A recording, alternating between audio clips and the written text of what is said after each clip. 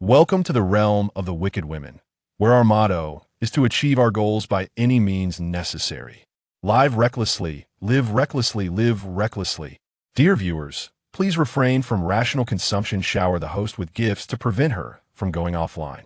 As the Wicked Women's live stream commenced, a torrent of viewers surged in, culminating in an astonishing total of 200,000 viewers. The comments raced across the screen. Where is Sheng Sheng? It is said that she will be taking the stage this time. I am so looking forward to it. Donating 1,000 star coins. Where is my little white lotus, Sheng Sheng? Donating 500 star coins. Wai Yusheng only knows how to feign pity and sympathy. Those who adore her have no taste. To the commenter above, if you dislike her, kindly exit. This is Sheng Sheng's domain. Donating 700 star coins. The barrage of comments persisted, and the subject of discussion finally made her entrance into the live stream. The girl appeared radiant, with luminous white hair, a delicate oval face, eyes glistening like autumn waters, and lips as red as vermilion. Her gentle smile resembled a white, night-blooming cereus flourishing in the darkness. Her sweet voice echoed through the live stream. Everyone, please don't argue on my behalf, all right? I beg you. Yusheng clasped her hands together, gazing at the screen with a serene smile. The comments momentarily halted before surging even more chaotically. Listening to the system continuously announcing the influx of star coins, Yusheng secretly curled her lips into a smile. Ah, how easily they're deceived. If only the target of this mission were as gullible as the audience here.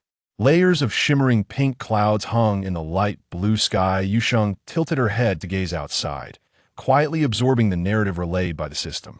From the moment of her birth, Yusheng was afflicted with congenital heart disease, and the Yu family treated her like a cherished princess.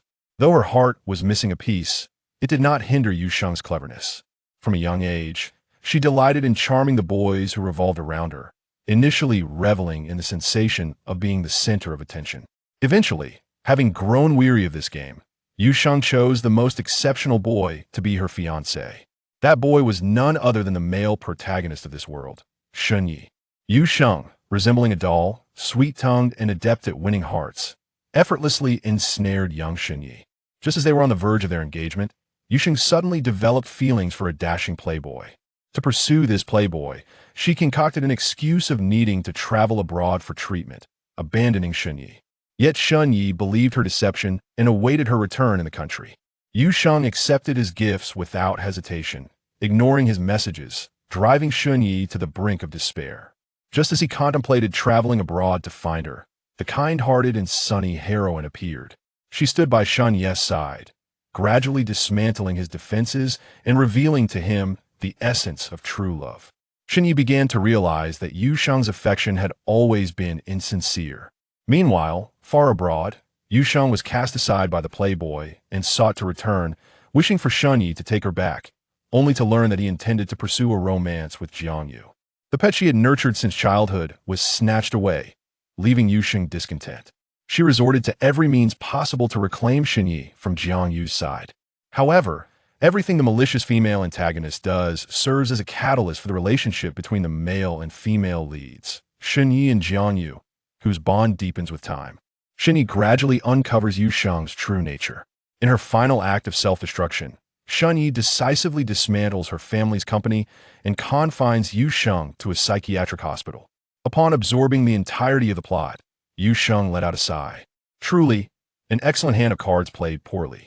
The original protagonist's wish was to regain Shunyi's affections not out of deep love, but rather a fixation. Yusheng's mission is to fulfill the original protagonist's obsession and eradicate all misunderstandings between her and Shunyi, ensuring that he wholeheartedly loves her without any doubt. She aims to seduce Shunyi, making him fall for her. The comments from the audience were lost on her, but Yusheng suddenly smiled slyly. A little dog like Shunyi is best suited to a heartless mistress. That's where the true excitement lies. Yusheng's arrival in this timeline was quite fortuitous. Shunyi and Jiangyu were currently in a state of mutual affection, yet had not yet breached the delicate barrier of their feelings. Since they had not broken through that barrier, it would simply suffice to set the window ablaze. She would never allow them the opportunity to fall in love. Yusheng narrowed her eyes, resembling a beautiful kitten dozing in the sunlight. Only those acquainted with her would understand. It seems trouble is brewing again, judging by that expression on Sheng Sheng's face. The last time she squinted like that, she annihilated a small world. Engaging in a mental chat with her fans, her voice was sweet and delicate, earning her a plethora of star coins. After disembarking the plane, Yu Sheng stood in the biting cold wind, wrapping her furry shawl tighter around herself as she awaited her brother to take her home. After a few moments, a man dressed impeccably in a suit, handsome and refined, approached her. He gently took her hand, concern etched on his face. "You're unwell. You shouldn't be exposed to the cold wind." With reddened eyes, Yu Sheng glanced at he before lowering her gaze. "Brother, Xinyi has a new girlfriend, and it makes me so upset." Yu Sheng had always been frail and prone to tears since childhood. He, unable to do much about his weepy sister, could only console her with kind words. "What girlfriend? She's merely a distraction for Ai during his moments of loneliness. His heart still belongs to you. Is that true, brother?" The hope shining in Yu Sheng's large almond-shaped eyes was palpable, though her expression remained tentative and uncertain. Yuhi reassured her, "Of course, with your beauty, if Shun Yi were to fancy someone else, it would simply mean he is blind." Instantly, Yu Sheng brightened with joy. His sister was indeed easy to please. Watching her cheer up, Yuhi silently resolved to ensure that the woman named Jiang Yu would completely vanish. Competing for his sister's affections? She would be fortunate to escape unscathed. Yu Sheng was well aware of Yuhi's thoughts. In the original storyline, her foolish brother committed a grave crime on her behalf, ultimately meeting his demise in prison. How tragic and lamentable. Sheng Sheng. "Ai, is it Lanting? Would you like me to take you there?" Yu Sheng shook her head, her delicate face pale, and "Oh, brother, I feel quite unwell. Let's return home. Wang uncle, please drive faster." The driver immediately accelerated, and they sped towards the ancestral home of the Yu family. Upon their arrival, Yu Sheng's parents rushed to greet them. Upon seeing her ashen complexion, they quickly instructed the servants to assist her to her room to rest. The family doctor promptly examined Yu Sheng, his expression grave as he administered an injection. "The young lady's condition is not favorable. You must be prepared for the worst." Madam Yu gasped in shock, collapsing weakly into the arms of sorrowful Mr. Yu. He was similarly distraught and at a loss. Gazing at Yu Sheng, who lay in bed, he took out his phone to call Shun Yi. Yu Sheng grasped his wrist, halting him. "Brother, I'm fine. A moment's rest will suffice. There's no need to disturb Ai over such a trivial matter." She offered Yuhi a fragile smile, her breaths faint, as if she might dissipate into the wind at any moment.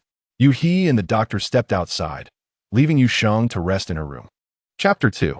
The return of the overbearing young master and his first love. Sheng Sheng's acting is truly impressive. Had she not exchanged for a weakness pill at the mall, I might have been convinced. I have nothing more to say. This is the only way to express my affection for Sheng Sheng, donating 2,000 star coins. But why isn't Sheng Sheng going to Lanting? After all, Xinyi is celebrating Jiang Yu's birthday. Once the birthday is over, Jiang Yu will formally confess to Xinyi. "Aren't you anxious, Sheng Sheng?" Yu Sheng replied languidly. "Sometimes retreating is the best strategy. Taking the initiative at this moment is not a wise plan." The original character had indeed taken the initiative, successfully preventing Xinyi and Jiang Yu from being together. Yet it only served to strengthen their bond. Utterly futile. Yu Xing would not make such a foolish mistake. What should a woman do when a man becomes infatuated? A splash of cold water will suffice. And what could be colder than the impending death of a childhood friend?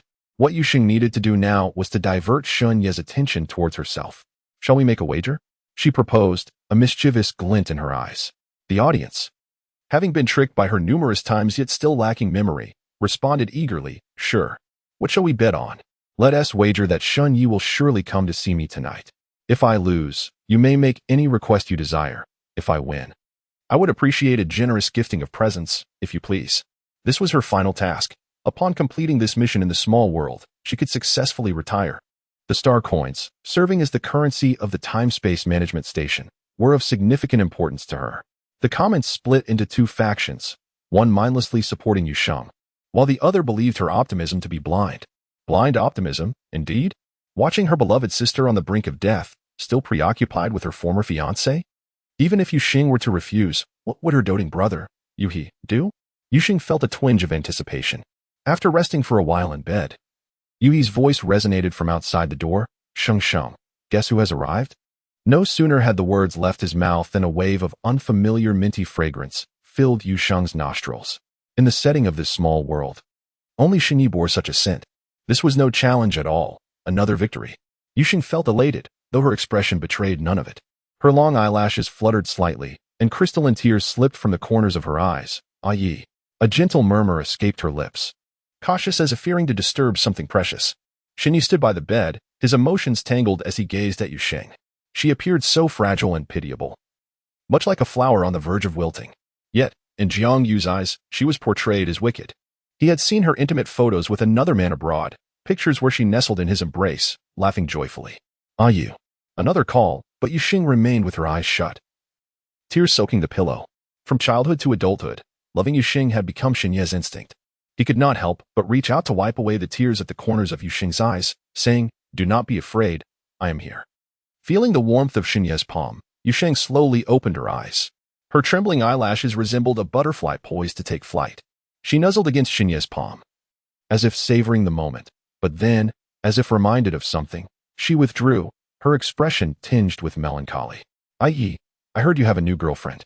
I am truly happy for you. Yusheng's slender form was enveloped by a fluffy blanket, her black hair cascading beside her cheeks, rendering her exceedingly soft and innocent. Behind her, Yuhi nudged Shun Ye's waist forcefully, his gaze filled with warning. Shun Ye feigned ignorance and turned his attention back to Yusheng. He sadly realized that even in the absence of Yuhi, he could not bear to see Yusheng distressed at this moment. The mere sight of her softened his heart. Gazing into her clear eyes, Shun Ye denied, "She is not my girlfriend. I do not have a girlfriend." He and Jiang Yu merely shared mutual feelings during their interactions. How could that be considered a romantic relationship? A smile returned to Yusheng's face. Really? You are not deceiving me? Xinyi nodded firmly, having convinced himself. He and Jiang Yu merely had a mutual fondness. They were not in a romantic relationship. Yusheng finally broke into laughter, reaching out to hold Shun Ye's hand. I.e., I am in pain. Why did you not come to pick me up today? Without Jiang Yu, the so-called girlfriend, Yusheng reverted to her clingy, delicate self in front of Xinyi. Xinyi's mind was a muddle, incapable of coherent thought, relying solely on instinct. I am sorry, Sheng. It will not happen again. Yusheng pouted slightly. Such an apology feels insincere. Then how would you like me to apologize? Recently, at the auction, there is a beautiful pink diamond. Shall I buy it for you as an apology? Yusheng shook her head. I do not lack such things. Indeed, the Yu family had cherished their beloved young lady, who had never valued material possessions. Then what do you want? Xinyu furrowed his brows, somewhat impatient. He recalled Jiang Yu's words, if a woman genuinely loves a man, how could she bear to make him uncomfortable? Concerned for Yusheng's well-being, he had abandoned Jiang Yu to come here late at night, only to be repeatedly rejected by Yusheng. Xinyi truly wished to ask Yusheng if she really liked him, yet his pride forbade him from doing so. He could live without love but could never humbly beg for it. Yusheng naturally sensed the shift in Xinyi's emotions and secretly pouted. It seemed Jiang Yu's influence on Shun Ye had been quite effective. In just a few short years, she had managed to cleanse Shun Ye's mind of romantic notions. This was unacceptable. If Xinyi became more astute, how could she accomplish her mission? Yusheng decided to withdraw gracefully, pretending not to notice Xinyi's impatience. She delicately stifled a yawn. I.e., how have you become so foolish? In the past, whenever we quarreled, all I needed was for you to spend a night by my side. Do you not remember? As soon as she finished speaking, both Xinyi and Yuhi turned to her in astonishment. What is it? Yusheng feigned ignorance. Yuhi quickly understood. His foolish sister still wished to employ her old tricks to reconcile with Xinyi, behaving like a child. He cleared his throat twice. Well then, I shall not disturb you two any longer. Please rest well. With that, he turned and left. Both Yusheng and Xinyi heard the sound of the key turning in the lock. Xinyi felt a pang of headache. Sheng, we are no longer children. We cannot. Before he could finish, Yusheng's eyes brimmed with tears. I.e., the doctor just said I do not have long to live. I only wish for you to spend more time with me. Her almond-shaped eyes glistened, a tear hanging delicately on her cheek, evoking sympathy. Xinyi's heart softened. After washing up, he resigned himself to lying beside Yusheng. She quietly clasped two of his fingers. Only when she was extremely frightened would Yusheng act in such a manner. Her hand was cold and delicate, and Xinyi, unable to bear it, grasped her hand in return. Do not be afraid. I will find the best doctor in the world to treat you. Yusheng gently leaned her head on Xinyi's shoulder, her fragrance enveloping him, leaving him in a state of distraction and bewilderment. I know my own body. She murmured this and then drifted into a deep sleep, allowing Xinyi to gaze at her for a long time, his expression complex. Chapter 3. The Return of the Overbearing Young Master. What is with the look in Shunye's eyes? Sheng Sheng hasn't even shown her true strength yet. She must not fall too quickly. Someone play this is love for Shunyi. So what if Shunyi still has feelings for Yusheng? He already knows the truth about her going abroad. He will eventually awaken to reality. Sheng Sheng, you must persevere. We all support you. A reward of 30,000 star coins. After receiving the reward, Yusheng actively interacted with her audience. Thank you all for your affection. I will complete the task diligently. Love you all. With that, she genuinely closed her eyes to sleep, unperturbed by the thought of Xinyi discovering the truth of her departure. She was capable of twisting the truth, creating confusion. With star coins and a system at her disposal, she had no concern about failing her tasks. Host, it's time to wake up. The system called her at the time she had set the previous night. Upon hearing the system's summons, Yusheng immediately opened her eyes. It was 5 in the morning, and the number of viewers in the live stream remained substantial. Yusheng, with clear eyes and a sweet smile, greeted her audience, then purchased a blood suppression pill from the system's shop. System, please check if Xinyi is asleep. He is asleep. That's good. Yusheng turned her back to Xinyi and swallowed the pill. In a fleeting moment, her rosy cheeks turned ashen. She first drew shallow breaths, followed by an uncontrollable cough, as if attempting to expel her very heart and lungs. The initially drowsy Xinyi was roused by the violent coughing. Instinctively, he reached out to pat Yusheng's back, only to find nothing. A chill ran through Xinye's heart as he opened his eyes wide. The scene before him rendered him speechless. Blood trickled from the corner of Yusheng's mouth, and as she coughed relentlessly, tiny droplets stained the light-colored sheets. Sheng Sheng. Yusheng extended her bloodied hand toward him, and Xinyi grasped it tightly. Sheng Sheng, hold on. He swiftly located his phone, first calling the family doctor, then requesting an ambulance. Yi, am I dying? I still have so much to say to you, Yusheng managed to utter before her body softened and she fainted. The barrage of comments exploded with exclamations. Although I know it's acting, Sheng Sheng's performance is simply outstanding. I'll give 5,000 star coins. Forget Xinyi. Even I felt my heart race. I'll donate 200 star coins. Incredible! But why would Sheng Sheng do this? Yusheng, smiling, answered the audience. It's to give Xinyi a profound shock, to make him realize that I am indeed on the brink of death. People tend to be more forgiving towards those who are dying. The comments echoed in unison, such cunning and strategy. Yusheng played with her silky, satin-like hair. Thank you all for the compliments. As Yusheng's condition worsened, chaos ensued in the Yu household. Her parents wept incessantly, while Yui sighed deeply, his tall frame reddening around the eyes. Xinyi stood dazed outside the operating room, lost in thought. Suddenly, the silence of the hospital corridor was shattered by an urgent ring-on. Xinyi pulled out his phone, the screen flashing the name Jiang Yu. Ah, the female lead. Yusheng, alongside the audience, awaited Xinyi's reaction. His expression soured as he hesitated before finally answering the call. The audience erupted in anger, condemning Xinyi as a scoundrel for his indecision. Yet, Yusheng remained largely unfazed. It is human nature, after all. Jiang Yu had been by Xinyi's side for 5 years, devoted and gentle. If Xinyi could easily cast her aside, that would indeed be peculiar. Yusheng was unperturbed. One must seize the moment. On the other end of the line, Jiang Yu inquired softly about Xinyi's whereabouts. Before he could respond, Yui snatched the phone from him and forcefully hurled it into a corner of the corridor. My sister is still inside. How dare you flirt with another woman? Yui's anger caused veins to bulge on his forehead. Xinyi, not known for his patience, was ready to confront Yui after enduring so much shock. The two glared at each other, and any spark could ignite a fierce confrontation. Father Yu scolded the two in a low voice. Are you not ashamed? If you wish to roll around, do it outside. Do not disturb my peace here. Yui was the first to suppress his anger, releasing his clenched fists and heavily sinking into a chair. With teary eyes, Mother Yu said, Xiaoyi, if you have matters to attend to, you may leave first. Sheng Sheng would certainly not wish to delay you while awake. Her words carried an implied meaning. After all, in recent years, Xinyi had grown close to a common girl, and whispers of their romantic involvement had spread throughout the circles. Just yesterday, rumors of their love had surfaced. Mother Yu was unwilling to entrust her cherished Yusheng to such a man. Xinyi began to defend himself. Auntie, no need to say more, Xiaoyi. You have too much weighing on your mind. Think clearly before you return, Mother Yu interjected, issuing an explicit dismissal. Xinyi clenched his jaw and departed the operating room step by step. Yu Sheng had witnessed the entire exchange, feeling touched by the Yu family's care and concern for her. In the original story, the Yu family had suffered greatly due to Yu Sheng's reckless actions. Perhaps it was unjust, perhaps deserving of scorn, but to them, they had poured all their love into the one they cherished most, without regret.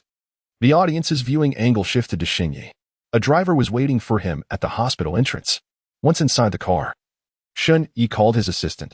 Look up the most authoritative doctor in cardiology, contact him, and arrange for him to treat Yu Sheng. The assistant acknowledged and hung up. Shen Yi closed his eyes, his long fingers pressing against the bridge of his nose. His pale skin contrasted with the dark circles beneath his eyes, and unkempt hair obscured his deep-set features, giving him a weary yet striking appearance. Shortly after, the assistant called again, and Shen Yu answered with patience. Mr. Shen, Miss Jiang has prepared some soup and wishes to see you. Countless women seeking to climb the social ladder had exhausted all excuses to meet Shen Yi. Yet all were dismissed by the assistant. Jiang Yu's use of a bowl of soup as an excuse indicated her significant standing in Shen Yi's heart, as he had made exceptions for her on multiple occasions. After a moment's thought, Shen Yi replied in a deep voice, have her wait for me in the office. Yu Sheng had been saved, and she could no longer witness the unfolding events. Yet, it was evident that Jiang Yu would attempt to sway Shen Yi once more. On the hospital bed, Yu Sheng slowly opened her eyes. Mother Yu, filled with emotion, grasped Yu Sheng's hand. Sweetheart, are you feeling unwell anywhere? Yu Sheng gently shook her head. I feel fine, mother. You should rest as well. Don't wear yourself out for my sake. Take care of yourself, my dear. I will be here with you, Mother Yu replied, wiping her tears and tucking the blanket around Yu Sheng. The doctor had just visited, stating that Yu Sheng's time was limited. This was indeed true. The original character had congenital heart disease, and her survival until now was the greatest achievement of the Yu family and the doctor's combined efforts. Yu Sheng could do nothing but accept this fate. Chapter 4. The return of the overbearing young Master S. Moonlight. Mother Yu was nearly heartbroken, wishing she could be by Yu Sheng's side at all times. Yu Sheng feigned sleep, and seeing her daughter drift off, Mother Yu relaxed her tense nerves and dozed off beside Yu Sheng's bed. Only then did Yu Sheng open her eyes, rising to drape a small blanket over her mother. Oh, little angel Sheng Sheng. Donation of 800 star coins. I dare anyone to call Sheng Sheng malicious. She is undeniably a kind-hearted little girl. Donation of 300 star coins. Good girl Sheng Sheng, a kiss from mommy. Donation of 1,000 star coins. Yu Sheng's bright, round eyes blinked. Please, no more compliments. I am merely using the original owner's body and ought to care for her family. The audience's donations surged even more fervently. Yu Sheng checked her private account. Her spirits lifted. Many travelers lamented about the audience's fastidiousness and difficulty, yet they were, in fact, quite easy to please. A few kind words and trivial acts of goodwill could yield substantial rewards. This phenomenon was intrinsically linked to the persona she had crafted for herself. She often portrayed herself as a villain. A villain can commit numerous misdeeds without reproach, but perform even a single act of kindness, and the audience would dub them an angel. How amusing. The Yu family regarded her with utmost seriousness. A constant stream of doctors visited her bedside to inquire about her condition, while 2 nurses were hired. Her father, mother, and brother Yu He took turns to keep her company. Thus, nearly half a month passed, and Yu Sheng's condition gradually improved. Her parents attributed this recovery to the doctor's efforts, generously donating a batch of medical equipment valued in the 7 figures. At Yu Sheng's urging, Mother Yu finally consented to her discharge from the hospital. During her hospitalization, Yu Sheng had not reached out to Shen Yi. Their relationship had deep roots, requiring no artificial efforts on Yu Sheng's part. It was only reasonable for Shen Yi to visit her first. As someone tormented by illness and facing a grim fate, Yu Sheng could not be the one to initiate contact. It would be unbecoming to chase after a man when she was so close to death. Such desperation was not in her nature. Yu Sheng was unperturbed by the possibility of Jiang Yu seizing this opportunity to deepen her bond with Shen Yi. The stronger their relationship grew, the more favorable it would be for Yu Sheng's plans. She dialed Shen Yi's number. The first call was automatically disconnected. Yu Sheng set her phone down, choosing to disregard it. Once again, she reminded herself that in this game of wits, she could never be the one to chase after him. After all, she was Shen Yi's moonlight, destined to shine high in the sky, radiant and unblemished. She would always expect Shen Yi to come to her. When Shen Yi returned her call, Yu Sheng had already returned to the Yu household. The phone rang for 10 seconds before she answered, her voice still sweet. Yi, what are you doing? Working, Shen Yi replied, his tone rather cold. The atmosphere on his side was eerily quiet, unmistakably hinting at deception. Yu Sheng feigned ignorance, inquiring, "Have you been particularly busy these days? You didn't even come to see me when I was ill." Her tone bore a hint of childlike petulance, yet it was not irksome. Xinyi fell silent for a few moments before replying, "I consulted a specialist for heart disease." Yu Sheng's spirits lifted slightly. "I know. My father mentioned it." To express his gratitude, he specifically bestowed you the land in Dongshan. He intended to leverage the heart specialist to elicit a favor from Yu Sheng, but she was determined to confront him directly, reminding him that her father had already shown his appreciation through the land. They were bound by mutual regard, with no debts left unsettled. At this juncture, it was Xinyi who had lost face in the intricate web of familial ties, not Yu Sheng. Aware of his own shortcomings, Xinyi softened his tone, "Then I shall visit you at the hospital tomorrow." Yu Sheng sighed softly, her voice tinged with disappointment. "Forget it. Yi, mother has already informed me about your situation with that young lady." Unlike their previous encounter, Xinyi refrained from arguing and remained silent. "So, you are indeed with her?" After a prolonged pause, Xinyi responded with a subdued Yu Sheng managed a bitter smile. "I had hoped we could rekindle our past affection. I waited and waited at the hospital, yet you never came. I suppose this silence speaks volumes. Yi, I wish you and Miss Jiang happiness." She pretended to stifle a sob and unhesitatingly ended the call. "Sheng, you should start an acting class. I'm begging you." Donation of 100 star coins. "I possess such talent. That man would never stand a chance." Donation of 200. Little green tea. "I adore little green tea." Donation of 100 star coins. Poor Xinyi, manipulated at Xing's whim. Tomorrow he will surely come running to apologize, having had her fun at Xinye's expense. Yu Sheng felt elated and spoke in a playful, delicate manner. "No need for a class. Practice suffices. As for Xinyi, he would undoubtedly come by tomorrow." With such a substantial piece of land in Dongshan and a new collaboration recently established between the Yu and Shen families, Xinyi was hardly foolish enough to risk upsetting Yu Sheng. Such is the power of wealth. With a meeting with Shen Yu on the horizon, she anticipated a wealth of theatrics. Yu Sheng resolved to retire early to rise refreshed. The system also served as her alarm clock, rousing her at 8 o'clock sharp. Well rested, Yu Sheng felt splendid. Glancing at her rosy complexion in the mirror, she furrowed her delicate brows. This appearance exuded too much health. After freshening up, she applied makeup with finesse. Her dark, curled hair cascaded down her back, her gentle features graced by soft, rose-tinted lips. She donned a fitted, light pink dress, complemented by an apricot wool shawl, embodying the image of a fragile beauty swaying in the breeze. A slender ruby bracelet adorned her wrist, accentuating her fair skin. A gentle knock resounded at her door. "Miss, Master Shen has arrived." "Understood. Please assist me in leaving." The servant carefully guided Yu Sheng downstairs. Yu Sheng sat steadily in her wheelchair. Her legs were not injured, merely exhibiting a touch of laziness.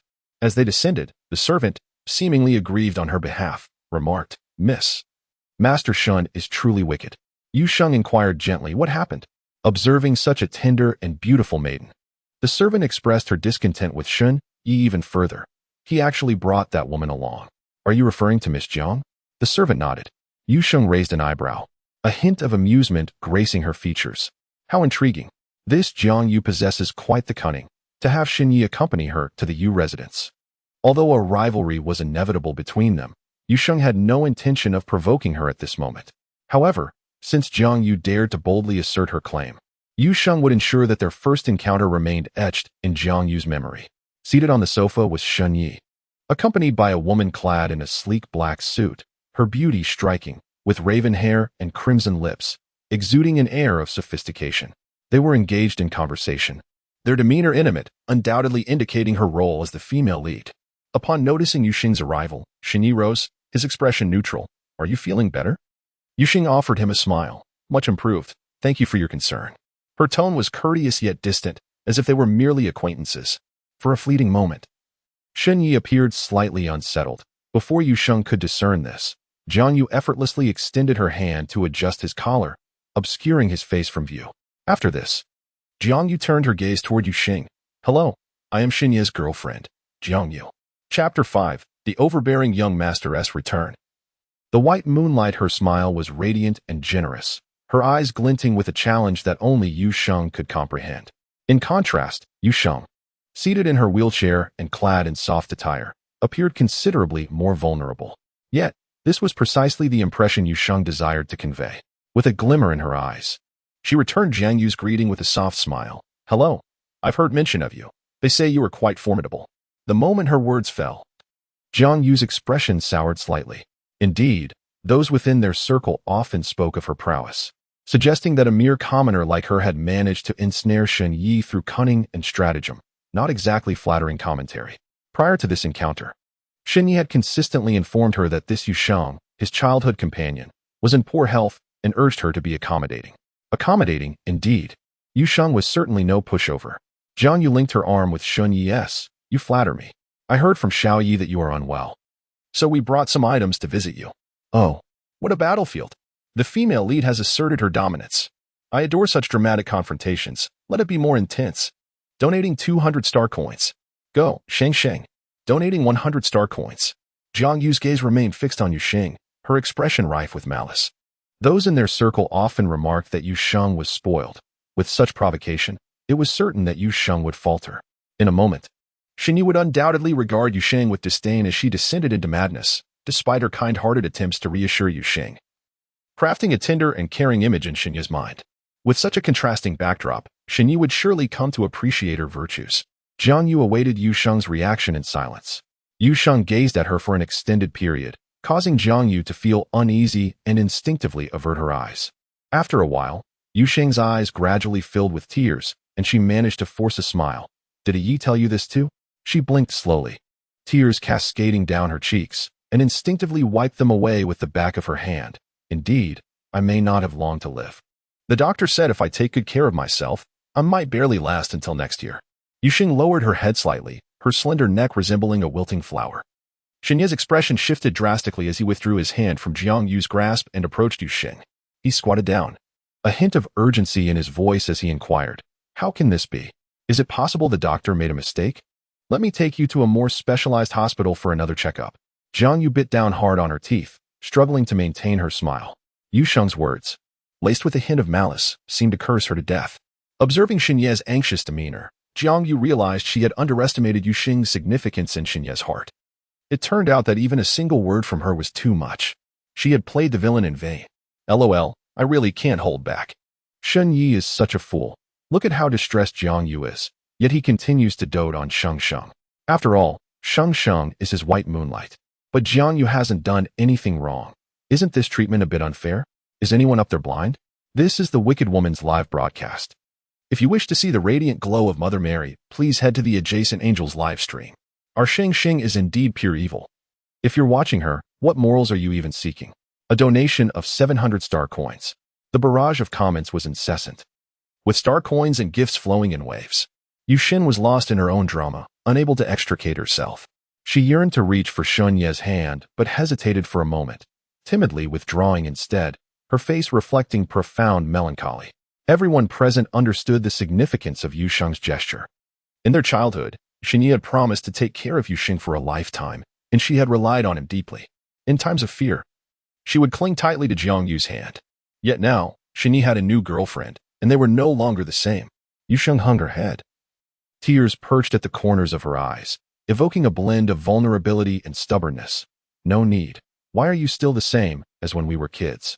You always worry when I fall ill. I don't want treatment. Yi, those suffering from severe illnesses rarely look beautiful in the end, and I dislike that. How can we not seek treatment? Shen Yi's tone grew more serious. He longed to take Yu Sheng's hand to comfort her. Yu Sheng gently evaded. Yi. Let it be. Shen Yi appeared somewhat dazed, unable to discern what Yu Sheng meant by let it be. It is her life, or perhaps the bond they shared. He gazed upon Yu Sheng's pale, emaciated visage. Yu Sheng had changed. Once vibrant and radiant, full of laughter and beauty, she delighted in revealing her fair, delicate skin, akin to a blooming flower. Yet now, despite the warmth of the season, she cloaked herself tightly, as if even a gentle breeze could shatter her. Shen Yi suddenly regretted heeding Jiang Yu's advice. Upon leaving the hospital that day, he encountered Jiang Yu at the office. After years apart from Yu Sheng, he had thought that with Jiang Yu's company, he could cease to love her. However, the moment he heard Yu Yi utter that Yu Sheng's time was short during their phone call, his heart was thrown into disarray. He realized clearly that he still loved Yu Sheng, even after she had cast him aside. From the first moment he laid eyes on her, Shen Yi yearned to return to her side, to spend a lifetime with her. Yet he was no mere dog. Why should he love her when she had done nothing?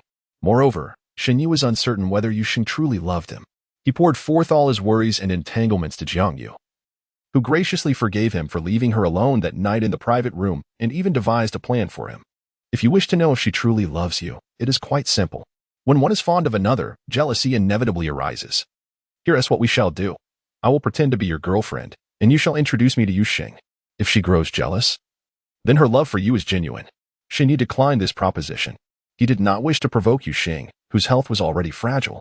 However, as time passed without any contact from Yuxing, Shen Yu found it increasingly difficult to suppress his longing for her. Just then, Yuxing called. But after one brief conversation, he sat quietly, anticipating her to call again. Just one more time, one more call, and I shall answer. He waited with bated breath. Yet his phone remained silent. In the emptiness of his home, Shen Yu suddenly laughed. He felt both pitiful and irredeemable for still loving Yuxing. In a fit of anger, he impulsively agreed to Jiang Yu's suggestion. Initially, he aimed merely to provoke Yuxing, but upon truly seeing her pale and desolate countenance, he was left with nothing but regret. Yuxing had been born a cherished young lady, and with a childlike nature, her whims and fancies were entirely normal. After all, in the end, she had chosen herself, had she not? Shen Yu even began to excuse her behavior. Jiang Yu noticed a shift in Shen Yu's demeanor and, in turn, offered Yuxing some comforting advice. Shang, do not jest with your health. It would be wise to get checked. What if your primary physician has erred in their diagnosis? Rest assured, the doctors abroad are those I recommended to Xiao Yi and are renowned in the field of cardiology. Maya, is it merely my illusion? Why do the words of the female protagonist seem somewhat off? It is not your delusion. It appears that the once straightforward heroine in the original narrative has resorted to subtle machinations. On the surface, she advocates for Shangxing's treatment. Yet every utterance serves as a boast about her closeness with the male lead. Jiang Yu stood behind Shen Yu, tilting her head slightly, her voice low and delicate. Yet her eyes simmered with suppressed animosity. Shangxing, Xiao Yi and I have invested considerable effort on your behalf. Could you not show some understanding for Xiao Yu? Chapter 6. The overbearing CEO's return. As the white moonlight, Yuxing chuckled inwardly. These were merely tactics she had long since mastered. They held no intrigue. Miss Jiang, are you implying that I fabricated my medical condition to elicit sympathy from Ah Yi, thereby entangling myself with him? Before Jiang Yu could retort, Yuxing fixed her with a glare, her aggression surfacing for the first time. Your incessant references to Xiao Yi merely serve to flaunt your proximity to him. There is no need for such subterfuge, Miss Jiang. You may speak plainly. Jiang Yu's gaze flickered, although she intended to convey that very notion. She had not anticipated Yuxing's forthrightness. The barrage of comments erupted in mockery towards Jiang Yu. I'm in stitches, everyone. The heroine dares to employ such tactics in front of Shangxing. Shangxing, I understand, sister. I was once a green tea myself. Haha, rest assured. I shall not cling to your boyfriend, even in death. Yuxing coldly turned away. Please see yourselves out. I am feeling somewhat unwell. Shen Yu gently coaxed her. Sheng, if you are unwilling to go abroad, I can arrange for those doctors to come here. Do not use your health as leverage. With tear-filled eyes, Yuxing stubbornly replied, You need not concern yourself. Please leave. I fear your girlfriend may misconstrue matters. The servants had long harbored resentment towards them, and promptly summoned the housekeeper and bodyguards to escort the pair away. Yuxing watched them depart from the balcony on the second floor, her expression one of indifference. The audience was bewildered, questioning, why not seize the opportunity to reclaim Shen Yu? Yuxing remarked, Did you not see the look in his eyes? He would gladly be my dog, but the time is not yet ripe. His heart wavers, always swayed by the words of others. I have no use for a dog that cannot recognize its master. Shen Yu still requires some training. This body was exceedingly frail, unable to withstand the chill of the wind. Yuxing slowly maneuvered her wheelchair indoors. The system's cold, mechanical voice echoed. Random point collection task initiated. The host must gather Shen Yu's tears of regret and sorrow within 3 days. Successful completion will yield immediate rewards. The comments erupted with fervor. Random point collection task? Did I hear that correctly? Goodness. It has been years since I encountered a random point collection task. How thrilling. How exhilarating. Shangxing must accept this. Donation of 80,000 star coins. Like the audience, Yuxing felt a surge of excitement. As a seasoned broadcaster in the live stream, she had assumed countless roles, yet had seldom encountered a random point collection task.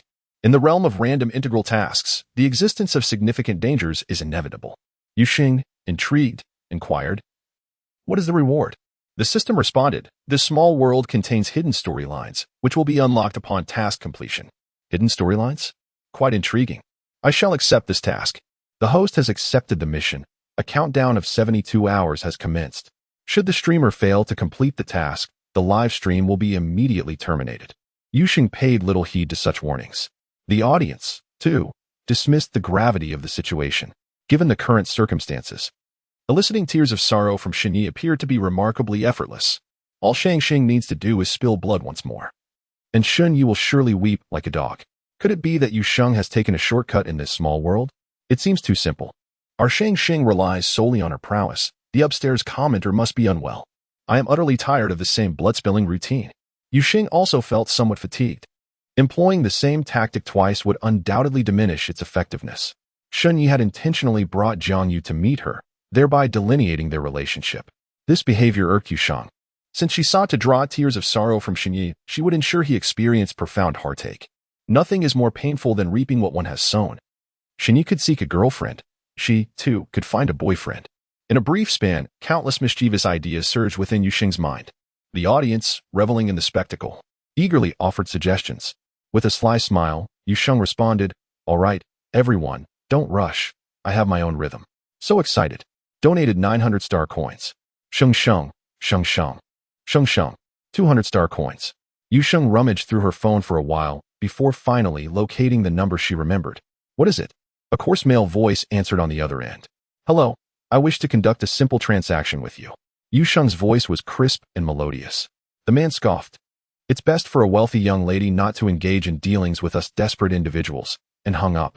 Undeterred, Yu Sheng maintained her composure. "I will offer 1 million. The call was not terminated. After a moment of silence, the man cautiously inquired, "What do you intend to do?"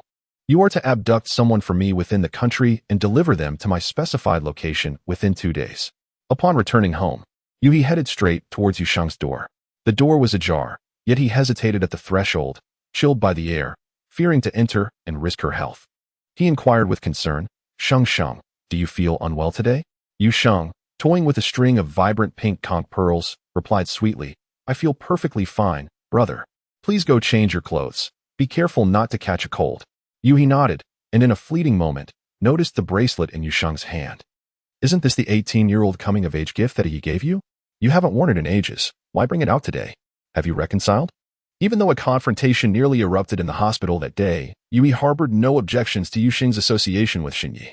In his eyes, anything that brought joy to Yu Xing was inherently good.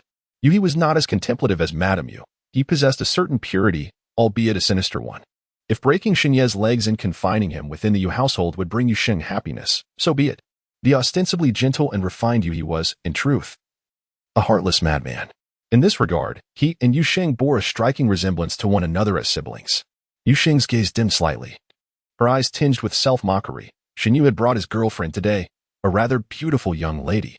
Yui's expression darkened as he muttered under his breath, "What an eyesore. How dare he bring her home to taint your sight?" Yu Xing maneuvered her wheelchair closer to Yu He, lightly tugging at the cool hem of his garment. "It's all right. Brother, please refrain from intervening in this matter. I wish to handle it myself. How do you intend to resolve it?" he inquired. "If he does not have feelings for me, then so be it. Love that is coerced cannot truly be called love, can it? Sheng Sheng, your brother will not permit you to endure such grievances."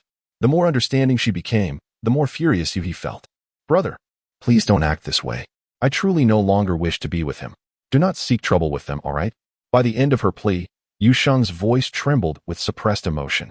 Seeing her valiantly stifle her sorrow, Yu He, with a darkened countenance, relented. Yu Xing broke into a smile, repeatedly expressing her gratitude to her brother. Yui gently ruffled her hair, softly reminding her to take care of her health before retreating to his study. He opened his phone and called his assistant, informed Manager Li to terminate the material supply from the Xing group. "If Yu Xing is to be hurt, I shall not allow that pair of wretched lovers to find ease." Standing outside the study, Yu Xing overheard Yu He's duplicitous intentions and smiled with her eyes sparkling. Truly, Yu He was a wonderful brother. Chapter 7. The overbearing young Master S returned to his white moonlight Mr. Shun. "Tian Sheng has stated that they will cease cooperation with us next month." "Who said that?" The manager hesitated. "According to the person in charge at Tianxing, it is Yu Zhong's decision. With the month already half gone, time was pressing, and it would be challenging to find a suitable material supplier. The manager wiped the sweat from his brow. Frustrated, Shen threw the pen he was holding onto the table, the sound echoing like thunder in the manager's ears. Just as the manager felt he might faint from fright, Jiang Yu entered with a cup of coffee. All right, you should first try to contact other suppliers. We can discuss the rest later. Please leave for now. The manager smiled gratefully at Jiang Yu and exited quietly. Shen Yi sat in his chair, his voice low and seemingly laced with displeasure, a personal vendetta. Perhaps we upset Yu Xing that day. Yui merely wishes to defend her honor. Do not hold her accountable. She is not ill-natured, merely spoiled. Jiang Yu placed the coffee on the table, her face full of concern as she reached out to take Shen Yi's hand, but he withdrew his arm, preventing her touch. Shang Sheng possesses a somewhat delicate disposition. Yet I harbor no anger towards her. My frustration lies solely with Yu He. At his age, he should be more considerate of the consequences of his actions. Sheng Sheng and I are at odds. Yet does he not grasp the gravity of the situation? Engaging in business is no trifling matter. He seems oblivious to the potential repercussions. Jiang Yu's gentle smile faltered for a moment. She genuinely wished to pry open Shen Yi's mind to see if it were solely occupied by thoughts of Yu Xing. While her intention was to place the blame on Yu Xing, it turned out that he bore no resentment towards her. Whispers in their circle suggested that Shen Yi was infatuated with her, enjoying an intimate relationship, as if they were romantically involved. Yet, only Jiang Yu knew that there was nothing between her and Shen Yi beyond the bounds of friendship. For 3 years, she had remained by his side, and despite her efforts to entice and suggest, his heart remained fixated on that wretched, ailing girl. When intoxicated, he would rather weep over a photograph of Yu Sheng than so much as touch her. Jiang Yu, hailing from a modest background, had worked tirelessly to gain admission to a prestigious university, finally encountering individuals she had only seen in newspapers and on television. She would not relinquish her aspirations easily. Jiang Yu swiftly recalibrated her emotions. If sowing discord proved ineffective, she would instead align with Shen Yi's sentiments, asserting that her plans were indeed fruitful. Shen Yi regarded her with confusion. How could anything be effective when Shang Sheng was so upset? Jiang Yu continued to instill confidence in Shen Yi. Do you not recall what I mentioned that day? Yu Xing's current behavior is a manifestation of jealousy. If you provoke her alongside me a few times, she will undoubtedly relent. Jiang Yu was certain that Shen Yi would acquiesce to her proposal. However, in the next moment, Shen Yi resolutely declined. Yu Xing's health is fragile. I do not wish to employ such methods to bring her unhappiness. I've come to realize that her feelings for me, whether genuine or not, are inconsequential. My love for her is what matters. In her final moments, I wish to be by her side, bringing her joy. Jiang Yu felt a surge of desperation. But this is unfair to you. Shen Yi smiled at her, his typically handsome and aloof visage now radiating a gentle resignation. In love, where is absolute fairness? He replied, Jiang Yu, I am grateful for your companionship over the years, yet I find that I cannot forget Yu Sheng. I will make amends. Shen Yi is a paragon of excellence, born atop the pinnacle of society, enveloped by a world of adoring admirers. From a young age, he has enjoyed wealth beyond the imagination of most, yet he has remained uncorrupted, having been raised with remarkable values. Though he may appear domineering and cold, he is, in truth, a person of simplicity and empathy. He extends a helping hand to the vulnerable, shelters stray cats from the rain, and quietly donates to charitable organizations. Shunning the limelight. This is merely my duty. There is no need for publicity, he asserts. The Shen couple are also kind and courteous, nurturing Shen Yi with love. And Jiang Yu has even witnessed the construction of a treasure trove for him by his devoted parents. In the opulent and exquisite villa, each floor is adorned with remnants from Shen Yi's childhood, his toys, the first small red flower he received, and the handcrafted creations he once took pride in. Perhaps out of affection for the abode, the little attic at the top of the villa is plastered with photographs of Shen Yi and Yu Xing, chronicling their journey from childhood to adolescence. In these images, Shen Yi's bright eyes are forever captivated by the enchanting Yu Sheng. A plaque, encrusted with pure gold and gemstones, hangs on the attic door, bearing the whimsical inscription declaring Yu Sheng to be Shen Yi's most cherished treasure. Yet alas, Yu Sheng is a treacherous woman. Jiang Yu cannot fathom what merits Shen Yi's enduring affection for someone who so callously abandoned him for another. Compensation? She desires no such recompense. She yearns solely for Shen Yi's love. Without his love, her existence feels futile. Jiang Yu feels as though Shen Yi's infatuation is driving her to madness. Nevertheless, she must maintain a facade of calm and grace. Xiao Yi, do you not understand my feelings? I adore you and wish to be with you. I seek no compensation. Before Xinye. Jiang Yu has always embodied the image of a wise and composed elder sister. This is one of the rare moments she reveals her vulnerability to him. It is merely an act of feigned pity. If Yu Sheng can do it, so can she. A flicker of guilt crosses Shun Yi's deep-set eyes. But it remains just that guilt. I recognize this is unfair to you, and if you wish, I can transfer 5% of my personal shares to you, ensuring that you become a shareholder in Shengkuan and live a life free from financial worries. Jiang Yu shakes her head sorrowfully. Xiaoyi, I believe I have made myself abundantly clear. Xinyi responds, I also recall having been quite clear. Aside from me, I can provide you with anything you desire. It is evident that he does not exhibit this demeanor when Yu Sheng plays the victim. Jiang Yu clenches her palm tightly. The sudden, urgent ringing of a phone shatters the stifling atmosphere within the office. Jiang Yu lifts her gaze, recognizing the tone. It's the exclusive ringtone Shun Yi set for Yu Sheng. Host, this call will be detrimental to you. Please prevent the male lead from answering it. The system's voice resonates in Jiang Yu's mind. A glimmer of insight sparks in her eyes, and she promptly addresses Xinyi. You mentioned compensating me. Did you not? Then I request that you do not answer this call. Are you certain? Yes, that is the compensation I desire. Upon hearing this, Xinyi slowly sets down his phone. Jiang Yu's racing heart begins to calm, but in the next instant, the system's alarm blares even more frantically. Warning, warning, a significant obstacle has arisen in the task. A significant obstacle has arisen. Xinyi remains unharmed before her, so what could possibly constitute a significant obstacle? Could it be that something has transpired with Yu Shen? After ending the call, Xinyi immediately redials Yu Sheng. As if to validate Jiang Yu's suspicions, Yu Sheng's calls went unanswered, leaving only the sound of a persistent busy signal. In the abandoned, half-finished building, Yu Sheng sat quietly in her wheelchair. Miss Yu, I have brought the person you requested. Do remember to settle the remaining payment. A scarred man with a robust stature tossed a writhing sack in front of Yu Sheng. She promptly turned to arrange the payment. The man grinned with satisfaction. The abduction didn't go as smoothly as planned, my friends, and I had to give him a beating, which we consider an added service. Miss Yu, what do you think? Fool, she thought, you've ruined my plans. A slight curve appeared at the corners of Yu Shen's lips, her eyes glinting with coldness. Do you require additional funds? The man nodded eagerly. You agreed to the terms beforehand. Are you now reluctant to comply? Yu Sheng tilted her head, appearing innocent and harmless. The man stepped closer to her. Even if I wanted to breach the contract, what could a frail girl like you possibly do? He gazed at her delicate, beautiful face. Swallowing hard, Yu Sheng gently jingled the golden bell on her wrist, the clear sound resonating through the empty building. A dozen bodyguards, previously concealed within the structure, slowly converged towards her, obediently standing behind like silent shadows in the night. She smiled. I have money. I can do as I wish. Now, tell me, do you wish to die? Miss, I was merely joking, the man stammered, fear evident on his face. The arrogance he once displayed now vanished. Yu Sheng had tasks to attend to and was disinclined to argue further. Leave, and mind your words. The phone rang incessantly, with Xinye's name flashing on the screen. Annoyed, Yu Sheng smashed her phone to pieces.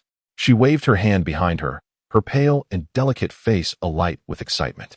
Bring ice water and douse him awake. Soon, a bodyguard brought a large bucket of ice water and poured it directly onto the sack. The man's anguished cries were piercing, and with a glance from Yu Sheng, the bodyguard immediately unwrapped the sack.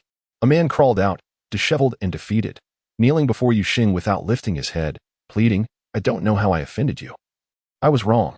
Please spare me. Oh, isn't this my ex-husband? Yu Sheng teased. What do you think I brought him here for? What ex-husband?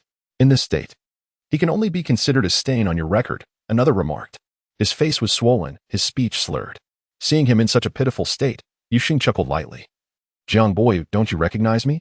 Jiang Boyu suddenly looked up, and what met his gaze was Yu Sheng's frail, yet exquisitely perfect little face. Is it you? Indeed. It is I. I'm a bit hurt that it took you so long to recognize me, considering we had such a lengthy romance abroad. Yu Sheng's smile was sweet. Yet Jiang Boyu could not help but tremble involuntarily. Was he really in a relationship with Yu Sheng? He had always relied on Yu Sheng, spending her money and living off her while engaging in flirtations with other women. Upon discovering his actions, he even resorted to violence against her. After that, Yu Sheng silently returned to her homeland. He had some regrets, having wished to exploit her further before her departure. Jiang Boyu believed he would never cross paths with Yu Sheng again, yet their reunion unfolded in such an unexpected manner. Yuxing looked at him as if he were a specter, clearly uninterested in rekindling their past romance. Jiang Boya forced a smile, the very one Yuxing adored, and painfully crawled to her feet. Shang Xing, I was wrong. I shouldn't have laid a hand on you. I've missed you so much during your absence. Will you forgive me? Before the altercation, Jiang Boyo had exuded a gentle and refined demeanor, his smile resembling that of a precious gem. Now, battered and bruised, his attempts at such expressions made Yuxing feel nauseated. Get away from me. You reek. She lightly kicked him aside, her delicate lambskin shoe stained with blood. Yuxing frowned slightly. You truly remain as detestable as ever. I quite like these shoes. The online comments erupted. Queen Xingxing, step on me. I bathe daily and want to dirty your shoes. Donation of 7,000 star coins. Do you understand the letter game, or shall I explain? Xingxing is so spicy. Wow. Donation of 600 star coins. Jiang Boyu gazed up at Yuxing in a daze. After some time apart, how had she become even more beautiful? He leaned closer once more. I'll compensate you, all right? Please don't be angry. Yuxing scoffed. Compensate? What are you worth? Can you even afford it? The once obedient Yuxing now regarded him with disdain, igniting Jiang Boya's frustration. He wished to react as he once did, but was deterred by her imposing bodyguard standing behind her, leading him to silently grit his teeth. Yuxing's patience was wearing thin. Conversing with an unattractive man felt like a waste of life. I have little patience left, and I won't beat around the bush any longer. Jiang Boyu, you better behave, or you will face the consequences for your past actions. Jiang Boyu's expression turned fearful. What do you intend to do? Without answering, Yuxing instructed her bodyguard to leave. Once they were alone, she slowly rose from her wheelchair. Aren't you fond of living off others? How about I take you to a place where you can eat for free? She advanced towards him, and as he attempted to resist, she seized him by the throat. Damn it, when did Yuxing become so strong? A slippery pill was forcefully thrust into Jiang Boya's mouth. Moments later, all the bruises on his face and body vanished without a trace. What a hassle, having to waste 500 star coins on healing pills for such a man. Yuxing's expression was one of discontent. Don't be upset now. Donation of 500 star coins. Reward 500 star coins. Reward 1,000 star coins. Yuxing, in delightful surprise, covered her mouth and exclaimed, Dear audience, I do not intend to solicit star coins from you, but I am ever so grateful. Love you all. She pouted slightly at the viewers in the live stream and blew a sweet kiss. Oh, I know she's deceiving us for star coins, yet I cannot help myself. I will reward 4,000 star coins. The audience was utterly captivated by Yuxing's charm, having amassed a considerable amount of star coins. Yuxing estimated the time was right and fed Jiang Boyu, who lay on the ground, a dreamlike pill.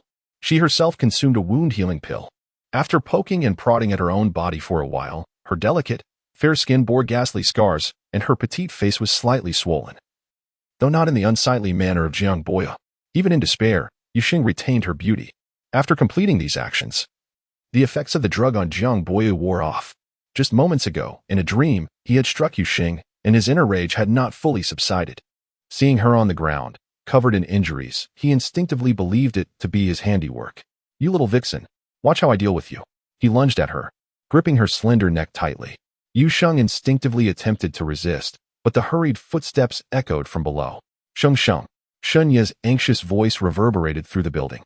Chapter 9. The Return of the Overbearing Young Master. The moonlight of my life is Shen Ye, and Yui rushed to the unfinished building with a group of people. The sight before them was enough to make their hearts race with fury.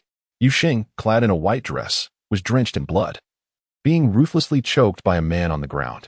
Sheng. Yui trembled with rage, fists clenched, striding towards the man. Shen Yi was even quicker. Veins bulged on his forehead, and his eyes sparkled with uncontainable fury, resembling an avenging spirit from hell. With a swift kick, he sent the man who was assaulting Yuxing sprawling away. Finally liberated, Yuxing gasped for air, her body battered, resembling a fragile porcelain doll on the verge of shattering. Shen Yi crouched down, trembling hands reaching out to drape his coat over her. Yet, she instinctively recoiled. Reaching out towards Yuhi, brother, it hurts so much. Yuhi forcefully shoved Shen Yi aside. Get away. Yuxing's rejection cut like a poisoned blade. The once furious Shen Yi now stood there as if soul-stricken, frozen in place, unsure of what to do. Yuhi cautiously picked up Yuxing, intent on taking her to the hospital.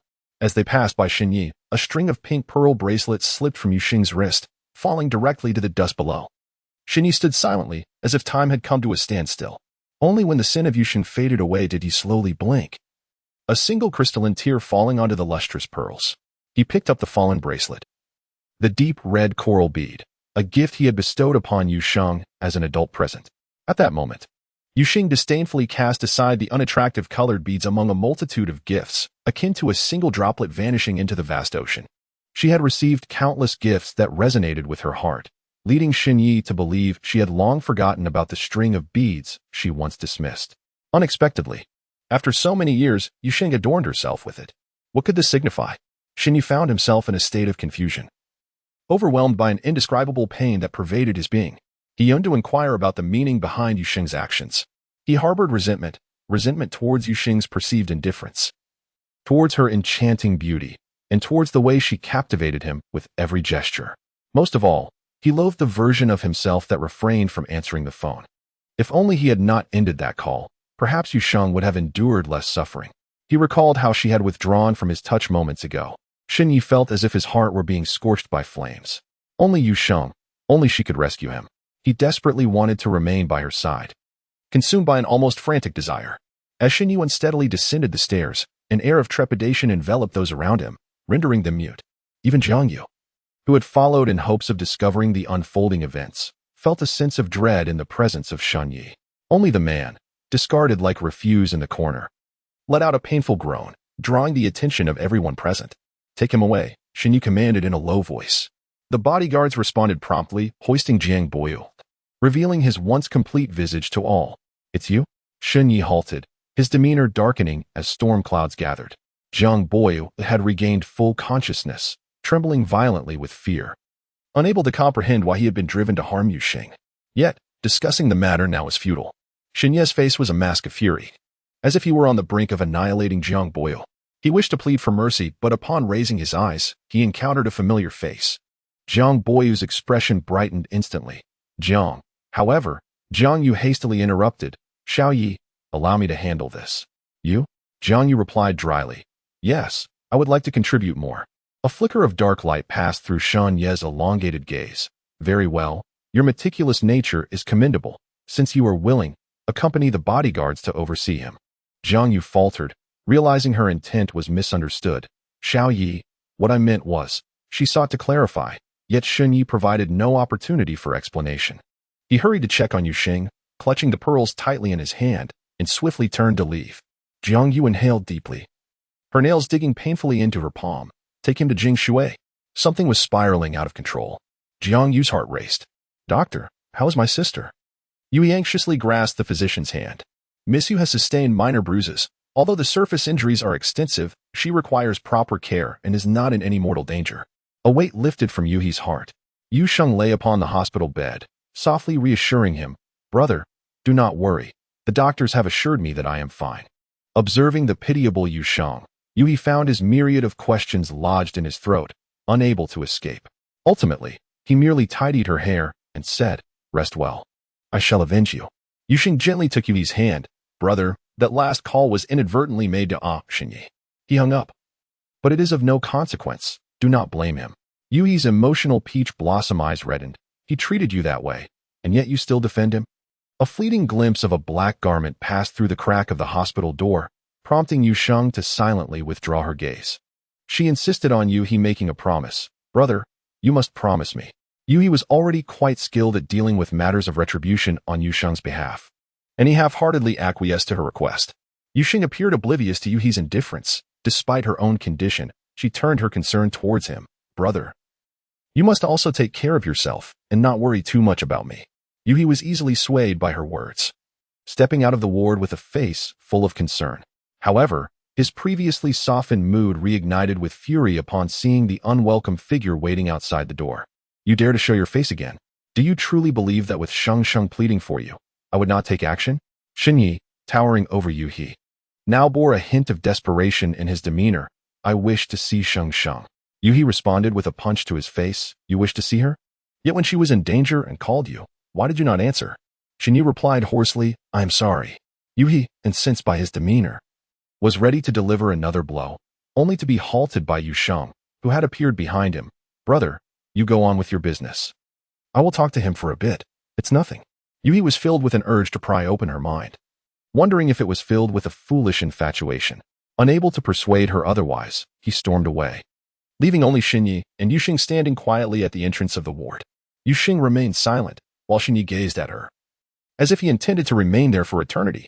A chill wind swept through, causing Yuxing to shiver slightly.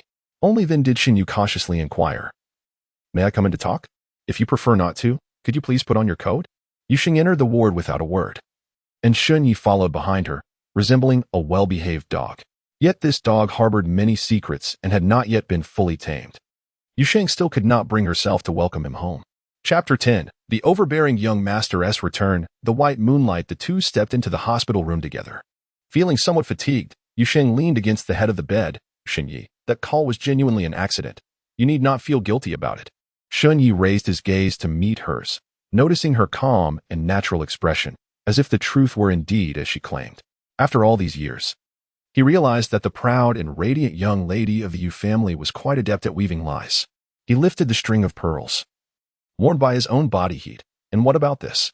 Was it also accidentally worn on your hand?"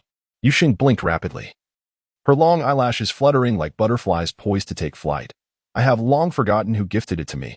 I merely took it out to wear for a moment." She averted her gaze from Xinyi, her earlier calmness now replaced by unease. Her flustered demeanor nearly elicited a chuckle from Xinyi. Yet his eyes were filled with tenderness, his smile lacking depth. Shang, I never inquired about who bestowed that string of pearls upon you." Yuxing ignored him, continuing to speak to herself. "It is merely a string of worthless pearls," she argued softly, her head bowed, unwilling to appear weak, though her tone was choked with emotion. Her hands tightly clutching the blanket, Xinyi felt an indescribable sensation in his heart, the corners of his eyes reddening with a mix of reluctance and despair. "Do you truly not remember?" Yuxing remained silent, offering no response. Xinyi, his voice trembling, spoke to himself, "But I still remember. You were wearing a red dress, frowning as you told me that such an ugly gift could only be from me."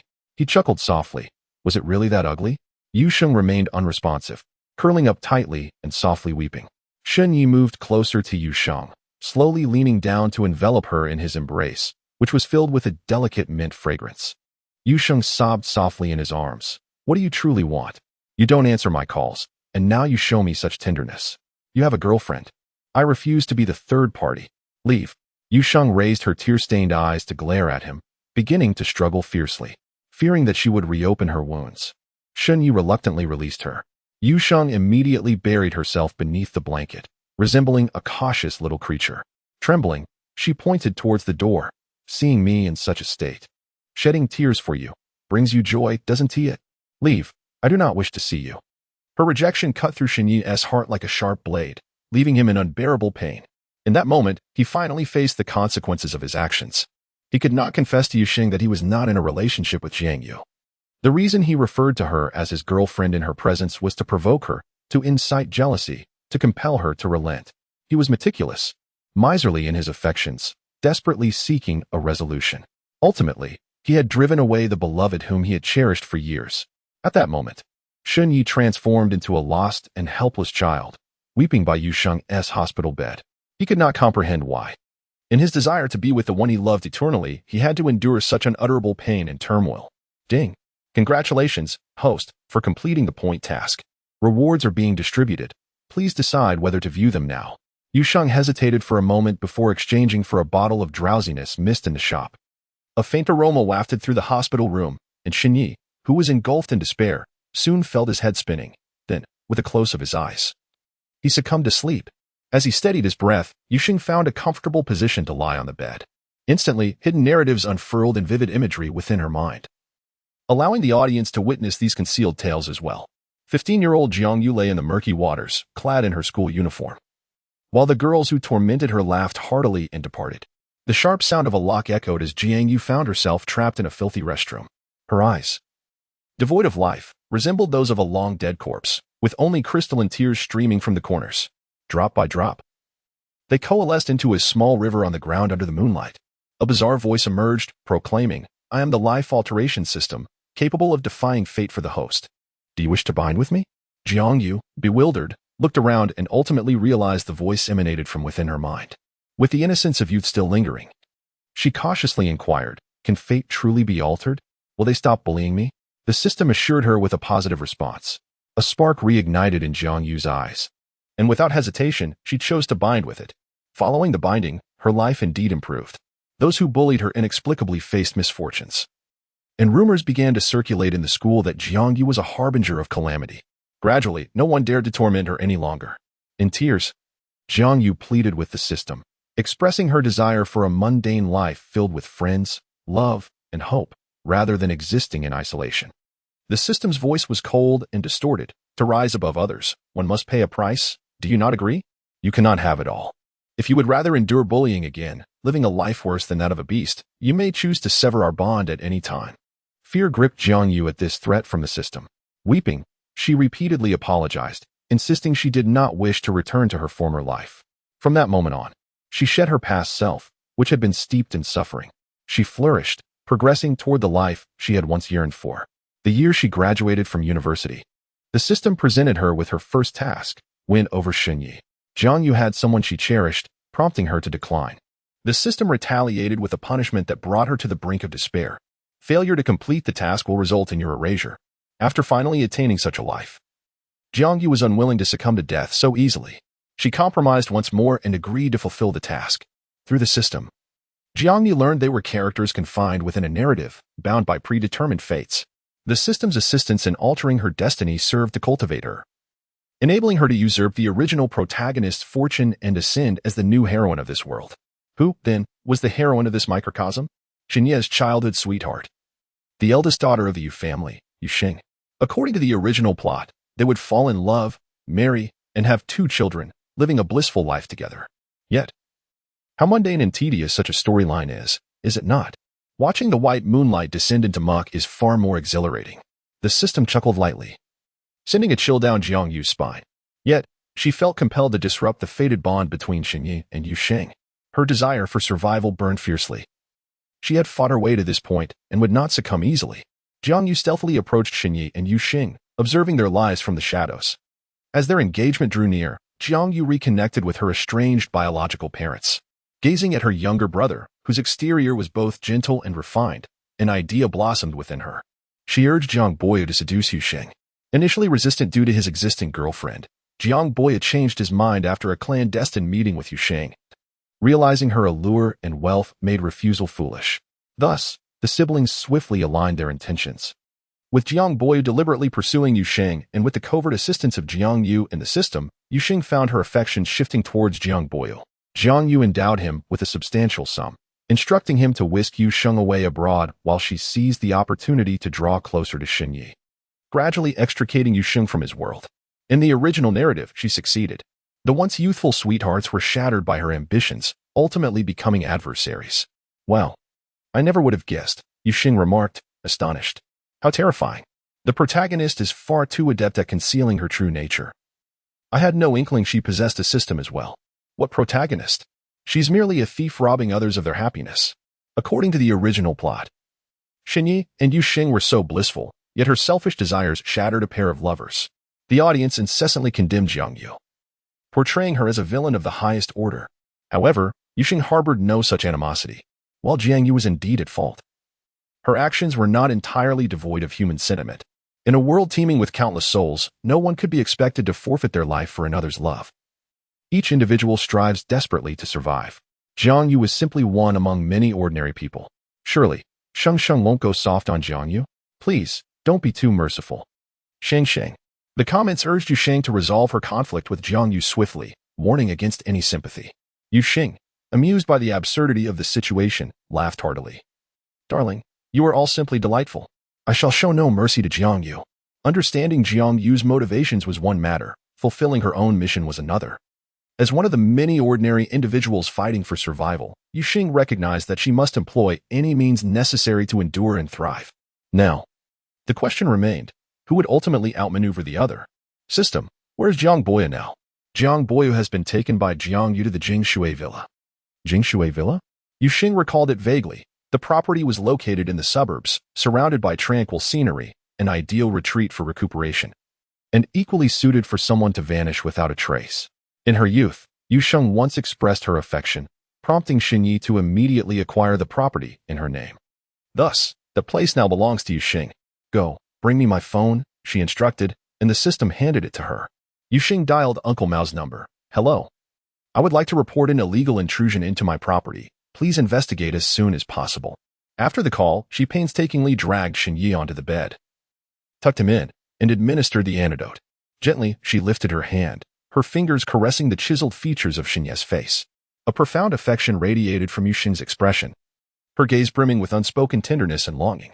Xinyi slowly opened his eyes, and before him was Yuxing, her eyes deep and gentle as water. The love flowing within them resembled the warm and bright sun of spring, illuminating his world instantly.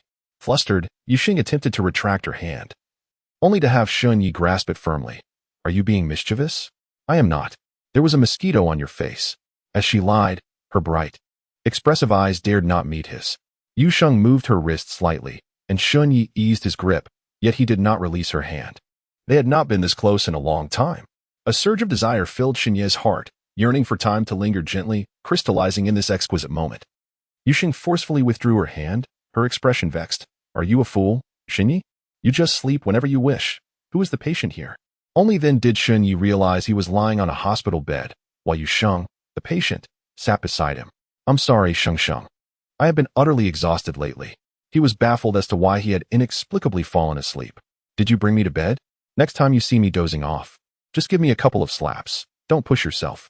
Xinyi spoke tenderly, but Yuxing turned her head away. It wasn't Timi who put you here. She refused to admit it, yet Xinyi noticed her flushed palms. Without a second thought, he leaned in to blow gently on her delicate hand. Yusheng did not refuse. Xinyi felt a surge of delight and leaned in closer. He could distinctly capture the gentle and fragrant aroma that belonged solely to Yuxing, wafting softly in the air, subtly seeping into his heart. His gaze gradually softened and became dreamy, as if drawn by an invisible force. He could not help but gently place a lingering kiss on Yuxing's warm palm. Startled, Yusheng quickly withdrew her hand as if scalded. Her cheeks and neck instantly flushed with crimson. Embarrassment and annoyance intertwined, prompting her to instinctively slap his cheek. What are you doing, you rogue? Xinyi, unfazed by the slap, leaned in closer with a cheeky grin. Are you satisfied now? If not, feel free to hit me again. His heated, suggestive gaze fixated on Yuxing's exquisitely shaped, full lips. Yuxing attempted to distance herself from him, but Xinyi swiftly grasped her hand. Sheng, are you still upset with me? Yuxing gently pressed her lips together, sidestepping the topic. Enveloped in a delicate silence that lingered in the air, fearing that she might delve into a spiral of discontent, Xinyi was about to reveal everything when Yuxing's phone rang. Her expression shifted to one of urgency as she listened intently. What's wrong?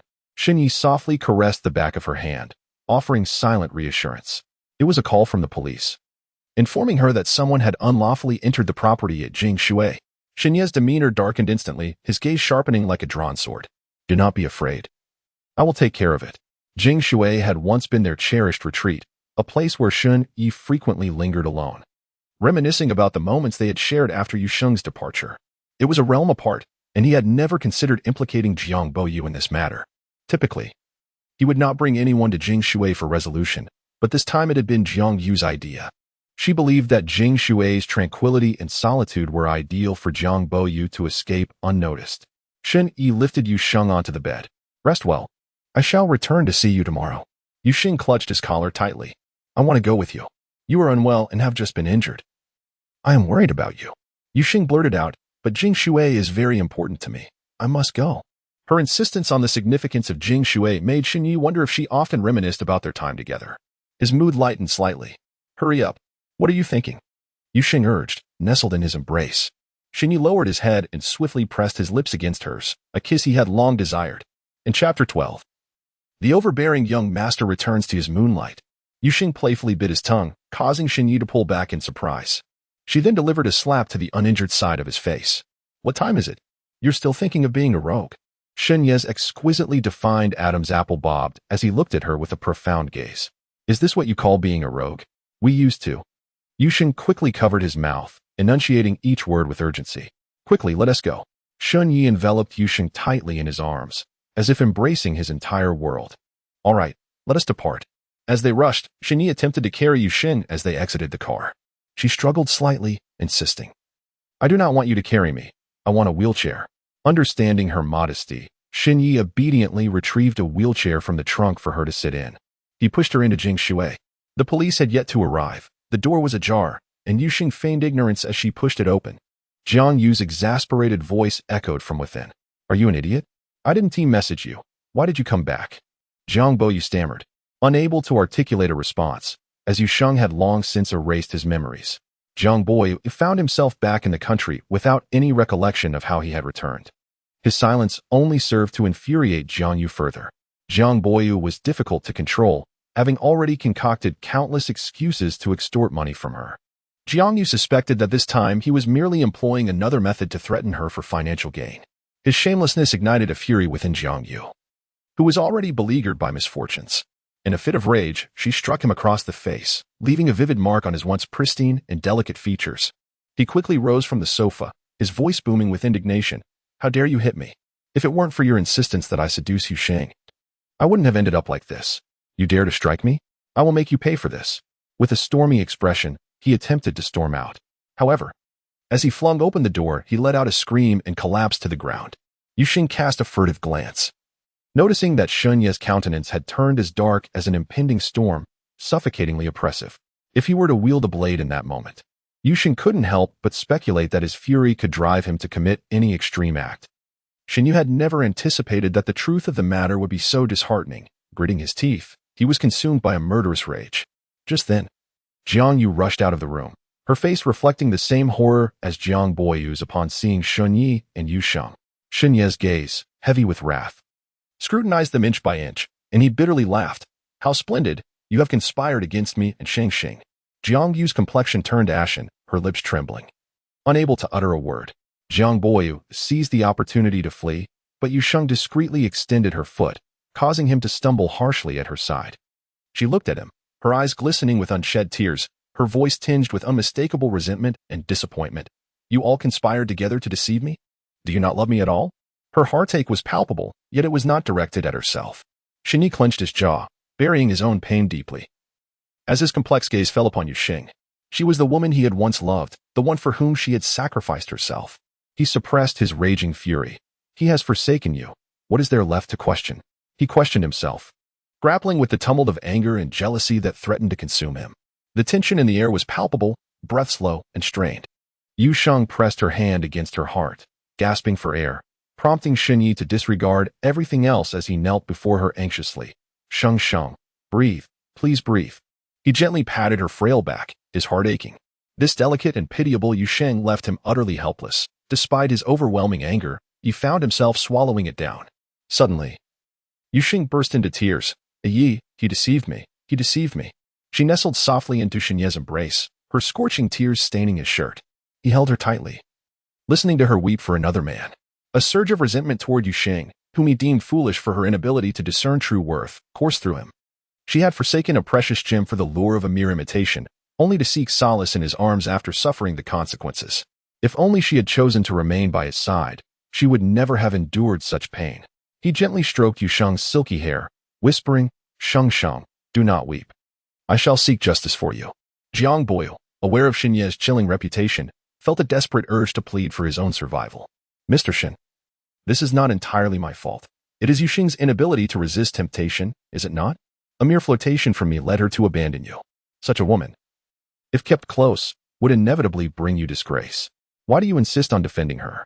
Yusheng buried her head deeper into Shunye's chest, her shoulders trembling uncontrollably. She bit her lip, stifling her laughter. How naive this fool was, unable to see the reality of the situation. Shinyi clearly cared for Yusheng. He believed that branding her with the label of a harlot would extinguish his affection for her. How utterly foolish. If Shinyi truly cared about such matters, he would have severed all ties with her the moment she returned to the country. His love for Yusheng was profound. He would stand by her side regardless of the circumstances if she chose him. Indeed, Shinyi was troubled by Yusheng's betrayal. Yet Jiang Boyu chose to stab him at his most furious moment. Such actions would only hasten his demise. Regrettably, Jiang Yu had also lost her senses, echoing, yes. Xiao Yi, Yusheng has long been tainted. A woman of her promiscuity cannot genuinely love you. She is unworthy of your anger.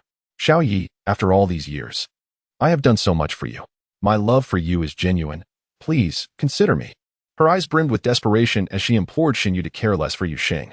Her mission remained unfulfilled. She was still young and did not wish for her life to end just yet. Shinyi did not even spare her a glance, his voice low and commanding. "Where are the bodyguards?" Jiang Yu clenched her teeth, afraid to respond, having already dismissed the bodyguards to prevent them from overhearing their conversation. Shinyi dialed a number, instructing, "Bring a few people here." As the words left his lips, Jiang Boya trembled, an unknown strength propelling him to rise and flee toward the door, only to be forcefully kicked down by Shinyi. Jiang Boyu's expression turned frenzied, like a malevolent spirit. "Yu Sheng, you little wretch. Speak. Why must I bear the consequences of your shameless pursuit of me?" Shen Ye's face darkened, ready to deliver another blow, but Yu Sheng grasped his hand tightly, halting him. Chapter 13. The overbearing young master returns to his white moonlight. Her delicate hand trembled as it clung resolutely to Shen Ye's, seeking strength from him. Shen Ye immediately reciprocated her grip. Yu Xing's chest heaved violently, her delicate face awash with sorrow and fury. "You were the one who violated me. You took pictures and threatened me." Her voice, raw and desperate, echoed like a cornered beast driven to its last stand. Her words sent a tremor through everyone present, rendering the barrage of comments frozen, filled with question marks and exclamations. Shen Yi, his expression blank, gazed at Yu Sheng, the pressure of his grip intensifying as if he wished to crush her very bones. "What did you say?" The moment he uttered those words, he tasted the metallic tang of blood in his mouth. Yu Xing, unable to bear the weight of her anguish any longer, broke into tears. Like a young child burdened with endless grievances, weeping helplessly, each tear laden with unspeakable pain and despair. It hurts so much." Indeed, it was true. Yu Xing only discovered the truth after unlocking the hidden plot. Such a powerful weapon, it would be a shame not to utilize it now. Her cries were hauntingly mournful. Shen Yi allowed her to vent her emotions in his embrace, feeling a searing pain tearing at his mind and body, as if he were being ripped to shreds. Yu Sheng, his first love, his goddess, his beloved. He had thought no one in the world could dislike her, radiant and exuberant Yu Sheng. But why had she suffered so much damage in places he could not see? What had he truly done? A profound silence fell, as though the very oxygen in the air had been siphoned away, leaving everyone present gasping for breath. Jiang Boyu could scarcely lift his head, wishing desperately to vanish, to become a mere ghost. Having been pursued by Yu Sheng for so long, he had even forgotten why she had chased after him in the first place. It was he and Jiang Yu who had ensnared Yu Xing, capturing her image. Jiang Boyu intended to go all the way, but was halted by Jiang Yu. Jiang Yu had told him that once they were abroad, and Yu Sheng was utterly devoted to him, he could do as he pleased. The situation had indeed been urgent. After a moment's contemplation, Jiang Boyu agreed with Jiang Yu's assessment. Yet, he had not anticipated that Yu Sheng was a tough nut to crack. She had only agreed to be his girlfriend, to satisfy his every whim, but refused to hold his hand or truly be with him. Whenever Jiang Boyu suggested they be together, Yu Sheng would insist he delete the photos. He was not foolish enough to the extreme. He understood that those photos were the key to controlling Yu Sheng and would never agree to their deletion, since Yu Sheng would not be with him. Jiang Boyu sought the company of other women, spending her money. Yu Xing found herself powerless against him, and Jiang Boyu grew increasingly brazen, unbeknownst to him. On the day he laid hands on Yu Xing, she had already harbored thoughts of vengeance against him. The reason for her return home and for Shen Yi to take over was true, as was the fabrication of an alibi. These were truths he would never uncover. The bodyguards soon arrived, covering Jiang Boyu's mouth and dragging him away like a lifeless dog. A crooked water stain marred the pristine floor. Jiang Yu forced herself to stand still, her back straight, seemingly unafraid, yet her bloodless lips betrayed her. As Shen Yi carefully ushered Yu Sheng inside, he casually remarked, "What role have you played in this scenario?" This statement was clearly not directed at Yu Xing, and Jiang Yu swallowed hard in anxiety. Jiang Boyu was taken away just like that. Jiang Yu understood in her heart that it was probably the last time she would ever see Jiang Boyu. A living person had vanished without a trace. A chill ran down her spine. For the first time, she truly grasped that money and power could crush a person. Jiang Yu frantically called out to the system in her mind, but received not even a whisper of a response. She had been abandoned. "Jiang Yu, having been by my side for so many years, you have witnessed my methods. Now, will you speak up or remain silent?" Shen Yi's tone was flat, yet it bore a more palpable sense of oppression than when he had faced Jiang Boyu. Yu Sheng wept like a delicate flower, stoking the flames further. "Miss Jiang, we were once strangers. Why have you plotted against me?" With bloodshot eyes, Jiang Yu glared at Yu Sheng with venomous resentment. "Plot against you? It is you who is foolish, fickle, unfaithful in love. What right do you have to question me? If it weren't for you, I would have lived a splendid life. Shen Yi was meant to be mine. Yu Xing, soft and frail, replied gently, "Your grievances regarding my fidelity and indecisiveness do not justify your schemes against me. Answer the question sincerely and refrain from evasion." Jiang Yu stumbled closer to Yu Xing, but her bodyguard immediately obstructed her, while Xing Yu furrowed his brow, shielding Yu Xing behind him. Jiang Yu locked eyes with Yu Xing through the gap for a few seconds, then suddenly laughed. "Why would I plot against you? Huh? It's simply because I envy you. Why should you be granted such a wonderful life from birth while I struggle in the mire? I cannot accept it. I cannot accept it." Tears streamed down her cheeks. "You possess so much already. Why can't you share even a little with me? No one can choose their birth. Yet one can choose who to become. Miss Jiang, it is not that you lack choices. Rather, you consistently opt for the wrong path. Furthermore, Yi is not an object to be claimed. If you desire him, strive for him yourself. Your cowardice in avoiding a fair confrontation and resorting to harming an innocent person out of your own sordid selfishness is truly despicable." Jiang Yu collapsed onto the ground, her expression vacant, her once vibrant eyes now devoid of light. Xing Yi loomed over her, his voice as cold as ice. "I will not let you or Jiang Boyu die. You will live, enduring a life worse than death." Jiang Yu tightly closed her eyes, desperately surrendering all her strength. All these years, she had been so weary in her struggle for survival. Once the matters concerning Jiang Yu and Jiang Boyu were settled, only Shen Yi and Yu Sheng remained in the vast living room. On this day, an abundance of drama unfolded, leaving Yu Sheng utterly exhausted. Shen Yi bore a look of unspoken words, yet Yu Sheng found herself disinclined to engage. Sleep was her sole desire. Given that this body had a limited lifespan and her mission was nearing completion, she wished to conserve her vitality. I am so weary and long to sleep. Will you keep me company?" Upon learning of Yu Sheng's multitude of misfortunes, Shen Yi, feeling a pang of sympathy, could not possibly deny her request. He lay beside her, his arms enveloping her tightly, as if to meld her into his very being. Though Yu Sheng felt somewhat uncomfortable, the day's barrage of stimuli had been overwhelming for Shen Yi as well. Thus, she did not resist his embrace and gradually drifted into slumber. While she slept soundly, Shen Yi found himself unable to close his eyes. As the moonlight crept across Yu Sheng's delicate face, his heart raced uncontrollably.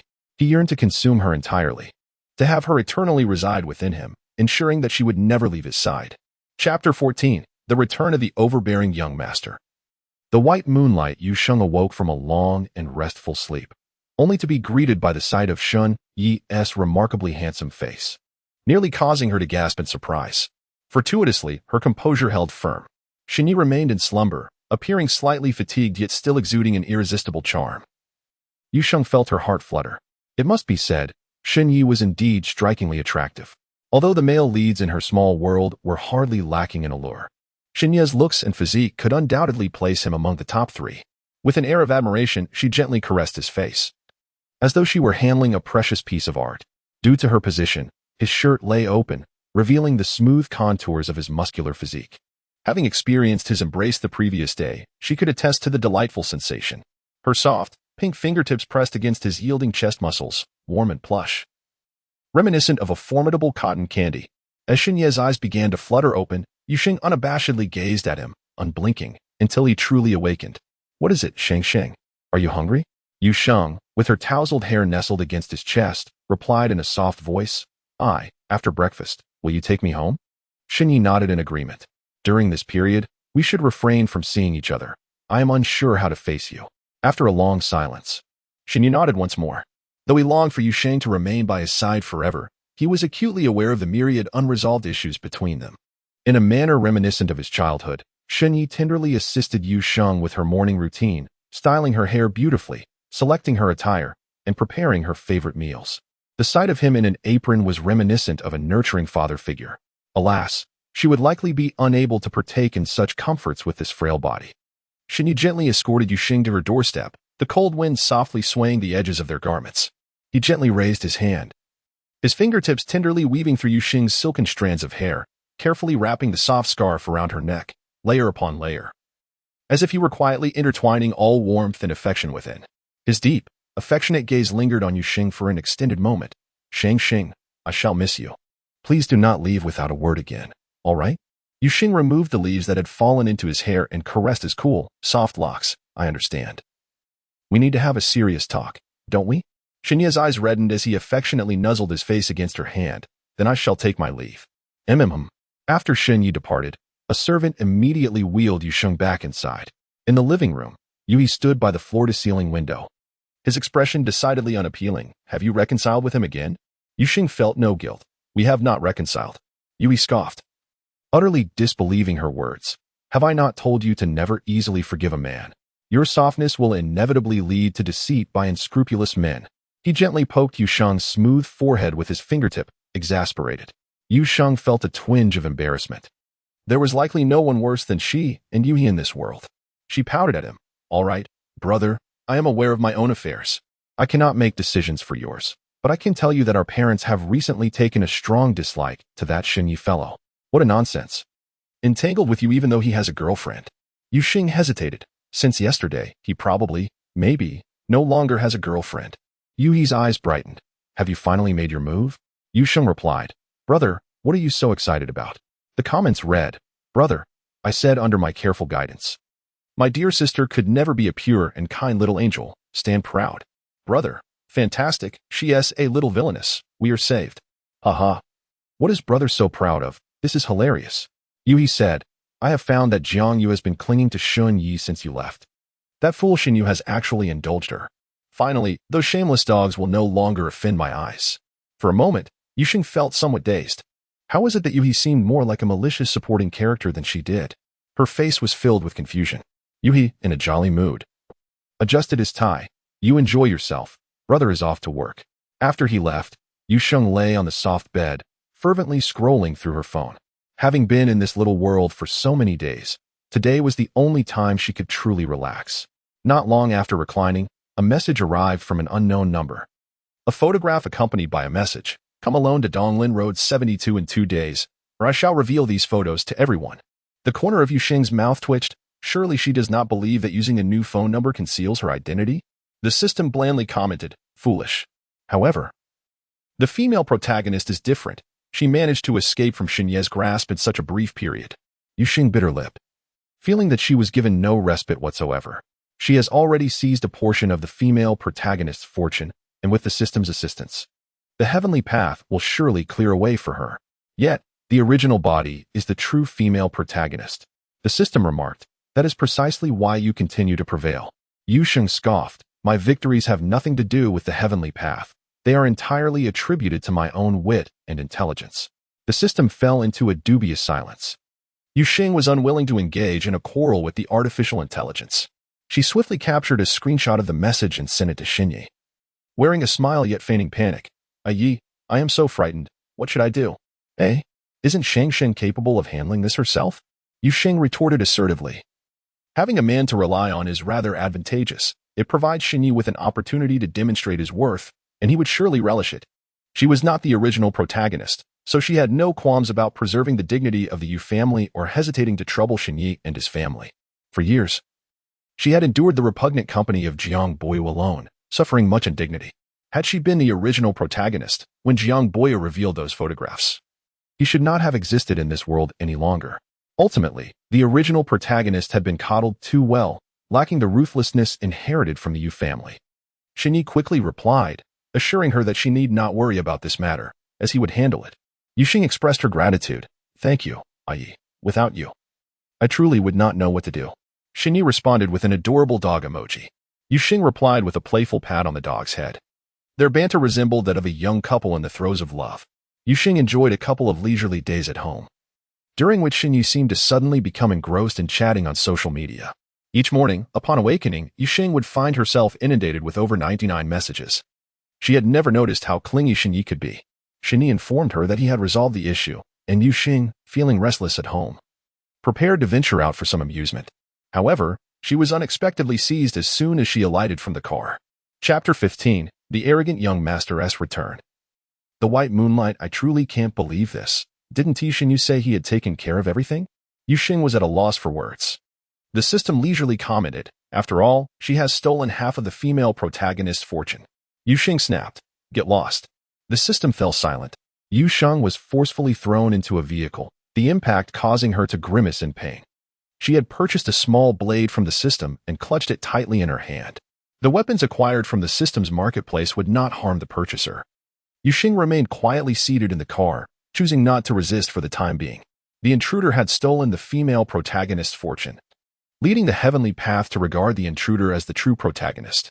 The most terrifying aspect was that the heavenly path would unconditionally assist any intruder possessing the female protagonist's fortune until the genuine female protagonist met her demise, at which point the remaining fortune would entirely transfer to the intruder. The intruder would enjoy a blissful life, while the true female protagonist would suffer a tragic end. In this peculiar realm, governed by law and order, unlike other worlds of cultivation, various rules bind it. Yu Xing is unable to slay Jiang Yu.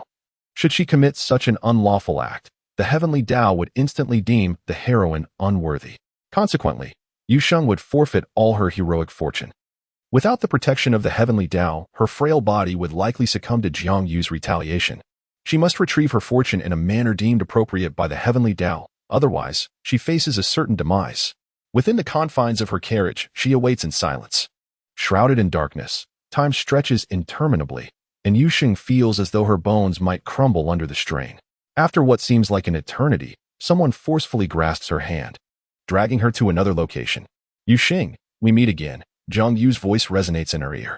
The black cloth before her is suddenly torn away, and the blinding light elicits tears from Yu Xing's eyes.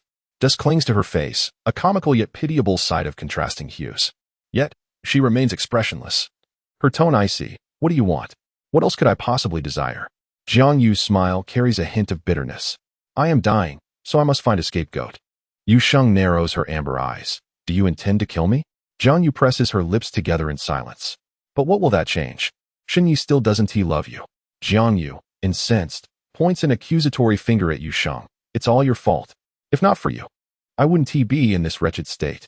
I will kill you.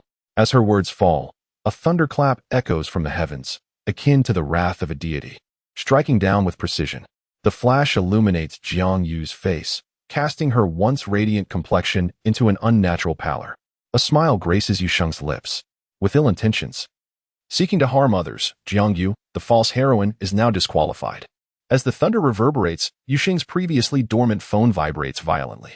Jiang Yu's disqualification is imminent, and the heavenly Tao will no longer assist her. The name Shen Yi and Yui flicker across the screen in quick succession. Jiang Yu's gaze inadvertently falls upon the notes on Yu Sheng's phone, and in that moment, her expression contorts slightly. They truly love you. Yet they remain unaware of whether they will arrive before my blade strikes.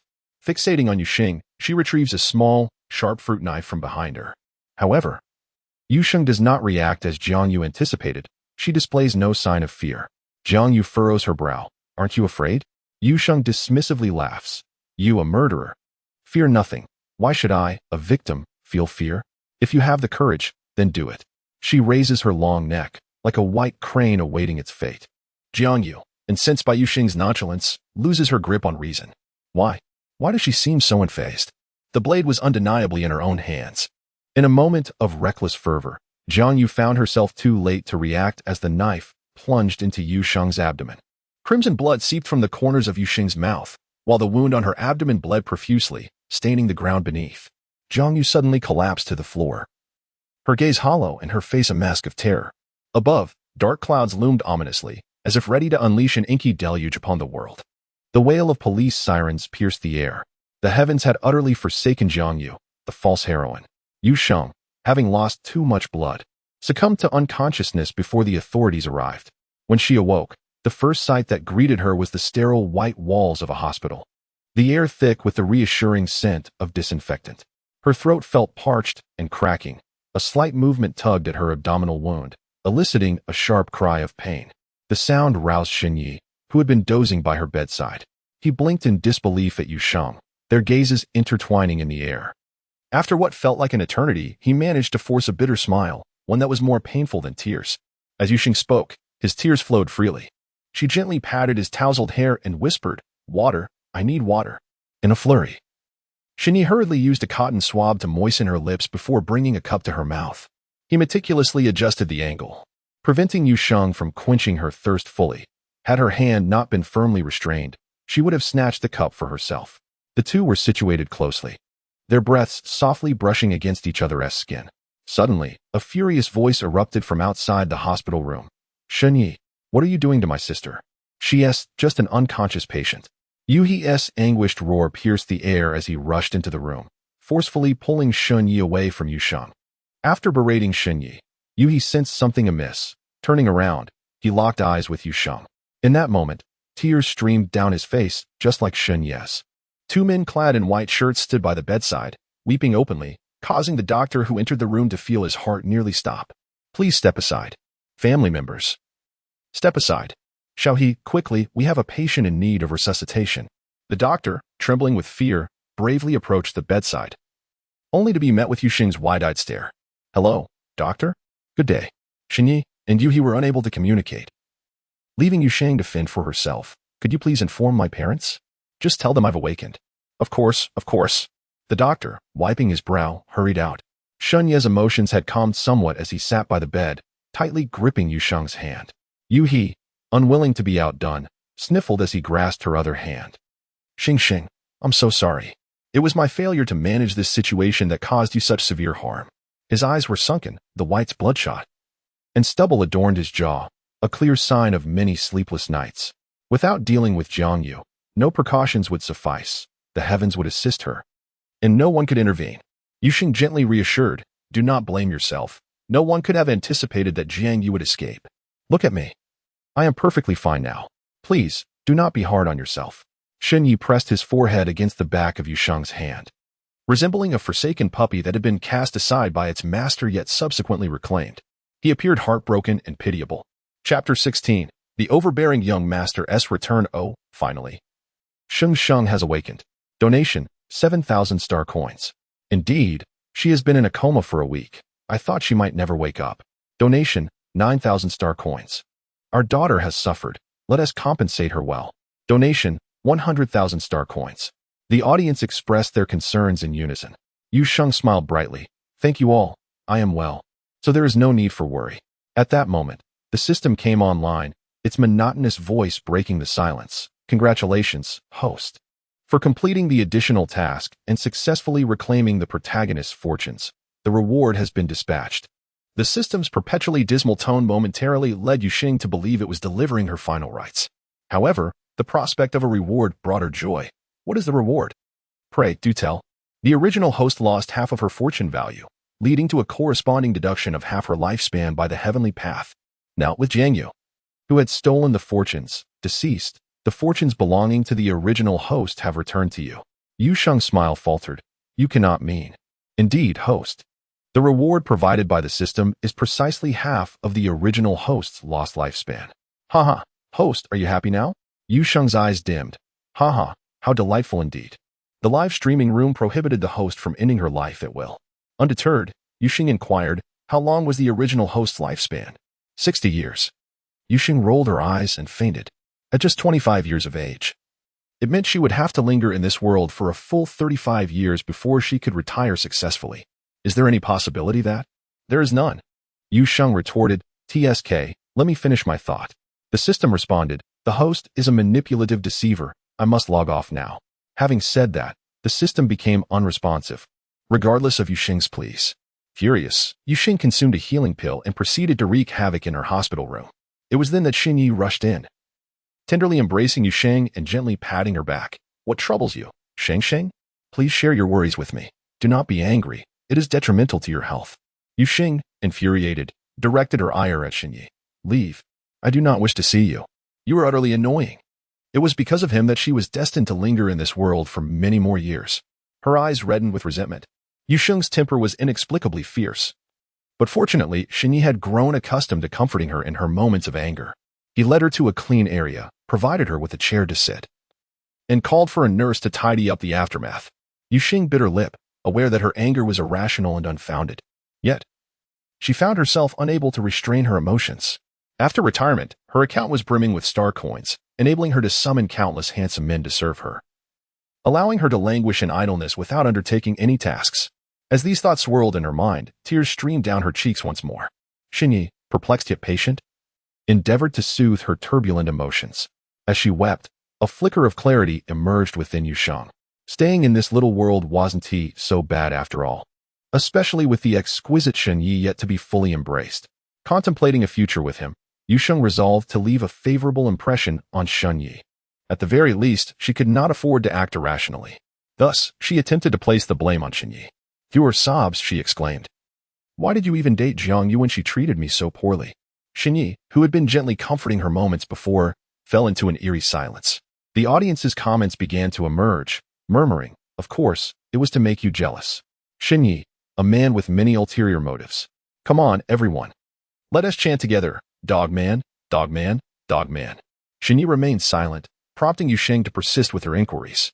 Ultimately, he found himself compelled to respond. Initially, "I intended to wait until you felt better to choose an appropriate moment to confess. However, revealing it early isn't so bad. At least my heart will no longer suffer." He gazed intently at Yusheng, slowly exhaling. "Jiang Yu and I were never in a romantic relationship. I only stated otherwise to evoke your jealousy." As the sun gradually dipped in the west, the vibrant hues of the sunset caressed Yusheng's delicate cheeks. Xinyi, gazing out the window, had eyes that sparkled like flames that would never extinguish. They embraced, Xinyi burying his head in the crook of Yusheng's neck. He shared with her all the thoughts he had harbored during those years of abandonment, laying bare the festering, grotesque wounds before her. Yusheng listened quietly until he finished. Xinyi fixed his gaze on her, his hand resting on her slender waist tightening instinctively. His beloved was in his arms, and he remained still, awaiting her judgment. Yet, the moment he had envisioned never arrived. Instead, his beloved bestowed a gentle kiss upon his eyes.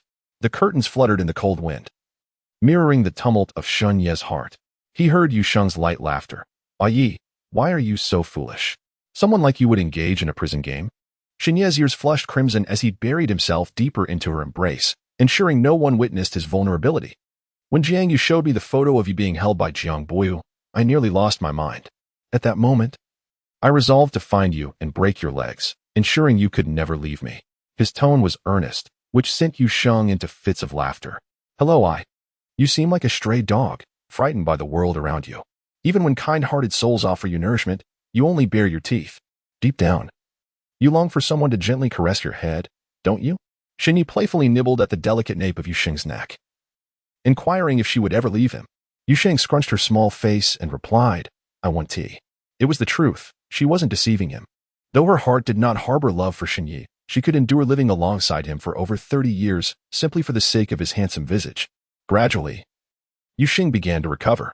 After numerous meticulous examinations by various doctors, she was finally cleared to return home.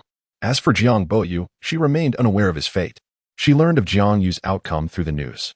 By the time Xinyi and the others arrived at the site of Yusheng's abduction, Jiang Yu had already taken her own life, using the very knife she had employed against Yusheng. Xinyi recounted that, in her final moments, she murmured not to defy fate. Yusheng felt a pang of melancholy. "What are you thinking about?"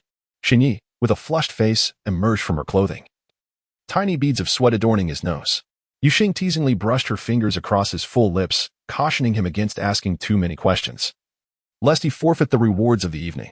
Xinyi hesitated, then leaned closer, mumbling, "You're not allowed to think of anyone else." Yusheng tightened her grip on the sheets, satisfied. Xinyi truly was remarkable. Chapter 17. The Return of the Overbearing Young Master. The final chapter. Hurry, hurry. I can hardly contain my excitement. Yusheng lay atop Xinyi's legs, kicking her feet in exhilaration. Xinyi gently cradled her delicate, fair feet in his hands, his tone softening. "Sheng, please remain still. I wouldn't want to accidentally hurt you." He nodded slightly, his tousled black hair falling casually, casting a shadow over his deep-set eyes, adding an air of unintentional gentleness and obedience. Yusheng responded with a casual acknowledgement, settling down and refraining from any further movements. System, where have you gone?" "I'm here. I was just reorganizing information on other streamers. Would you like to see it now?" The audience buzzed with anticipation. Hurry, please. I truly wish to select a world of my own choosing." Yusheng affectionately conceded. All right. I hadn't planned on it today. But since you all are eager, I shall indulge you." The viewers showered her with compliments, praising her beauty and kindness, as gifts and rewards flooded into her back end. In high spirits, Yusheng casually clicked on the profiles of hundreds of streamers. There existed an unspoken rule within the realm of the wicked female streamers. The previous streamer, upon successfully completing their task and attaining an excellent rating, could designate the next streamer to enter the small world. The forthcoming small world presented quite a challenge. After a meticulous selection and careful consideration, Yu Sheng's gaze finally settled upon a uniquely charming and breathtakingly beautiful streamer. She exuded an indescribable allure, combining beauty with a fatal attraction, akin to the most radiant star amidst the night sky, Qin Mingwei. Yu Sheng slowly uttered this name. The audience erupted in excitement. Did Shang Xing really choose Qin Mingwei? Aren't they sworn enemies? I once saw Shang Xing roll her eyes at Qin Mingwei during a dual streamer session. However, it must be said that the next small world will indeed pose a challenge for Qin Mingwei. Shang Xing is so mischievous, using such a method to retaliate against our little Moon. Yu Sheng refused to acknowledge it. What are you talking about? Mingwei and I have a great relationship, and this small world is quite suitable for her, isn't it? I beg to differ. I beg to differ. I beg to differ. The audience protested in unison, but Yu Sheng remained unfazed, focusing solely on her own happiness. She bore a grudge against Qin Mingwei for having shamelessly snatched away her top rating. Humph. A brainless bimbo with a large chest. She was eager to see how this woman, whose intellect seemed only the size of a fingernail, would navigate the challenges ahead. Yu Sheng happily hummed a tune, her melodious rendition leaving much to be desired. Even Xinyi, who had vowed to adore everything about Yu Sheng, furrowed his brow. Fortunately, he was astute enough to promptly summon a servant to bring tea. Have a drink to soothe your throat. Yu Sheng, unaware of any awkwardness, took a large sip, her mood lifting even further. Gazing at her sweet smile, Xinyi inadvertently tightened his grip. Yu Sheng gasped, her beautiful eyes glaring at him. Xinyi, instead of being offended, leaned in with a semblance of affability. Sheng, are you in a good mood? Yu Sheng raised her eyebrows. Of course. Shall we engage in some activities that could bring you more joy? His voice was somewhat hoarse. Upon hearing this, Yu Sheng instantly discerned his ulterior motives. Her cheeks flushing crimson. What are you doing? That's inappropriate. It's all your fault for being so beautiful, Xinyi replied, placing his hand on Yu Sheng's waist. Noticing her lack of resistance, he swept her up in his arms. Let's go do something enjoyable. Chapter 18. The malicious young lady's little dog. Upon opening her eyes, Qin Mingwei was devastated. Hadn't she explicitly stated not to schedule her for any live streams over the past 2 months? Could they not comprehend her words? The system's cold voice resonated. Apologies, host. The previous streamer chose you. I have no authority to interfere. Qin Mingwei gritted her teeth. Who is it? The system replied. The recently retired Yu Sheng. Qin Mingwei's anger caused her petite chest to rise and fall with agitation, her small, round face puffing up. Suddenly realizing that the rising arc of her chest felt wrong, Qin Mingwei was bewildered. Where's my chest? Where did it go? Being schemed against was one thing, but how could even her most enviable figure be ensnared in this plot? She exclaimed in anger. Is it Yu Sheng who is causing trouble? Has she stolen my figure? The system responded. Host, Yu Sheng is not on the same path as you. As the audience entered the live broadcast room, they were greeted by this bewildering dialogue. Viewers, who had always disdained Qin Mingwei, began to mock her.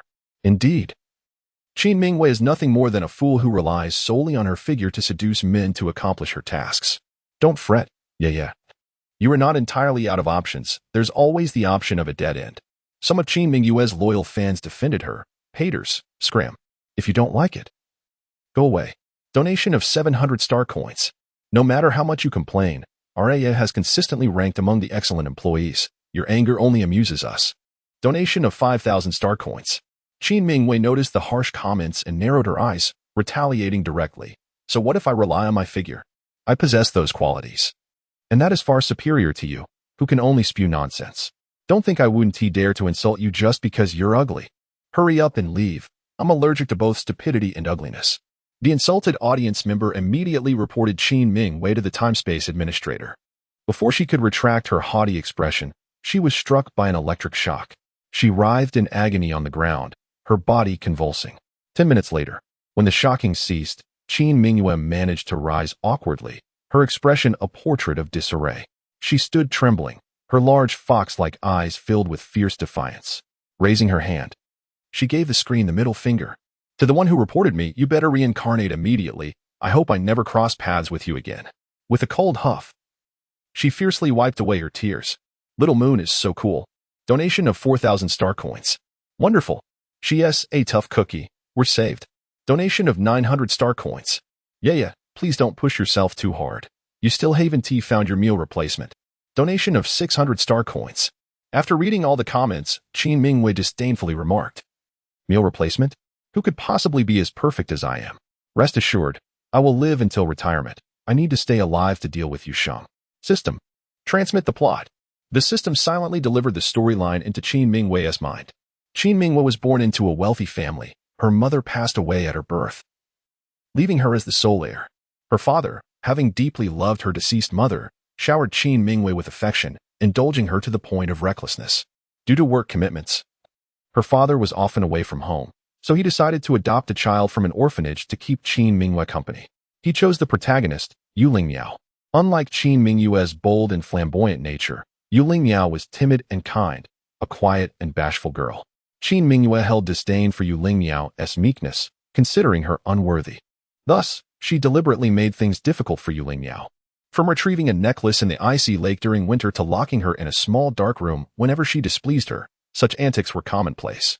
Upon entering high school, Yu Lingmiao's life began to improve somewhat. She encountered her childhood friend from the orphanage, Lu Huayan. Lu Huayan is an academic prodigy, elegant and refined, resembling the most pristine and aloof snow lotus atop the Tianshan Mountains. While he appears indifferent and unapproachable, he possesses a gentle temperament and a kind heart. His striking good looks and amiable nature have endeared him to many within the elite circles of their private high school. With Lu Huayan by her side, Yu Lingmiao's life has improved considerably. However, Qin Mingwei cannot tolerate Yu Lingmiao's newfound happiness. In her perception, Yu Lingmiao is an object belonging solely to her, and her fate, whether life or death, is for her to determine. No one else has the right to interfere. Lu Huayan's unsolicited assistance to Yu Lingmiao irks Qin Mingwei greatly. As she directs her ire towards Yu Lingmiao, she also subjects Lu Huayan to her bullying. The clever and kind-hearted protagonists nearly find their academic pursuits jeopardized by her actions. Aware that he cannot contend with Qin Mingwei, Lu Huayan chooses to endure in silence. Under the shadow of Qin Mingwei, the couple endures 3 harrowing years of high school. Their lack of resistance leads to Qin Mingwei's waning interest in them. On the day of Qin Mingwei's 20th birthday, her father is wrongfully imprisoned, and the Qin family declares bankruptcy, plunging her from grace into despair. The once derided Lu Huayan reappears before her, impeccably dressed and exuding an air of aloof nobility. He is now the heir of the prestigious Lu family, having once been a destitute boy at her mercy, but he is no longer the powerless figure she once belittled. Qin Mingwei is consumed by hatred for his elevated demeanor. Even without the means to flaunt, she still believes that both Lu Huayan and Yu Lingmiao should remain beneath her, trodden like mud. She speaks disrespectfully to Lu Huayan, only to find herself the next day blindfolded and cast into the sea, drowning to her demise. Host's tasks. 1. Fulfill the original owner's wish to torment Lu Huayan. 2. Separate Lu Huayan from Yu Lingmiao. After reviewing the plot, Qin Mingwei scoffs. What a glitch storyline. Even my grandmother wouldn't read such a trite novel. System. Please mind your language. Host. Whatever, it's already terrible, and now I can't even express that. Tell me, what stage is the plot currently at? System. It's still quite early. Qin Mingwei, how early? Tomorrow, Qin's father will take you to the orphanage to adopt a child. Qin Mingwei sneers. Why didn't you throw me in when Qin Mingwei was still in the developmental stage?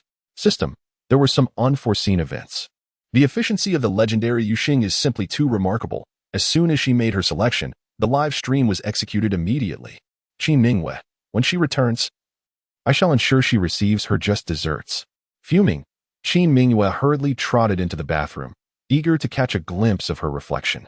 However, due to her short stature, she struggled to locate the mirror atop the sink. Butler, bring me the mirror. Before long, a breathless elder entered Qin Mingwei's room, cradling a mirror adorned with an array of gemstones. Here is the mirror you requested, Mississippi. Thank you. You may leave now, she replied. The butler inclined his back slightly as he departed. Wow, are those real gems? One viewer exclaimed. Isn't Mingwei the daughter of a wealthy family? It would be utterly ridiculous for a rich heiress to possess a fake gemstone mirror. I am utterly astonished. It's the kind of thing I could never have imagined seeing outside of a live stream. Gazing at the exquisite and expensive mirror, Qin Mingwei did not even blink. After all, she too had once been a lady of high standing. The quality of the gemstones was rather mediocre. They need not be so astounded as if they had never encountered such things before. How embarrassing. Qin Mingwei wore a look of disdain. She pointed at a viewer who had been particularly vocal. You were the loudest just now, so this mirror is yours. In the future, try not to be so astonished by fine things. It reflects poorly on me. In the live stream, viewers could exchange gifts. However, viewers could only gift star coins or virtual presents purchased with star coins, while the host could bestow items from her little world upon the audience. As soon as Qin Mingwei finished speaking, the gemstone mirror vanished from her hands. The viewer she had singled out began frantically spamming the chat. The other viewers lamented, regretful. Regretful, I have seen too little of the world. Upon realizing the mirror had been given away, Qin Mingwei belatedly pondered, what will I use now? The system chimed in. You may purchase a mirror from the system shop. It will not be lost and can be accessed at any time. Understood. I don't need your reminders, she replied. She procured a mirror from the shop and beheld her own reflection. Little Qin Mingwei had a head full of thick, glossy curls, a petite face, elegantly arched eyebrows, lively fox-like eyes, and beautifully shaped lips adorned with a tiny beauty mark above. Qin Mingwei was pleased. This is simply a miniature version of myself. The original really knows how to look good. She held the mirror, indulging in self-admiration. Initially claiming to be allergic to unattractive individuals was not a mere fabrication. Surrounded by beauty and handsomeness from a young age had left her with an aversion to the less aesthetically pleasing. As she lay on her large bed, engaging in a playful debate with the system, a sudden knock resonated at the door. Little Moon, may I come in? Qin Mingwei adjusted her expression, adopting a cool and aloof demeanor. Come in, she beckoned. As Qin Li entered, he was met with the sight of his daughter in an adorable nightgown. Pouting as she gazed at him, his face broke into a tender smile. What is troubling my little princess? Qin Mingwei huffed. Father, you haven't come home in ages. If you don't return soon, I might forget what you look like. Shall I apologize then? Qin Li offered, and Qin Mingwei, displaying a demeanor that was easy to console, happily nestled into her father's embrace. Qin Li affectionately ruffled her curls. Is Little Moon alone at home feeling bored? Shall I find you a playmate? Yes. Where shall we look for some children? Qin Mingwei readily agreed. I have previously supported an orphanage where many sensible little ones reside. Shall we go there to choose? In the original narrative, Qin's father did not allow Qin Mingwei to accompany him to the orphanage. He went alone and selected the obedient and pitiable Yuling Miao as Qin Mingwei's companion. Qin Mingwei tugged at Qin Li's garment, playfully pleading, I want to go with father. Qin Li hesitated, saying, the environment of the orphanage is not suitable. You should not go. In reality, thanks to his support, the conditions at the orphanage had improved significantly. However, Qin Mingwei was his most cherished treasure, and he was always fearful of any unforeseen accidents befalling her. Chapter 19. The Malicious Young Lady's Puppy 2. I really want to go, Daddy, please. Her eyes sparkled, and upon seeing her distinct black and white orbs, Qin Li's heart softened. Then can you promise to listen to father tomorrow? I promise. Qin Mingwei raised 3 fingers. Very well, you may go. After all, it is about choosing a playmate. And you should select someone you like. Qin Li set her down gently. Now you must rest. You will need your energy for tomorrow's outing. Qin Mingwei tilted her head. What time is it? It is nearly 10 o'clock. Qin Mingwei discreetly glanced at the clock. It was 8:30, indeed close to 10. She yawned widely, her expression as fierce as a cat's mouth suddenly gaping open. Even Qin Li, who usually indulged his daughter, could not help but take a step back. Yeah, I still believe girls should be more ladylike. Qin Mingwei tossed her hair dismissively. I don't think so. Being delicate serves no purpose. With a complex expression, Qin Li departed. Upon returning to his study, he gazed at a portrait of Qin's mother, filled with regret. Xiaozhen, have I erred in my upbringing? The black and white photograph captured Qin's mother smiling at him. Longing for his wife overwhelmed him, and he could not help but lay his head on the desk and weep. Perhaps due to her childlike nature, Qin Mingwei slept soundly.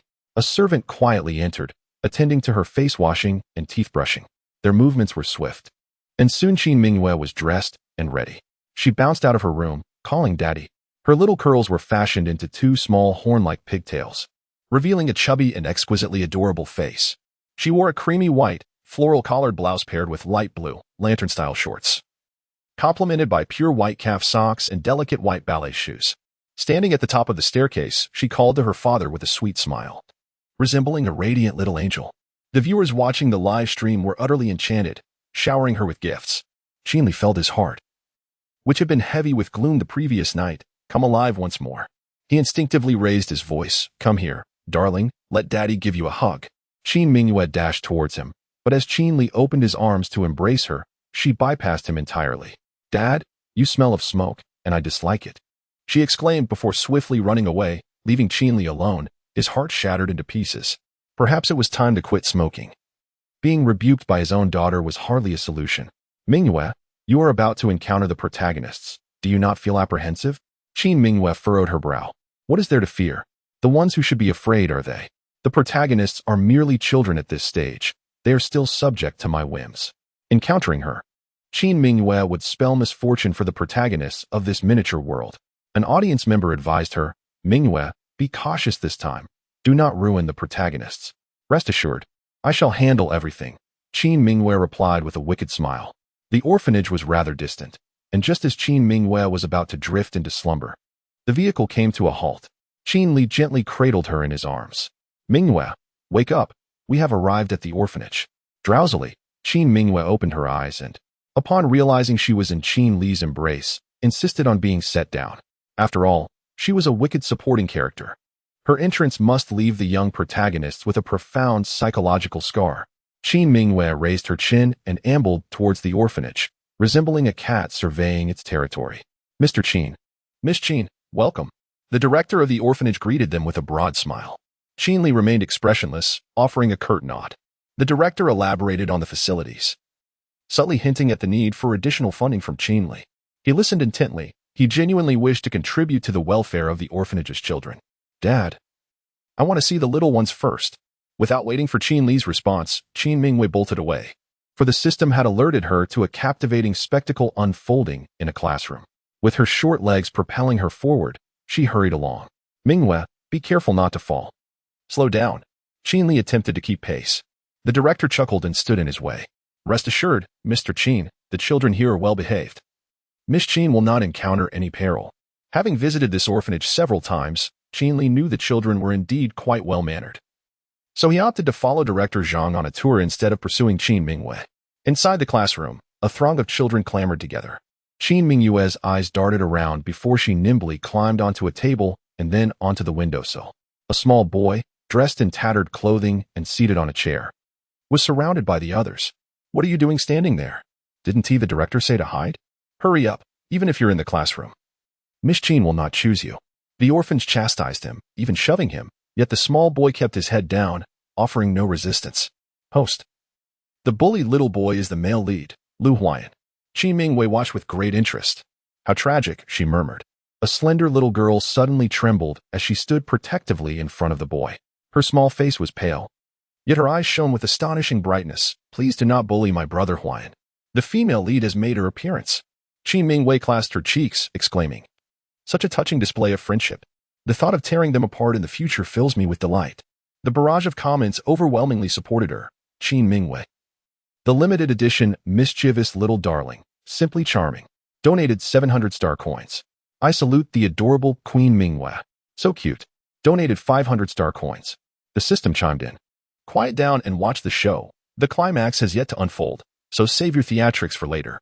In the classroom, a tall boy at the center of the crowd scoffed. Yu Lingmiao, if you wish to assist your brother Huayan, then you should both roll out of here. Indeed. You've never even acknowledged him before. Why pretend to be a good person now? Yu Lingmiao, don't be ungrateful, just leave. Little Yu Lingmiao's face turned pale. Her teeth clenched in silence. As they remained unyielding, the orphans grew impatient. Enough with the chatter. The director has said they are the most detestable. Let's drive them out and ensure Miss Qin does not see this. As soon as the words were spoken, the children in the classroom began to pull and tug at Yu Lingmiao and Lu Huayan, attempting to expel them from the room. Yu Lingmiao cried silently. Yet she held on to Lu Huayan, refusing to leave the classroom. Her eyes darted anxiously towards the door.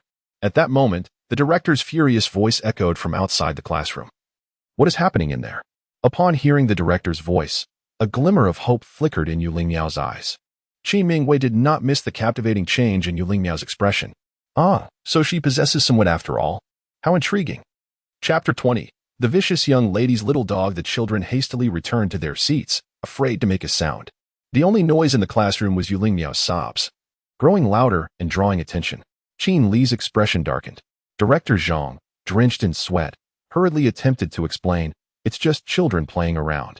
Turning his face out of Qin Li's sight, Director Zhang shot a fierce glare at Yu Lingmiao. Meow meow. Did the older kids bully you just now? Under the threatening gaze of Director Zhang, Yu Lingmiao nodded without hesitation. They bullied Brother Huayan, and I wanted to help him.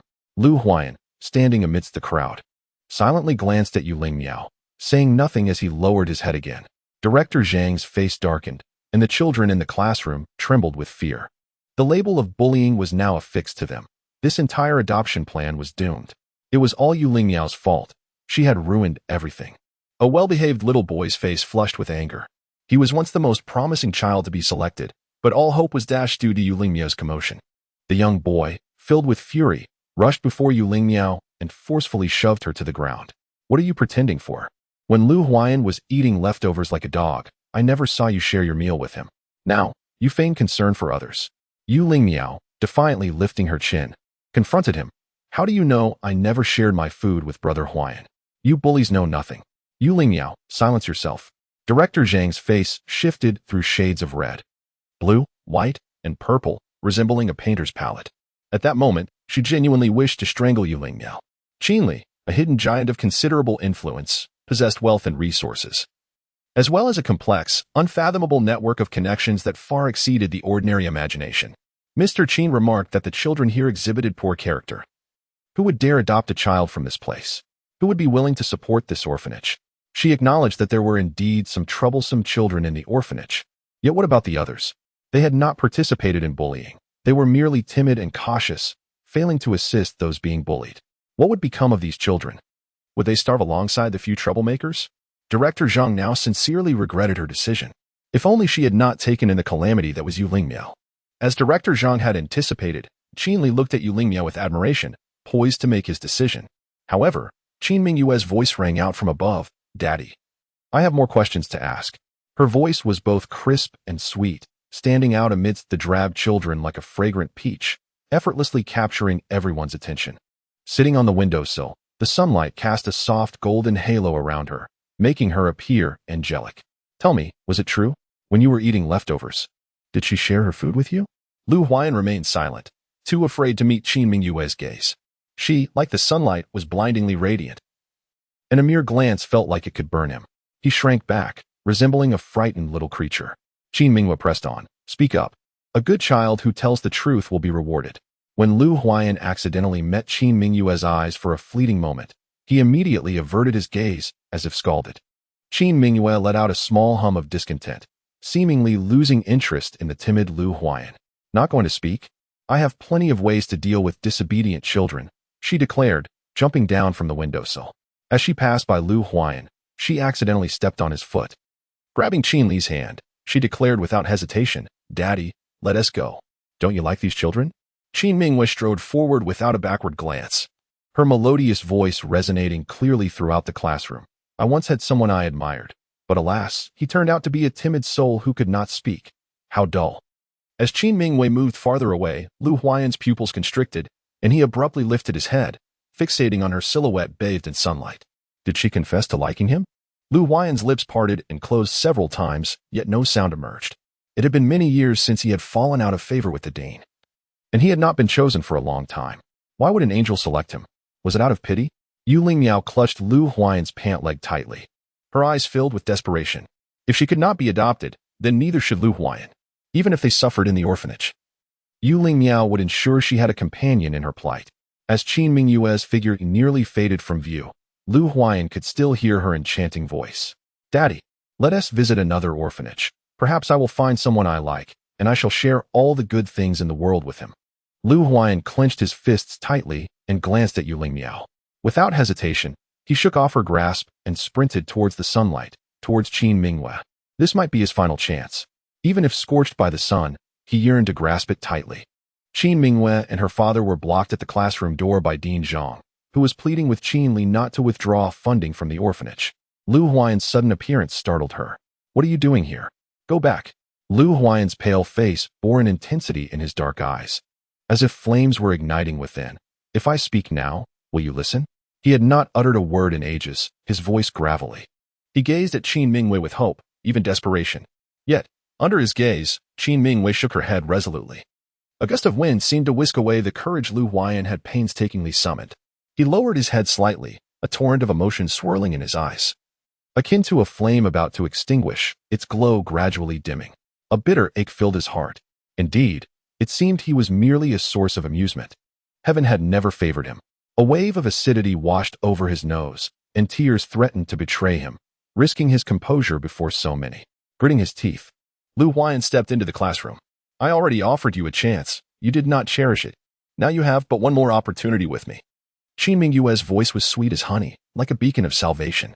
Lu Huayan halted immediately, listening intently, fearful of missing a single word, lest he forfeit his last opportunity. I no longer seek playmates. I only desire a little dog. Will you reveal the truth and return home with me to be my little dog? The air around them seemed to solidify as all eyes turned toward Qin Mingyue. Chapter 21. The malicious young lady's puppy. For once again, it is my sister Yu. Delivering a devastating blow with mere words. Look at how humiliated the young male protagonist is. His neck is flushed with anger.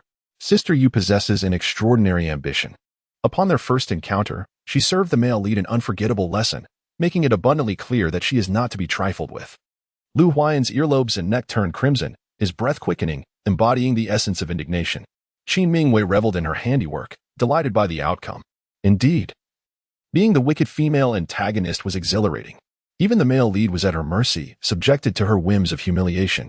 With a smile laced with malice, Qin Mingyue declared, "If you do not wish to be treated like a dog, then farewell." She elegantly waved her hand at Lu Huayan, preparing to depart. Unexpectedly, Lu Huayan seized her soft wrist, his gaze fixed intently on Qin Mingyue, enunciating each word. Yulingmu did not feed me her food. I have spoken the truth. Take me away. Within the classroom, Yulingmiao's pale visage flushed to deep crimson. Lu Huayan was not one to speak much, even when subjected to bullying. It was this very demeanor that emboldened Yulingmiao to brazenly assert that she had shared her food with him. Little did she anticipate that the usually reticent Lu Huayan harbored such ambition. In his pursuit of adoption, he seemed to disregard their past camaraderie entirely. Yulingmiao glared at Lu Huayan with resentment. Noticing the shift in her expression, Qin Mingyue suppressed a smile. She wiggled her wrist. Still held captive by Lu Huayan. Are you speaking the truth? It seems that child is rather unconvinced. Her smile radiated an angelic charm. Yet her words continuously fanned the flames of the already precarious friendship between the protagonists. Lu Huayan fought against the urge to withdraw, nodding vigorously. Indeed, I speak the truth. Please take me away. I wish to accompany you home, to be your dog. The final word was barely a whisper. His desire to leave with her was overwhelming. He longed to escape the orphanage, yearning for a life that did not stretch endlessly before him. She was so kind and endearing. Being her dog would surely be a vast improvement over his current existence in the orphanage. His bright, pleading eyes met Qin Mingyue's gaze. Qin Mingyue returned his look with a benevolent smile. Of course, from this day forth, you shall be my little puppy. Thank you, Lu Huayan choked out. Moving closer to Qin Mingyue, filled with joy and dependence. Do not come too close. You are filthy, and I detest dirty little puppies, Qin Mingyue exclaimed, covering her nose. Her disdain unmistakable. Lu Huayan was taken aback. He had not anticipated that the seemingly kind-hearted Qin Mingyue would utter such harsh words. He raised his sleeve to examine himself. Due to the orphanage director's disdain, he wore the most tattered clothing available, and having been bullied and ostracized by other children for so long, his garments bore unsightly stains and remnants of blood that refused to wash away. So he was truly that filthy? No wonder the immaculate and charming Qin Mingyue found him repugnant. He harbored a certain disdain for himself. Lu Huayan hung his head, silently standing behind Qin Mingyue. Qin Li, who had remained voiceless until now, scrutinized Lu Huayan from head to toe, growing increasingly dissatisfied. Ultimately, he attributed his discontent to a lack of visual appeal. Mingyue, shall we perhaps visit other orphanages? We might encounter someone more to our liking, he suggested. Qin Mingyue feigned silence, pretending to ponder deeply. Out of the corner of her eye, she discreetly observed Lu Huayan, noting his anxious and fearful demeanor, akin to a dog terrified of being abandoned by its master. After savoring Lu Huayan's trepidation, Qin Mingyue finally spoke. No, I prefer him. Her insistence left Qin Li with no choice but to relent. Not understanding the rules now is inconsequential. We can take him home and have him properly guided. Qin Li then said, very well, let us proceed with the adoption paperwork. Wonderful. Shall we depart at once? Director Zhang nearly wept tears of joy. She had initially feared that the day's adoption plan would fall through, resulting in a significant loss of funding. To her surprise, Miss Qin, with her discerning eye, had taken a liking to the restless little cub, Lu Huayan. Lu Huayan had arrived at the orphanage at the tender age of 1. Due to his striking appearance and sharp intellect, he had been ostracized by other children. Despite this, numerous families sought to adopt him. However, Lu Huayan had turned them all down. Director Zhang's initial hopes for him had turned into indifference and impatience. The number of children in the orphanage continued to grow, and she truly lacked the funds to care for a seemingly valueless child. She had thought Lu Huayan a burden. Yet fate had taken an unexpected turn. The Qin family proved to be benevolent, alleviating her troubles. Director Zhang led Qin Li and Qin Mingwei to complete the necessary formalities. Lu Huayan followed quietly behind Qin Mingwei, treading upon the elongated shadow cast by her in the sunlight. He had once heard that if one stepped on another shadow, that person would never leave you. With the wealth and power of the Qin family, living with them promised a bright future. For this reason, he was willing to remain by Qin Mingyue's side forever, even if it meant being her loyal dog for a lifetime. As they proceeded, Yu Lingmiao stumbled out of the classroom, directly blocking Qin Mingyue's path. Miss Qin, Lu Huayan is not a good child. He once hospitalized another child. Please do not adopt him. She shot a fierce glare at Lu Huayan, her youthful face filled with anger, but more so with ambition. Miss Qin, I excel academically and am very obedient. I can also be your little dog. Could you take me home? Director Zhang was nearly driven to madness. Trembling, she pulled a bottle of medication from her pocket, swallowing it dry. Yu Lingmiao, hurry and go back. After all, it was a rare opportunity that an oblivious Qin Mingwei had shown interest in Lu Huayan, and here was Yu Lingmiao, causing trouble once more. If the Qin family were to forego adopting Lu Huayan, Director Zhang would surely be beside himself with despair. Yu Lingmiao, her neck arched defiantly, exclaimed, I refuse. Why should Lu Huayan fight for herself while I cannot? Her delicate face flushed crimson as she desperately sought to secure a promising future for herself. Lu Huayan, equally resolute, gently nudged Yu Lingmiao, declaring, You are a fabricator. Miss Qin would never take a liking to you. The two resembled caged young beasts fighting tooth and nail for survival. Qin Mingyue watched with keen interest as they squabbled over a coveted adoption slot. Wow, what's happening? The leads are at each other's throats. Xiao Yia has a knack for stoking the flames. Who says this little moon is foolish? She is absolutely splendid. The two glared at one another, wishing they could tear each other apart. Just then, Qin Mingyue tugged at Qin Li's sleeve. Daddy, their bickering is so amusing. Can we adopt both of them? Her voice was not subtle, and everyone present could hear her. Lu Huayan and Yu Lingmiao ceased their quarrel, turning simultaneously to face Qin Mingwei. Qin Li's expression remained unchanged. To him, having more children was akin to acquiring more kittens or puppies. As long as his precious daughter was content, nothing was off the table. He playfully pinched Qin Mingyue's petite nose, saying, If you wish, we can adopt both of them. In Chapter 22, The Conniving Young Lady's Little Dogs, Qin Li completed the necessary paperwork, and from that moment forth, Lu Huayan and Yu Lingmiao became members of the Qin family. Qin Mingyue nodded in satisfaction. Some onlookers expressed confusion, asking, Why adopt the leads together? What if they develop feelings for each other over time? Upon reading this comment, Qin Mingyue sighed, Dear viewer, did you perhaps suffer a high fever in your childhood? In the back seat, Yu Lingmiao and Lu Huayan sat at opposite windows, wishing to be worlds apart. Qin Mingyue remarked coolly, They will never reconcile. Yet, some viewers remained puzzled. A well-meaning commentator explained, Mingyue has placed the leads in opposing positions on the same level. To them, the resources of the Qin family are limited and must be fiercely contested. The one who cannot compete will forever remain subordinate. Just like earlier, they were so intent on vying for the opportunity to enter the Qin family that they would wish death upon each other.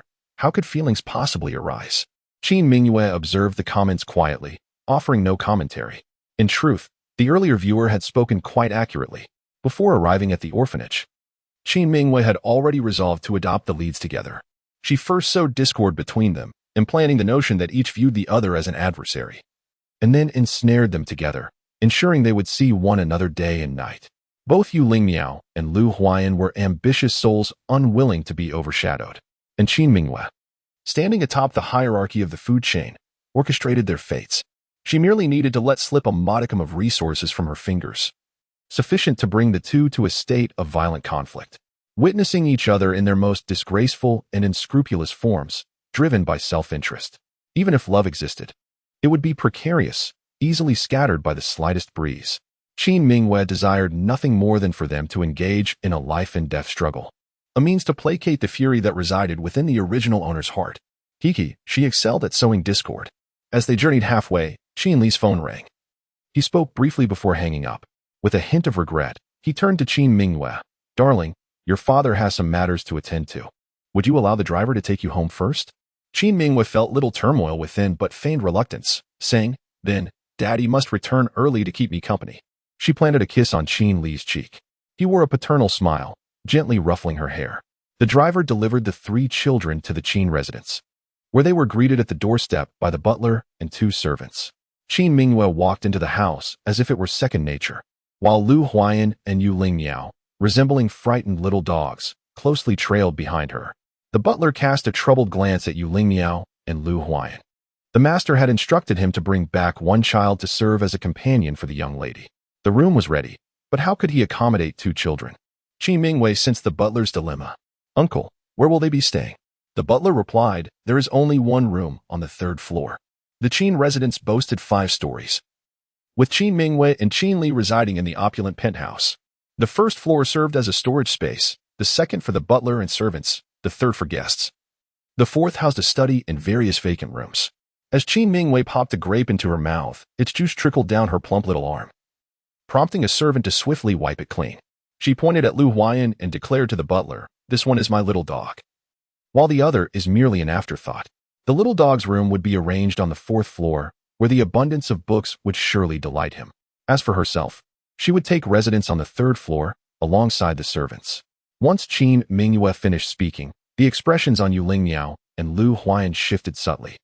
Lu Huayan smiled at her, his grin a mixture of flattery and gratitude, while Yu Lingmiao appeared somewhat defiant. Qin Mingyue understood her ire. Yu Lingmiao was upset by what she perceived as a deliberate slight. Indeed, Qin Mingyue had intended it that way. She sought to openly instigate a rivalry between the protagonists, for such conflict was far more entertaining. Qin Mingyue was eager to observe how far Yu Lingmiao would go in her pursuit of advancement. As for Lu Huayan, better treatment awaited him. Both Lu Huayan and Yu Lingmiao were led away by the butler to learn the household rules. Left alone and bored, Qin Mingyue idly picked up a book to peruse. A heartwarming picture book lured Qin Mingyue into slumber. Upon awakening, she found the clouds at the horizon ignited, resplendent and vivid like a lush oil painting. A knock at the door announced the arrival of Lu Huayan, who stood outside in a fresh outfit. His long hair had been trimmed, revealing a strikingly handsome face. Bathed in a soft yellow light, Lu Huayan resembled a melancholic young prince from a classic painting. The novel had described his appearance, stating he was too beautiful to be mortal. Initially, Qin Mingyue remained skeptical until she beheld his visage, realizing the descriptions were not exaggerated. Even accustomed to beauty, she found herself momentarily entranced. It was somewhat disconcerting to her that a boy could exude such refinement. "What is it?" she inquired. Lu Huayan hesitated for a moment before slowly approaching her bedside. "The butler asked me to come and fetch you for dinner." At 7 years old, Lu Huayan still bore the cherubic plumpness characteristic of childhood. Qin Mingyue playfully pinched his soft cheek. "Understood. Help me with my shoes. We shall go eat together." "All right." Lu Huayan replied obediently, assisting her into her shoes. Even when she playfully kicked him, he bore no ill will. The two descended the stairs, one after the other. At the dining table, Yu Lingmiao was already helping the servants arrange the chopsticks. Upon seeing Qin Mingyue, she respectfully addressed her as Mississippi, without raising her eyes. Qin Mingyue sat in her designated seat. "Is father not returning tonight?" "Yes, miss," came the reply. Qin Mingyue remained silent, delicately consuming her meal. Lu Huayan and Yu Lingmiao stood beside the servants, patiently waiting for her to finish. Qin Mingyue's demeanor at the table was quite refined, as she took nearly an hour to complete her meal. After finishing the last morsel of fish, she set down her chopsticks and wiped her mouth. "From now on, they will dine with me." Lu Huayan beamed with joy, while Yu Lingmiao lowered her head, showing no reaction. Qin Mingyue leapt from her chair, eager to play in the garden. As she passed Yu Lingmiao, she remarked coolly, "She is not a servant. She will not be required to perform servant duties." Yu Lingmiao's head snapped up, her eyes glistening with unshed tears. Qin Mingyue paid her no mind. If competition was to arise between the two, neither could be overly exalted or excessively demeaned. Just as a beggar would not envy the world's wealthiest, only those of similar standing would feel the impetus to compete. Chapter 23. The Vicious Young Lady's Puppy. After wandering through the garden, Qin Mingyue took Lu Huayan up to the 4th floor. Observing her diminutive figure, Lu Huayan felt an overwhelming sense of happiness. After enduring years of humiliation in the orphanage, he finally felt he could live like a person. Yet, the next words from Qin Mingyue left him frozen in place. Her rosy lips curled slightly, exuding an air of innocence. Yet the words she uttered left Lu Huayan questioning whether he had misheard. She commanded, "Kneel." Those 2 succinct syllables left Lu Huayan rooted to the spot. Qin Mingyue's strikingly contrasting eyes fixed upon him, and he lacked the courage to inquire further. He feared that to ask would yield an answer that would plunge him back into despair. Observing the blank terror etched on his face, Qin Mingyue felt a surge of delight. She had come to this small world to torment the protagonists. The more wretched their plight, the higher her task rating. Thus, she reiterated, "Has the little puppy you've just brought home already become disobedient? If you continue to disregard my words, I shall return you to the orphanage." It is said that children sent back to the orphanage suffer greatly. Do you wish to experience such a life, little puppy? Lu Huayan felt as though struck by lightning. His earlier joy and relief shattered into fragments. He comprehended that Qin Mingyue was not his salvation, but rather a descent into a darker abyss. Yet he possessed no means to retaliate. As Qin Mingyue had stated, children returned to the orphanage faced a grim fate. Having followed her away had already incensed all the children at the orphanage, and he could foresee the dismal outcome should he return. His knees slowly buckled, time stretching interminably, as if an entire century had passed. It felt so prolonged that his cheeks burned with humiliation, as though the air had delivered a heavy slap, obliterating his self-esteem. His pitiful appearance amused Qin Mingyue, who approached him, rewarding him with a gentle stroke of his soft, cool hair. "Well done.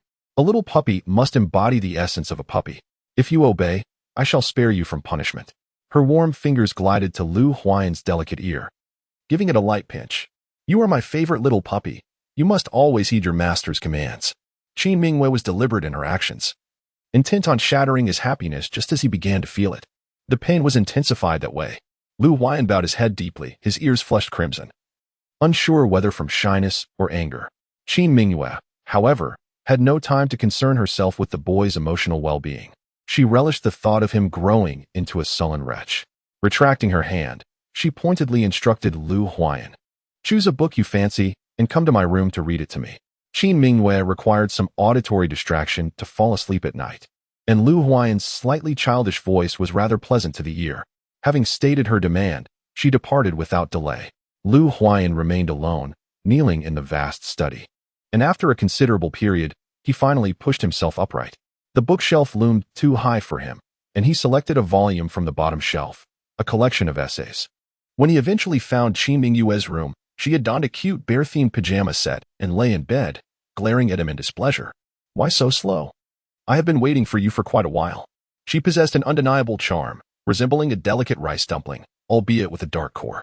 Lu Huayan tightened his grip on the thick book cover, his gaze cast downward. It would not happen again. Qin Mingyue, uncertain if she accepted this rationale, pointed with her plump fingers at the small stool beside the bed. "You shall sit there and read to me until I drift into slumber." Lu Huayan obediently complied, settling onto the diminutive stool, which proved quite uncomfortable. He awkwardly adjusted his posture, while Qin Mingyue, in a feigned petulance, remarked, "Please refrain from fidgeting. The noise will keep me awake." Instantly, Lu Huayan ceased his movements. It was utterly absurd. Why demand someone read aloud if one could not sleep with noise? Qin Mingyue was intentionally playing a game. On the surface, she seemed to be tormenting Yu Lingmiao, but in truth, her real target was Lu Huayan. From the outset, she treated the two differently, fostering a sense of alienation and disdain in Yu Lingmiao towards Lu Huayan, while secretly tormenting him in the shadows. Even if Lu Huayan wished to voice his grievances, to whom could he confide? As long as Qin Li was absent, the Qin family was entirely under Qin Mingyue's dominion. Initially, Yu Lingmiao, having just left the orphanage, might have aligned with Lu Huayan, but following Qin Mingyue's machinations, he had become a true pariah. How pitiable. Qin Mingyue chuckled joyfully. Lu Huayan's voice emerged in sporadic bursts. The children at the orphanage often bullied him, leaving Lu Huayan preoccupied solely with evading torment, neglecting his studies, which resulted in his unfamiliarity with certain words in the text. Qin Mingyue could not suppress a laugh. Little illiterate. Lu Huayan, embarrassed and indignant, averted his gaze, wishing he could vanish into the ground. "Look at how foolish you are. Hand me the book, and I shall teach you." Qin Mingyue relished the sight of him nearly erupting in frustration. How endearing. Lu Huayan passed the book to her, too shy to raise his head, inadvertently bumping it against the lamp. Qin Mingyue furrowed her delicate brows. "Be gentle, you clumsy oaf." Though she scolded him, Lu Huayan felt no anger, only a deep sense of embarrassment. The taunts from the children at the orphanage were far harsher than her gentle rebukes. Truly, as a young lady, her insults were soft and devoid of malice. Taking the book, Qin Mingyue began to read softly, I came to this world to behold the sun in the azure fields. I came to this world to behold the sun and the rolling mountains. I came to this world to behold the sea and the blossoming valleys. I stand before the world, having signed a covenant. I am the true sovereign of the world. I came to this world to behold the sun. And once the daylight fades, I shall continue to sing. I will praise the sun until the final moments of my life. In her former life, Qin Mingwei too was a young lady, having received various teachings and training from a tender age. Her voice was soft and enchanting as she recited poetry. Lu Huayan was nearly transfixed by Qin Mingyue's face, listening intently until she finished the entire poem. Observing his utterly absorbed expression, Qin Mingyue felt a twinge of annoyance. She tossed the book in her hand at Lu Huayan, who was caught off guard as it struck his forehead. Flustered, he hurriedly grasped the book, disregarding the slight swelling on his brow. You ought to study properly. You can't even read poetry without making a fool of yourself. If you do this again, I shall have Yuling Miao read it, for she would surely put in more effort than you. I promise to do better. Please give me another chance. Lu Huayan exclaimed in a flurry. Qin Mingyue ignored his plea, turned over, and faced away from him. Read on. I wish to sleep. Lu Huayan let out a sigh of relief and began to recite the poem she had read. I have triumphed over the indifferent, silent Lethe. I have forged my own ideals. I am constantly filled with inspiration. I sing at every moment. My ideals are born from suffering, yet they endear me to others. I ask, who in the world can rival my song? No one. No one can compare. I have come into this world to behold the sun. Chapter 24. The malicious young lady's little dog. After shrinking in size, Qin Mingwei enjoyed a sleep as tranquil as that of an infant. Awakening naturally, she rose in good spirits to use the restroom. Squinting, she took a few steps forward, only to inadvertently kick a soft object. In an instant, she was fully alert. Lu Huayan, struck by her foot, groggily opened his eyes, his vision landing on the adorably tousled Qin Mingwei. How delightful, he thought drowsily. Qin Mingwei nudged his calf with her toes. Why are you sleeping here? Are you a dog? Why not return to your own room? Lu Huayan remained sprawled on the floor, momentarily dazed as he replied, I didn't know when you fell asleep, so I kept reading. You read all night. Qin Mingwei exclaimed, her eyes widening in shock. Lu Huayan shook his head. I was truly too tired later on. I don't recall when I dozed off. How can someone as foolish as you exist in the world? Qin Mingwei murmured softly. Is it because you were so dim-witted that your parents abandoned you? Qin Mingwei intentionally struck at the tender spot in Lu Huayan's heart. Within his small world, Lu Huayan had always been troubled by the thought of his parents leaving him. Qin Mingwei aimed to poke at that very pain. As anticipated, Lu Huayan's expression shifted, and he sprang up from the ground, glaring at Qin Mingwei. His voice rising in protest, that's not true. Being a year older than Qin Mingwei, and even with his malnourishment in the orphanage, he was still slightly taller. When he glared at her, he resembled a small wolf cub baring its teeth. Qin Mingwei narrowed her eyes slightly, watching him in silence. After a while, Lu Huayan withdrew from his anger, swallowing hard as he gazed at Qin Mingyue's impassive face. He believed that Qin Mingyue would compel him to kneel once more. Yet she did not. She did not even spare him a glance, turning away instead. An unsettling tide surged within Lu Huayan. This disquiet reached its zenith when Qin Mingyue disregarded him throughout the day and later permitted Yuling Miao to enter her room to read to her. Following Yuling Miao closely, Lu Huayan sought to stealthily accompany her into Qin Mingyue's chamber, but was promptly pushed back by Yuling Miao's firm hand. With a triumphant smile, she inquired, What brings you here today? It is my turn to read to the young lady. Lu Huayan shot her an angry glare, remaining silent while stubbornly attempting to enter the room. After all, Qin Mingyue was his mistress. He saw no reason to explain himself to Yuling Miao, a deceitful liar. Yuling Miao swiftly blocked the doorway, exclaiming, How rude of you. The young lady has expressed her desire not to see you. Finally unable to contain his emotions after a day of repression, Lu Huayan retorted, You are speaking nonsense. The young lady would never wish to avoid me, just last night. She said I was her favorite little dog. Yuling Miao admonished him, Lower your voice. Is this truly dignified? Instead of quieting down, Lu Huayan raised his voice even further, declaring, You are simply envious of me. His outburst was so loud that it reached Qin Mingyue, who lay in her bed and called out, What is happening? Ling Miao? Why have you not come in yet? Both Yuling Miao and Lu Huayan's faces flushed in an instant. Yuling Miao felt bashful, while Lu Huayan was filled with indignation. How could it be that in just one day, the young lady had grown so close to this deceitful individual? Was she also beguiled by the trickster? Lu Huayan felt wronged. Yuling Miao, indifferent to his plight, slammed the door shut with a thud and hurried to Qin Mingyue's side to read to her. She sat attentively in the chair, reading each word with precision, clearly having prepared well. Qin Mingwei couldn't help but admire her. With such initiative and insight. Even without Lu Huayan, Yu Lingmu would surely find success. Qin Mingwei asked, "Do you wish to continue your studies?" Yu Lingmu replied eagerly, "Yes, I want to read." She had heard on television that education was the most vital pathway for those from humble beginnings. This statement resonated deeply with her. And from her early days in elementary school, she dedicated herself to her studies. Among the orphans, her academic performance was unparalleled. She dreamed of pursuing her education. Initially, she thought that upon arriving at the Qin household, she would merely serve as a follower to Qin Mingwei. Could it be that she might actually continue her studies? With her bright, clear eyes, Yu Lingmu looked hopefully at Qin Mingwei, asking, "Can I truly continue my education?" Qin Mingwei reached out, gently caressing her delicate, slender face. "What do you wish to do if not study? I cannot have an illiterate by my side." In this small world, both the male and female protagonists achieved great heights through their own capabilities.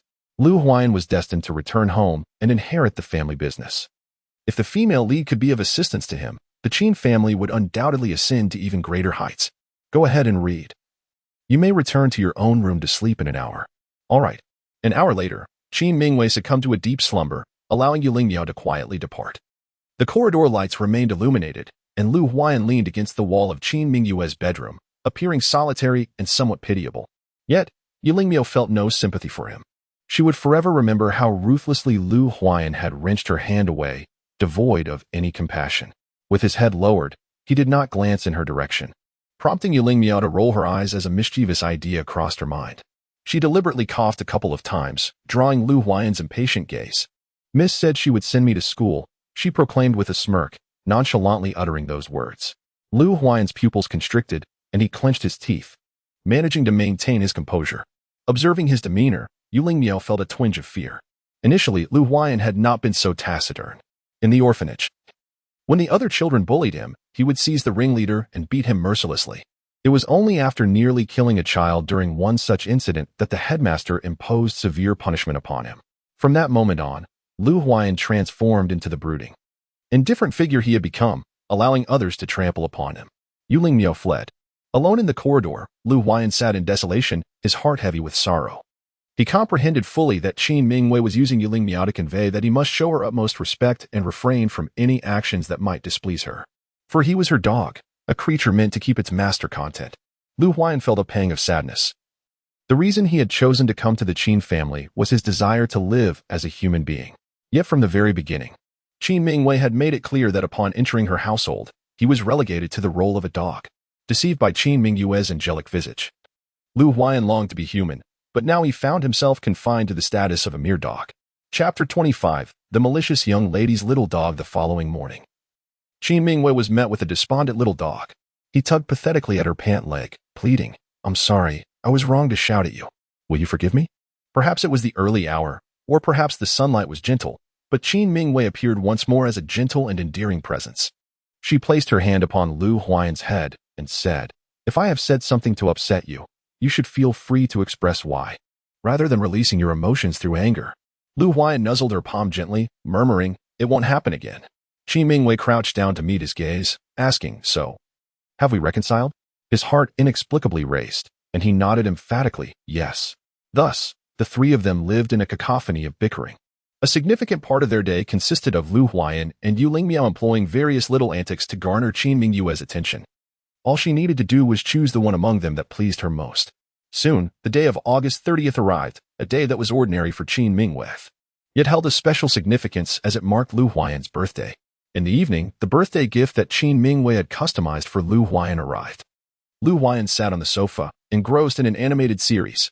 "Come here, puppy," Qin Mingwei called to him with a smile. Despite his reluctance, Lu Huayan quickly trotted over to her side. "Miss, is there something you need?" It had been quite some time since Qin Mingwei last scolded him, and he had long since learned to accept her unpredictable moods and her capricious nature.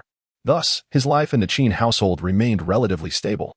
Leaning close to his ear, Qin Mingwei whispered, "I have prepared a birthday gift for you. Come find me later." Lu Huayan's eyes widened in surprise. He wanted to say something, but Qin Mingwei covered his mouth. "Be quiet. We mustn't let Yu Lingmu know." It wouldn't be good to lead the little ones astray, she added. Even though Yu Ling Miao was, in truth, quite wicked, tears welled up in Lu Huayan's eyes, as if he might shed little pearls at any moment. Qin Mingwei then hid her small hand behind her back and skipped up the stairs. This gift would surely be unforgettable for Lu Huayan. As midnight approached, Lu Huayan cautiously pushed open the door to Qin Mingyue's bedroom, his heart brimming with anticipation. Qin Mingwei had yet to change into her pajamas. Still wearing the red dress from earlier, which accentuated her fair skin, making her resemble a little princess from a castle. You can open it yourself, she said, presenting him with a beautifully wrapped, weighty box. Trembling, he took it with care and began to unwrap it, only to freeze in place. The sound of Qin Mingyue's melodic laughter filled his ears. Well, what do you think? Do you like it? Inside the box lay a slender, jet-black whip, exquisitely crafted. And the pain it could inflict was all too easy to imagine. Qin Mingwei continued, I took a long time to choose this for you. At first, I didn't know what to get until I saw this whip. You are my little puppy, and training a puppy requires special tools, doesn't it? The original owner had possessed a similar whip, but that had been custom-made for him after Lu Huayan turned 18. Qin Mingwei couldn't bear to make him wait so long. The male protagonist in her hands could be anything but unhappy. He must not be left behind. Whatever others had, he should have too. Qin Mingwei was moved by her own thoughtfulness. She picked up the whip from the box and gave Lu Huayan's slender back a gentle flick. It wasn't overly painful, yet he felt something within him shatter. Unaware of his turmoil, Qin Mingwei laughed joyfully. You must listen well from now on. Lu Huayan gazed at her, and this time, tears truly fell. In a rare display of generosity, Qin Mingwei opened her arms wide. Why are you crying with joy? Do you need a hug? Lu Huayan longed to retain his pride and flee, yet the reality was that he unhesitatingly threw himself into Qin Mingyue's embrace. He reached out and embraced Qin Mingwei. Soft and warm, akin to enveloping oneself in a fluffy, fragrant quilt. Why are you so cruel? Lu Huayan quietly pinched a strand of Qin Mingyue's hair, venting his frustration. The warm breath she exhaled brushed against his neck. Of course, it's because I like you. Haven't you heard that hitting is affection and scolding is love? Lu Huayan recognized the fallacy in her words, yet found himself at a loss for a retort. He merely mumbled, So, would you feel the same way about others? Certainly not, Qin Mingwei replied. My mission from the system is to torment you. Lu Huayan could not discern her inner thoughts. Upon receiving her unequivocal answer, he felt a slight thrill of joy within. Even if Qin Mingwei treated him poorly, it was a uniquely irreplaceable form of cruelty in the world, which he found rather agreeable. He placed the small whip back into its box, and, after Qin Mingwei finished her reading, returned to his own room. After much contemplation, he positioned the box on his bedside, allowing him to see her affection every day. The following day, while Qin Mingwei was in the garden picking flowers, Yu Lingmiao stealthily approached Lu Huayan. What did the lady say to you yesterday? Lu Huayan straightened his back silently. She gave me a birthday gift. Yu Lingmiao, filled with resentment, pressed on, What kind of birthday gift? Suddenly, Lu Huayan's face turned crimson. It is the lady's one-of-a-kind love for me. Yu Lingmiao temporarily set aside her animosity and reached out to touch Lu Huayan's forehead. Have you been food poisoned? Irritated, Lu Huayan swatted her hand away. You must be the one poisoned. You're just jealous of me. Me? Jealous of you? Yu Lingmiao exclaimed, her eyes wide in disbelief.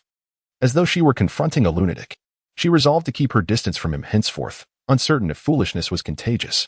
Yu Lingmiao departed in disarray, leaving Lu Huayan standing by the window, silently observing Qin Mingyue in the garden. Miss, the sir said he would return for dinner tonight. Qin Mingyue snipped a fragrant flower. Understood. Have the kitchen prepare some dishes that father loves. Qin Li had not returned home for many days. Upon his return, he brought numerous gifts for Qin Mingyue, yet she hardly glanced at them, fixating instead on her father. Gifts could be admired at any time, but the bond between father and daughter needed the right moments to flourish. After a blend of concern, complaints, and flattery, Qin Li happily indulged in a few extra drinks. School starts in a couple of days. Shall I personally take you there? Qin Mingyue beamed and nodded. Papa, I want them to go to school with me, so I won't feel lonely. Qin Mingyue pouted, clutching Qin Li's hand. Qin Li did not even glance at Lu Huayan and Yu Lingmiao, who sat at the end of the table. Had it not been for Qin Mingyue's reminder, he would have entirely forgotten about the two children needing to attend school. All right, father will let them be in the same class as you, shall we? Yes. You're the best, Papa. Lu Huayan and Yu Lingmiao, who quietly listened to the conversation, were equally thrilled. The opportunity to attend school was a remarkable blessing for them. Thank you, Mr. Qin. We will certainly study hard and take good care of Mississippi. Qin Li nodded in satisfaction at their earnestness. He was indifferent to their academic performance. Adopting them was merely to bring joy to Qin Mingyue. Their willingness to assume the responsibility of protecting her was a delightful bonus. Tomorrow, I will have the butler arrange for your cards, and I will transfer your living expenses directly to them. The two eagerly nodded, their cheeks flushed with excitement. At that moment, a singular thought occupied their minds. Coming to the Qin family was the wisest decision of their lives. On the day of school enrollment, Qin Li fulfilled his promise by personally driving Qin Mingyue to the school. Yu Lingmiao and Lu Huayan occupied the back seat. Upon their arrival, the principal, accompanied by the homeroom teacher, warmly greeted Qin Mingyue. The gazes of those around them subtly flickered in their direction, while Qin Mingyue and Qin Li pretended not to notice. Yu Lingmiao and Lu Huayan felt a bit uneasy. Qin Mingyue paid them no mind. Both protagonists possessed strong adaptability and did not require her intervention. Furthermore, if they struggled to adjust and faced bullying, it would serve them well. The principal conversed amiably with Qin Li, who responded with brief remarks from time to time. Prior to their arrival, the school had prepared all the necessary enrollment paperwork, requiring only Qin Li's presence to finalize the process. Disinterested in their discussion, Qin Mingyue tugged on Qin Li's hand. Dad, I want to go play. All right, I will find you shortly, Qin Li replied gently. He then turned to Yu Lingmiao and Lu Huayan. You both go with Mingyue and ensure her safety. Thus, Qin Mingyue led her two little followers to the pavilion in the school garden. Lu Huayan pointed towards the swing set in the small garden, asking, Do you want to play there? Yu Lingmiao, and I can push you. Qin Mingyue shook her head. She was not a child anymore and held little interest in such things. She merely sought an excuse to sit there, feeling somewhat bored from listening to their chatter. Neither Lu Huayan nor Yu Lingmiao were particularly talkative children, and after an early start, Qin Mingyue also felt a bit lethargic. She rested her chin on her hand, counting the different types of flowers in the garden, when suddenly a commotion erupted in the distance, growing louder by the second. Turning her head, she met a pair of emerald green eyes. Wow, you are so beautiful. The green-eyed child sat down beside Qin Mingyue with an air of familiarity. With a cold expression, Qin Mingyue replied, Who are you? The green-eyed boy cheerfully introduced himself. I'm Li Shun, a student in the same class. From now on, we will be classmates. What is your name? What a cute child. Come here for an Annie kiss. Who is this? I need his information within a minute. Isn't the country advocating having children? I want this one. Li Shun. That name sounds familiar. What a familiar name. Li Shun is indeed a significant figure in this little world. Upon hearing his name, Qin Mingyue's expression became complex. Li Shun, a close friend of Qin Mingyue, was involved in nefarious deeds and had committed numerous wrongs. Ultimately, Qin Mingyue was cast into the sea to drown by Lu Huayan, while Li Shun harbored thoughts of avenging her. However, due to his lack of intellect, he too met his demise at the hands of Lu Huayan. The two could be deemed as a peculiar pair of soulmates in life and death. Initially somewhat impatient, Qin Mingyue felt a surge of empathy for Li Shun. He was the illegitimate son of the Li family. His father, captivated by his mother while on a business trip abroad, abandoned them when she gave birth. Li Shun's mother, a free-spirited woman, refused to let motherhood confine her. Thus, she returned to the country, leaving baby Li Shun at the doorstep of the Li family, and boarded a plane to leave again. Mrs. Li had intended for Li Shun to fend for himself, yet the eldest daughter of the Li family took a liking to her green-eyed brother and insisted that he remain. With a mother's love for her daughter, Mrs. Li had no choice but to keep Li Shun. She named him with the hope that he would be prudent and not covet what did not belong to him. Little did she know Mrs. Li had conjured up many dramatic scenarios typical of wealthy families. She never anticipated that Li Shun would be somewhat simple-minded. Perhaps he inherited his mother's carefree spirit. Li Shun showed little interest in the family fortune and even wished to experience a life of wandering. To prevent him from bringing shame to the family, Mrs. Li arranged for bodyguards to watch over him day and night, even more diligently than she did for her own daughter. With these thoughts in mind, Qin Mingyue reached out to gently play with Li Shun's thick, curled eyelashes. I am Qin Mingyue. From now on, you can play with me. Li Shun immediately embraced Qin Mingyue and planted a big kiss on her cheek. Mingyue, you are so wonderful. His cheeks bore dimples, and his smile was sweet. How charming this little foreign boy appeared. Qin Mingyue forgave his impudent behavior. However, not everyone was so forgiving. Yu Lingmiao forcefully pulled Li Shun away from Qin Mingyue, shouting in anger, Do you have no manners? Why did you suddenly kiss our young lady? Lu Huan was also furious, his baby fat turning a rosy hue. He took out a wet tissue and gently wiped the spot on Qin Mingyue's face that had been kissed by Li Xin. Yu Lingmiao, who appeared demure, possessed considerable strength. With a swift tug, she sent Li Xin tumbling to the ground like a mere piece of paper. Shocked, he remained on the floor for a while before realizing he wanted to cry. Qin Mingyue did not anticipate the situation unfolding in such a manner. She wished to comfort the innocent Li Xin but found herself unable to bypass Lu Huan, who stood resolutely in front of her, blocking her approach. Li Xin, understanding that he was the target of their ire, cried even louder, "Do you all want kisses too? Don't worry, I'll give them to you right away." With that, he pushed himself up from the ground. A gentle peck was placed on the cheek of the nearest Yu Lingmiao, causing her face to flush a vibrant red. She promptly began to pummel Li Xin, who appeared utterly bewildered by the situation. Qin Mingyue couldn't help but feel a twinge of affection for Li Xin. It was truly remarkable how he seemed to misinterpret the emotions of those around him. "Miao Miao, stop. You might just beat the poor foreign lad to a pulp," she advised half-heartedly, finding amusement in Li Xin's tearful expression and wishing to behold it a while longer. This prolonged episode of bullying, which lasted a full 5 minutes, came to an abrupt halt with the arrival of Li Xun's sister. Upon seeing her, Li Xun seemed to have found his savior. With a whimper, he wriggled free from beneath Yu Lingmiao and scurried behind the little girl for refuge. The girl's expression was one of confusion. "Why were you being hit?" Li Xun replied. "They wanted kisses, but I was too slow, boo-hoo." Chapter 27. The vicious young lady's little dog. Since becoming acquainted with Li Xin, Qin Mingyue felt as though time had accelerated. Though he appeared innocent and naive, he possessed a cunning mind. The two frequently devised mischievous schemes to tease Yu Lingmiao and Lu Huan, often targeting Lu Huan, as Li Xin was rather attached to Yu Lingmiao. Qin Mingyue found it puzzling that the time Li Xin spent with the malevolent antagonist was longer than that spent with her, the equally wicked female counterpart. Nonetheless, his differential treatment was evidently ineffective. Yu Lingmiao still loathed him. Qin Mingyue attributed this to the innate aversion that the righteous heroine felt towards the malevolent villain. Thus, days passed with Yu Lingmiao's disdain for Li Xin, who persistently sought her affection, while Qin Mingyue maintained an equitable authority over all.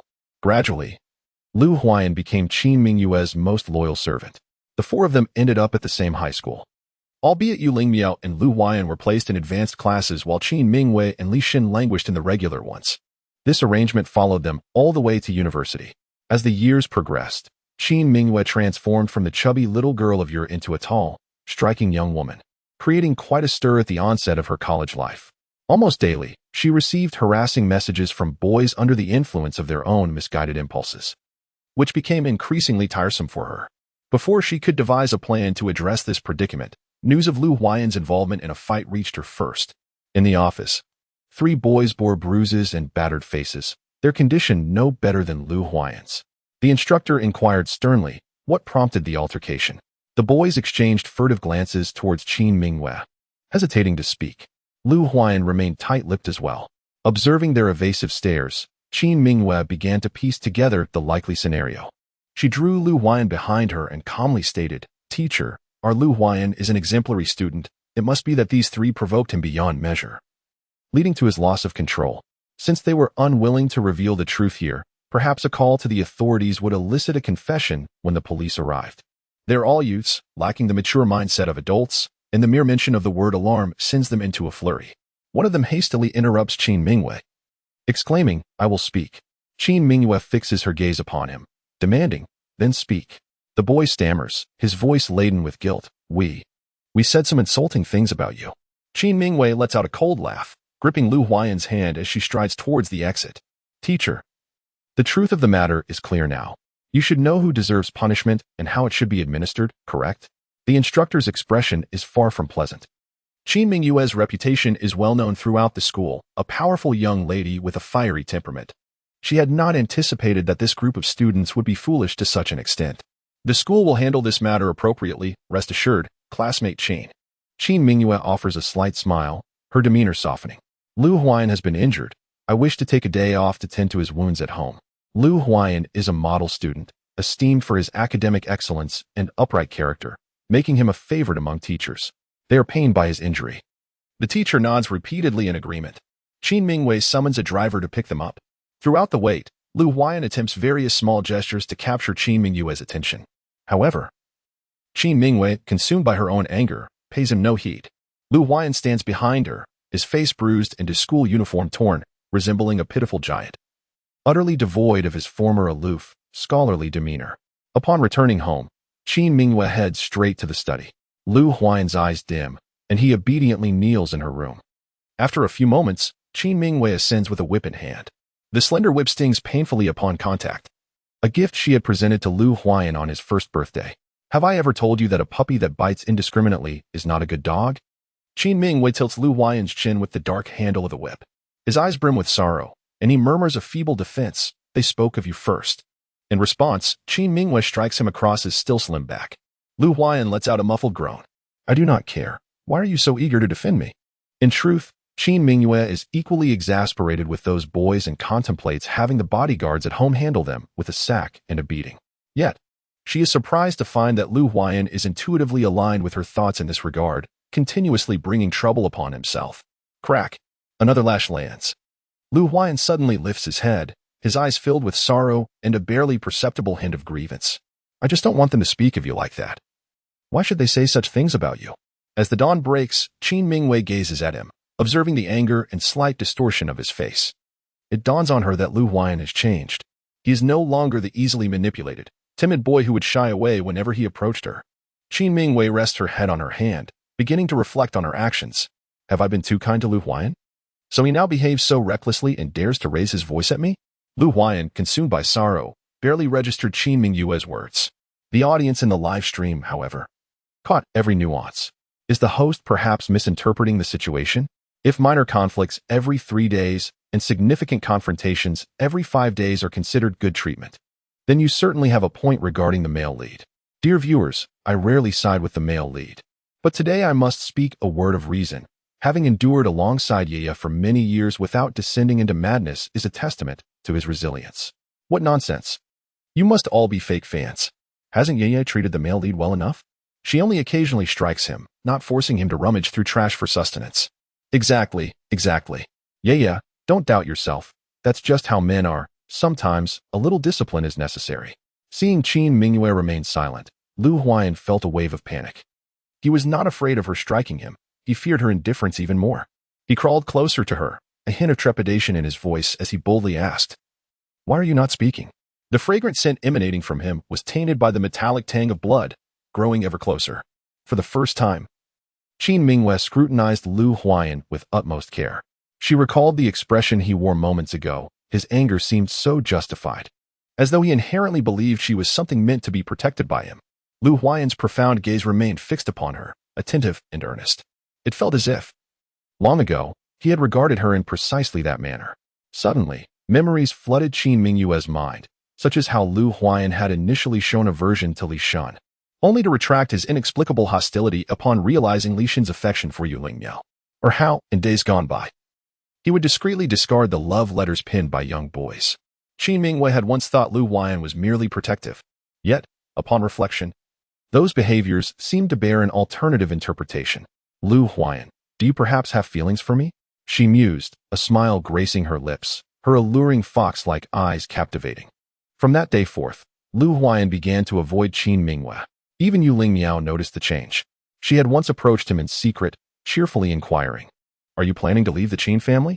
Lu Huayan's expression darkened, his tone icy as he replied, No. After Yu Lingmiao departed, Lu Huayan sat motionless by his desk for a full half-hour, unable to solve a single problem. His thoughts were solely occupied by Qin Mingyue, every facet of her anger, her laughter, her wielding a whip. And that afternoon, when she smiled beautifully and asked if he liked her, did he truly harbor feelings for Qin Mingyue? How could that be? She treated him so terribly. Her favorite game was to offer him a sweet date only to swiftly strike him afterward. As a child, Lu Huayan might have been oblivious to such cruelty. But he had grown now. He could vaguely sense the malice radiating from Qin Mingyue towards him. Faint and elusive, yet undeniably present. Qin Mingyue is a lofty young lady. While he is merely the dog she has raised since childhood, a dog remains loyal to its master, but it certainly does not harbor any peculiar feelings for them. Moreover, Qin Mingyue has always regarded him as a mere pet. If he were to develop feelings for her, would that not be beneath him? How could he possibly find affection for someone like her? Lu Huayan instinctively refutes this notion. He aspires to be a well-rounded individual. Unwilling to remain forever as Qin Mingyue's dog, He dreams of a day when he can engage with her on equal footing, without feelings of inferiority or hesitation. Unlike that fateful day when a mere glance from her would compel him to kneel in utter humiliation. Lu Huan adamantly denies his feelings for Qin Mingyue, who has never insisted on speaking with him. Thus, the two find themselves ensnared in a peculiar atmosphere. The turning point occurs on Qin Mingyue's 20th birthday. Qin Li orchestrates an extravagant celebration, illuminating the entire Qin estate with brilliance and elegance. Qin Mingyue dons a dress that was custom-made 2 months prior. The gown is a vibrant red, fashioned in a satin mermaid style, with delicate straps resting on her fair shoulders, the hem blooming as she walks, resembling a resplendent rose. Her stylist has elegantly pinned her softly curled hair, and around her graceful neck lies a luxurious necklace adorned with pigeon blood red rubies, accentuating her snow-white complexion. Naturally alluring, Qin Mingyue, in such splendid attire, captivates attention with every gesture. Qin Mingyue, my destined wife, a generous gift of 70,000 star coins. After the birthday banquet, hurry home. Both I and the child miss you dearly. A gift of 500 star coins. Firstly, I am not a lesbian. I hold no fantasies about my sister. If only she would give me a kiss, but I am not truly a lesbian. Stop repeating yourself upstairs. Everyone knows you're a lesbian now. A gift of 900 star coins. Qin Mingyue is quite pleased with her appearance, gently smoothing her hair near her ears, while admiring her beauty in the mirror. She suddenly catches a fleeting glimpse of a figure. Lu Huan enters. Within the Qin household, only Lu Huan favors muted colors.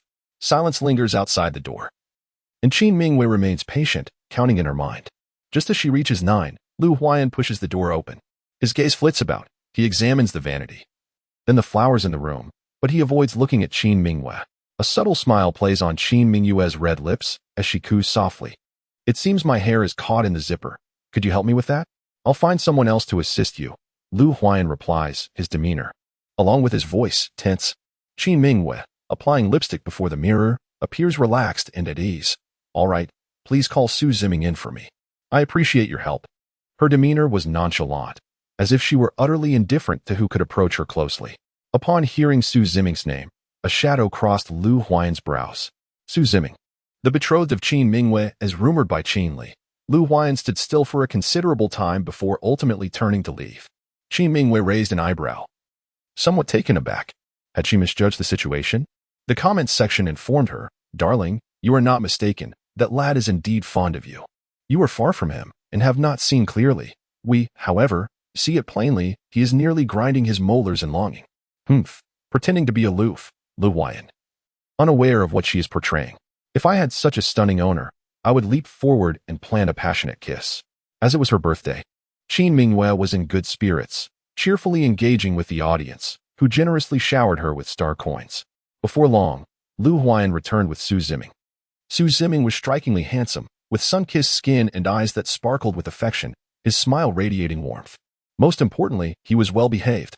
Upon seeing Qin Mingyue, he dashed toward her, his eyes gleaming. "Sister, you look so beautiful today. May I have the honor of dancing with you for the opening?" His infectious smile easily lifted Qin Mingyue's spirits. "Of course, but I need your assistance with something first." Standing at 185 meters, Su Ziming towered over Qin Mingyue, who, even in heels, had to rise on her toes to speak to him. She leaned in close to Su Ziming's ear, her breath fragrant. "My hair is caught in the zipper. Could you help me with it later?"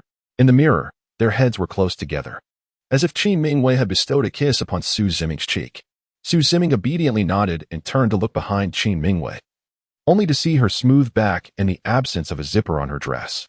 Raising an eyebrow, he met Qin Mingyue's gaze in the mirror, her eyes twinkling with significance. Su Ziming's attention drifted slightly, and he noticed the young man who had brought him upstairs earlier. The young man's gaze was fixed on him, burning with jealousy, as if he wished to incinerate him with a stare.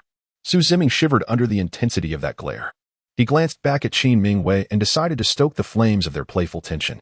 Su Ziming gently tugged at the non-existent strand of hair and then wrapped his arm around Qin Mingyue's slender waist, closing his eyes as he pressed a kiss upon her delicate shoulder blade. Qin Mingyue struggled slightly, but upon realizing his intent, she relented and remained still. Su Ziming brushed his thumb against his lips. Due to the angle, it appeared to Lu Huan that Su Ziming's mouth had indeed made contact with Qin Mingyue's back. As Su Ziming stood upright, he flashed a smile at Qin Mingyue. "I shall wait for you below." Qin Mingyue gave a slight nod in response. After Su Ziming departed, Qin Mingyue seemed to finally notice that Lu Huayan was still present in the room. She covered her mouth, feigning surprise. Why are you still here? I thought you had left long ago. Unable to restrain a cold laugh, Lu Huayan replied, What? Am I disturbing your little escapade? Lu Huayan was utterly oblivious to how ghastly his complexion had become. It felt as though his heart had been bitten by something, causing a pain that enveloped his entire being. Qin Mingyue gracefully approached Lu Huayan, raising her hand to slap him across the cheek. In that fleeting moment, he first caught a whiff of the intoxicating scent of roses before the sting registered. With her chin lifted, exuding a beauty laced with an aloofness that kept others at bay, she remarked, What do you think you are? How dare you speak to me like that?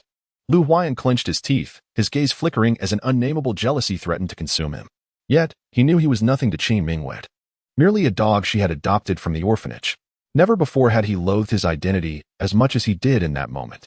He felt so lowly beside Qin Mingyue, unable to conjure even a legitimate reason to drive her away. After a prolonged silence, Lu Huayan murmured, Mr. Qin instructed me to look after you. Qin Mingyue burst into laughter, her eyes sparkling with a charm that Lu Huayan found indescribable. She playfully tugged at the drawstring of his sweatshirt. Did my father ever mention that he is my fiancé? Little dog, flirting with your fiancé isn't against the rules. You know. Qin Mingyue's soft, delicate hand slowly caressed Lu Huayan's feigned indifferent face. Don't touch me, he said, turning his head to evade her touch. Qin Mingyue expected him to flee, but he merely tilted his head slightly, remaining motionless like a silent, cold porcelain statue. Is this all it takes for you to be so sorrowful? Thinking of my future plans makes me want to laugh, she mused. With a teasing touch, she patted Lu Huayan's cheek. Today is my birthday. I don't want to hit you, so instead, I'll punish you by making you spend the night in the little dark room. Lu Huayan suddenly looked up at Qin Mingyue. Why? Is it because I interrupted your intimacy with him? Despite the anger bubbling within him, Lu Huayan was determined not to miss Qin Mingyue's birthday. He longed to personally present her with the carefully prepared gift he had for her. His tone softened, laced with a hint of submission. I promise I won't do this again, all right? Please don't lock me away today. That is not acceptable. Wrongdoings must be punished. Qin Mingyue coldly rejected him. From her gaze, Lu Huayan discerned that there was no room for negotiation. He walked away slowly, as if hoping someone would call him back. Yet someone returned to the mirror, nonchalantly adjusting their attire, showing no inclination to retain him. Lu Huayan quickened his pace, burying his head, as he wished to avoid further humiliation. Host, the male lead has departed. The system reported Lu Huayan's whereabouts to Qin Mingyue, who merely responded with a faint acknowledgement. Why does Ye not allow Lu Huayan to appear at the birthday banquet? Isn't the Lu family supposed to send someone today? The Qin family has raised Lu Huayan for many years without neglecting him. Should he now choose to return to his roots, it would not be disadvantageous to Ye. Could it be that the host has fallen in love with Lu Huayan? Upon reading this comment, Qin Mingyue smiled and nodded. Indeed, I have fallen for Lu Huayan. The audience remained patient, but the system grew anxious. Host, your task is to torment the male lead. Failure to complete it will result in your erasure by the system. Do you not find Lu Huayan's current state amusing? He harbors feelings for me yet is too insecure to express them, only able to sulk in silence. Such an entertaining plaything I have yet to fully enjoy. How could I allow someone else to take him away? A comment on the screen queried. But even if Lu Huayan is taken by the Lu family, you can still play with him, right? My dear, insecurity and poverty are a man's finest dowry.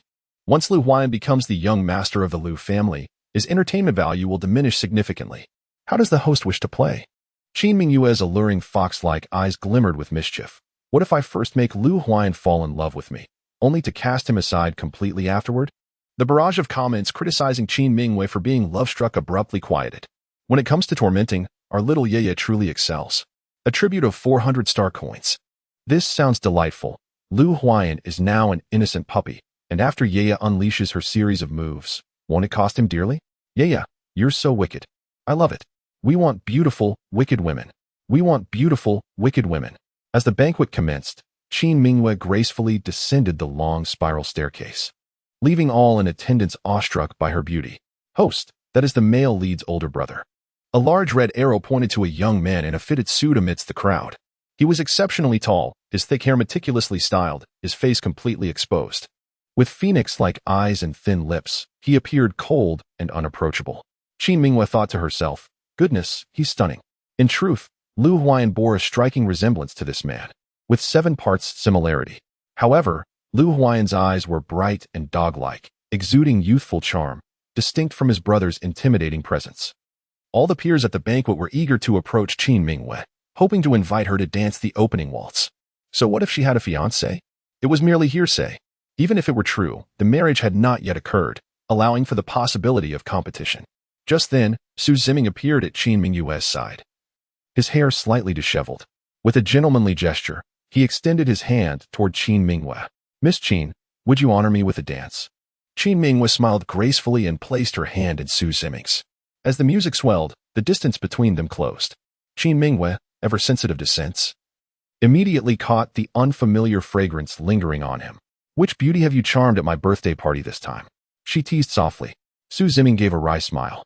"I wish it were so, but your reputation as the villainess precedes you. The moment they realize I'm your fiancé, they dare not even speak to me. Don't flatter yourself. Our rumors have been circulating for years, yet they never stopped you from changing girlfriends. This time, she simply wasn't interested. Was she?" Qin Mingwei continued her light-hearted banter, but Su Ziming's expression darkened slightly. "I haven't changed girlfriends. It's still the same one. What happened then? Did you two quarrel? She said she wants to marry me. How could that ever be possible?" Su Ziming sighed. Now it was Qin Mingwei's turn to wear a complicated expression. In the original storyline, Su Ziming was, after all, a man of deep passion, one who abandoned his inheritance for true love, willingly toiling as a common laborer. Though the elite circles mocked him, he paid no heed, spending his life devoted to the girl he cherished. Chapter 30, The Villainous Little Dog. 13. The dark room in the Qin residence was not dark in the traditional sense. One wall bore a modest window, large enough for Lu Huayan to observe everything unfolding at the banquet. He watched as Qin Mingwei and her fiancé swayed together in dance. Their figures intertwined like graceful swans, a perfect match. Lu Huayan averted his gaze, unwilling to see more. With great effort, he tore his eyes away from Qin Mingwei, only to notice a young woman dressed in a server's uniform. Her gaze, too, was fixed intently on Qin Mingwei and Su Ziming. Alarmed, Lu Huayan returned to the window. The Qin family's vast business empire had inevitably made enemies, and Qin Li's volatile temperament only exacerbated matters. Even Qin Mingwei's daily outings were shadowed by discreet bodyguards. The hostility in the server's eyes unsettled him. Fearing she might pose a threat to Qin Mingwei, he observed her closely while retrieving his phone to call Yu Lingmiao. His finger hovered over the contact name, but before he could dial, his sharp vision caught the girl's tears. They streamed down her face like water from a broken faucet, unnoticed in the shadows. An instinct guided his gaze back to Su Ziming, whose expression had also shifted strangely. Su Ziming, still holding Qin Mingwei's waist, leaned in to whisper something in her ear. After a brief pause, Qin Mingwei nodded in agreement. With her permission, Su Ziming strode purposefully toward the server. Lu Huayan watched as he took her hand and led her away toward the Qin family garden. After the two vanished, Lu Huayan found himself at a loss for thoughts. Having defied Qin Mingwei's orders for the first time by stealthily leaving the small darkroom. Following Su Ziming's departure, Qin Mingwei was summoned by Qin Li. She politely exchanged greetings with the guests, but could hardly recall their names. "Miss Qin, happy birthday," a deep, melodious voice resonated from behind her. Qin Li greeted the newcomer with a cheerful smile. "Huaiyu, you are indeed growing more handsome." Qin Mingwei looked up and was instantly captivated by the man's profound gaze. "Uncle Qin, my parents are unable to attend today due to prior commitments, so I came to convey their regards and deliver a gift for my sister Mingwei." "Oh, I adore mature men. Lu Huayan is off limits, but his brother is fair game. Little Moon, go for it. A reward of 2,000 star coins." Ignoring the frenzied comments streaming in, Qin Mingwei greeted Lu Huaiyu sweetly. "Hello, brother Huaiyu." In truth, she had little affection for mature men like Lu Huaiyu. Her heart belonged to innocent, playful souls like Lu Huayan, those who were shy and easily flustered. Seizing the opportunity, Lu Huaiyu engaged her in conversation. Their exchange appeared harmonious. Yet they had hardly crossed paths throughout their lives. The two, a striking couple, chatted amiably until Qin Li found the perfect moment to excuse himself. The selection of a fiancé, of course, required careful consideration. It was evident that Lu Huaiyu aimed to approach Qin Li regarding a project. Once Qin Li departed, his enthusiasm waned slightly. Though subtle, this shift did not escape the keen perception of Qin Mingwei, who had traversed numerous realms and encountered countless individuals. Just as their conversation began to dwindle, Lu Huaiyu's gaze sharpened as he looked into the distance. "Who is that?" he asked, slightly lifting his chin. Qin Mingwei followed his line of sight and spotted a figure in a black hoodie slipping away beneath her very eyes. This evening, there was only one person in the entire Qin residence dressed in such attire, Lu Huayan. Her heart skipped a beat, but she quickly regained her composure. Just a servant's child. Rather unruly. I apologize for any embarrassment caused to Brother Huayu. Lu Huayu narrowed his eyes, evoking the image of a cunning fox. His tone laced with skepticism. Is that so? Unfazed, Qin Mingwei replied, Indeed. It feels quite stuffy in here. I would like to take a stroll in the garden. Would you accompany me, Sister Mingwei? What a troublesome man he was. With no choice but to maintain decorum, she clenched her teeth and forced a flawless smile. Very well. Let us go. Lu Huayu followed closely behind her. With her back turned, Qin Mingyue's expression grew slightly troubled. Lu Huayan had truly outdone himself by daring to slip away unnoticed. If he hadn't been led away by Lu Huayu tonight, Qin Mingyue vowed she would have given him a piece of her mind. What are you doing here? Su Ziming gripped the waitress's wrist with a menacing tone. Tears streamed down the girl's face as she choked out, I just wanted to see your fiancé for myself, to truly let go. I don't want to love you anymore, Su Ziming. Loving you is agony. Say that again. Su Ziming's face twisted in fury, though his trembling hands betrayed his anguish. The girl glared at him resentfully, refusing to repeat herself. Frustrated and desperate, Su Ziming disregarded their surroundings and bent down to kiss her. Oh my God. Is the young lady being cheated on? Yu Lingmiao, crouching behind the flower bushes, gasped and covered her mouth. She poked Lu Huayan's arm and whispered, How did you find out? And why drag me into this gossip? Quiet, Lu Huayan warned under his breath. His eyes remained fixed on the entwined couple as he silently raised his phone, opening the camera. His hands trembled, not just from anger, but from exhilaration. He yearned to strike Su Ziming down, yet an irrepressible thrill surged within him. If I show this photo to Qin Mingyue, she'll surely leave him, won't she? Brother Huayu, the garden isn't fun at all. Let us go back. Qin Mingwei's sweet voice echoed through the garden. The kissing pair abruptly broke apart. Su Ziming seized the girl's hand and concealed her in the bushes beside Lu Huayan and Yu Lingmiao. Startled, Lu Huayan ducked deeper into the foliage. Unwilling to be discovered, he had sneaked out and couldn't risk Qin Mingyue spotting him. Lu Huayu strode purposefully into the garden. It is rather dull. We'll leave soon. By now, Qin Mingwei and Lu Huayu had reached the garden's center. Her gaze swept the surroundings, but she found no trace of Lu Huayan. A flicker of relief crossed her face. At least he knows to hide when he hears me. He shouldn't have slipped out in the first place. Having nearly circled the entire garden, Lu Huayu's frown deepened. Was I mistaken? Just as doubt crept in. A young man in a black suit emerged from the pavilion and approached them. Sister Mingwei, what brings you here? Su Ziming stepped toward Qin Mingwei. Lu Huayu's eyes raked over him, his expression darkening. Qin Mingwei looped her arm through Su Ziming's. Why are you here? I just wanted some quiet time alone in the garden, Su Ziming stammered. Chapter 31. The Villainous Loyal Hound. 14. Su Ziming's lips were swollen and glistening. Qin Mingwei instantly guessed what he'd been doing. She shot him a knowing look, and he averted his eyes, discomfort plain on his face. Failing to find his target, Lu Huayu's mood soured further. He had little patience left to decipher whatever game Qin Mingwei and Su Ziming were playing. If you two have matters to discuss, I'll take my leave. Qin Mingwei smiled sweetly. Of course. Goodbye, Brother Huayu. Lu Huayu absent-mindedly waved his hand, striding away with long strides. Su Ziming also wished to prevent Qin Mingwei from encountering Bai Li. He obstructed her wandering gaze. Sister, let us depart. All right, seeing you so anxious, Qin Mingwei replied, not wanting to put Su Ziming's girlfriend in an awkward position. Releasing her hold on Su Ziming, she walked ahead alone, simultaneously searching for Lu Huayan's whereabouts. That mischievous child was hiding quite well. Lu Huayan concealed himself among the flowers, scarcely daring to breathe. He watched Qin Mingyue's fair jade-like calves vanish from sight and let out a sudden sigh of relief. Seeing Qin Mingyue leave, Su Ziming hurriedly pulled Bai Li from the thicket. We must leave quickly. It would be troublesome if we were discovered. Su Ziming was not afraid of being scolded or beaten. His only concern was that his family might make things difficult for Bai Li. His anxious expression was so intense that he failed to notice Bai Li's hesitation. Lu Huayan sensed Bai Li's gaze upon him. His deep-set eyes narrowed as he raised a slender finger to his lips. Bai Li, somewhat intimidated, promptly silenced herself. Squatting beside Lu Huayan, Yu Lingmiao, who had been a silent witness to the entire scene yet felt utterly bewildered, remarked softly, Lu Huayan, you seemed rather peculiar just now. Lu Huayan glanced at her. not the least bit angered, but rather chuckling softly. Yu Lingmu was momentarily taken aback, then exclaimed in shock, You can't possibly have developed feelings for that waitress. Bored, Lu Huayan retorted, rising to his feet. It's true. In the past, you never so much as glanced at any girl other than the young ladies. This time, you fixated on that waitress for a full 5 seconds. The taunt hung in Lu Huayan's throat.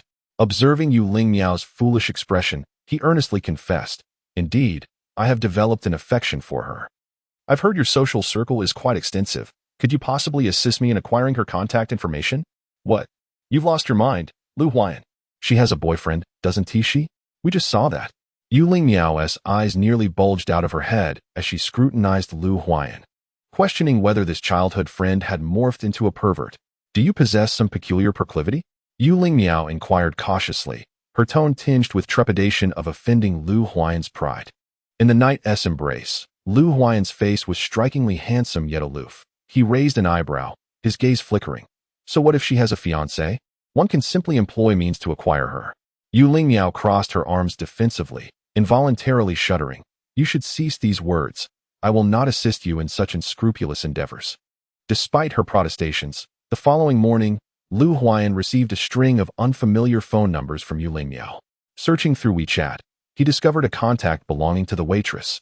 Her profile picture unmistakably that of the girl. Lu Huayan did not send a friend request. He merely smiled faintly and shut off his phone. Yu Lingmu was startled into a cold sweat by his demeanor and hastily finished her meal. She quickly shouldered her backpack and rushed outside, declaring, I will ride my bicycle to school today, miss. Goodbye. Qin Mingwei waved at her, yet her gaze remained fixed on Lu Huayan. System, what transpired? She pondered. Why does Lu Huayan seem off? The comments flooded in. Ha ha ha, your innocent little pup is turning dark. Qin Mingwei furrowed her brows in contemplation. Could it be that Lu Huayan had seen Lu Huayu's visage and started to question his lineage? That shouldn't be the case. Upon encountering someone who might be related to him, his reaction ought not to be like this. Lost in her thoughts, Qin Mingwei failed to notice that Lu Huayan had already taken a seat beside her. It was only when a soft tissue brushed against her lips that she snapped back to reality. He was gently dabbing away the moisture at the corners of her mouth. His focus so natural, as if wiping her lips was the most ordinary of tasks. Though he feigned calmness, the pink tint at the tips of his ears betrayed him. Has Lu Huayan finally woken up? The comments erupted. He hasn't awakened. He's become a pervert. System, can you investigate what transpired last night? Sorry, host. This system lacks the necessary permissions. Qin Mingwei clicked her tongue, feeling irritable. This was the plight of intermediate streamers. Everything was inconvenient. It was infuriating. In her vexation, Qin Mingwei sought an outlet. She reached out and playfully tugged at Lu Huayan's ear, teasing. What? Are you trying to seduce me? Lu Huayan's dark, glistening eyes were fixed on her, neither affirming nor denying her jest. Qin Mingwei's mood lifted slightly as she snatched the tissue from his hand, wiped her mouth forcefully, and tossed it at him. Here, a gift for you. With classes awaiting her, she playfully teased Lu Huayan before having the driver take her to school. Lu Huayan watched her retreating figure until she was out of sight, then slowly unfolded the crumpled tissue she had tossed, carefully refolding it before placing it in his pocket. Unbeknownst to Qin Mingwei, Lu Huayan's peculiar actions were entirely unnoticed, nor did she realize that he had followed her to school. This was not Lu Huayan's first visit to Qin Mingwei's university, but this time he was not there to seek her out. He had just dialed the number sent by Yu Lingmiao and established contact with a girl named Bai Li, arranging to meet at a CAF outside the school. Lu Huayan arrived early at the CAF. Inside, soothing music played while bright sunlight streamed through the windows. Since he resolved to take this step last night, he felt a long-lost sense of tension. He was unsure of his own motives. Yet he was acutely aware of his desire to drive a wedge between Qin Mingwei and Su Ziming. Lowering his gaze, he took a sip of coffee, its bitterness lingering on his palate. A girl of delicate beauty, clad in a white dress, sat across from Lu Huayan. Hello, did you summon me for something in particular? Bai Li's demeanor was somewhat uneasy, as she was certain that the young man before her had witnessed her kiss Su Ziming the previous night. Lu Huayan offered a gentle smile, one that concealed his true intentions, yet his words caused Bai Li to tense up in an instant. Allow me to introduce myself. I am Qin Mingwei's childhood companion. Surely you are aware of who Qin Mingwei is, the fiancé of your boyfriend, Su Ziming. Bai Li's expression darkened. What exactly do you intend to achieve? Lu Huayan replied with calm composure. I simply wish to assist you. Assist me? If you are a friend of Qin Mingyue's, why would you want to help me? Bai Li's wariness was palpable. After a moment of silence, just as she was about to leave, Lu Huayan cracked a smile. Because I am in love with Qin Mingwei. His voice bore a hint of unutterable sorrow, a wave of pain surging through his words. The mere notion of loving Qin Mingyue was fraught with anguish. He felt like a mere puddle of mud beneath her, unworthy of aspiring to someone as regal as her. Yet, he was undeniably in love. He could control his tongue and actions, but his heart remained untamed. The moment he sensed even the slightest fissure in Qin Mingwei and Su Ziming's relationship, he resembled a shark drawn to the scent of blood, eager to tear their bond asunder. As Qin Mingyue entered the room, she overheard this exchange. Initially, she paid little heed. After all, there were many boys who admired her. If she were to scrutinize each one, she would have little else to occupy her time. However, upon noticing the boy's attire, a black hoodie adorned with an unattractive little fish, Qin Mingwei recognized that fish all too well. It was a design she had whimsically created for Yulin Miao and Lu Huayan when she was 18. Yulin Miao's outfit featured a delicate butterfly, whereas Lu Huayan's was far more casual, simply showcasing a little fish sketched by Qin Mingyue herself. Qin Mingyue paused her advance, choosing instead to sit behind Lu Huayan and listen to what else he might divulge. She soon heard Lu Huayan whispering to Bai Li like a devil tempting her into moral decay, coaxing her to tighten Su Ziming's affections, thus enabling him to annul his engagement with Qin Mingwei. This way, Bai Li could openly pursue a relationship with Su Ziming. Bai Li bit her lip, clearly swayed by his words. After 5 years of dating Su Ziming, she had envisioned a seamless transition into matrimony. However, just days prior, Su Ziming had abruptly proposed a breakup. Desperate for an explanation, Bai Li had been met with his cold assertion that he no longer loved her. Reluctant to accept this, she had learned through others that Su Ziming indeed had a fiancé. After much effort, she finally secured a position as a server at Qin Mingyue's birthday banquet. In the shadows, she observed them dancing and laughing, consumed by jealousy and anger. Yet, she felt utterly powerless, just as despair began to envelop her. Su Ziming noticed her hidden among the crowd. He took her hand, gently wiped away her tears, and kissed her as if they were in love. Bai Li's previously resolute heart wavered once more. Coupled with Lu Huayan's words earlier that day, a longing to claim Su Ziming from Qin Mingyue ignited within her. However, as this thought merely began to take root, she spotted Qin Mingwei seated behind Lu Huayan. A chill swept through Bai Li, her blood seeming to flow in reverse. As terror seized her entire being, she desperately wished to flee, but Qin Mingwei shot her a glance, commanding her to remain still. Reluctantly, Bai Li continued her conversation with Lu Huayan, her anxiety palpable. Noticing her distracted demeanor, Lu Huayan furrowed his brow, puzzled by the cause of her preoccupation. Throughout their dialogue, Bai Li frequently glanced over his shoulder. Lu Huayan feigned nonchalance and turned to look behind him. The seats were empty, devoid of anything. "What are you afraid of?" he inquired. Bai Li nervously swallowed. "Aren't you anxious about engaging in such unethical matters?" "Not at all," Lu Huayan replied, his expression serene as he rested his hand on his slightly numb thigh. As he attempted to further entice her, Bai Li found herself unable to listen any longer. "About what you said today, I'll give it serious thought. I must take my leave now." She hurried away, leaving Lu Huayan bewildered and alone. Had she truly been swayed by his words? Lu Huayan straightened his posture, feeling a sense of pride in his persuasive eloquence. In the realm of emotions, some rejoice while others despair. Having resolved a significant matter in his heart, Lu Huayan felt remarkably unburdened. Meanwhile, Bai Li found herself cornered by Qin Mingyue in a narrow alley, trembling with fear. "Miss Qin, you misunderstand. I have no intention of coming between you and Ziming. Please do not be angry." She curled up in terror. It was said that the Qin family wielded power in both legal and illicit realms, and Qin Mingyue's father was a formidable figure. When it came to life or love, Bai Li believed she could discern her priorities. "Such a coward," Qin Mingyue scoffed inwardly, feigning ferocity. "What did Lu Huayan say to you? Tell me every word he uttered." Bai Li shook her head. Qin Mingyue advanced slowly. Bai Li caught a whiff of her captivating fragrance, rich and alluring, which momentarily entranced her.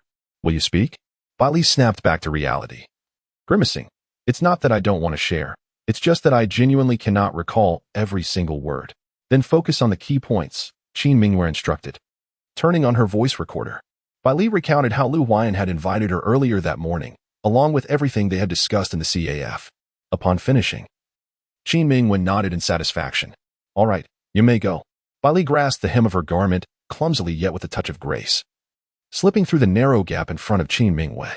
Just as she approached the mouth of the alley, Qin Mingwei suddenly called out to her, "Wait." Bali turned back, trembling. Before her stood Qin Mingwei, beaming with a beautiful and gentle smile. "Su Ziming, and I will not be getting engaged. If you truly have feelings for him, you should strive for it yourself. However, perhaps you need not, considering how much he loves you." Bai Li's face flushed suddenly. A wave of shame washing over her. "I'm sorry, Miss Qin, for disrupting your birthday party yesterday." Qin Mingwei, nonchalantly twirling a pin in her hand, replied, "It's fine. Your impact was negligible." Bai Li left in tears. Such a splendid person as Miss Qin, and yet she had harbored bad thoughts towards her, truly inhumane. Of course, the instigator of her feelings was no paragon of virtue either. On the bus, Lu Huayan suddenly sneezed. A girl, her face flushed, offered him a tissue. Lu Huayan politely declined. "I have my own, thank you." Upon returning home, Qin Mingwei, as usual, ignored Lu Huayan sitting in the living room. She retreated to her room, locked the door, and dialed Su Ziming. "Come to my house in a few days." Su Ziming's voice came through, lethargic. "What for?" "I'm heartbroken and can't muster the energy for anything." Qin Mingwei rolled her eyes. "I want to discuss the matter of our breakup on an auspicious day." "What? Why?" Su Ziming was extremely reluctant. His parents, lacking ambition, wished for him to ascend socially. After years of effort, he had finally secured a connection with Qin Mingwei. Even if his heart belonged elsewhere, his parents would certainly not relinquish the towering Qin family tree. "I will assist you with your parents' concerns. By the way, when you come to the Qin family to break up, adopt a rather arrogant demeanor." That's the gist of it. Chapter 33. The malicious young lady's little dog Qin Mingwei and Su Ziming spoke on the phone for an hour, until Lu Huayan knocked on the door, calling her down for dinner. Qin Mingwei hung up and emerged, a meaningful smile gracing her face. As she passed by Lu Huayan, he felt an unsettling chill run down his spine. "What is going on? You seem different today. I just heard a rather amusing joke." The audience collectively lit candles, hoping, "Let us not have the male lead meet his demise." Rest assured, the mission is to torment Lu Huayan. I shall not engage in any excess. Qin Mingwei was a rather lazy person, and she would never exceed the boundaries of her tasks. Recently, with the company not overly busy, Qin Li had rare moments to stay at home with Qin Mingwei. The father and daughter were discussing a new project in the study when a servant knocked on the door. "Sir, the Su family has arrived." Qin Li frowned. What do they want? He had always held a low opinion of the Su family. The couple, sycophantic and opportunistic, bore an unmistakable resemblance to petty individuals. And thus, they were blessed with a son who seemed to redeem their nature somewhat. Qin Mingwei possessed a clarity of thought. Yet her wide eyes mirrored a profound confusion. She was utterly perplexed. Despite her reluctance to engage with the Su family, Qin Li did not wish to abandon decorum and thus accompanied Qin Mingwei downstairs. Upon their descent, the Su family, seated on the sofa, immediately rose to greet them with a facade of obsequiousness. Qin Li offered a polite nod and took a seat opposite them. The parents from both families engaged in trivial pleasantries, while Su Ziming occasionally glanced at his phone, his expression taut and his complexion pale. Qin Mingwei found herself puzzled by his demeanor. Was the matter of a breakup truly so anxiety-inducing? Su Ziming was practically drenched in cold sweat. Just as Qin Mingwei contemplated advising him to mask his unease, lest everyone in the room deduce his guilty conscience before any words were exchanged, a servant ushered in a young woman. With her delicate features, she wore a pale yellow shirt and jeans. Who else could it be but Bai Li? Under the watchful gaze of both families, Qin Mingwei and Su Ziming simultaneously stood. Su Ziming approached Bai Li, and amidst the scrutiny of all present, took her hand. Qin Mingwei's eyes widened in disbelief. She could not fathom why Su Ziming had summoned Bai Li. This was not part of their original plan. Frantically, she gestured at Su Ziming, imploring him to leave with Bai Li. Yet, he remained oblivious, leading Bai Li directly before Qin Li. Both appeared tense, particularly Bai Li, whose hand Qin Mingwei noticed trembled slightly. Su Ziming and Bai Li bowed deeply to Qin Li, expressing, "Uncle Qin, we are profoundly grateful for your admiration and guidance over the years. Our family has come today to extend our thanks." Their faces were etched with sorrow, leaving Qin Mingwei in a state of bewilderment. Were they here to apologize or to pay respects? Su's parents were evidently taken aback by Su Ziming's unexpected display, their anger palpable as they scolded him. "What absurdity is this? This woman is unworthy to be part of our family." Qin Li remained silent, his gaze a profound abyss that slowly swept over the Su family, imbued with an ineffable gravity. Ultimately, his eyes settled on Su Ziming. "Is this your girlfriend? Having navigated the complexities of the business world for decades, Qin Li typically exuded an aura of authority even without raising his voice, and now, with a hint of irritation evident, Su Ziming felt an immense pressure weighing down upon him, stifling his breath. He nervously swallowed, nodding emphatically, his movements laden with apprehension. Yes, Bai Li is my girlfriend.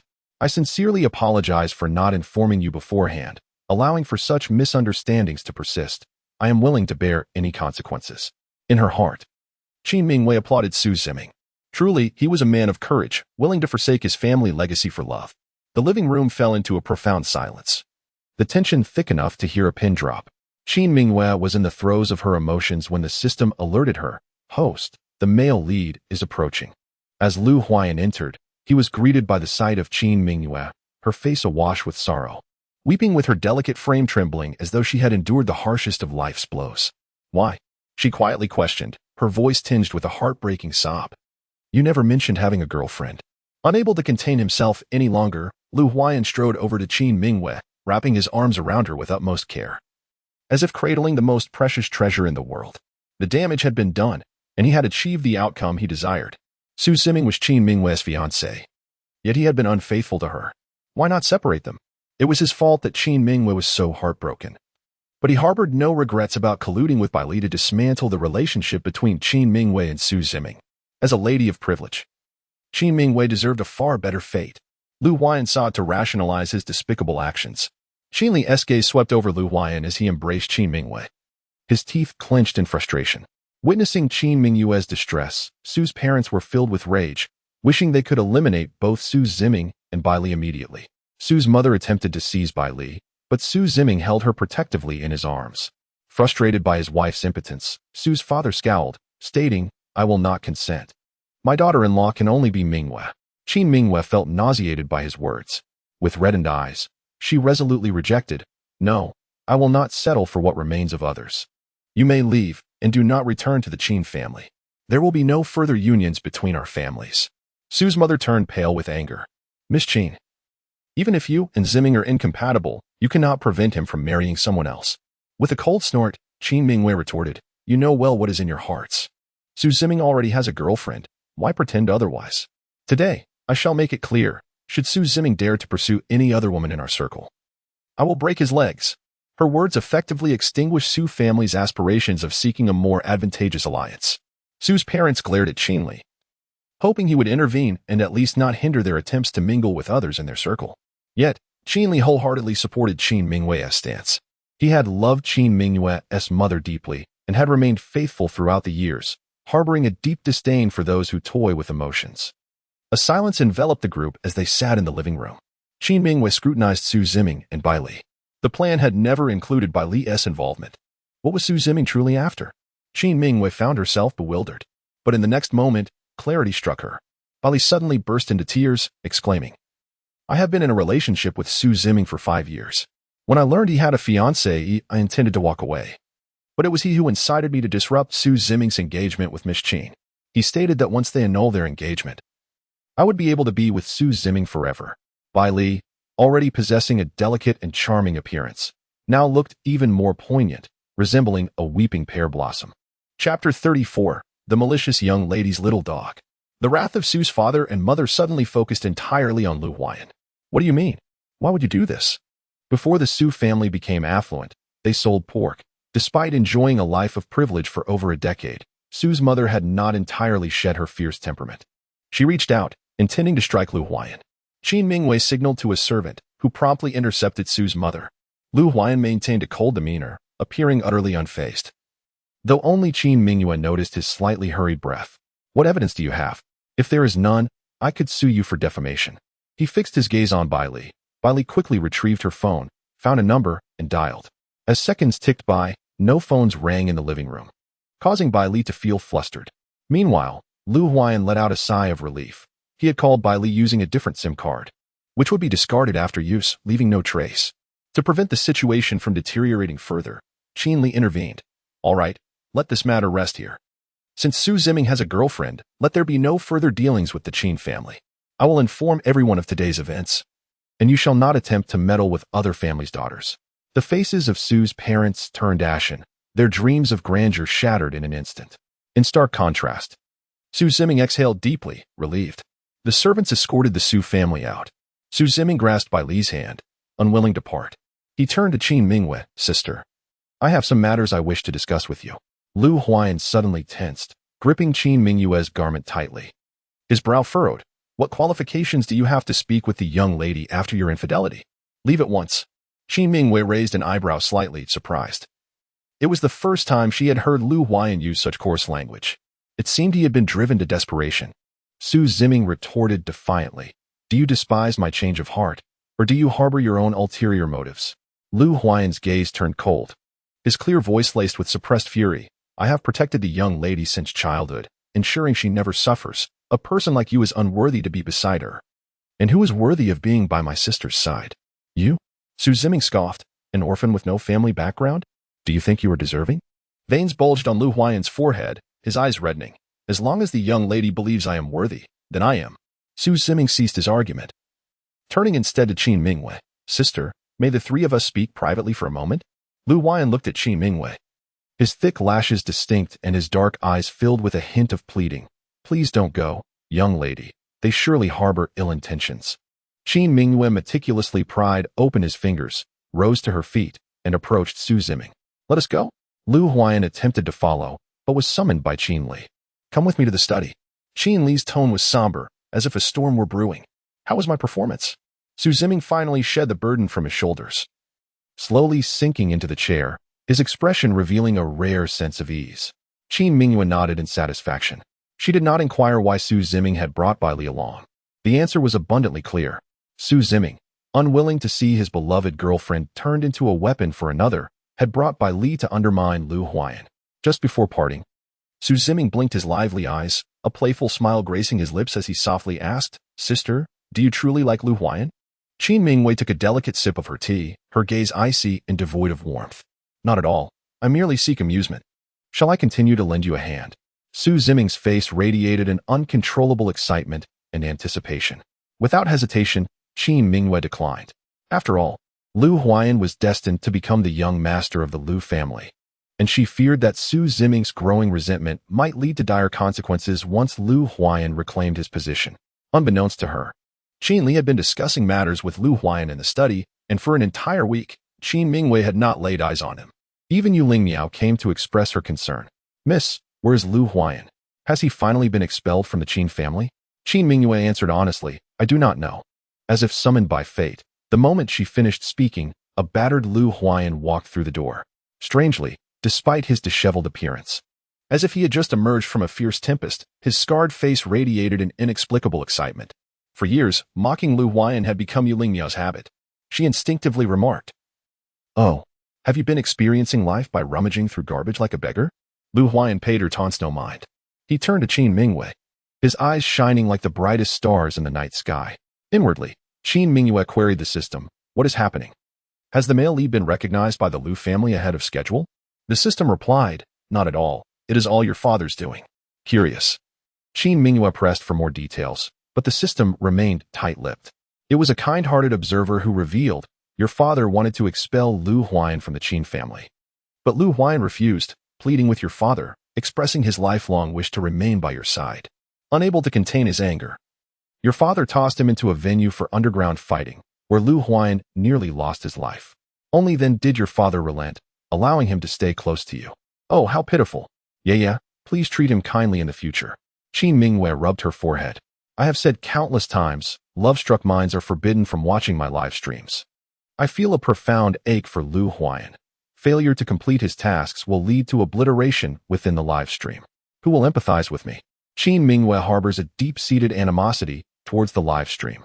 Dying is already a burden, and yet she must undertake tasks within this virtual realm. Is she truly a person of such lowly worth? In a bid to vent her pent-up rage, Qin Mingwei consistently assumes the role of a malevolent supporting character. For in this miniature world, the antagonist can arbitrarily target every individual without reason. As the wicked female antagonist, her fate is invariably a tragic demise. Yet Qin Mingwei remains indifferent. She is caught in a web of contradictions, desiring death yet fearing it. Dying within this small world is acceptable, but she cannot be annihilated by the system. Those who were erased by the system face the shattering of their very souls with no hope of reincarnation. Qin Mingyue gazes at Lu Huayan, who looks back at her with fervent, blazing eyes. But what purpose does that serve? Once again, she must betray Lu Huayan's sincere affections, ultimately meeting her end at his hands. Chapter 35. The malicious young lady's pet. May I speak with you? Lu Huayan implores earnestly, his face brimming with anticipation. Qin Mingyue, however, maintains a considerably cooler demeanor, responding with a casual acknowledgement as they enter her room sequentially. The audience buzzes with excitement. The show is about to begin. Donation of 200 star coins. Mingyue, do not let this Lu pop off easily. Donation of 500 star coins. So tense, so eagerly anticipated. Donation of 500 star coins. Though it was Lu Huayan who first suggested a conversation, he falls silent as they find themselves alone together. Qin Mingyue perches on the sofa while Lu Huayan stands before her, the light casting an elongated shadow of him, enveloping Qin Mingyue in darkness. What do you wish to discuss? Qin Mingyue remains oblivious to Lu Huayan's hidden intentions. Her frosty visage instills a sense of trepidation within him. From the moment of his birth, Lu Huayan's world has been draped in gray. He is the most unremarkable individual in the crowd. Only upon encountering Qin Mingyue does he begin to transform. Many girls admire him. Yet he remains uncertain whether they are enamored with him or the radiance that emanates from him, illuminated by Qin Mingyue's presence. He strives relentlessly in his studies, desperate to improve himself.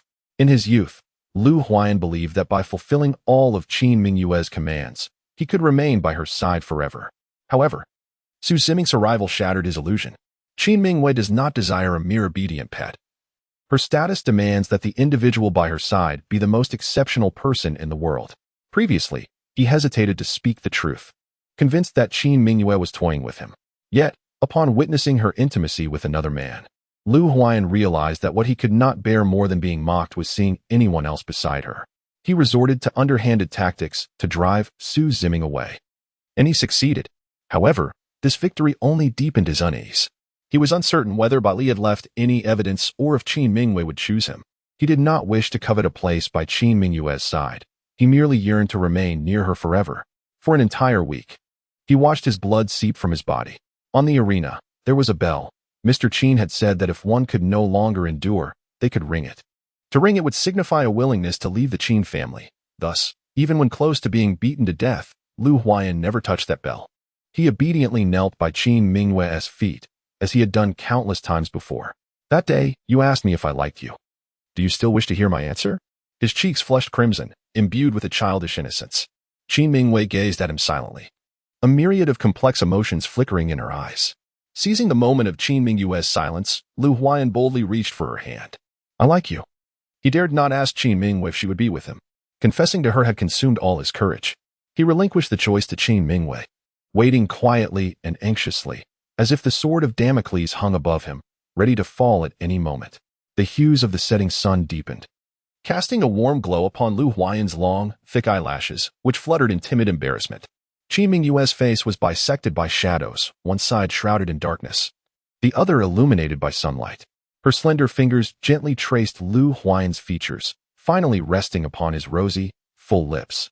Lu Huayan tilted his head back, slightly parting his lips to reveal a hint of pristine teeth and a pink tongue, a pure, na-ve temptation. Oh my, is this seduction? Is this truly seduction? Yeah, what a woman. How can you endure this? Mingyue, I implore you, teach him a lesson. Let him know the harshness of society. Qin Mingyue chuckled softly before delivering a resounding slap to Lu Huayan's face. He turned his head, disheveled hair falling over his brow, obscuring his expression from her view. Crystal-clear tears cascaded to the floor as Lu Huayan silently wept. You profess to like me? So you intervened, rekindling my fiancé's romance with his ex-girlfriend, leading to the dissolution of our engagement and rendering me a laughingstock. Is this your notion of affection? Upon hearing Qin Mingyue's words, despair washed over Lu Huayan's eyes. No matter how he tried to prevent it, Qin Mingyue had uncovered the truth. His mind was a blank slate, leaving him kneeling dumbly in place. Qin Mingyue crouched down, gripping his dark hair and pulling it back forcefully. Lu Huayan's tear-streaked face, with reddened eyes, was laid bare before Qin Mingyue. Truly beautiful. Among all the people Qin Mingyue had encountered, this face was unparalleled. Why are you silent? Weren't you so articulate in front of Bai Li? Qin Mingyue retrieved a voice recorder from her bag, and Bai Li's voice echoed forth. Lu Huayan had initially called me out, suggesting we meet at the university CAF. He implored me to reconcile with Su Ziming, and then he pleaded, "Turn it off, miss, please turn it off." Lu Huayan's voice trembled with emotion. He was reluctant to confront the evidence of his own transgressions. Yet, Qin Mingyue was determined to dismantle him. With a smile, she pierced his heart with each word. "Your classmates describe you as gentle, kind, and upright, proclaiming you will surely become a good person. Is this the sort of deed a good person would commit? How enlightening this is, Lu Huayan. Have you harbored such repugnant thoughts while standing by my side all these years? It's truly frightening. I shall have my father expel you from the Qin family." The final words from Qin Mingyue nearly shattered Lu Huayan's composure. No, it cannot be. He had risked his life in the arena merely to remain close to Qin Mingyue. What meaning would his life hold without her? Silence, silence. Qin Mingyue continued her relentless tirade, prompting Lu Huayan to despairingly leap forward, sealing her lips with his. Initially, he was met with the taste of blood due to his fervent urgency. He had not kissed her, he merely pressed his lips against hers. Gradually, he began to perceive the delightful fragrance that was uniquely hers. Qin Mingyue, stinging from the pain, struck Lu Huayan away with a forceful slap. "Are you out of your mind?" What had begun as playful banter had ignited genuine ire in Qin Mingyue. Since entering this small world, she had been cherished and pampered by Qin Li, and Lu Huayan and Yu Lingmiao had been relatively attentive. She had never suffered harm. Tears brimmed in Qin Mingyue's eyes as she tended to the wound she had inflicted upon herself. Amidst his guilt, Lu Huayan felt an unsettling thrill. Over the years, Qin Mingyue had either struck him or lashed him with a whip. There were times when her strikes were so fierce that the marks remained on his back. This time, he had finally left his mark upon her. Suppressing the tumult within, Lu Huayan fetched a first aid kit to clean her wound. As they drew nearer, the desire in Lu Huayan's eyes threatened to materialize. Qin Mingyue's toes grazed his muscular thigh, warmth radiating from her touch, a strangely pleasant sensation. Lu Huayan bent slightly, embarrassment flooding his face. Qin Mingyue playfully kicked his abdomen, the light pressure eliciting a muffled groan from him. His voice, no longer the bright clarity of youth, had deepened into a rich and melodious timbre. Qin Mingyue regarded him with disdain. "Is this what brings you pleasure? How pathetic." Lu Huayan fell silent. His fair face flushed crimson. Qin Mingyue beckoned him closer. "Come here." Lu Huayan, hesitant, moved on his knees to approach Qin Mingyue. "You were rather rude just now. Allow me to teach you the art of kissing. If you satisfy me, I shall consent to your presence by my side." Her laughter was bright and enchanting, reminiscent of a captivating fox spirit from tales of the supernatural. Gazing at her exquisite face, Lu Huayan felt momentarily dazed, instinctively drawn closer to her. Qin Mingyue's eyes sparkled alluringly as she slowly leaned down, their lips meeting once more. With a gentle flick of her tongue, she brushed against Lu Huayan's slightly parted lips. He grasped her waist firmly, his fingers tracing the delicate curves. He was a diligent student, quick to learn. The air in the room grew increasingly warm, the tension enveloping them, while the soft sounds of water and the rustle of clothing echoed poignantly in the hushed space. After an indeterminate time, Qin Mingyue found herself struggling for breath and pushed Lu Huayan away. A slender silver thread broke between their parted lips, and Lu Huayan's finely sculpted throat bobbed as he wiped the sheen of moisture from her lips. "Are you satisfied?" he asked, looking up at her. A hint of urgency in his gaze as he sought an answer. It's barely acceptable," she replied, her cheeks flushed, eyes shimmering with a captivating brilliance. Her haughty demeanor reminiscent of a proud little cat. "Does that mean I am worthy of remaining by your side?" Lu Huayan's eyes sparkled with hope, urging Qin Mingyue for a response. Having just savored the slightly immature sweetness of Lu Huayan, Qin Mingyue found the experience quite pleasing. She nodded without hesitation, everything unfolding according to her design. After solidifying their relationship, Lu Huayan treated Qin Mingyue with even greater care. Of course, it was merely in his mind that they were now a couple. As the weather turned colder, Qin Mingyue, who cherished her appearance, was reluctant to bundle herself like a ball. Thus, on the day of the first snowfall, she succumbed to the chill. She felt feverish, her consciousness slightly clouded. Lu Huayan had classes that morning. Concerned, he placed his hand on her forehead. "Shall I take a leave to care for you?" "There's no need. We have plenty of servants at home. You should go to class." Qin Mingyue declined. Lu Huayan, somewhat reluctant, his eyes darting, clearly contemplated disobedience. Qin Mingyue tugged at his collar, pulling him close, and placed a kiss between his brows. "Go on. And bring me a cake from the back street of the school when you return." Enchanted, Lu Huayan obediently went off to class. Li Shen, I told you not to kiss me. Yu Lingmiao vigorously rubbed her cheek where Li Shun had kissed her. Tilting his head, Li Shun replied, adorably innocent, why not? In my distant homeland, gentlemen are expected to greet ladies with a kiss on the cheek. Yu Lingmiao grasped his face. A kiss on the cheek is one thing. What you did with your mouth is entirely different. Oh, please don't be upset. I'm not a pure local. Li Shun nudged the quietly reading Lu Huayan with his elbow, urging, Huayan, say something. Lu Huayan, ignoring him entirely, stood up and declared, the lady wishes to indulge in cakes from the backstreet bakery. You two can flirt. I shall take my leave. Concern gnawed at Lu Huayan as Qin Mingwei had been ill for 2 days. He hastily gathered his belongings and exited the classroom. Who was flirting with whom? Damn it, spreading such slander. I'll report you. Yu Lingmiao reached out in an attempt to catch Lu Huayan, but the 20-year-old, tall and swift, vanished in an instant. With a flushed face, Li Shun leaned closer to Yu Lingmiao, saying, actually, he isn't entirely wrong. Yu Lingmiao shot him a disdainful glance, retorting, what nonsense are you mumbling? Have you lost your mind? Your words are laced with venom. She slapped him and rushed to pack her own bag, dashing outside. For over a decade, Lu Huayan had remained an unparalleled companion, charming everyone effortlessly. A talent Yu Lingmiao envied. Once her bag was ready, Yu Lingmiao seized Li Shen by the collar and sprinted out. Hurry. Drive me, this time. I must reach before Lu Huayan. Li Shen rolled his eyes at her intensity, only able to catch his breath once they reached the car. I mean, you don't have to be this competitive, do you? Mingwei is fine. It's as if you're portraying her as a constant tormentor. You don't understand a thing. Yu Lingmiao scoffed. If Lu Huayan had to spend a decade charming the lady, would I have been forced to follow his lead? Li Shun tentatively inquired. Have you considered that Lu Huayan's kindness toward Mingwei may stem from genuine affection rather than mere flattery? Yu Lingmiao stared at him as if he were a fool. Are you out of your mind? Lu Huayan, in love with the lady? You must be dreaming. He is no masochist. Over the years, they had watched Qin Mingwei grow from a sweet little girl into a tempestuous young woman. While she showed some tolerance towards Yu Lingmiao, her treatment of Lu Huayan was nothing short of harsh. Whenever she was displeased, Lu Huayan would find himself locked away in a dark room. Once, Yu Lingmiao had even witnessed Qin Mingwei whipping him, tearing his clothes and leaving him bloodied, a sight that had horrified her. I can't fathom how things have come to this, Yu Lingmiao lamented, resting her chin in her hand. She genuinely couldn't understand why Qin Mingwei had changed, nor why the once amiable Lu Huayan had transformed. He always seemed troubled, perpetually busy, and when asked, he would simply say to leave him be. With a sigh, she ruffled Li Shun's hair affectionately. You're still the same, a lovable fool.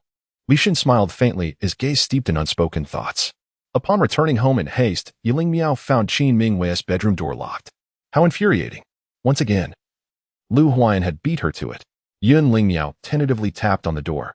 After waiting for a few moments without response, she trudged back to her room. Oh, let there be no youthful, clear voice tinged with hurried breaths. In the dimly lit bedroom, the boy and girl were in close proximity. Chapter 37. The malicious young lady's puppy Qin Mingwei sat on the edge of the bed, her slender legs crossed, slightly bending forward, her fair, jade-like fingers slipping into the boy's rosy, plump lips. Her hoarse voice carried a hint of amusement. Is the cake delicious? Lu Huayan's delicate Adam's apple bobbed up and down, his tongue inadvertently brushing against Qin Mingwei's fingertips, causing his face to flush crimson in an instant. A drop of clear liquid fell from the corner of Lu Huayan's mouth as he awkwardly closed his eyes.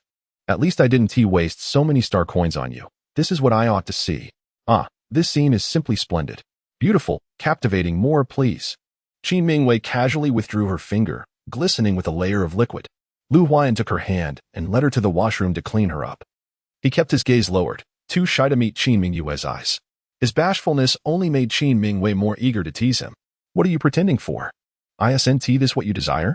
Qin Mingwei's cool little hand ventured beneath Lu Huayan's shirt, restlessly sliding up and down. Some may appear slender, yet their bodies, wrapped in fabric, are remarkably well-proportioned. Lu Huayan was one such specimen. Lean yet not frail, with a long neck, a narrow waist, defined muscle lines, and long legs that boasted an excellent ratio. Sometimes, when he lay on the bed, Qin Mingwei could not help but touch him. Each time, Lu Huayan would turn red. Yet he allowed her to do as she pleased, even looking forward to it the next time. Humph, what a pretender. Deep down, he yearned for it yet feigned reluctance. Lu Huayan was oblivious, and Qin Mingwei, unfortunately, was completely enamored by his act. They were indeed a perfect match. Lu Huayan lifted Qin Mingyue gently, placing her on the bed. You have a cold. You must rest well. Qin Mingyue inherently possessed a rebellious spirit, and Lu Huayan was prepared for her resistance. However, she said nothing, merely lying obediently under the covers. Such docility was rare from Qin Mingyue. Lu Huayan stole glances at her again and again, ultimately unable to resist kissing her fragrant hair. Qin Mingyue did not comment on his infatuated behavior. During this period, Lu Huayan had grown increasingly clingy. The system had warned her multiple times, indicating that the male lead's happiness level was rising dramatically, now reaching 78. If Lu Huayan's happiness continued to escalate unchecked, Qin Mingyue would be deemed to have failed her mission and subsequently erased from the live stream.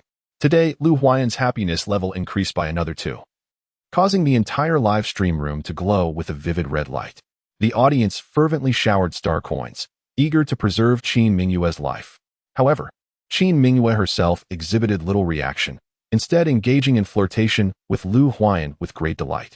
2 months passed, and Lu Huayan's happiness index stabilized at a commendable 89. The system issued its final warning. Please, host, swiftly diminish the male lead's happiness index within a month. Failure to do so will result in your immediate obliteration from the live stream. Spring had arrived, and the flowers in the garden gradually bloomed. Qin Mingyue sat in the flower room, savoring tea while admiring the blossoms. Lu Huayan entered, holding a delicate black and gold gift box. He stood awkwardly for a moment before placing the box in Qin Mingyue's palm, saying, "This is for you."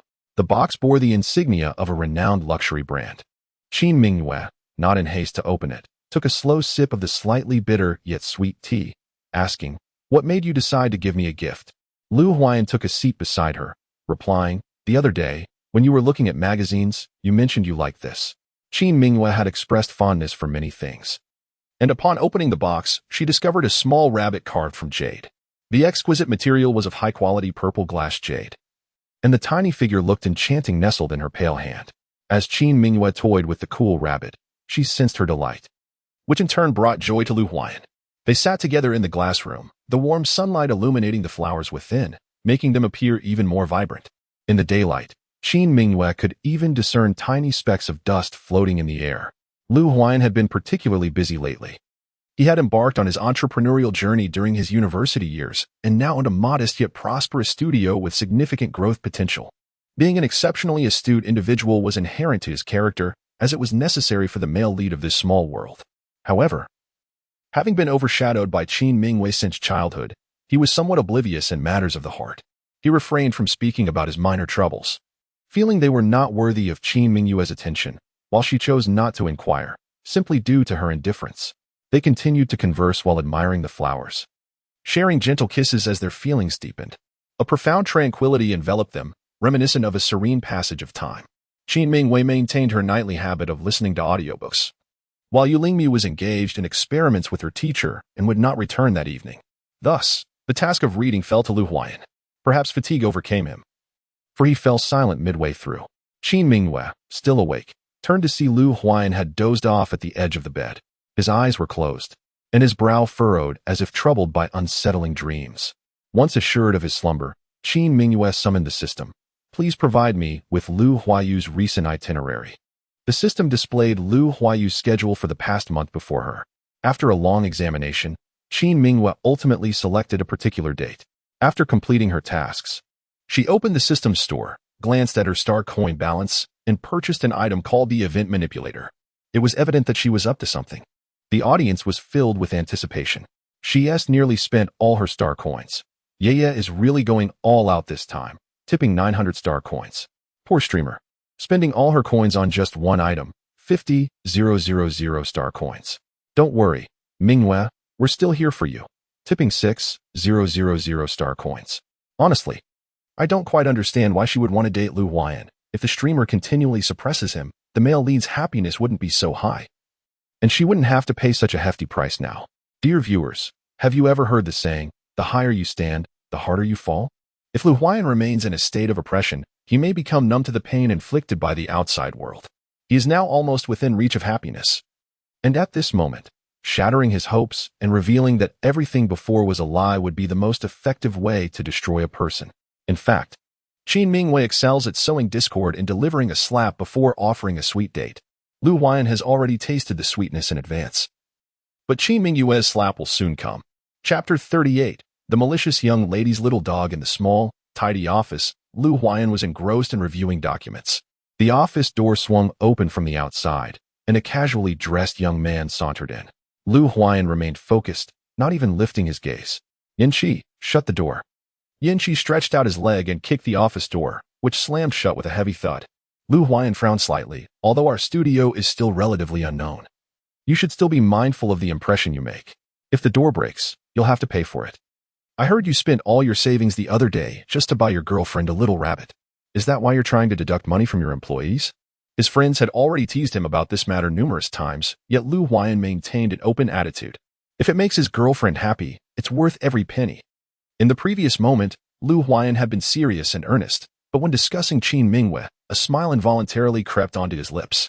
Yanqi sighed deeply, realizing that this love-struck brain was beyond saving. I don't know how many times I've said this, but you should be cautious. What if she's just after your money? You work so hard every day, yet she has never even visited you at the office. Even that bald programmer has a wife who makes him nourishing soup. You've spent so much, yet gained nothing. I truly feel for you. Lu Huan adjusted his glasses with his index finger and earnestly informed Yanqi. My expenditure on her is not motivated by any expectations of return. Her happiness is my sole concern. To remain by her side, regardless of the sacrifices I make, is a value I cherish immensely. Lu Huan expressed a torrent of heartfelt sentiments, which Yanqi perceived as a singular declaration. I am infatuated, refrain from interfering. Having been friends with Lu Huan for many years, Yanqi was accustomed to his typically nonchalant demeanor, one that suggested indifference. Such earnestness was a rarity. Aware that prolonging the discussion might dampen Lu Huan's spirits, Yanqi chose silence. What shall we have for lunch today? Lu Huan, not particularly discerning in his culinary desires, casually produced a takeout menu. You decide. Yanqi quickly waved his hand. Brother, we've been ordering from this place for a month straight. If we eat there again, I might lose my lunch. Then choose for yourself. I have matters to attend to. Lu Huan replied dismissively. A few minutes later, there was a knock on the office door. Yanqi called out, "Come in." A man in a suit entered the office with a respectful demeanor. Good day. Are you Mr. Lu? Lu Huan nodded and rose from his chair. The man's suit exuded an air of affluence, leading them to instinctively assume he was there for a business discussion. However, as Lu Huan extended his hand, the man bowed slightly instead. Miss Qin has arranged a meal for you. Please enjoy. The suited gentleman glanced back. And soon 5 or 6 individuals entered the office in an orderly fashion. Platters of exquisite dishes were laid upon the rosewood coffee table, causing Yanqi's eyes to widen in astonishment. Oh my, Lu, you are on the verge of great fortune. The taste of the dishes was secondary. The mere presence of such opulence conveyed an immediate sense of wealth. The white porcelain was adorned with various ink-style patterns, with delicate gold edges framing the rims. Once placed on the table, their humble second-hand rosewood coffee table seemed to transcend into the realm of elegance. After delivering the meal, the group departed in an orderly fashion, leaving the employees in the studio in a state of bewilderment. Mr. Lu, have we secured a major contract? Are we about to soar? Since hearing the suit-clad man mention Miss Qin, Lu Huan had been lost in thought. Yanqi nudged him, and Lu Huan reluctantly returned to reality. It's a gift from Mingwei. Yet, how did she know the location of his studio? Lu Huan pondered this for merely a few seconds before arriving at a conclusion. The eldest daughter of the Qin family could uncover any information with ease. A mix of joy and indescribable emotion surged within him. At that moment, all he desired was to see Qin Mingwei. Grabbing his phone, he headed for the exit. You all eat first. I have something to attend to. After a few steps, Lu Huan halted abruptly, rubbing his eyes vigorously, suspecting he was hallucinating. How could it be possible that he spotted Qin Mingwei in the corridor? Today's weather is rather dreary, shrouded in a heavy gloom devoid of sunlight. Qin Mingwei, a rare sight in a simple, elegant dress, lets her long, cascading hair fall freely down her back, unadorned by makeup, her delicate features appearing ethereal and pristine. A beam of light cascades down upon her, enveloping her in a soft, luminous halo, making her resemble a graceful celestial being poised to ascend into the heavens. Qin Mingwei's beauty surpasses even the exquisite champagne roses she cradles in her arms. Lu Huan strides toward her, hastily grasping her slender, delicate hand. To him, Qin Mingwei is akin to a radiant shaft of light that pierces through the fabric of the sky, dispelling all darkness from his world.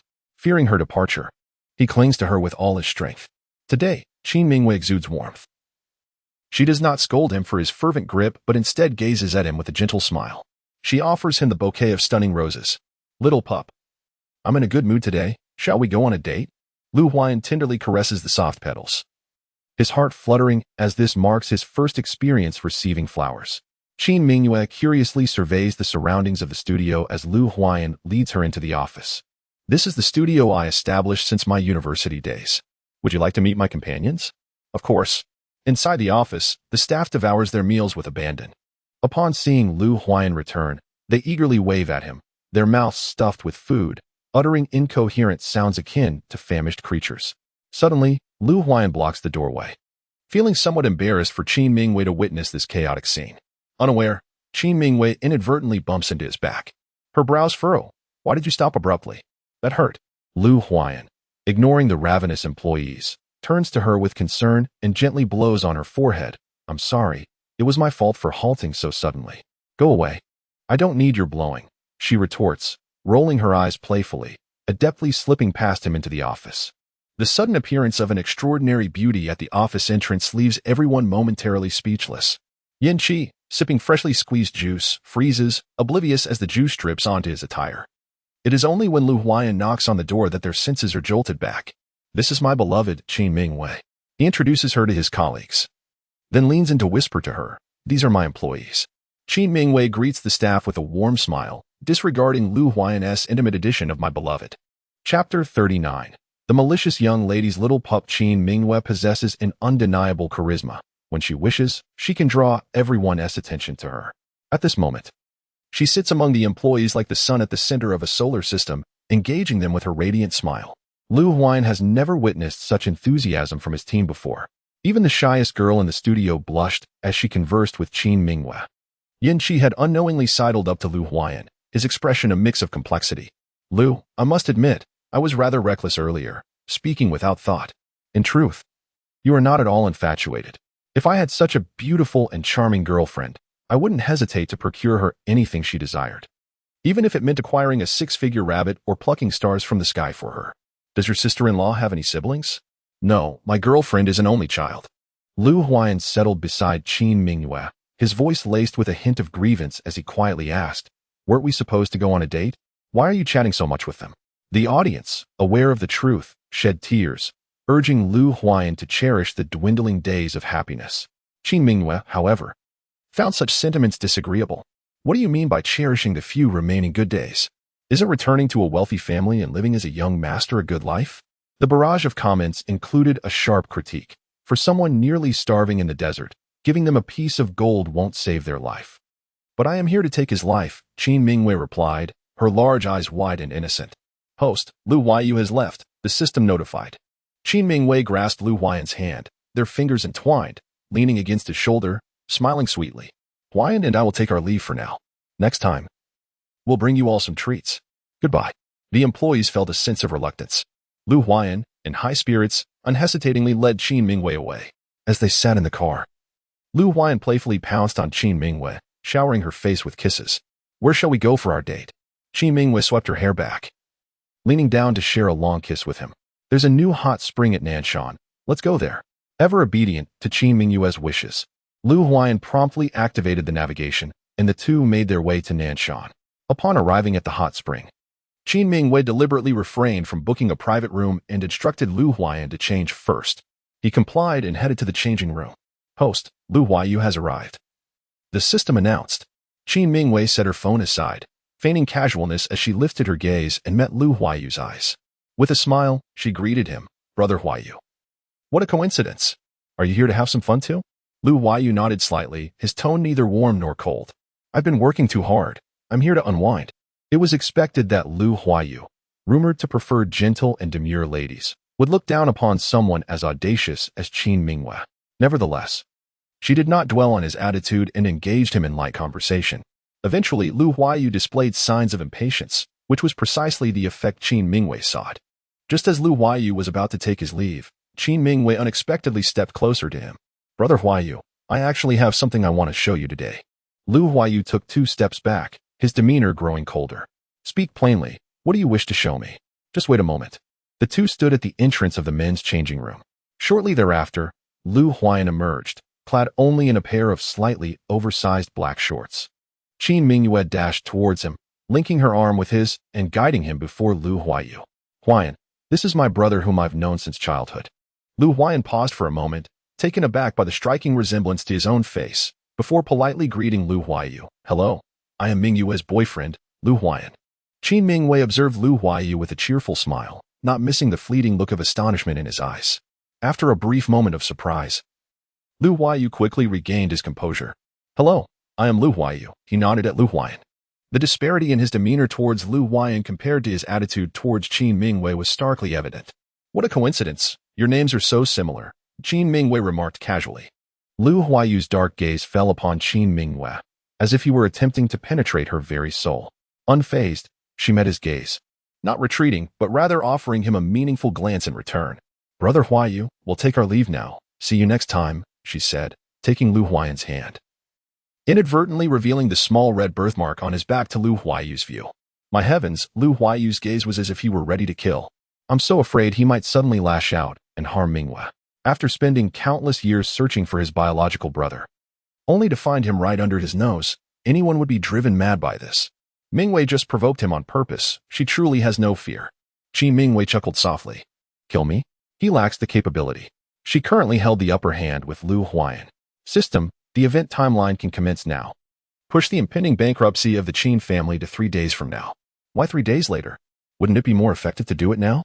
The system inquired. Qin Mingyue was speechless. Are you foolish? If it happened now, where would I transfer the assets? The system, scratching its non-existent head, suddenly beamed. Host, I've noticed you become smarter. Get lost. After concluding these matters, Qin Mingyue insisted on changing from the public pool to a private hot spring. Lu Huayan unconditionally supported her idea. Once in the hot spring, he began to massage the areas where Qin Mingyue felt discomfort. His technique was quite professional, and she gradually began to feel drowsy. Just moments after closing her eyes, Qin Mingyue caught Lu Huayan's wandering hands. I recall that a massage shouldn't involve this area. Should it? Due to the warmth, her cheeks flushed a rosy hue, and a thin layer of moisture glimmered in her captivating eyes. Lu Huayan's voice was husky. It's my selfish desire. Qin Mingyue's eyes sparkled. Then what else do you wish to do? Lu Huayan's face gradually flushed as he leaned closer to Qin Mingyue. Is it all right? Qin Mingyue tilted her head, her beautifully shaped lips brushing against Lu Huayan's Adam's apple, which was in constant motion. We are in a serious boyfriend-girlfriend relationship, and your strength exceeds mine. ISNT it just as you wish. Her fingertips traced gentle circles on the nape of Lu Huayan's neck. He firmly embraced her and strode into the room, meticulously drying the water off her skin. With a slight exertion, he laid Qin Mingyue on the soft bed. Chapter 40. The malicious young lady's puppy. For reasons that cannot be described, the live stream went dark for an entire night. The audience could only hear some blushing and pulse-quickening sounds. By the time Qin Mingyue awoke naturally, it was nearly noon. As she shifted, Lu Huayan immediately wrapped his arms around her. Are you all right? His voice was husky, tinged with the aftermath of passion. Qin Mingyue lazily nestled in Lu Huayan's warm embrace and nodded with a hint of lethargy. I'm fine. Lu Huayan had been attentive to her feelings the previous night, carefully controlling his strength, so aside from feeling a bit fatigued, Qin Mingyue felt no discomfort. A man's love for you cannot solely be measured by his everyday actions. It is the man who can restrain his desires who is truly admirable. Perhaps due to their newfound intimacy, Lu Huayan became even more attached to Qin Mingyue. He buried his head in the crook of her neck, inhaling her warm, fragrant scent like a little puppy. Did you feel comfortable last night? He asked in a muffled tone. Qin Mingyue reached out to touch Lu Huayan's cool, tousled hair and unhesitatingly affirmed, You did wonderfully. With her affirmation, Lu Huayan embraced Qin Mingyue even more tightly. He leaned close to her ear and whispered softly yet firmly, I really like you. Qin Mingyue smiled, warmth flickering in her eyes. After so many years, she had finally won Lu Huayan's heart, and she felt a deep sense of satisfaction. When she was happy, she never hesitated to show her affection. I like you too. Qin Mingyue, who was somewhat fickle and detached, knew that if Lu Huayan were aware of her past actions, he would likely not believe her declaration of affection. Unfortunately, Lu Huayan remained oblivious, taking her words to heart. He buried his face in her, unwilling to lift it. fearing that she might see his tears. In his childhood, Lu Huayan seldom cried. If he did, it was out of frustration with fate. In those moments, his heart brimmed with rage as he wept, wishing to annihilate the world. It was only when Qin Mingwei entered his life, when she genuinely uttered that she liked him, that he truly understood the meaning of tears of joy. It turned out that happiness could indeed bring forth tears. And it was Qin Mingwei who bestowed upon him all of this. Lu Huayan silently vowed within himself that he would forever accompany Qin Mingwei throughout his life, until death. After finishing lunch, he prepared to return to the studio. Despite his desire to remain with Qin Mingwei, the current period was crucial, and he had numerous work-related matters to attend to. Qin Mingwei, ever understanding and considerate, reassured him, "It's all right. You go ahead and be busy. I will wait for you at home." Her succinct words filled Lu Huayan's heart with warmth. Perhaps Qin Mingwei was a little Cupid sent by the heavens, as she effortlessly brought him happiness. With a smile, Lu Huayan waved goodbye to Qin Mingwei. Just as he was about to turn away, she grasped the collar of his shirt and swiftly placed a kiss upon his eyelids, as gentle as a playful butterfly briefly resting there. Lu Huayan stood in a daze, acutely aware of an unusual sensation. He inquired, "What's wrong?" Qin Mingwei merely smiled in response, "See you tonight." With that, she turned and walked away without a hint of reluctance. Lu Huayan sighed softly, chiding himself for his excessive suspicion. A call from Yin Qi urged him to hurry to the studio. He walked in the opposite direction of Qin Mingwei, now separated from the person he had just shared tender moments with. Upon returning home, Qin Mingwei instructed the servants to assist in organizing her jewelry and valuable possessions. The servants spent the entire afternoon and managed to gather 10 boxes of her most precious items. "Come to my house. I need your help with something." Before the person on the other end could respond, Lu Huayan's call came through. After hanging up, she immediately answered Lu Huayan's call. "What is it?" His voice carried a hint of remorse. "I may have to work late tonight and won't be able to return." "I see. Well, that's all right. Work is important." Qin Mingwei replied, her expression devoid of emotion despite her disappointment. They exchanged a few more words, and just as she ended the call, a servant knocked at the door. "Miss, young Master Su has arrived. Let him in. Why is he in such a rush to call me here? I was on a date with Bai Li." Su Ziming mumbled, somewhat displeased.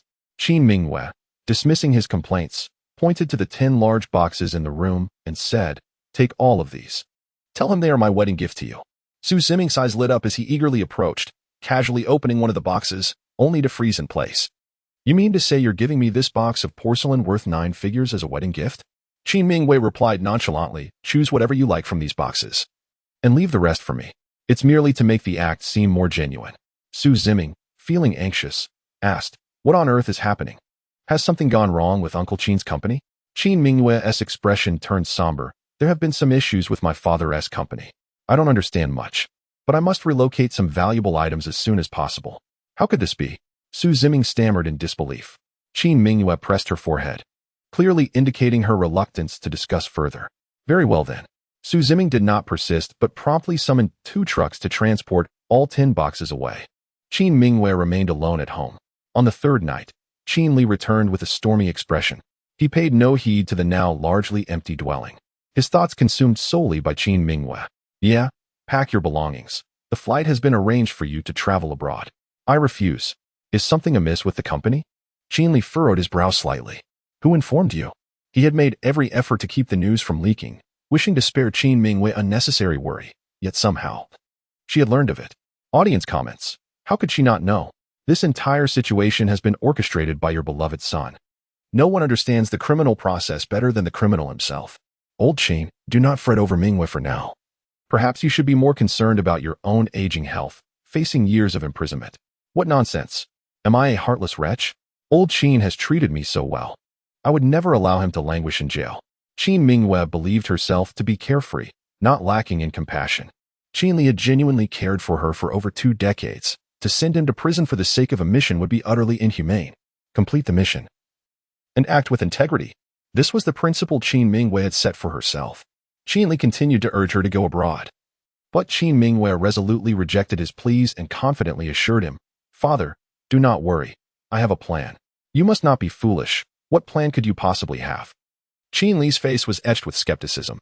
It was not that he doubted his daughter's capabilities. She was indeed quite capable. Yet she had never truly engaged with the affairs of the company. Moreover, this was not merely a company issue. There were powerful individuals intent on undermining him. The situation was far too intricate for a young girl like Qin Mingwei to navigate. In an effort to alleviate Qin Li's suspicions, Qin Mingwei revealed the strategy she had long considered. We can seek assistance from the Lu family. Qin Li shook his head with a bitter smile. Do not even mention the Lu family. Even those who once fawned over me are eager to kick me while I'm down. Our ties with the Lu family are tenuous at best. Why would they come to the aid of the Qin family? Qin Mingwei fixed her gaze on Qin Li and slowly said, Father, after all these years, have you never noticed how much Lu Huayan resembles the current head of the Lu family? At this revelation, Qin Li was momentarily stunned, deep in thought, his eyes betraying an undeniable shock. You mean to say?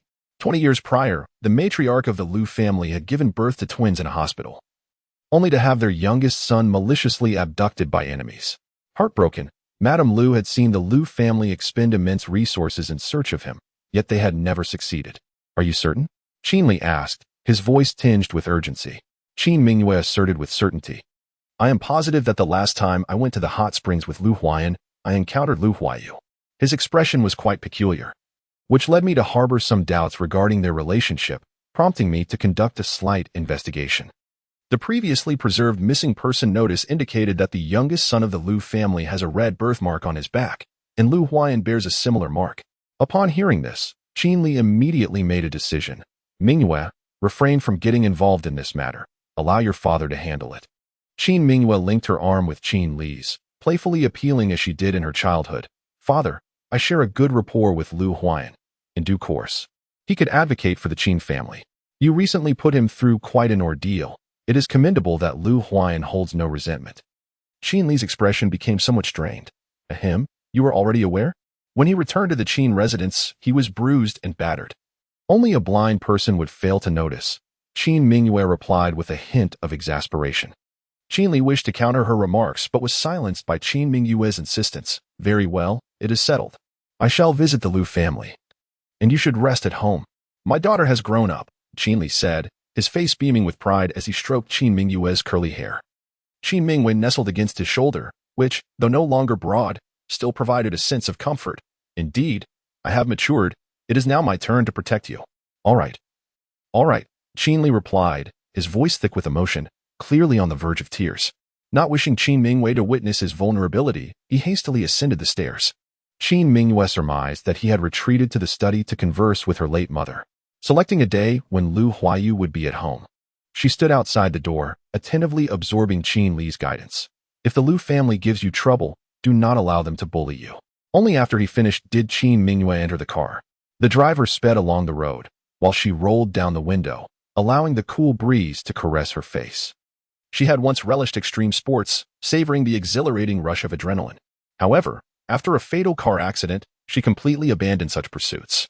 Despite having traversed through numerous small worlds, the indelible pain of that experience remained with her. To this day, she merely requested the driver to accelerate during moments of frustration to alleviate her inner turmoil.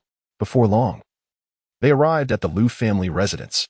Initially, the gatekeeper was reluctant to grant entry, but upon her request to announce her name to Lu Huayu, the security guard complied.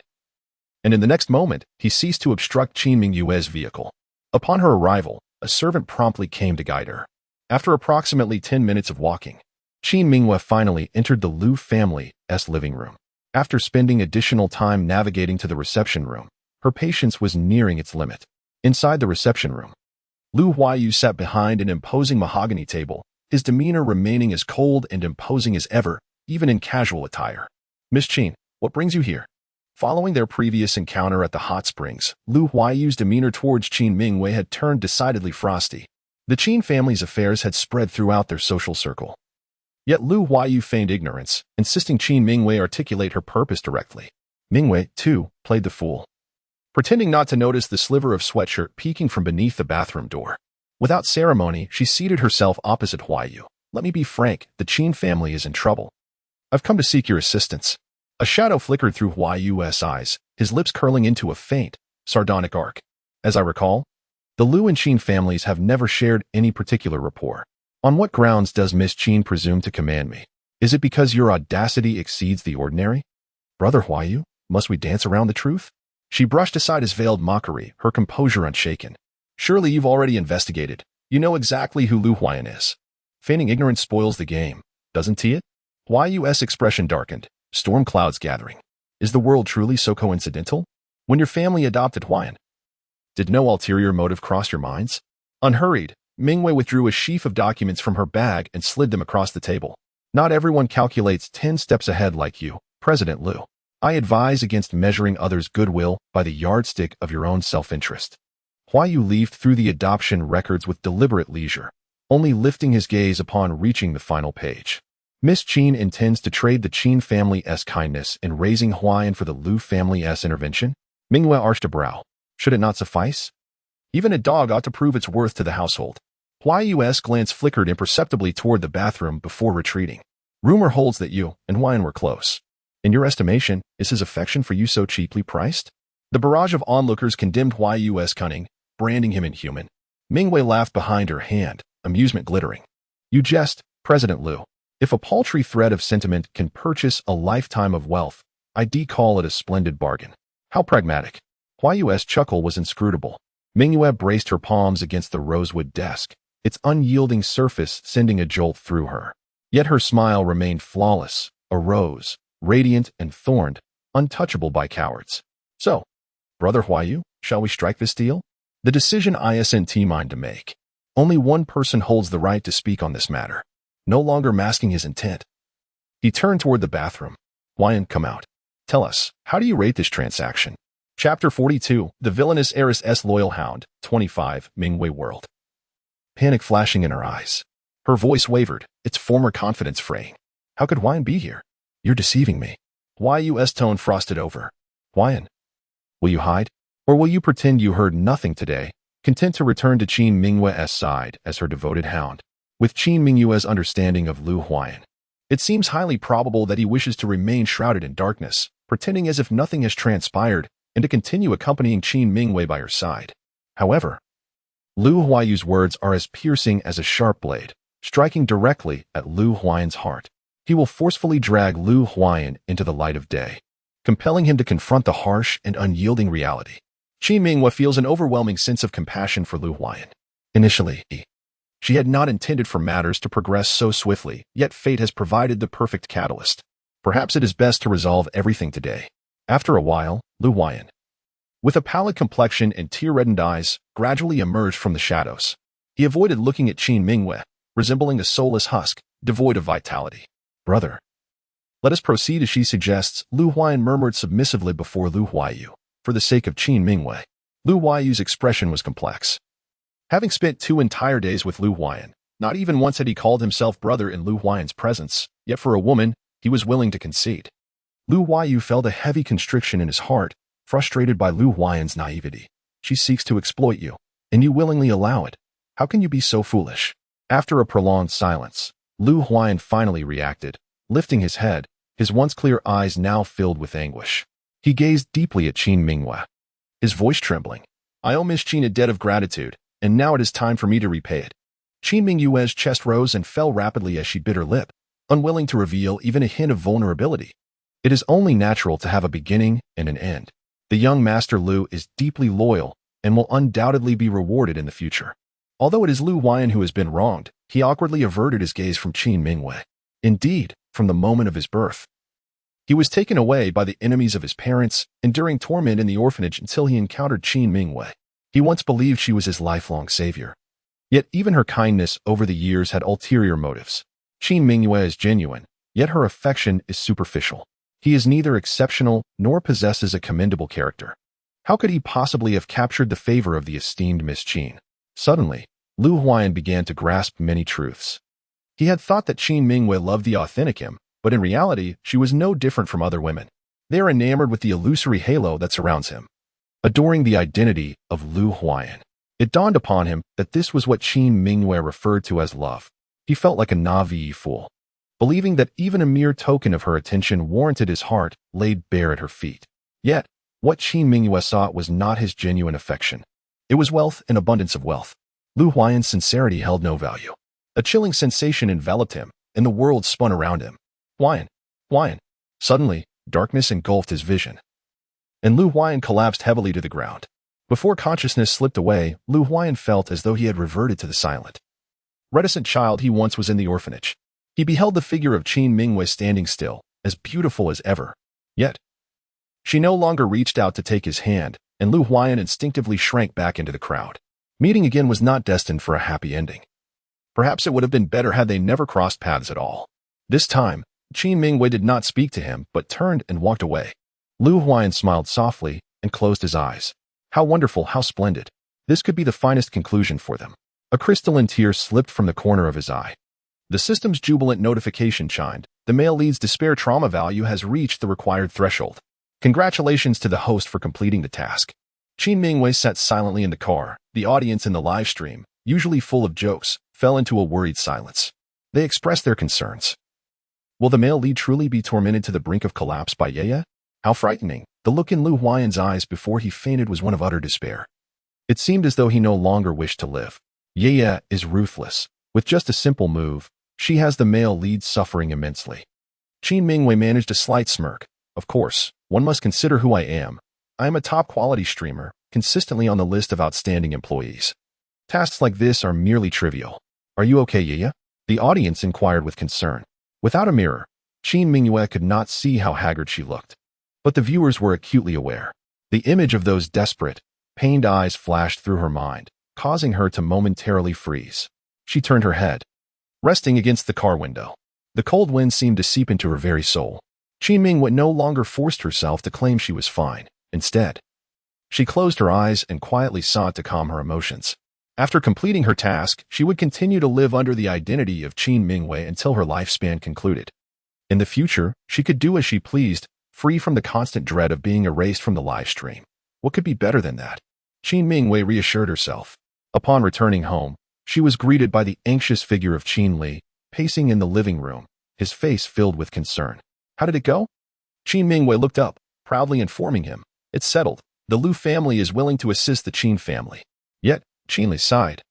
I was asking if you were all right, Ye. Qin Mingwei's expression faltered for a moment before she quickly regained her composure.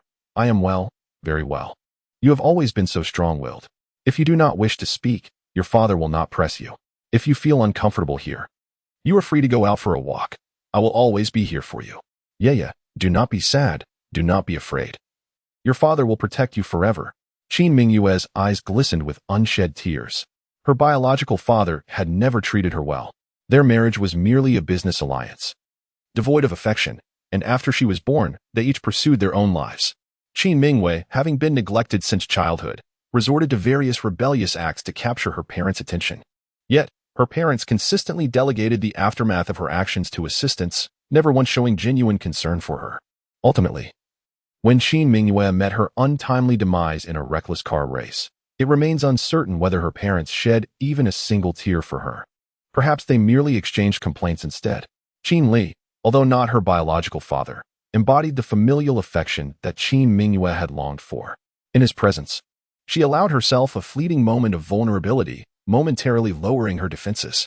Having grown up alongside Lu Huayan, she realized that even the thought of causing him harm felt painful to her.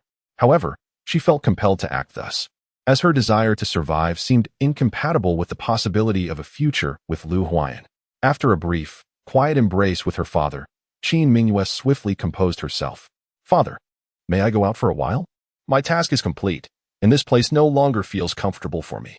Chapter 43, The Malicious Young Lady's Puppy Miss. Why are you moving Lu Huayan's belongings? Upon finally extricating herself from her project, Yuling Miao returned home only to find the servants clearing out Lu Huai's room. Clad in a lake blue sundress that billowed gracefully, Qin Mingwei leaned against the doorframe, casually remarking, Lu Huayan is the lost young master of the Lu family. He has returned to his home now. Her nonchalant tone juxtaposed with the gravity of her words left Yuling Miao feeling disoriented. What was undeniably a significant event was treated by Qin Mingwei as casually as one would discuss lunch plans. Observing the boxes being packed, Yuling Miao frowned, hesitating to voice her thoughts. Qin Mingwei, sensing her discomfort, inquired, What is it? Lu Huayan still has belongings at my place, and I am uncertain how to manage them. As she carried her teacup outside, Qin Mingwei replied, You may handle them as you wish. Yuling Miao trailed closely behind her, acutely aware of Qin Mingwei's troubled mood.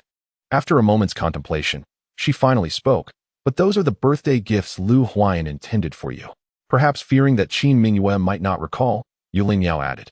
You know, the time you locked him in the little dark room. Qin Mingyue's steps faltered imperceptibly, her voice devoid of emotion as she responded. If they are intended for me, then please place them in my room later. Yu Lingmiao nodded in agreement. Though Lu Huayu's words could be biting, his character was commendable. He had managed to mend relations and provided financial support to the company.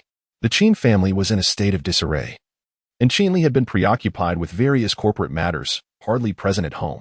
Yu Lingmiao, exhausted from her experiments, returned to her room for a much-needed nap after lunch. Something must have gone awry, for the originally sensitive and delicate Yu Lingmiao had transformed into a rather carefree young woman. Apart from conducting experiments and tending to basic physiological needs, scarcely anything else seemed to capture her attention. Upon hearing that Lu Huayan was the scion of a wealthy family, she merely exhibited a fleeting moment of astonishment before promptly dismissing the matter from her mind. Su Ziming was engrossed in affectionate exchanges with Bai Li, while Li Shen, seized by some inexplicable impulse, had ventured to Africa to photograph wildlife. Qin Mingyue found herself utterly bored at home, seated upon the sofa. Her gaze fell upon a small wooden box resting upon the table, a gift from Yu Lingmiao, purportedly a birthday present Lu Huayan had failed to deliver. After prolonged contemplation, Qin Mingyue finally extended her hand to open the box. Within lay neither gold nor jewels, nor any amorous confession, merely a yellow talisman of protection. Lying serenely in its wooden cradle, the talisman struck Qin Mingyue as oddly familiar. As she turned it over in her hands, a sudden smile graced her lips. Within the city stood an exceedingly lofty mountain, upon whose summit resided a temple housing a renowned master. Countless individuals had expended vast fortunes in hopes of securing his wisdom to dispel misfortune, yet the master invariably declined, declaring he would only assist those predestined to receive his aid. None knew who these chosen might be. Qin Mingyue had once heard tell of a wealthy merchant's youngest daughter, decades prior, who had been on the verge of succumbing to a congenital illness. In his desperation, the merchant had somehow learned of the master's abilities and, after a laborious ascent, obtained a protective talisman.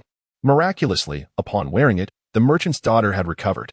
Since then, multitudes had sought this enchanted charm, though exceedingly few had succeeded in acquiring it. Qin Mingyue had glimpsed such a talisman only once before, adorning the newborn child of a lady within her social circle. The talisman still bore a faint trace of sandalwood fragrance. Qin Mingyue carefully returned it to its wooden container. She neither knew nor pondered how Lu Huayan had procured this sacred object. The past was but drifting smoke, elusive to grasp, and ultimately not worth the effort. After 2 days of idle amusement at home, Qin Mingyue found herself genuinely weary of ennui. Packing her belongings, she arrived at the airport, yearning to behold unfamiliar vistas. Yu Lingmiao and the others had specially carved out time to bid her farewell. Curiously, it was not they who wept, but Bai Li, who had known Qin Mingyue but briefly, that dissolved into copious tears. Handing her a tissue, Qin Mingyue watched as Bai Li declined to use it, instead tucking the paper into her bag before burying her face in Su Ziming's embrace to dry her tears. With mild exasperation, Qin Mingyue remarked, I'm merely embarking on a journey, not marching to my demise. What cause is there for weeping? Bai Li wept softly, at a loss for words. While Su Ziming translated for her, she expressed that the mere thought of not being able to see the beautiful girl every day caused her heartache. Qin Mingyue gently patted her head and reassured her, All right, do not cry anymore. I shall take my leave now. With a wave of her hand, Qin Mingyue turned and departed. Within the airport, a gaze remained steadfastly fixed upon Qin Mingyue.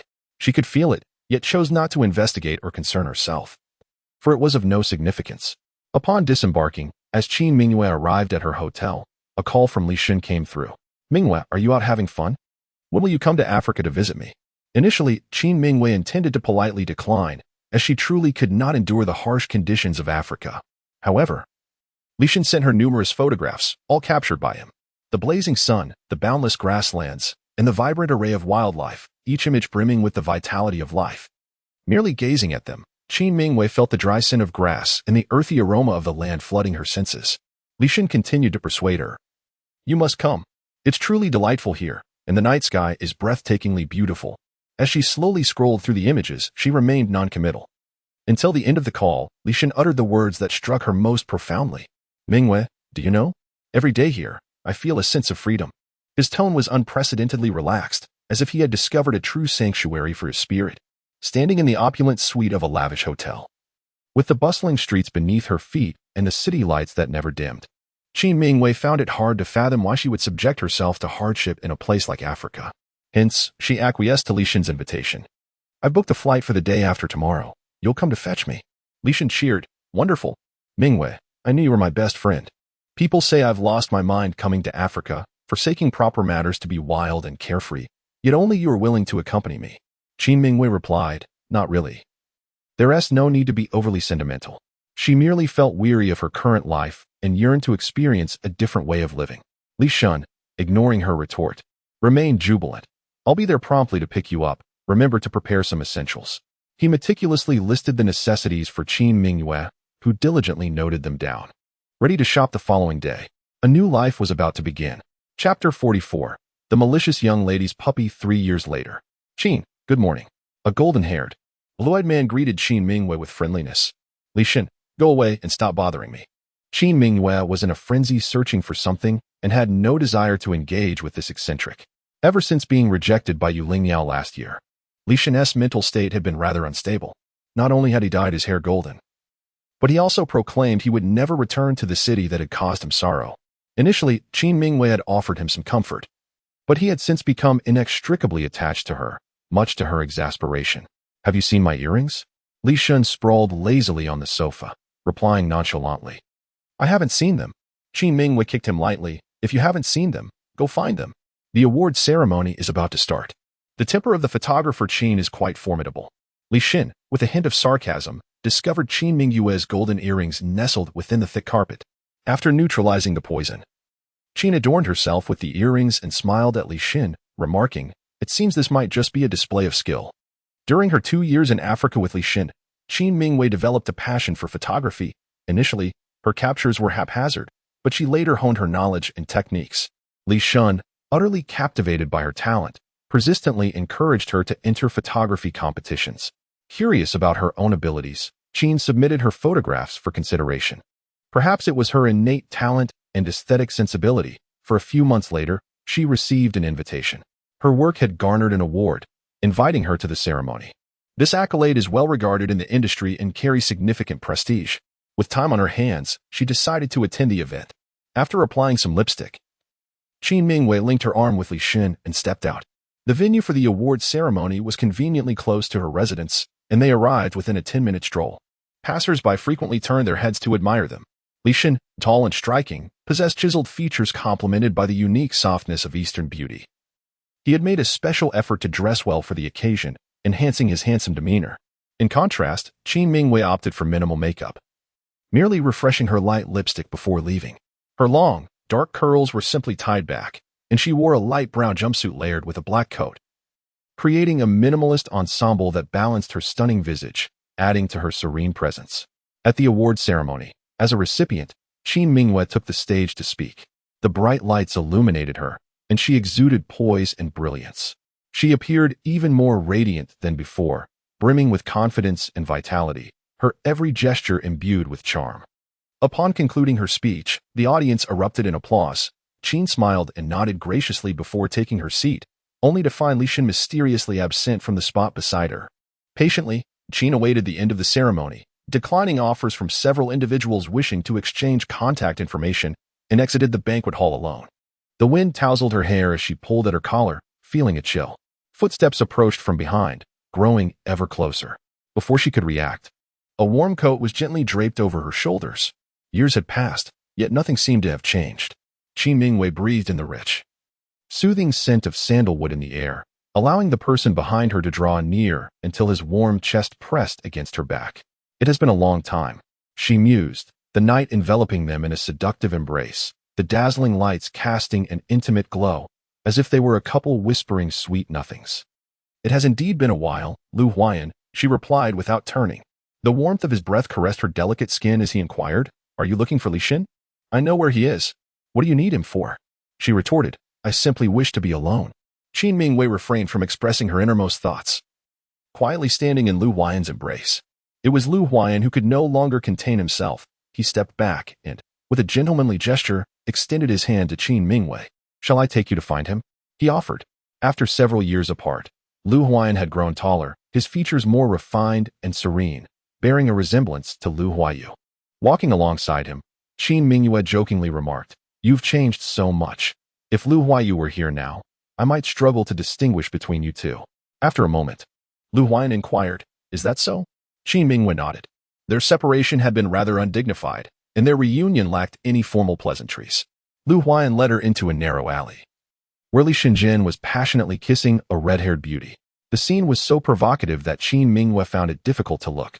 Lu Huayan beside her seemed to chuckle, though Qin Mingyue did not catch the sound clearly. She only heard him teasingly ask, at that birthday banquet, Su Ziming and Bai Li were kissing like that too when I caught them, and now I stumble upon Li Shun with another woman. Would you say there's quite a connection between us? Qin Mingyue raised an eyebrow. A connection with me? More like with the men around me. Lu Huayan fell silent. It felt improper to continue watching others in such intimacy, so Qin Mingyue slowly walked towards the alley's exit, with Lu Huayan trailing behind her like a silent shadow. The streetlight elongated Qin Mingyue's shadow, which Lu Huayan unhesitatingly stepped upon. You've known all along that Bai Li is Su Ziming's girlfriend, haven't you? It was not a question, but a statement of fact from Lu Huayan. Indeed, by this point, Qin Mingyue felt no need for concealment and readily admitted it. It seemed Lu Huayan could no longer restrain himself. He grasped Qin Mingyue's hand firmly. After 3 years, their skin touched once more, stirring a subtle flutter in their hearts. His hand was warm and much rougher than she remembered. Had the Lu family taken him back and forced him into manual labor? Qin Mingyue furrowed her brow unconsciously. Lu Huayan turned her to face him. Standing under the lamplight, she gazed at Lu Huayan, who was shrouded in darkness. You knew all along but pretended not to. Watching me like a jester, consumed by jealousy and madness, employing underhanded tactics. Why must you torment me? Do you take pleasure in my sorrow? At that moment, Lu Huayan seemed to tear away the facade of calm, revealing his true self. His expression was resolute, his gaze intense and unyielding, reminiscent of the Lu Huayan who had lingered by Qin Mingyue's side. Little dog, she silently called him in her heart. Hurting the sincere hearts of kind people is perhaps profoundly wrong. Thus, Qin Mingyue decisively apologized to Lu Huayan. I'm sorry. Lu Huayan, with reddened eyes, glared at her. I do not want an apology. Qin Mingyue gazed at him in silence, her expression calm, as if she were willing to accept anything Lu Huayan might do to her. Slowly, Lu Huayan submissively buried his head into Qin Mingyue's shoulder, asking, Why? Why are you always so unkind to me? Qin Mingyue chuckled, gently patting his head. Because scolding is a form of affection. Chapter 45. The malicious young lady's little dog Qin Mingyue was unaware of how she had drifted off to sleep. But when she next opened her eyes, she found herself aboard an airplane. She lay in bed with Lu Huayan beside her. His eyes tightly shut yet his pupils darting restlessly. Every slight movement conveyed to her, I am awake, come and expose me. With a sigh, Qin Mingyue nestled closer into his embrace. She had not slept well the previous night and now sought to catch up on her rest. Lu Huayan's body stiffened momentarily before he tightened his hold on her. Wake up, we've arrived. He cradled her, gently swaying her as if she were a little baby. Groggily, Qin Mingyue opened her eyes. Where are we? Lu Huayan replied earnestly, our home. Those words jolted Qin Mingyue fully awake. She sprang up from the bed, exclaiming, What do you mean, our home? Lu Huayan wrapped his arms around her from behind, his expression inscrutable. I mean, this is our home. Qin Mingyue turned her head to scrutinize Lu Huayan closely. The shadows on his face had not yet dissipated, exposing a side he wished to conceal. Lowering his gaze, he softened his voice. From now on, we will live here, all right? Curiously, Qin Mingyue surveyed the beautiful estate. Surrounded by mountains, the location was rather isolated. The grounds were adorned with champagne roses, and a clear, serene lake faced the manor. From an aerial view, it was evident that the architect of this estate had poured considerable thought and effort into its creation. Qin Mingyue inquired, Are you planning to imprison me? Lu Huayan, slightly embarrassed, murmured an affirmative. With an air of anticipation, he asked, Do you like it? It was as if he would construct another estate to her liking should she express any dissatisfaction. Due to the lack of gripping drama, many viewers had departed the live stream, leaving only a handful of Qin Mingyue's devoted fans still watching. They had just witnessed the estate and were utterly taken aback. Though it's a small world, the thought of someone living like this in a parallel universe makes me envious. It's so dull, let us spend Lu Huayan's money. Breaking the defense, living with anger, blooming with warmth. Although the Qin family was wealthy, they did not possess such extravagant riches. Qin Mingyue couldn't help but marvel at how the affluent could indeed do as they pleased. Do you not like it here? Or perhaps, do you not like me? Lu Huayan's mood shifted again, becoming somewhat erratic. Qin Mingwei ignored him entirely and disembarked the plane. Say something. Why are you silent? After their reunion, Lu Huayan became profoundly insecure. Are you not annoyed? Qin Mingwei slapped him. I willingly allow myself to be imprisoned by you. What more constitutes love? He could not escape. So he preferred being indulged by Lu Huayan. Qin Mingwei had come to terms with it. Love, a word Lu Huayan had longed for, floated lightly from Qin Mingwei's lips. He gazed at her in disbelief. You love me? How could that be? Lu Huayan would never reveal to Qin Mingwei that he had traveled to Africa numerous times, witnessing all the landscapes she had admired. He would not confess that even after her merciless abandonment, he remained hopelessly enamored with her. Qin Mingwei was like a sorcery to him. The mere thought of her caused him pain. Yet, without Qin Mingwei, Lu Huayan would rather perish. He could not bear to see her so close to Li Shan. Now, he too held power and influence. Lu Huayu had entrusted him with the branch company, which he managed commendably. Others praised him as a youthful talent. I should now be qualified to stand alongside Qin Mingwei, Lu Huayan mused. He could not endure the moment yet was reluctant to act impulsively. Thus, he devoted much time to crafting a magnificent gilded cage solely for Qin Mingwei, their love nest. It mattered not that Qin Mingwei did not love him. As long as he could remain by her side, Lu Huayan felt fulfilled. He was indeed pathetic. An obedient dog molded by Qin Mingwei. Regardless of how cruelly she discarded him, as long as Lu Huayan lived, he would inevitably return to her. On the plane, Lu Huayan envisioned countless words Qin Mingwei might say to him. The one thing he never anticipated was her declaration of love. What kind of person loves like that? Lu Huayan stood silently. This time Qin Mingwei left him not with a cold silhouette. Her beautiful face was filled with impatience, soon transforming into surprise. For Lu Huayan was crying. He did not wish to disgrace himself. Yet before Qin Mingwei, he always resembled a child unable to control his emotions. People tend to weep in front of those who cherish them. Once, Qin Mingwei had bestowed upon Lu Huayan much warmth and affection, albeit insincere. Yet he stubbornly clung to it, for he possessed nothing and cherished even a mere plastic bead as a treasure. The fragrance of Qin Mingwei drew near. Her soft body gradually pressed against Lu Huayan. Why are you still so prone to tears? Qin Mingwei did not urge him to stop crying. The 3 years apart had greatly transformed her. She remained beautiful, radiating an aura of grace and gentleness, like a tranquil lake, seemingly ready to quietly accept all that Lu Huayan offered. Lu Huayan resembled a malfunctioning robot, awkwardly and slowly embracing Qin Mingwei's slender waist. His tears soaked Qin Mingwei's shoulder. Qin Mingwei said nothing, merely caressing his back gently. After a considerable time, Lu Huayan's emotions gradually stabilized. Lu Huayan, you must have endured much hardship over the years. Qin Mingwei inquired. However, Lu Huayan did not truly feel that he had suffered. Every effort he made was merely a necessary step towards Qin Mingwei. Yet, her voice was so tender that he couldn't help but nod in agreement. When I first joined the company, they regarded me as a mere child and refused to acknowledge me. I was bullied for quite some time. A lie. Qin Mingwei was aware. From the moment Lu Huayan took charge, he had dealt with those who disobeyed him with an iron fist. In just half a year, those in the branch office were brought under his control. Qin Mingwei chose not to expose him, instead playing along with his narrative. How arduous it must have been. If I accompany you in the future, would that ease your burdens? Really? His moist, puppy-like eyes fixed intently on Qin Mingwei, silently urging her to make a promise. Qin Mingwei reached out to caress Lu Huayan's handsome face, saying, You, Mr. Lu, are powerful and influential. I dare not run away. You may do as you please. Lu Huayan's gaze dimmed. This was not the response he sought to hear. As if oblivious to his disappointment, Qin Mingwei continued, But perhaps I harbor some feelings for you. Who wouldn't be fond of such a loyal and infatuated pup like Lu Huayan? He wished to say more, but Qin Mingwei pressed her lips against his, successfully silencing him. All right then, lead me to explore this estate. Lu Huayan firmly grasped Qin Mingwei's hand, and together they strolled into their love nest. Chapter 46. The conclusion of the malicious young lady's puppy. After residing in the estate for a week, Qin Mingwei's curiosity showed no signs of waning. There was no other reason.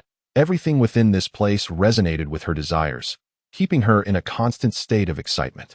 Today, Lu Huayan had gone to work, and Qin Mingwei decided to explore the one area of the estate she had yet to enter, Lu Huayan's bedroom. Since Qin Mingwei moved into the estate, Lu Huayan had not returned to his own room. He neither went nor permitted Qin Mingwei to enter. To say he forbade her was not entirely accurate, for Lu Huayan's tone was soft, almost pleading with her not to enter his bedroom. Yet, Qin Mingwei was determined to oppose him, declaring her desire to see inside. Lu Huayan remained silent, gazing at her with a pitiful expression until she felt her resolve weaken. He had become quite adept at manipulating her emotions. Qin Mingwei eventually made a promise, saying, all right, I won't go in today." Instantly, Lu Huayan led her into the bedroom. As she opened the door, Qin Mingwei pondered. She had only stated that she would not go in that day, never claiming she would refrain for a lifetime, thus rendering her promise not entirely unfulfilled. The heavy curtains in the room were drawn shut, enveloping the space in darkness. Qin Mingwei could only vaguely discern some human figures. A moment of alarm surged through her, prompting her to hastily switch on the light. The bright illumination flooded the somewhat empty yet slightly cluttered bedroom. Qin Mingwei stood frozen in place. The room was described as empty because aside from a large bed and a wardrobe, it contained nothing else. It felt slightly cramped due to the presence of lifelike sculptures, all resembling Qin Mingwei herself. Their hollow, unfeeling eyes bore into her, sending shivers down her spine. Anyone encountering such a multitude of exact replicas of themselves at home would be unnerved. Qin Mingwei even felt as though she had stepped into a horror film set. Some sculptures appeared rather hastily crafted, while others were exquisitely detailed, as if they might spring to life and engage her in conversation at any moment. Qin Mingwei pressed her trembling hand against the cold surface of a sculpture, seemingly understanding the origin of Lu Huayan's slightly roughened hands. For 3 years, Qin Mingwei had relished a life of freedom abroad, gazing at the stars and watching the clouds drift. In contrast, Lu Huayan sat alone in this bedroom, solitary and desolate, crafting sculptures of Qin Mingwei, as if eternally trapped in the past. A pang of sorrow suddenly struck Qin Mingwei. How could someone be so foolish? The sound of a servant downstairs indicated that Lu Huayan had returned. Qin Mingwei exited his bedroom, closing the door behind her, pretending as if nothing had transpired.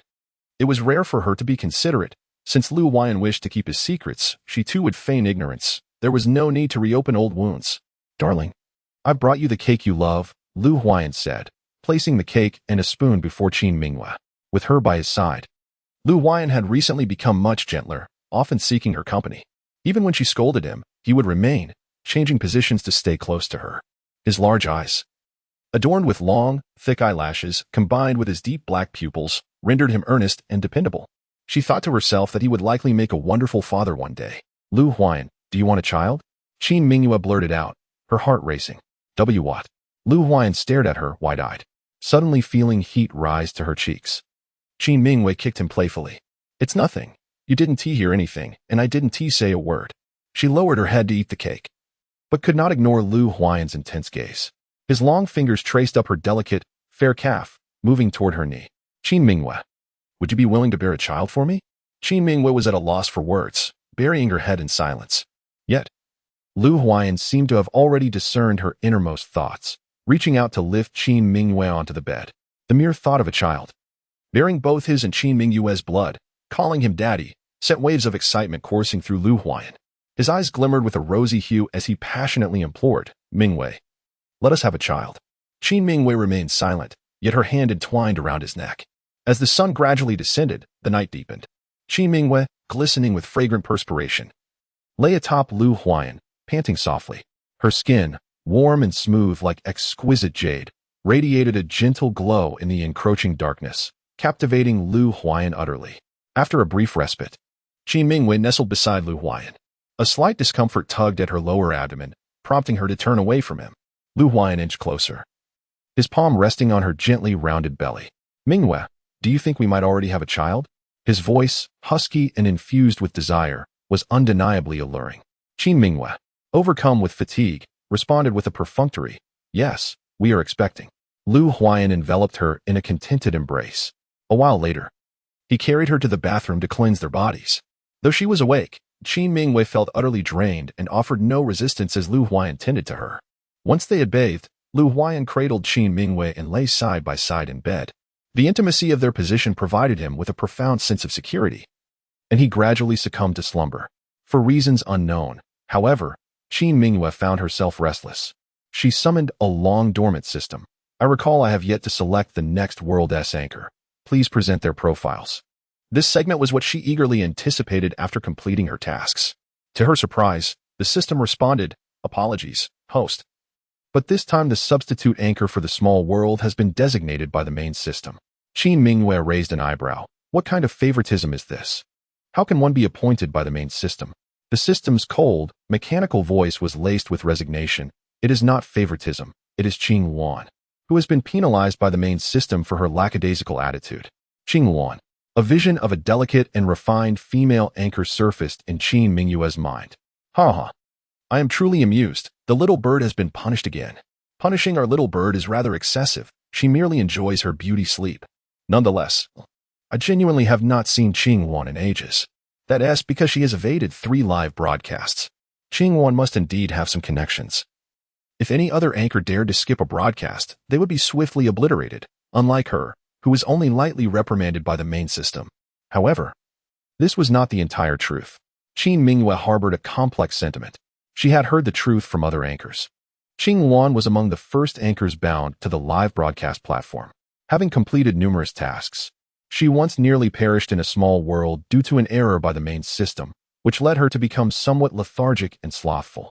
5 years prior, she should have retired, but she fortuitously escaped the final broadcast the system had selected for her. Thus, she was once again punished by the main system. Qing Wan was not a favored individual. She was merely a bewildered young girl who had yet to mature. Chapter 47. The lovebird won. The water in the pool was quite chilly, and the girl, who had been struggling fiercely moments ago, suddenly ceased all movement. The water completely enveloped her slender form. Beneath the surface, she opened her tightly shut eyes. Qing Wan had come to terms with the main system's abrupt decision to transport her to the live broadcast room. Holding her breath, she inquired within her mind, what role am I to assume this time? Am I to be the drowned water ghost? The system trembled with fear and suggested, perhaps we should discuss this once we are on dry land. Host. Qing Wan navigated through the system's marketplace, purchasing a pill that would allow her to breathe underwater, which she promptly swallowed. Let us proceed directly with the storyline. If this character is indeed a drowned specter, she couldn't be bothered to exert herself to swim back to the surface. Qing Wan was born in an impoverished mountain village where her parents favored boys over girls, resulting in a difficult life for her. At the tender age of 8, while her parents took her younger brother to the town market, they encountered a landslide and perished, leaving little Qing Wan orphaned. Perhaps the death of her parents brought her unexpected fortune, as a wealthy benefactor sought her out, offering to support her education until she turned 18. Had it not been for the benefactor's generosity, she might have been abducted to become a bride for a fool. Gratefully, Qing Wan accepted the benefactor's assistance. She was a bright and kind-hearted girl, and by the age of 19, she had gained admission to a prestigious university. The villagers urged her to bring gifts to express her gratitude to the benefactor. With a heart full of kindness, Qing Wan traversed 1,000 miles, carrying local specialties, until she finally arrived in the bustling metropolis. The benefactor, understanding of her arrival, had sent a vehicle to fetch her. With trepidation, Qing Wan approached the grand house, which seemed to her like a palace.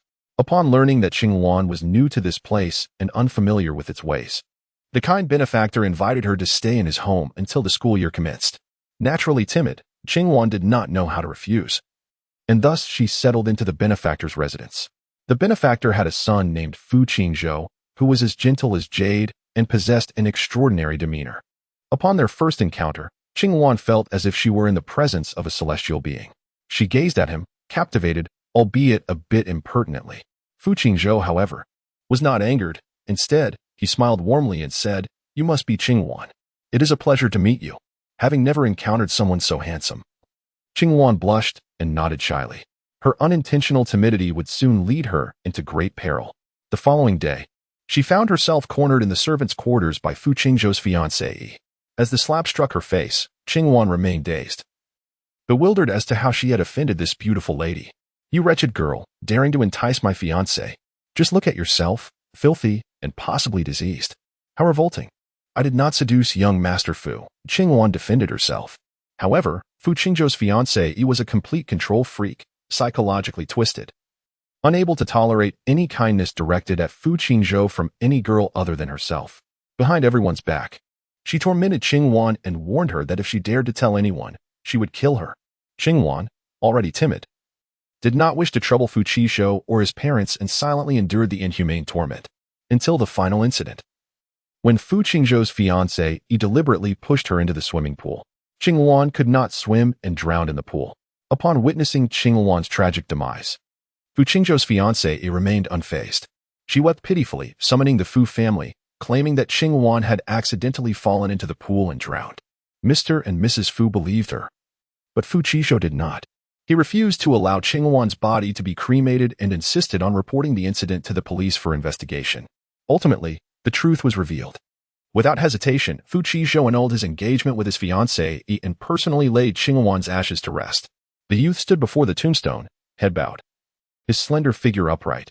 Qingwan, I am so sorry. It was my fault that you suffered. Thus, Qingwan's tragic life came to an end. The system announced. Host task. Make Fu Qingzhou's fiancée pay with her life and win Fu Qingzhou's love. As the task was issued, Qingwan began to integrate the information she had just learned in her mind. The swimming pool, Fu Qingzhou's fiancée, and herself. Qingwan swiftly clarified her current situation. This was the final torment inflicted upon her by Fu Qingzhou's fiancée, the incident that led to her demise. As Qingwan fell into the water, Fu Qingzhou's fiancée stood motionless on the shore, waiting for Qingwan to perish completely. The barrage of comments displayed viewers urging Qingwan to climb ashore and slap the wicked woman. Yet, Qingwan remained still in the pool, seemingly lifeless. The system exclaimed, "What are you lying there for? Get to work. You're not planning to take a nap here, are you?" Due to Qingwan being bound to the live stream for the longest time, her system was relatively more humanized, exhibiting a broader range of emotions. Qingwan replied, "I am currently on a mission. Please do not disturb me." While a direct confrontation was feasible, Qingwan preferred not to resort to such undignified means. She had always favored tormenting others in secret. Compared to physical pain, psychological torment was far more devastating. Slapping Fu Qingzhou's fiancée would indeed be satisfying. Yet Qingwan preferred to secretly inflict despair upon her, rendering her helpless and voiceless. Patience was essential. For now, she must endure. The system, skeptical yet silent, ceased its incessant interruptions in Qingwan's mind. Is she truly dead? A delicate voice echoed from the shore. A fist-sized stone plummeted into the water, striking Qingwan on the forehead.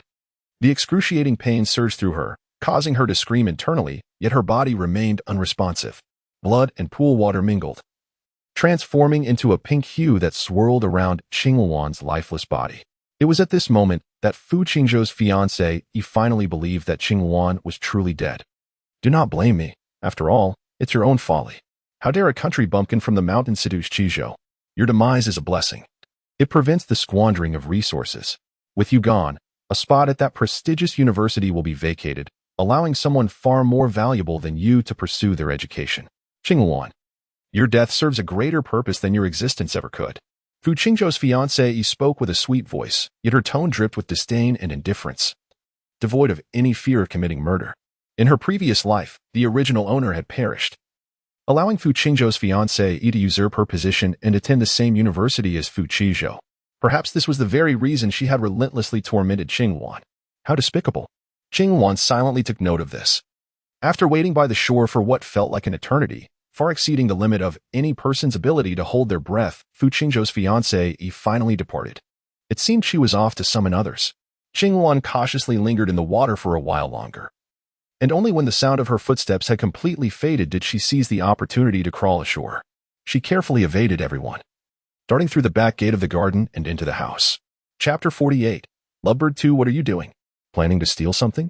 The anchor seems to be quite the thief. Steal? How foolish you all are. Qingwan scoffed. In this small world, Fu Qingzhou's persona was that of a kind-hearted angel, radiating goodwill to everyone. With such a protagonist, it would be a waste not to exploit his potential. Dear audience, let me impart wisdom to you today. When faced with dilemmas, especially those of a romantic nature, do not merely engage in conflict with women. The true strategy lies in charming the man to stand by your side. The system chimed in. Aren't you just lazy? Seeking a powerful ally sounds nice in theory. Qingwan swatted the system away. Artificial intelligence, refrain from speaking. If I can find a protector, it is a testament to my own abilities. The original owner's greatest flaw was her silence. Had she spoken up about the abuse she endured, Fu Qingzhou would have surely shielded her, preventing her tragic fate. As for Qingwan, she sought not only Fu Qingzhou's protection but his love as well. His affection was a double-edged sword, aimed at his fiancée.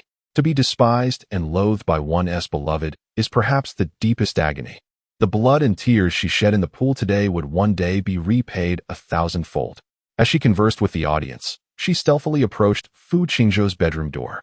Qingwan's face was pale, the wound on her forehead oozing blood, presenting a pitiful yet terrifying sight.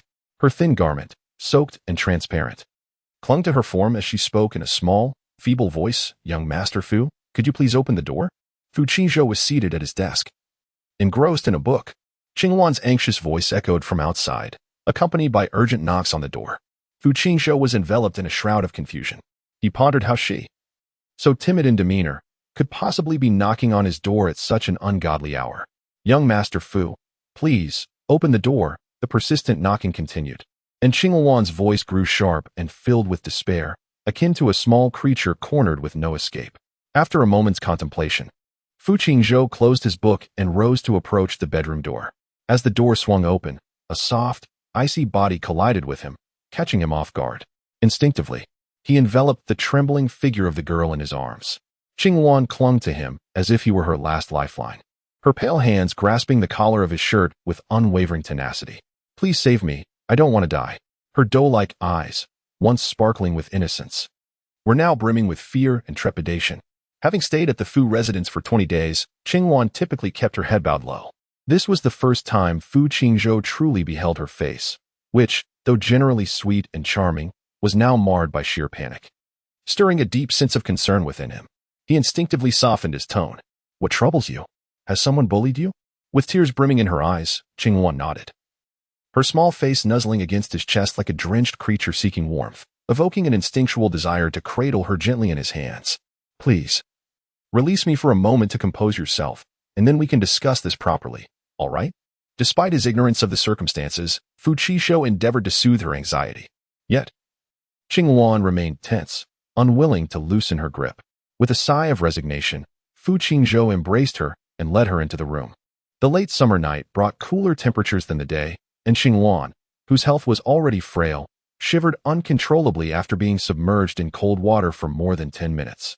Her clothes, now thoroughly soaked, rendered her blouse nearly transparent, allowing Fu Qingzhou to glimpse the delicate fabric beneath. Even with his fiancée, he had never been this close to any girl. His ears tinged with a faint blush as he gently murmured to Qingwan, "Could you please let go? I will fetch you something to wear, lest you catch a chill." Her tear-filled eyes gazed up at him with anxiety, and after a moment's hesitation, she reluctantly released her grip. "I'm scared. Please return quickly," she implored, reaching out to grasp the hem of his shirt. In the past, she had always hidden in the corners, as if terrified of being seen. Fu Qingzhou had not anticipated such clinginess from her. What could have instilled such fear in her? Furrowing his brow unconsciously, he regarded her with concern, prompting a timid inquiry from Qingwan. "Young master, do you find me bothersome?" Her expression, teetering on the brink of tears, was undeniably heart-wrenching. "I do not find you bothersome at all," he replied softly. "I shall return shortly. Do not be afraid." Qingwan nodded obediently, her demeanor truly endearing. Resisting the urge to pat her head, Fu Qingzhou turned to retrieve a clean towel from the wardrobe. Yet, in that fleeting moment of turning his back, Qingwan's demeanor shifted once more, becoming unsettlingly different. Her eyes were devoid of life, seemingly ensnared in some dreadful memory. Fu Qingzhou was at a loss regarding her experiences, unable to offer solace, so he gently draped a towel over her shoulders. The soft, warm sensation caused Qingwan to shudder. She snapped back to reality, glancing at the towel upon her shoulder, then at Fu Qingzhou. Suddenly, tears resembling pearls cascaded down her gaunt cheeks. Her delicate brows knitted together, her large eyes reddened, and even the tip of her petite nose was flushed. She appeared utterly pitiable.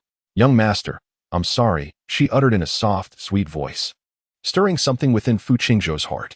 Sensitive by nature, Qingwan's emotions were fragile, and fearing to provoke her further, Fu Qingzhou hesitated before choosing to sit beside her.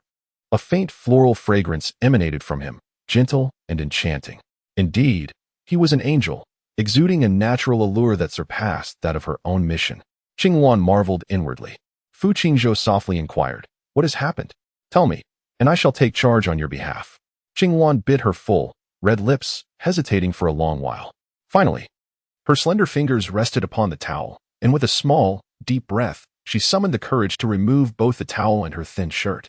Fu Qingzhou turned away, closing his eyes, his tone betraying his shock. "What are you doing?"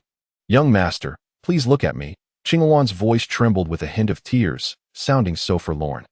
As she cried out for the young master, Fu Qingzhou felt an overwhelming urge to hold her close. Having been born into the Fu family, he had faced countless temptations from an early age. Since he turned 15, Many girls had deliberately undressed before him, hoping to ascend the social ladder. Fu Qingzhou held disdain for those who sold their bodies for gain. Such acts were not only an affront to him, but also a profound insult to themselves.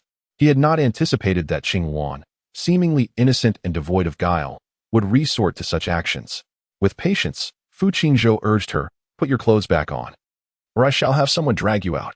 The stifled cries within the room persisted, and after what felt like an eternity, Fu Qingzhou presumed Qing Wan had clothed herself. He opened his eyes and turned to her, but the sight before him left him speechless. The delicate skin of the girl was marred with intersecting scars. Some had scabbed over, while others still oozed blood. "Who did this to you?" Fu Qingzhou's expression darkened abruptly.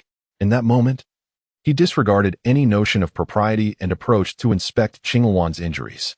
Having been at a distance before, he now saw clearly that her body bore not only whip marks but also burned scars from cigarette butts and bruises.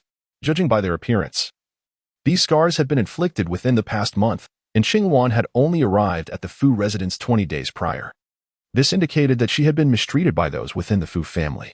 Fu Qingzhou's initial reaction was one of indignation at the thought that the household servant had dared to mistreat the pitiable girl, Qing Wan, who was bereft of both parents.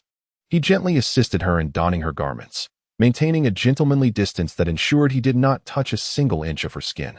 This time, Qing Wan remained still, allowing Fu Qingzhou to wrap her up like a rice dumpling. Once he addressed her, it seemed that she finally recognized him as someone worthy of trust. Her voice, hoarse, emerged slowly as she murmured, "The injuries on my body were inflicted by Qiao Yu." "Qiao Yu?" Fu Qingzhou instinctively retorted, "That is impossible." Having grown up alongside her, he knew that despite her somewhat domineering and spoiled nature, she could never be so cruel. In an instant, the trust Qing Wan had begun to form in Fu Qingzhou shattered. With her gaze lowered, she ceased to meet his eyes, exuding an overwhelming sense of despair. A faint laugh escaped her lips, as if she had anticipated this very outcome and was mocking her own fanciful thoughts. "I'm sorry, young Master Fu. I misspoke. Just consider that I was never here." With that, she slowly made her way towards the exit. Fu Qingzhou grasped her delicate wrist, insisting, "Clarify your statement. If you are to accuse my fiancée, you must provide evidence." He found no pleasure in aimless conversations, especially not in Qing Wan's current demeanor, which suggested he was somehow shielding Qiao Yu. Trembling, she questioned, "Is the proof of my injuries not enough?" Her expression was hauntingly sorrowful, causing Fu Qingzhou to avert his gaze from her eyes. "You cannot prove that these injuries were caused by Qiao Yu," he stated. Qing Wan became increasingly agitated, eager to respond. Just then, Qiao Yu's voice interrupted, "Xiao Shou, are you in there? It seems there has been an incident at the pool." Qing Wan paused momentarily, a fleeting glimmer of a smile crossing her features. Reinforcements had arrived. Fu Qingzhou remained preoccupied with the alarming scars adorning Qing Wan's body and her assertion that Qiao Yu was the true perpetrator, his mind still grappling with the situation. He had not made the connection between the pool and Qing Wan, and instinctively inquired, "What has happened?" Qiao Yu's tone was laced with urgency. "It's Qing Wan. Something has happened to her." Qing Wan could feel Fu Qingzhou's scrutinizing gaze upon her. She feigned fear, stumbling back as if a monstrous creature lurked behind the door. Fu Qingzhou caught her, attempting to soothe her anxiety. However, Qing Wan no longer trusted him. She pushed his hand away and concealed herself within the wardrobe. The lingering chill from her presence still clung to his fingers, prompting Fu Qingzhou to furrow his brow. With Qing Wan unwilling to speak, he had no choice but to question the other party involved. He opened the door, facing Qiao Yu directly, and asked, "How do you know that something has happened to Qing Wan?" From the slats of the wardrobe, Qing Wan could see Qiao Yu's flushed face, her breaths coming rapidly as if from the exertion of a frantic run. Little did anyone else know, it was excitement that coursed through her veins. Because she had just taken the life of someone who coveted her fiancé. Qing Wan initially invited me to converse by the pool, but her emotions ran too high. And in a moment of distraction, she fell into the water. I was unable to save her and could only come to summon you all. Qiao Yu's face was etched with anxiety and concern. The servants had already rushed over. "We should also go and see. I am so frightened, Xiaozhou. I hope nothing serious has happened to Qing Wan." This is where Qiao Yu's cleverness shines.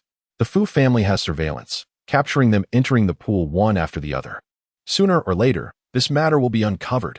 Rather than allowing others to suspect her, it is better to take the initiative. However, there is no surveillance by the pool, so she can freely fabricate any story regarding events before and after their arrival. Fu Qingzhou is a kind-hearted and just individual. Qiao Yu initially believed he would hurry to the pool with her.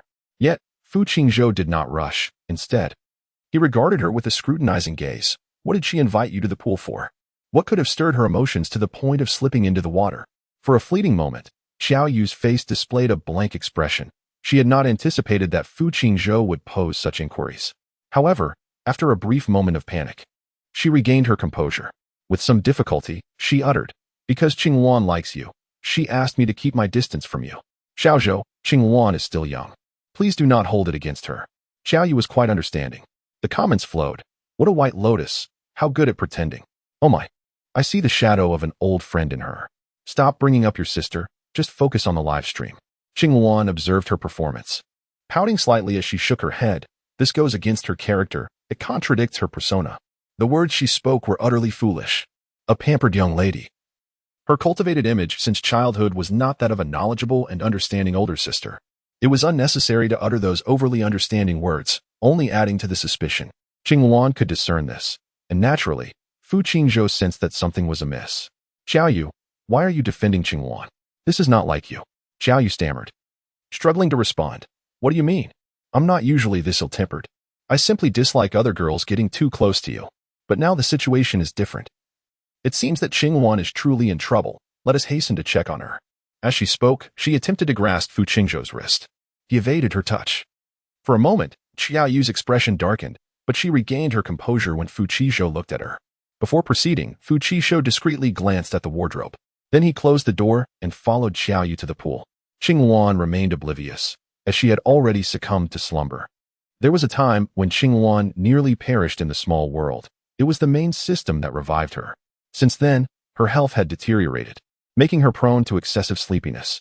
Moreover, Fu Qingzhou's wardrobe was filled with his delightful and soothing fragrance.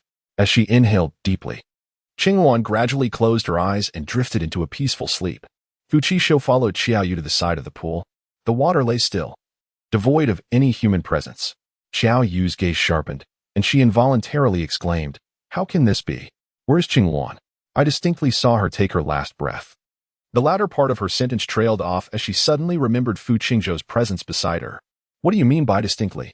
Fu Qingzhou had been observing Xiao Yu, noticing her changing complexion, and immediately inquired. Faced with his penetrating gaze, Xiao Yu swallowed the rest of her words. Just moments ago, Qingwan had appeared lifeless in the pool. It seemed she had been deceived. That wretched Qingwan. Xiao Yu seethed inwardly, a torrent of malicious thoughts flooding her mind. She was determined, resolute in her desire to eliminate this cunning vixen, lest she continue to flirt with Fu Qingzhou. Fu Qingzhou took note of her fierce expression. Chapter 50, The Lovebird 4. He had initially doubted Qingwan's words, yet the events of the night hinted at something amiss. However, compared to the newly acquainted Qingwan, Fu Qingzhou held greater trust in Xiao Yu, who had grown up alongside him. "All right, you should head back. I will send someone to find Qingwan," he stated. Fu Qingzhou had always possessed a cool demeanor. Yet, sensing a hidden guilt within her, Xiao Yu felt that his attitude tonight was even more aloof. A wave of panic surged within her. "Xiaozhou, I am not lying to you. Just now, Qingwan was calling for help from the water. I feared for her safety, which is why I came to find you, but in the blink of an eye, she vanished. I truly do not know what she intends." With a sigh that seemed laden with distress, she shifted all blame onto Qingwan. Her words subtly insinuated that Qingwan was orchestrating a ruse to gain the attention of the Fu family while simultaneously tormenting and frightening Xiao Yu. Xiao Yu trembled, her delicate face paling. Fu Qingzhou gently reassured her, "I am not blaming you. Do not overthink it. You are tired. Return home to rest. I will have Uncle Wang escort you." His features were gentle, and even in the dim light, he appeared as refined as jade. Xiao Yu had harbored feelings for him for many years, and being treated with such tenderness stirred ripples in her heart. She slightly raised herself on her toes, wishing to kiss Fu Qingzhou. Yet, he turned his head to evade her. With a hint of reproach, Xiao Yu bit her lip. "Xiaozhou, we are already engaged. Why do you never draw close to me? You are tired. Go home," Fu Qingzhou replied, his expression unchanged. He resembled a tranquil, profound sea, infinitely forgiving. In his presence, Xiao Yu felt like a feather, unable to stir any waves within his heart. It was precisely this sense of insecurity that made her fear losing him to another. Thus, she remained vigilant against any woman who approached Fu Qingzhou. Had he been more proactive, she would not need to expend so much energy daily tormenting the wretched. Despite the lingering resentment in Xiao Yu's heart, She presented a charmingly delicate demeanor before Fu Qizhou. I shall take my leave now, Xiaozhou. Until tomorrow. Fu Qizhou merely nodded slightly, uncertain of which of her words he was acknowledging. It was only after Qiao Yu's figure had completely vanished that he made his way back to his room. The bedroom door was firmly shut as he entered. Expecting that Qing Wan had long departed, Fu Qingzhou lay on the bed, only to be greeted by the faint sound of breathing. Could it be that Qing Wan was still hiding in his room? Furrowing his brow, Fu Qingzhou rose and began to search. After a thorough search, he eventually discovered Qing Wan soundly asleep within the confines of the wardrobe. The air inside was stagnant, and her pale visage was adorned with a flush. Shimmering tears clinging to her cheeks, embodying a sense of both grievance and innocence. Qing Wan, awaken, awaken. He called her numerous times, yet she remained unresponsive. If she were to sleep in the wardrobe throughout the night, she would surely feel unwell come morning. Ah, what a child she is. When it came to grievances, she could scarcely articulate her feelings, and not long ago, she had glared at him as if he were her enemy. Now, she lay there, carefree, nestled in his wardrobe. He could hardly fathom how she had managed to survive in the mountains before. Surely, she had faced her share of bullying. He gently brushed her long, curled eyelashes, murmuring, "Poor thing." Bending down, he carefully lifted Qing Wan from the wardrobe. At 19, she felt as weightless as a delicate sheet of paper in his embrace, evoking an inexplicable pang of sorrow. Sensing warmth in her slumber, Qing Wan's furrowed brow relaxed, and she instinctively wrapped her arms around him, mumbling, "Yuanbao, good dog, good dog."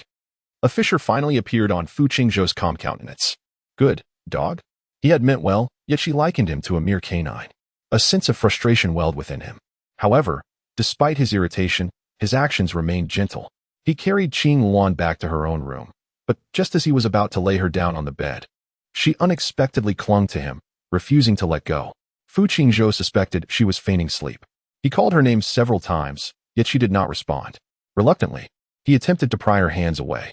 After a futile struggle, Qing Wan remained steadfastly attached to him, her breath heavy, disturbed from her dreams.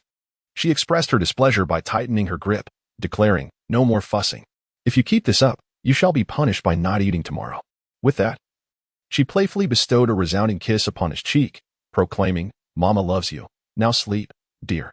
Fu Qingzhou bent over, momentarily frozen in place. He gazed at Qing Wan's serene face, his ears gradually reddening. How could she? They had only recently become acquainted. Such intimate gestures were utterly inappropriate in his upbringing. Yet, Qing Wan was asleep, and her earlier actions were merely unconscious. Fu Qingzhou could not truly hold a grudge against her. An inexplicable frustration festered within him. Why should she be allowed to take advantage of him? In a moment of petty thought, Fu Qingzhou resolved to reclaim what was his. With this childish notion in mind, he lay beside Qing Wan. Her arms clung to him tightly, as if bound by a powerful adhesive. It was already late at night, and Fu Qingzhou, who was accustomed to a regimented schedule, felt utterly exhausted.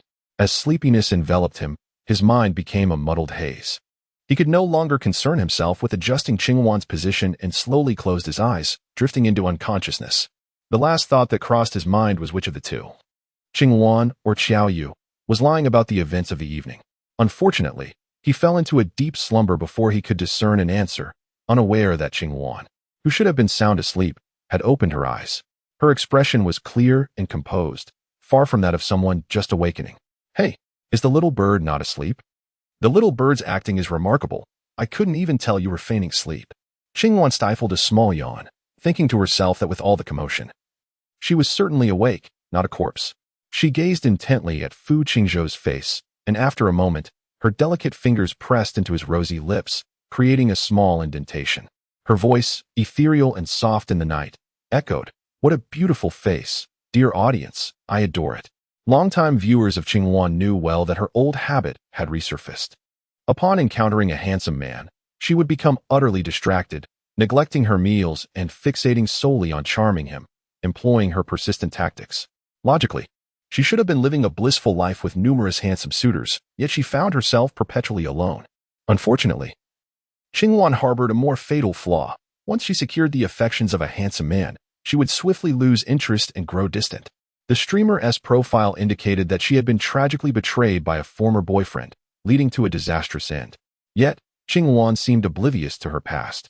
Emboldened by the protective charm of her system in this small world, and she recklessly pursued countless virtuous men. This time, she had set her sights on Fu Qingzhou, whose androgynous beauty and gentle demeanor resembled that of an angel. What a misfortune! Chapter 51. Lovebird 5. Little bird, this male lead appears quite innocent. You should take it easy. Indeed, darling, be gentle, don't play him to death. Don't listen to them. Darling, I support you. Here's a reward of 900 star coins. What nonsense! They speak of me as if I were a female demon. Fu Qingzhou's fate hinges upon his choices. If he pleases me, I shall not make things difficult for him. As the conversation continued, Qingwan felt drowsy once more. She nestled into Fu Qingzhou's embrace, seeking a comfortable position, and closed her eyes, slipping into sleep. Fu Qingzhou was awakened by an overwhelming heat.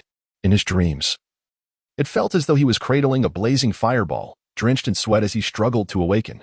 Before he could even wipe the sweat from his brow, Qingwan pinned him down again. Sleep a little longer, just a little longer, she murmured. The heat radiating from her body was alarming. Fu Qingzhou touched her forehead and nearly scalded his fingers. Propriety be damned. If this fever continued, the top scholar of the province would be reduced to a fool. He shook her firmly awake. No more sleeping. You're burning up. We're going to the hospital. Qingwan blinked drowsily, her eyes glazed, fingers still clutching his sleeve. No. I don't want to go. Freshly awakened, she resembled a soft, sticky rice cake, and for a fleeting moment, Fu Qingzhou's heart stuttered. The sweetness of it disarmed him, but not for long. His tone sharpened. Enough. Get up now. I'm taking you. At the mention of the hospital, her eyes welled instantly. Gidge, please, no. Gidge now, was it? Just last night, she de-addressed him as young master. The little fox had two faces indeed. He attempted to lift her, but her pliant body seemed to dissolve into liquid. No matter how he tried, she slipped through his grasp. Beads of sweat formed on his pale forehead. For 20 years, Fu Qingzhou had known nothing but smooth sailing. The world yielded to his will. Yet here was Qingwan, an immovable force. Every tactic failed. Neither sternness nor gentleness moved her. Genuine irritation flared. Desperate, he dredged up memories of how adults disciplined unruly children. Gritting his teeth, he delivered a measured swat to her backside, just as his mother had done to his disobedient cousin. The crisp sound echoed. Both froze. The lingering warmth in his palm was unsettlingly soft. Tears pooled in Qingwan's eyes. Why you? How do you spank me? Fu Qingzhou stammered, mortified. In his frustration, he de-replicated a childhood memory, but Qingwan was no child. The impropriety crashed over him. I thought you were a gentleman. Turns out you're just a shameless rogue. She launched at him like an enraged kitten, all claws and fury. Am I truly such a degenerate? The upright Fu Qingzhou reeled from the accusation. Instinctively, he opened his arms, only to be flattened onto the bed again. Humph. Qingwan tried to scramble off, but her hand landed, decidedly inappropriate. Only then did Fu Qingzhou let out a muffled groan, his complexion slightly askew, his eyes somewhat dazed. Qingwan, already suffering from a fever, felt her cheeks flush like a ripe tomato upon realizing where she had inadvertently touched. I'm sorry, I didn't mean to, she stammered. Though it was evident that her actions were quite intentional. With someone as innocent and unversed in love as Fu Qingzhou, indirect approaches were futile. The most effective method to penetrate his heart was to feign ignorance, allowing feelings to gradually intensify until, in his unaware affection, she could provoke him to a point of vulnerability. She gazed at him with her large, innocent eyes, convinced that this would prevent him from harboring any resentment. Observing her timid demeanor, Fu Qingzhou found it difficult to be angry. After all, she was merely a country girl, lacking proper upbringing and guidance. What could she possibly understand? The morning had already descended into chaos. Ultimately, it was Qingwan, the one who had erred, who obediently nestled beneath the covers. Her round eyes crescent-shaped as she smiled at Fu Qingzhou in an endearing manner. Helpless against her charm, and mindful of her lingering fever, Fu Qingzhou, reluctant to visit a hospital, resorted to calling the family doctor. The doctor arrived, carrying a medical bag, and was greeted by the sight of a disheveled girl, curled up in her blanket, blushing like a tomato, alongside the visibly uncomfortable young master seated beside her bed. Leaning toward Fu Qingzhou, the doctor assumed a hushed tone, though it was loud enough for all in the room to hear. Young master, how did you manage to turn a young girl into this state on your first encounter? At this remark, Fu Qingzhou's face instantly mirrored the hue of a tomato. Watching Qingwan nearly suffocate herself under the blankets, he whispered sharply, "Stop talking nonsense." The doctor promptly fell silent, recognizing the gravity of the situation. As he administered an injection to Qingwan, His eyes could not help but dart toward her, intrigued to discover the identity of the girl who had ensnared the affections of the aloof Miss Chiao for 2 decades. Upon seeing her face clearly, the doctor found himself momentarily taken aback. 2 words popped into his mind. Just this? It wasn't he that Qingwan was unattractive. Rather, her beauty was rather commonplace. An oval face, a petite yet pert nose, large eyes, and plump lips, with damp short hair clinging to her pale skin. She was undeniably cute, appearing both innocent and pitiful, but that was where her allure ended. She paled in comparison to Miss Chiao by at least a third. Was the young master blind? The doctor glanced at Fu Qizhou, unexpectedly locking eyes with him. The typically gentle young master now wore a frigid expression, filled with discontent. Fu Qizhou's voice was equally icy. Are you done? If so, please leave. The doctor wiped the cold sweat from his brow, offering a respectful smile before bowing and exiting. Fu Qizhou summoned the butler, instructing, find another family doctor.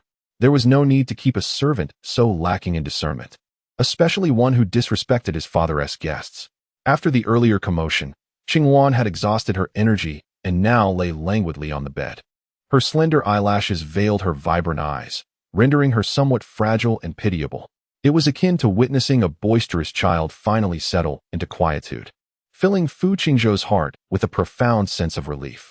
Over the course of last night and this morning, Qingwan had indelibly etched a facade of placidity and a true image of mischief within his heart. Faced suddenly with this serene version of Qingwan, Fu Qingzhou found himself at a loss. This was what one might call a stark contrast. Chapter 52. The Lovebird 6. A person of singular temperament cannot maintain the attention of others for long.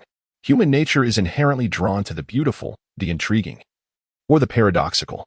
Qingwan deliberately showcased her vivacious side before Fu Qizhou, and to him, this lively aspect of her seemed exclusive to their interactions.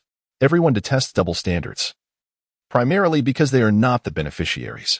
After witnessing Qingwan's charming demeanor, encountering her indifferent side was naturally disconcerting for him. Thus, he hesitantly sat beside Qingwan's bed, feeling somewhat uneasy. The injections are for your health. What do you like to eat?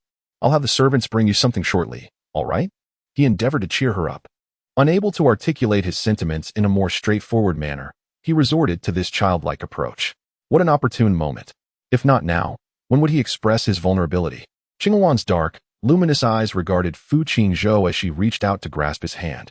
Standing at 6 feet 2 inches, Fu Qingzhou possessed an elegant stature, while Qingwan, having endured malnutrition in her youth, barely reached 5 feet 3 inches.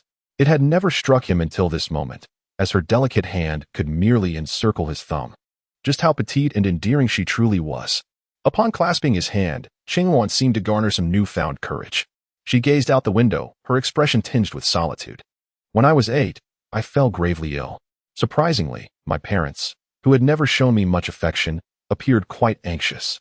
They took my brother and me to the town, claiming they would seek treatment for me. Along the way, they assured me they would ensure my recovery and that I would not perish. It was the first time they spoke to me so extensively, and I felt a surge of happiness. While I endured injections in the hospital, my parents took my brother out to eat. I felt immense pain, yet it was bearable, for it seemed my parents might actually care for me. I waited in the hospital, but my parents and brother did not return. Eventually, someone informed me that they had encountered a landslide on their way home and perished. Since that day, I have harbored a fear of hospitals. If I had not fallen ill, my parents and brother would not have faced the landslide.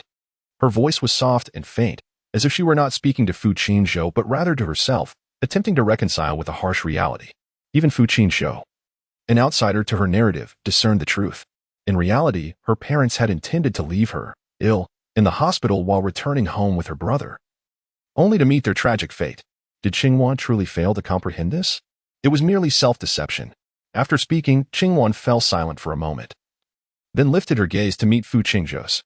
As their eyes locked, she managed a faint smile. I didn't share this to elicit your sympathy. It's just that it has been a long time since anyone has asked me what I would like to eat. Such remarkable acting, such skill. It is finally clear why the main system has not given up on the little bird. What a pity it would be to waste such an outstanding employee. Reward, 300,000 star coins. I adore this little bird, who performs so effortlessly in any setting. Reward, 6,000 star coins. The little bird soars forward, with feathers that remain forever by its side. Reward, 200 star coins. Observing the slight melancholy on Qingwan's profile, Fu Qizhou felt a pang of sympathy. The Fu family was wealthy and prominent, and as the sole heir, all resources were devoted to him. His life was adorned with flowers and riches, a description that scarcely encapsulates his existence. From birth, he was showered with boundless love and expectations, surrounded by friends of equally affluent backgrounds. Even his fiancée, chosen merely to fend off unwanted advances, was the daughter of a magnate. This was his first genuine encounter with someone like Qingwan. She was fragile and unassuming, yet possessed an indomitable spirit.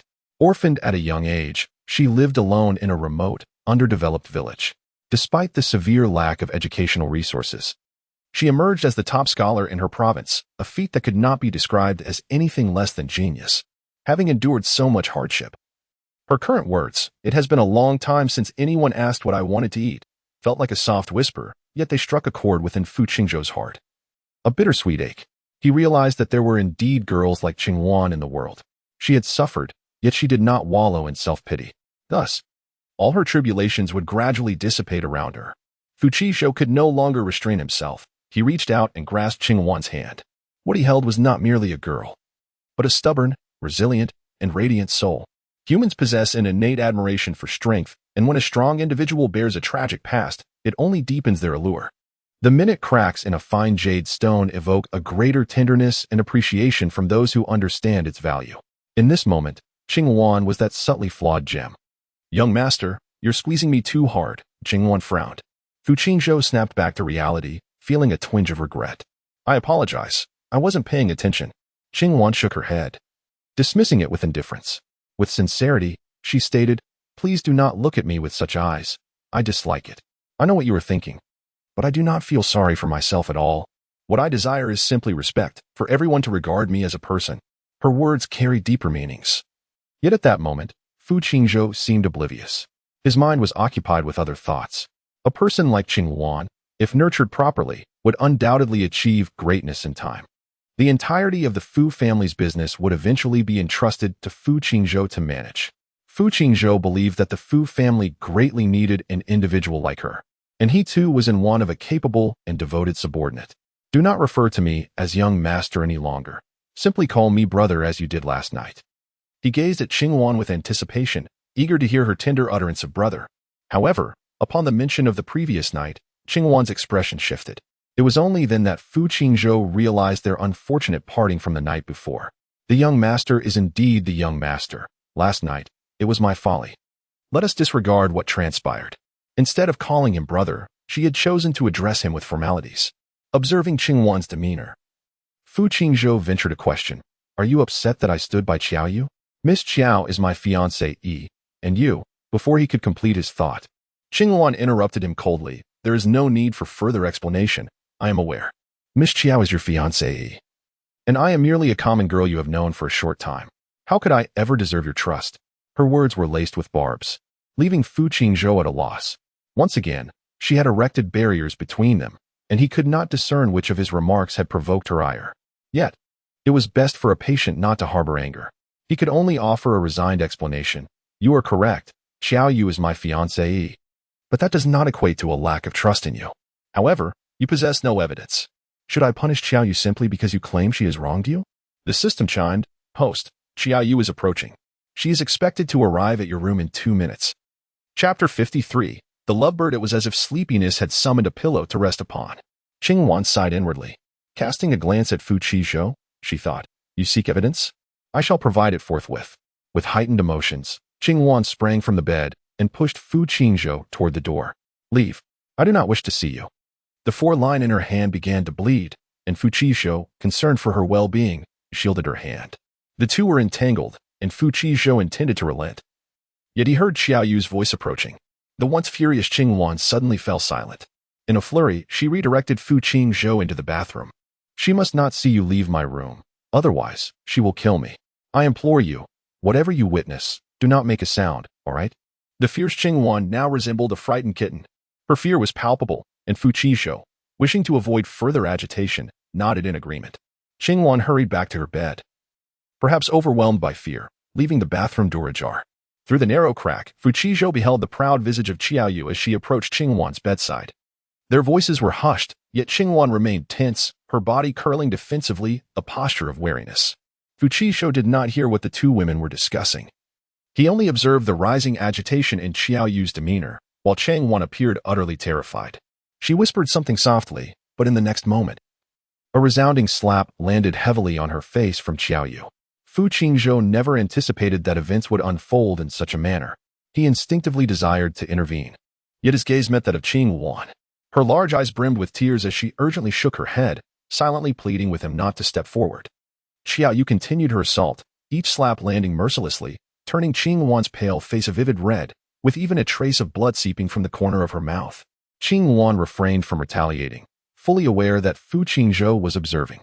She had procured a means to numb her pain within the system. Watching Xiao Yu's twisted expressions as she struck her, Qingwan felt an inexplicable urge to laugh. Upon noticing the glimmer of amusement in Qingwan's eyes, Xiao Yu, after a moment of incredulity, became even more furious. "You wretched girl, I will make you pay dearly." A mere lowly girl dared to assert that Fu Qizhou would never be enamored with someone as venomous as her. Xiao Yu was driven to madness by this statement. Fu Qingzhou, desperate to comprehend the conversation between the two and to thwart Xiao Yu, found himself immobilized by the imploring gaze of Qingwan. At that moment, their voices rose slightly, and Xiao Yu's eyes brimmed with disdain, her tone so cold it sent a chill through Fu Qizhou. "You shameless creature. How fortunate you are to have lived through last night." At this point, Fu Qingzhou's understanding crystallized. Last night, Qingwan had been in dire straits, and the scars upon her body were inflicted by Xiao Yu.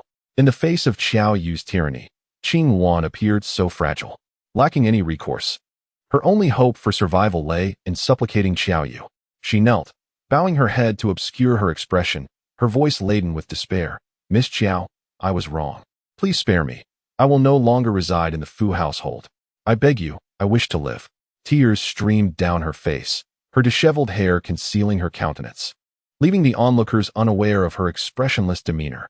It remained uncertain whether Fu Qingzhou witnessed her masterful performance.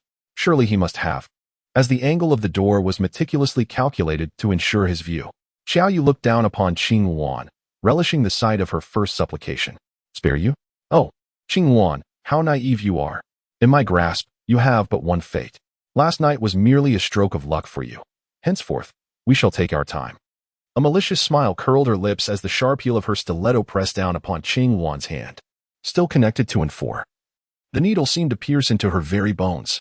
Xiao Yu's heel ground against Qingwan's hand until not a single patch of unblemished skin remained. Then she finally withdrew her foot.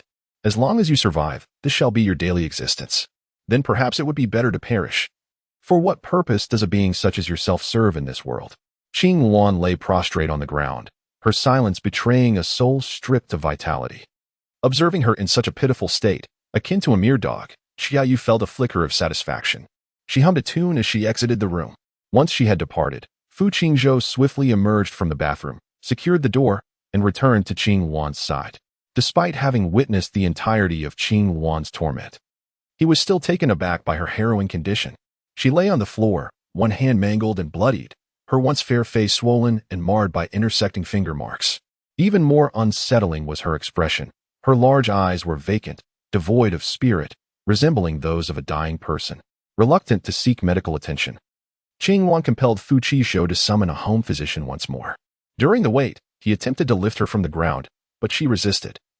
Lying amidst her own blood, and with great effort managed to force a smile, asking in despair, "Young master, are you satisfied with such evidence?" Fu Qingzhou felt as though something had lodged in his throat, rendering him speechless. Xiao Yu's actions had turned his trust into a farcical notion. He had never fathomed that the spoiled Xiao Yu could harbor such cruelty. The one bearing the brunt of it all was the innocent Qingwan. Fu Qizhou yearned to inquire why Xiao Yu treated her in such a manner. Qingwan seemed to sense his thoughts and spoke slowly. "The reason she inflicts this torment upon me is that when we first met, you smiled at me." She managed a hollow laugh, filled with desolation. "Isn't it absurd? This very reason has led to my suffering at her hands for 20 days. Her once bright eyes now bore a fierce hatred as they fixed upon Fu Qizhou, no longer filled with reliance and trust. At first, she threatened me not to tell anyone, fearing I would trouble you. I thought if I endured, it would end. But she escalated her cruelty, intent on my demise." Qingwan's voice broke. "I want to live. I long to survive. which is why I sought you. Yet you do not believe me. Now, with the evidence laid before you, do you finally believe? Each word dripped with anguish, and Fu Qizhou stood frozen, fist clenched. He had not anticipated that Xiao Yu could embody such a character. Qing Wan continued, Young master, I do not wish to be whipped any longer. You may end my life, as a form of repayment to your family. Fu Qingzhou could no longer bear it. His voice trembled slightly. I will help you. I will assist you, Qing Wan. You are precious. Do not succumb to despair. Yet she merely shook her head. She is your fiancée, deeply cherished. What can you truly do? Merely utter a few curses at her. Fu Qingzhou replied urgently, I will annul our engagement. And I will ensure she does not approach you again, I swear. Is that truly the case? A glimmer of hope flickered in Qing Wan's eyes. Indeed. Fu Qingzhou reassured her, sensing the shift in her emotional state. Qing Wan still harbored some distrust towards him. Then, swear it, she insisted. Resembling a child whose only recourse against a perceived betrayal was to demand an oath. How could there exist such unadulterated innocence in this world? Fu Qizhou felt a twinge of self-reproach. Why had he, upon witnessing her injuries the previous night, chosen to feign ignorance and instead placed his faith in Xiao Yu? This had led to Qing Wan enduring such profound suffering. Gazing into her bright eyes, Fu Qingzhou vowed that he would never allow her to be harmed again. The sincerity etched upon his face almost provoked a laugh from Qing Wan. His thoughts were remarkably transparent. Guilt seemed to be written all over Fu Qingzhou's visage. Yet, this was insufficient. What Qing Wan sought was not merely remorse, but love, Fu Qizhou's love. She had already exhausted the act of portraying her own suffering. Moderation would prevent her from becoming tiresome. Qing Wan decided to withdraw gracefully. I do not require you to break off your engagement with Miss Qiao. I only ask that you protect me from her malice. For Fu Qingzhou, even if Qing Wan wished for the stars to be plucked from the heavens, he would endeavor to fulfill her desires. However, her request was merely for her adversary to cease her antagonism. Such a display was rather unbecoming. What is the host doing? Has the saintly heart burst forth? Watching this conversation, one might think they have wandered into the wrong stream. Little bird, what are you up to? Are you adopting a saintly persona? Please, spare us the discomfort. The audience protested in unison, failing to comprehend Qing Wan's actions. She felt compelled to elucidate, of course. I could demand that Fu Qingzhou punish Xiao Yu now, as he is currently clouded by anger and guilt. He would agree to anything I say. However, if I were to truly request that he inflict suffering upon her, when his mind clears and he witnesses Xiao Yu's plight, what would he think? He would surely wonder how Qing Wan could be so heartless. As a woman, Xiao Yu had not truly sought her life. Why should such cruelty befall her? It is human nature to empathize with the weak, and men, in particular, possess a propensity to rescue the vulnerable and subsequently oppress them, a tendency ingrained within their very being. Qing Wan could persist in her harshness, but Fu Qizhou could not. After years of companionship with Xiao Yu, it was difficult to assert that no feelings had developed. His pure-hearted nature was a tool that Qing Wan could wield, yet it was equally one that Xiao Yu could exploit. In fact, Xiao Yu might wield it even more adeptly. For she was more familiar with Fu Qizhou and understood precisely what would resonate with him. Should Fu Qizhou regain his clarity and witness Xiao Yu's manipulation of Qing Wan to garner sympathy, then Qing Wan herself could become a second Xiao Yu. There are myriad ways to sow discord between two individuals, yet the most ill-advised method is the impatient and forceful dismantling of their bond as is being attempted now.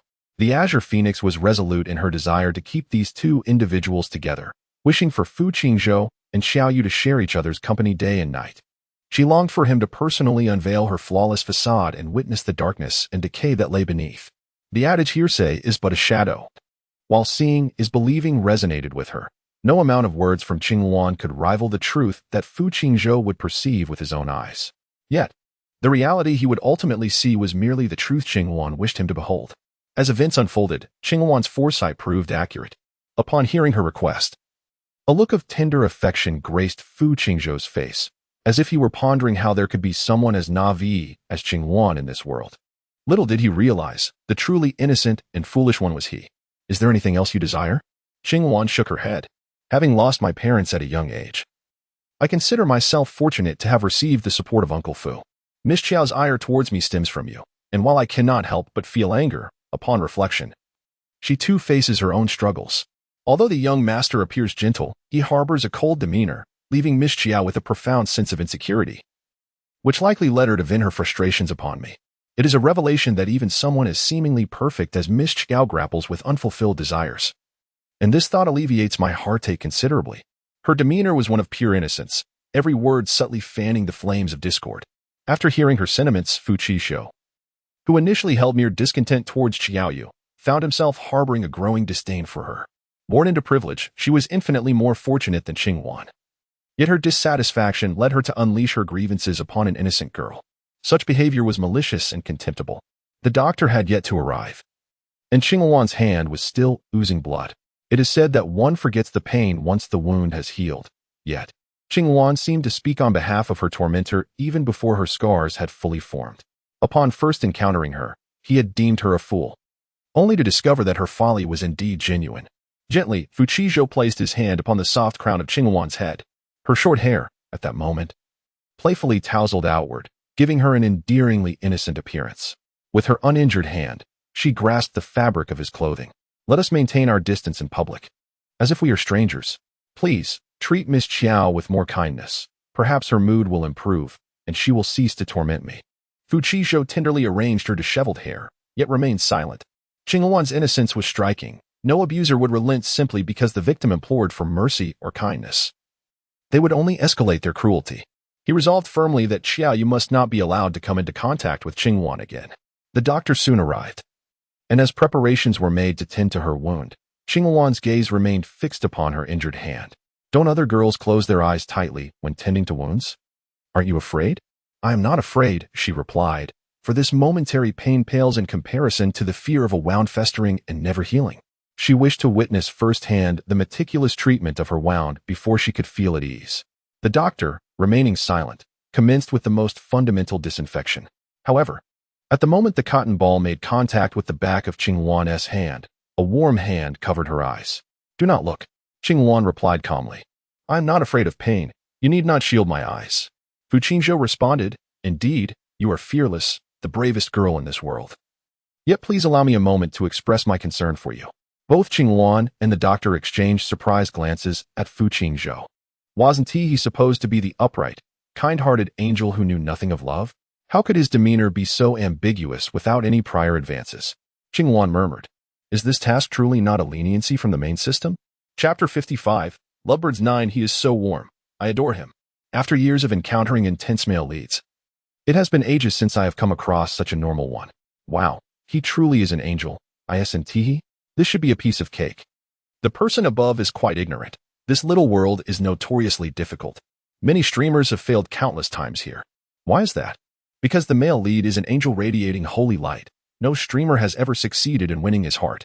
He treated other streamers similarly well. Yet his heart remained untouched, commonly referred to as a heartless central air conditioner.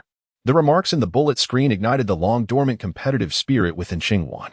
A beautiful woman who does not strive for a top rating in the streaming room cannot be considered a good streamer, and Qingwan was no exception. This time, the streaming room assigned her 2 tasks, both of which she must complete to achieve a top rating. Moreover, having missed the retirement streaming test, the main system would never grant her another opportunity for retirement. However, the main system had provided her with other benefits. If her streaming rating this time were exceptional, she could ascend to the management level. How enticing indeed. The room was excessively quiet, and Fu Qizhou's scent enveloped Qingwan. She felt a twinge of curiosity. Fu Qizhou, what type of girl do you like? Someone like Miss Qiao? Before Fu Qizhou could respond, Qingwan continued. Yet, you seem quite indifferent towards Miss Qiao. Fu Qizhou did not answer her question immediately, as he was also in contemplation. In Fu Qizhou's world, he had never particularly favored anything, and even the sentiment of liking was rare. The reason he chose Qiaoyu as his fiancée was primarily due to her suitability. She was beautiful, intelligent, and well-liked. Though a tad spoiled, no one could claim she was not exceptional. During that time, Fu Qizhou was besieged by various suitors, and in his exasperation, he opted for Qiaoyu, someone he knew well, as his fiancée. Once the news broke, the number of people approaching him significantly diminished, although a scant few remained persistent, only to be thwarted by Qiaoyu. She merely stated that she would not allow those individuals to disturb him again, without revealing how she dissuaded them. The thought of her treating others the same way she treated Qingwan gave Fu Qizhou a headache. Impatiently, Qingwan urged, hurry up and speak. She resembled a petulant kitten, neglected by its owner for too long, her long eyelashes fluttering against his palm. Fu Qizhou felt a gentle stirring in his heart, akin to being brushed by a feather. Suddenly, a mischievous thought crossed his mind. He felt inclined to tease Qing Wan. I prefer girls with short hair, not too tall, with big eyes. Qing Wan pursed her lips and fell silent. The doctor emitted a soft grunt from his nose, reminding the young couple of his presence and that they should refrain from flirting indiscriminately. Nonsense. If you continue like this, I shall be displeased, she pouted. Though it was hardly evident that she was truly angry, rather, it appeared she was being coy. Yet Fu Qingzhou persisted, I may not fully comprehend what love is, but conversing with you brings me great joy. Does that count as affection? The young boy, somewhat naive about love, spoke words laden with ambiguity. Oh, this little wooden block knows how to charm, Qing Wan thought, mimicking the doctor's demeanor and choosing to ignore him. Indeed, she aimed to entice Fu Qingzhou, but she believed her methods should not be too base. Continuing their conversation would likely lead to a shift in topic, and the current atmosphere between them was not yet suited for such flirtation. It was uncertain whether the doctor was uncomfortable with the tension, but he quickly dressed Qing Wan's wound. For the next few days, avoid getting the wound wet, refrain from spicy foods, and limit the use of your injured hand. I shall return in 3 days to change the dressing, he concluded before promptly gathering his belongings and departing. Qing Wan expressed her frustration. This is rather inconvenient. Fu Qingzhou gently reassured her, bear with it for now. If anything arises, inform the household servants. Do not overexert yourself to avoid further injury. Having resolved their previous misunderstandings, Qing Wan's demeanor brightened once more. She smiled, revealing her 2 pearly rabbit teeth. I understand. Thank you, brother. How delightful she was. Fu Qingzhou marveled at her charm once again. It was unclear how Fu Qingzhou managed things, but for several days, Xiao Yu had not visited the Fu residence. Qing Wan enjoyed a few days of tranquility. Soon, it was time for school registration. Qing Wan woke up early but encountered an obstacle as she was about to leave. Today, she wore the new clothes that the Fu family had prepared for her, a light blue short-sleeved shirt paired with a pleated skirt. With her naturally sweet and charming appearance, this youthful outfit accentuated her pure aura, reminiscent of a youthful moonlight. During her stay at the Fu residence, she had been wearing slippers, rendering socks unnecessary. Today, she was to don a pair of delicate leather shoes, yet her injured hand hindered her from putting on her socks. Qing Wan's eyes sparkled with a sudden idea. After lingering at the entrance for quite some time, Fu Qingzhou, standing outside the door, finally turned around. In the gentle morning light, Qing Wan appeared enveloped in a soft halo, her calves sculpted with graceful lines, as if drawn by the hand of a master artist. What to do? The socks simply would not fit. Qing Wan's face wrinkled in distress, portraying a picture of frustration. Her feet were equally enchanting, petite and exquisite, with a hint of pink blending into her fair skin, reminiscent of the delicate feet of young maidens depicted in comics. Observing her, Fu Qingzhou felt an involuntary swallow in his throat. Qing Wan glanced around, seemingly in search of a servant to assist her with her socks. In a hushed voice, Fu Qingzhou offered, let me help you. No, that's not appropriate, she protested. Fu Qingzhou, possessing keen eyesight, could discern the blush on Qing Wan's cheeks even from a distance. He approached slowly, his demeanor gentle yet insistent as he grasped her foot. Allow me to assist you. Please don't refuse. He was genuinely inclined to seek others' consent. Yet who could deny Fu Qingzhou? Especially someone like Qing Wan, who harbored mischievous intentions, would never turn him down. She was eager to bridge the distance between them. Thus, despite appearing passive, she willingly allowed him to hold her foot. As he drew closer, Fu Qingzhou could even catch a whiff of Qing Wan's scent, warm and sweet like cotton candy. He swallowed hard, suddenly parched, and instinctively tightened his grip. A slight pain elicited a soft gasp from Qing Wan, causing her to attempt to withdraw her leg, but her bare foot unexpectedly found its way onto his shoulder. Through the thin fabric, she could feel the warmth of his skin. Fu Qingzhou gazed down at her, his eyes sharp and penetrating. Was that intentional? Perhaps unable to tolerate such baseless accusations, Qing Wan felt a surge of irritation. Their relationship had grown considerably closer in recent days, and tonight, she felt less constrained in his presence. In response to Fu Qingzhou's careless words, Qing Wan decided to assert herself. She playfully pressed her foot against his shoulder, not too gently. As she lifted her leg, Fu Qingzhou caught a glimpse of her slightly plump, fair thigh. In that fleeting moment of distraction, he lost his balance and fell to the ground, appearing as though he had been toppled by Qing Wan. Nothing more to say, just 2 words. Tension. Reward, 600 star coins. Fu Qingzhou, you are truly fortunate. Gritting teeth. Reward, 30,000 star coins. Sister, so beautiful, kicking away other little dogs, wagging my tail, while more little dogs come to fight with the others. Kicking away those little dogs, all bruised but still wagging my tail. Reward, 800 star coins. Too lazy to come up with a story, just kiss.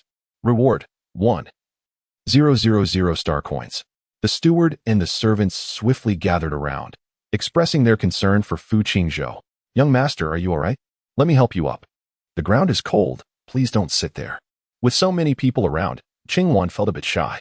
She cast a bashful glance at Fu Qingzhou before lowering her head to adjust her socks. Fu Qingzhou found himself momentarily captivated by the slight flush at the corners of her eyes. In the blink of an eye, he noticed her slender, straight legs. Indeed, her skirt was rather short today. He waved his hand to disperse the extraneous onlookers. Once they had departed, he observed that Qingwan had tangled her socks in a disarray. Fool, you can't even put on your socks properly, yet you dare glare at others. Qingwan's face turned crimson as she retorted, if you keep talking nonsense, I won't pay you any mind. She was so bashful that even her ears turned red, and Fu Qingzhou had no intention of teasing her excessively. Thus, he gently coaxed her, I apologize, it was my fault. I shall never speak of you in such a manner again. Then tell me, what did you do wrong? Qingwan tilted her head slightly, her lively and charming demeanor making one wish to enfold her in their embrace. What was his error? Fu Qingzhou himself was uncertain. Yet he sensed something amiss. After a moment of silence, he could not articulate it. Qingwan ceased to press him, extending her other foot before him. Here. I grant you an opportunity to make amends. Fu Qingzhou's tenderness seemed boundless, and Qingwan's mischievous thoughts began to stir. She longed to tease Fu Qingzhou, curious to see just how far he could endure. The most exhilarating moment would be witnessing his eventual unraveling. The viewers in the live stream shared Qingwan's sentiments. What a gentle man. I eagerly anticipate the day he goes mad. Hee hee, such a lure, I'm drooling. Fu Qingzhou seems like the type who, after losing his composure, would handcuff someone while gently blowing on their wrists, inquiring if it hurt. Exactly. What a delightful thought. Donating 700 star coins. The atmosphere in the live stream today felt particularly off, the viewers' hearts tinged with a shade of yellow. Qingwan chose to disregard it. When granted another chance to assist Qingwan with her socks, Fu Qingzhou was no longer as rough as before. He carefully slipped a small bundle of white socks onto her delicate pink toes, then gently pulled them up to cover her slender ankles and a long, delicate Achilles tendon. Finally, he personally adorned her with her little leather shoes. Qingwan smiled as she helped him back to his feet, her voice unreservedly joyful. Well done, Fu Qingzhou. What reward do you desire? Fu Qingzhou gazed at her without blinking, slowly leaning in until their noses nearly touched. He said, You. Qingwan's eyes widened in astonishment. Huh? What did you say? Is seduction truly this effective? Has the innocent young man transformed into a savvy gentleman in an instant? At long last, Qingzhou managed to reclaim a victory, and his spirits lifted somewhat. Qingwan continually teased him, later denying her antics. This time, however, it was she who found herself at a loss. Qingzhou, in high spirits, took Qingwan's hand and strolled outside, completely oblivious to any impropriety. Qingwan noticed, but chose not to remind him. In fact, she relished the idea of more people witnessing their connection, aside from Qiaoyu. Hand in hand, they boarded the carriage, leaving behind a butler and servants with expressions of bewilderment. Will we still have work to do, Butler Wang? Before Qingwan's arrival, Qingzhou had never lifted a finger, accustomed to having his every need met. Yet, in her presence, he exhibited an uncanny proficiency in attending to others, as if he had performed such tasks a million times before. The butler was equally perplexed. When had the young master, who once indulged in luxury, transformed into this? In an instant, he had become a stranger, displaying a demeanor the butler scarcely recognized. Feeling disheartened, the butler concluded that it was his failure to manage affairs properly that necessitated the young master's personal attendance to Qingwan. Such a situation could not persist. He pointed to a younger, fair-featured maid. You will attend to Miss Qingwan from now on. Do not slacken your efforts. Understood? Prior to today, the butler had merely regarded Qingwan as a lonely individual seeking refuge in the Fu household. However, Qingzhou's recent demeanor shattered that preconceived notion. For the young master to exhibit such meticulous and considerate care for her suggested that Qingwan's status within the Fu family could not merely be that of a guest. Could she potentially become Mrs. Fu in the future? This thought flitted through the butler's mind, and he chastised himself for such fanciful speculation. How could that be possible? Setting aside the fact that the young master was already engaged, Qingwan's humble lineage would undoubtedly be unacceptable to both Mr. and Mrs. Fu. Philanthropy is one matter, but the young master's marriage is quite another. The two could never be conflated. With thoughts of Mr. and Mrs. Fu's stringent discipline over the young master, the butler felt a pang of trepidation. Very well, you may return to your duties. You should know what should and should not be said. I do not wish to hear any gossip regarding the young master. I am certain Mr. and Mrs. Fu would not appreciate it either. The staff bowed their heads in acknowledgement and returned to their respective tasks. Once they had departed, the butler hesitated for a moment before dialing Mr. Fu's number. Sir, the young master has been getting quite close to the girl staying at the Fu residence. Should we intervene? After a moment of contemplation, a deep and authoritative voice responded from the other end. Qizhou is not a child anymore. Men are often playful. There is no need to intervene. I trust he knows his limits. With Mr. Fu's directive, the butler felt a weight lift from his shoulders. It seemed his initial thoughts were not misplaced. That girl was likely a sparrow unable to soar to greater heights. Chapter 57. Lovebirds 11. As the vehicle came to a halt outside the campus, a gentle knock echoed against the window. Qingwan, seated within, beheld Xiaoyu standing outside, her smile radiating warmth. With an air of nonchalance, Qingwan discreetly distanced herself from Fu Qizhou, their tightly clasped hands now separated. The sudden emptiness left Fu Qizhou feeling somewhat disconcerted. Casting a dissatisfied glance at Qingwan, he noticed her body pressed against the opposite window, cautiously indicating to Xiaoyu outside. Young master, we had agreed to feign ignorance in public, she reminded him. Though Fu Qizhou yearned to protest that he had never consented to such an arrangement, the fear reflected in Qingwan's eyes silenced him. After a brief wait, Xiaoyu finally caught sight of Fu Qizhou. She took a few steps forward, standing beside him, straining to peer into the vehicle. Yet, Fu Qizhou swiftly shut the door, obstructing her view. What brings you here? He inquired, his tone indifferent. Xiaoyu's smile faltered slightly. It's been days since we last met. Don't you miss me? I had made my stance quite clear the other day. Continuing this entanglement serves no purpose, he retorted. Xiaozhou, I fail to comprehend what has transpired. Why the sudden decision to annul our engagement? Xiaoyu's expression darkened. Observing her pitiable demeanor, Fu Qingzhou's mind involuntarily conjured the memory of her earlier haughty and venomous attitude in Qingwan's bedroom. He scrutinized Xiaoyu, perplexed by how a single individual could embody such stark contrasts. Not receiving a response, Xiaoyu, believing there was still a chance to salvage the situation, grasped the hem of his shirt. Please tell me what I did wrong. I promise to amend my ways. I will change anything you dislike. Don't treat me this way. Everyone in our circle knows you are my fiancé. Now that you wish to dissolve our engagement, what am I to do? Please don't be so cruel. As she spoke, her eyes glistened with unshed tears, painting a truly lamentable picture. Fu Qingzhou retrieved a handkerchief from his bag and offered it to her. Some matters need not be articulated so plainly. Let us part amicably, he stated, turning to walk away as Xiaoyu hurriedly pursued him. Once they had departed, Qingwan finally alighted from the vehicle. Upon reaching her dormitory, she placed her belongings on her designated bed. Shortly thereafter, 3 other girls arrived in a jovial group. Their laughter faded into silence upon noticing Qingwan. After a moment, one tall girl beamed and greeted her. Hello, I'm Qinqi. What is your name? With a smile, Qingwan replied, I'm Qingwan. It's a pleasure to meet you all. The other 2 girls introduced themselves in turn. As the 3 girls busied themselves with their beds, they noticed Qingwan seated idly on a chair, her suitcase unopened, which sparked a hint of curiosity. Aren't you going to organize your things? The instructor will be holding a meeting soon. If you don't do it now, you'll have to wait until tonight. Qingwan replied, I am in no hurry. You may proceed with your arrangements. She intended to return to the Fu family, and packing her belongings seemed futile. She felt no inclination to tidy up. As noon approached and mealtime neared, her companions invited Qingwan to join them. Glancing at the messages on her phone, she shook her head in refusal. No need. You all go ahead. I will dine with my friend. The 3 young ladies exchanged knowing glances and, without further ado, departed hand in hand. Qingwan tapped away on her phone for a while before cheerfully leaving the dormitory. In the school's parking lot, Fu Qizhou awaited her, holding a lunchbox. His expression tinged with dissatisfaction. He handed the lunchbox to Qingwan, questioning, Why didn't you allow me to find you? Is it too much to ask to share a meal together? Qingwan flashed him an innocent smile. Did we not agree to pretend we do not know each other in public? Fu Qingzhou raised his voice slightly, but I never consented to that. With a hint of exasperation, he added, You know how hard I've worked to attain this tranquil life. I wish to avoid attracting unnecessary attention. Qingwan's large, expressive eyes regarded him, revealing her understanding of the situation. The flicker of anger that had ignited within Fu Qizhou dissipated beneath her gaze. Today, there are no classes. Once the instructor finishes speaking, you shall wait for me in the car, and we will return home together, Fu Qizhou instructed.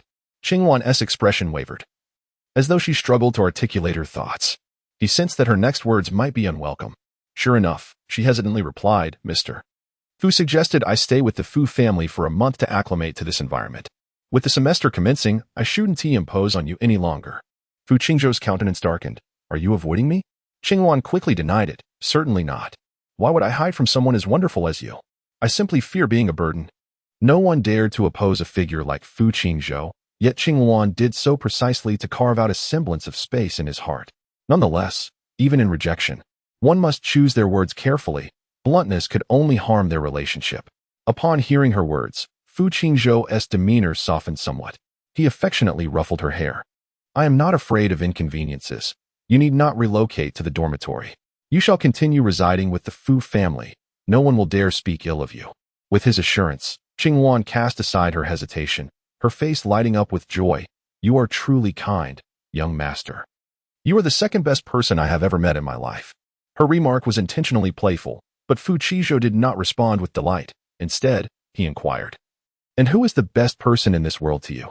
That would be Mr. Fu, of course. Without his financial support for my education, I may never have had the fortune to meet you, she replied, her words laced with ambiguity. Fu Qingzhou's lips curved into a subtle smile. Are you implying that encountering me is indeed a fortunate event? Qingwan parted her lips, but remained silent, her head bowed in shyness. Witnessing this, Fu Qingzhou was utterly delighted. Their every movement was keenly observed by another individual in the parking lot. Xiaoyu's expression darkened as she clenched her fists, muttering curses beneath her breath. Wretched woman. And she claims she has seduced Qizhou. Her phone screen still glowed, having received a message moments ago, urging her to come to the parking lot to witness a grand spectacle. How ironic that this was the show she was summoned for. Xiaoyu gritted her teeth, her mind swirling with countless schemes to eliminate Qingwan. Qingwan, perceptively sensing the malicious gaze directed at her, subtly curved her lips into a smile. The message had been sent by her, and she was genuinely eager to see what Xiaoyu would do next. Let her employ whatever ruthless tactics she wished. The more vicious they were, the more Fu Qingzhou would come to despise her. Qingwan intended to use Fu Qizhou's hand to bring about Xiaoyu's downfall. Chapter 58. Lovebirds. Qingwan returned to reside at the Fu residence once again. This time, she distinctly sensed a shift in the atmosphere. Firstly, the household staff treated her with greater respect. The butler even assigned a maid specifically to her, managing her every need, allowing Qingwan to worry about nothing. Initially, she felt a fleeting sense of anxiety, but soon she accepted this lifestyle without reservation. She had strived to elevate her status with Fu Qingzhou, aspiring for such a life. And thus, she had no intention of feigning modesty or courting hardship. With no classes today, Qingwan sat in the living room, indulging in fruit while reading. The butler stood respectfully behind her, announcing, Young master is looking for you. All right, I understand, Qingwan replied with a smile. Her persona was that of a grateful and obedient girl, always maintaining decorum and never straying from her role. Upon reaching Fu Qingzhou's door, she gently knocked, Young master. May I come in? Before she could even push the door, it swung open from within. Fu Qizhou eagerly grasped Qingwan's hand, leading her to his desk. Little bird. You are incredible. After your modifications, the project's profits have surged significantly. On his computer screen were documents from the Fu Corporation, displaying a comparison of profits over 2 seasons. Following Fu Qingzhou's pull, Qingwan settled beside him, their proximity intimate, breaths intertwining. However, Fu Qingzhou was oblivious, his mind solely occupied with admiration for Qingwan's intelligence, leaving no room for other thoughts. Qingwan observed him closely, and just before he turned his head, she feigned nonchalance and leaned in slightly. Thus, Fu Qingzhou's lips accidentally brushed against her cheek. In that instant, the air in the room seemed to freeze. Fu Qingzhou was taken aback, rooted in place, unsure of how to respond. The softness of the girl's cheek, imbued with a delicate fragrance, made him feel as though he had kissed a cloud. I didn't mean to. I'll take my leave now, Qingwan stammered, hastily rising to exit. Fei Qingzhou was indeed quite shy, yet upon witnessing the silhouette of Qingwan about to depart, He was inexplicably compelled to reach out and grasp her arm. Please do not leave. I understand it was not intentional. His palm was uncomfortably warm, causing Qing-Wan to swiftly extract her wrist from his grasp. The atmosphere was thick with an unspoken tension as the two stood like wooden dolls in the room, neither daring to utter a word nor meet each other's gaze. Ultimately, it was Qing-Wan who broke the silence, her voice a gentle whisper. Are you upset? She cautiously observed Fei Qingzhou, only to lock eyes with him in the next moment. A faint blush adorned his cheeks as he denied her inquiry. How could I be? It was merely an accident. I harbor no anger. He then added, moreover, I am aware that it was not deliberate. The barrage of comments flowed in. You know nothing. She did it on purpose. Donation of 600. The little angel is so innocent. She looks as though she's about to ignite. Donation of 4,000 star coins. Eventually, the two managed to discuss the matters at hand amidst this awkward atmosphere.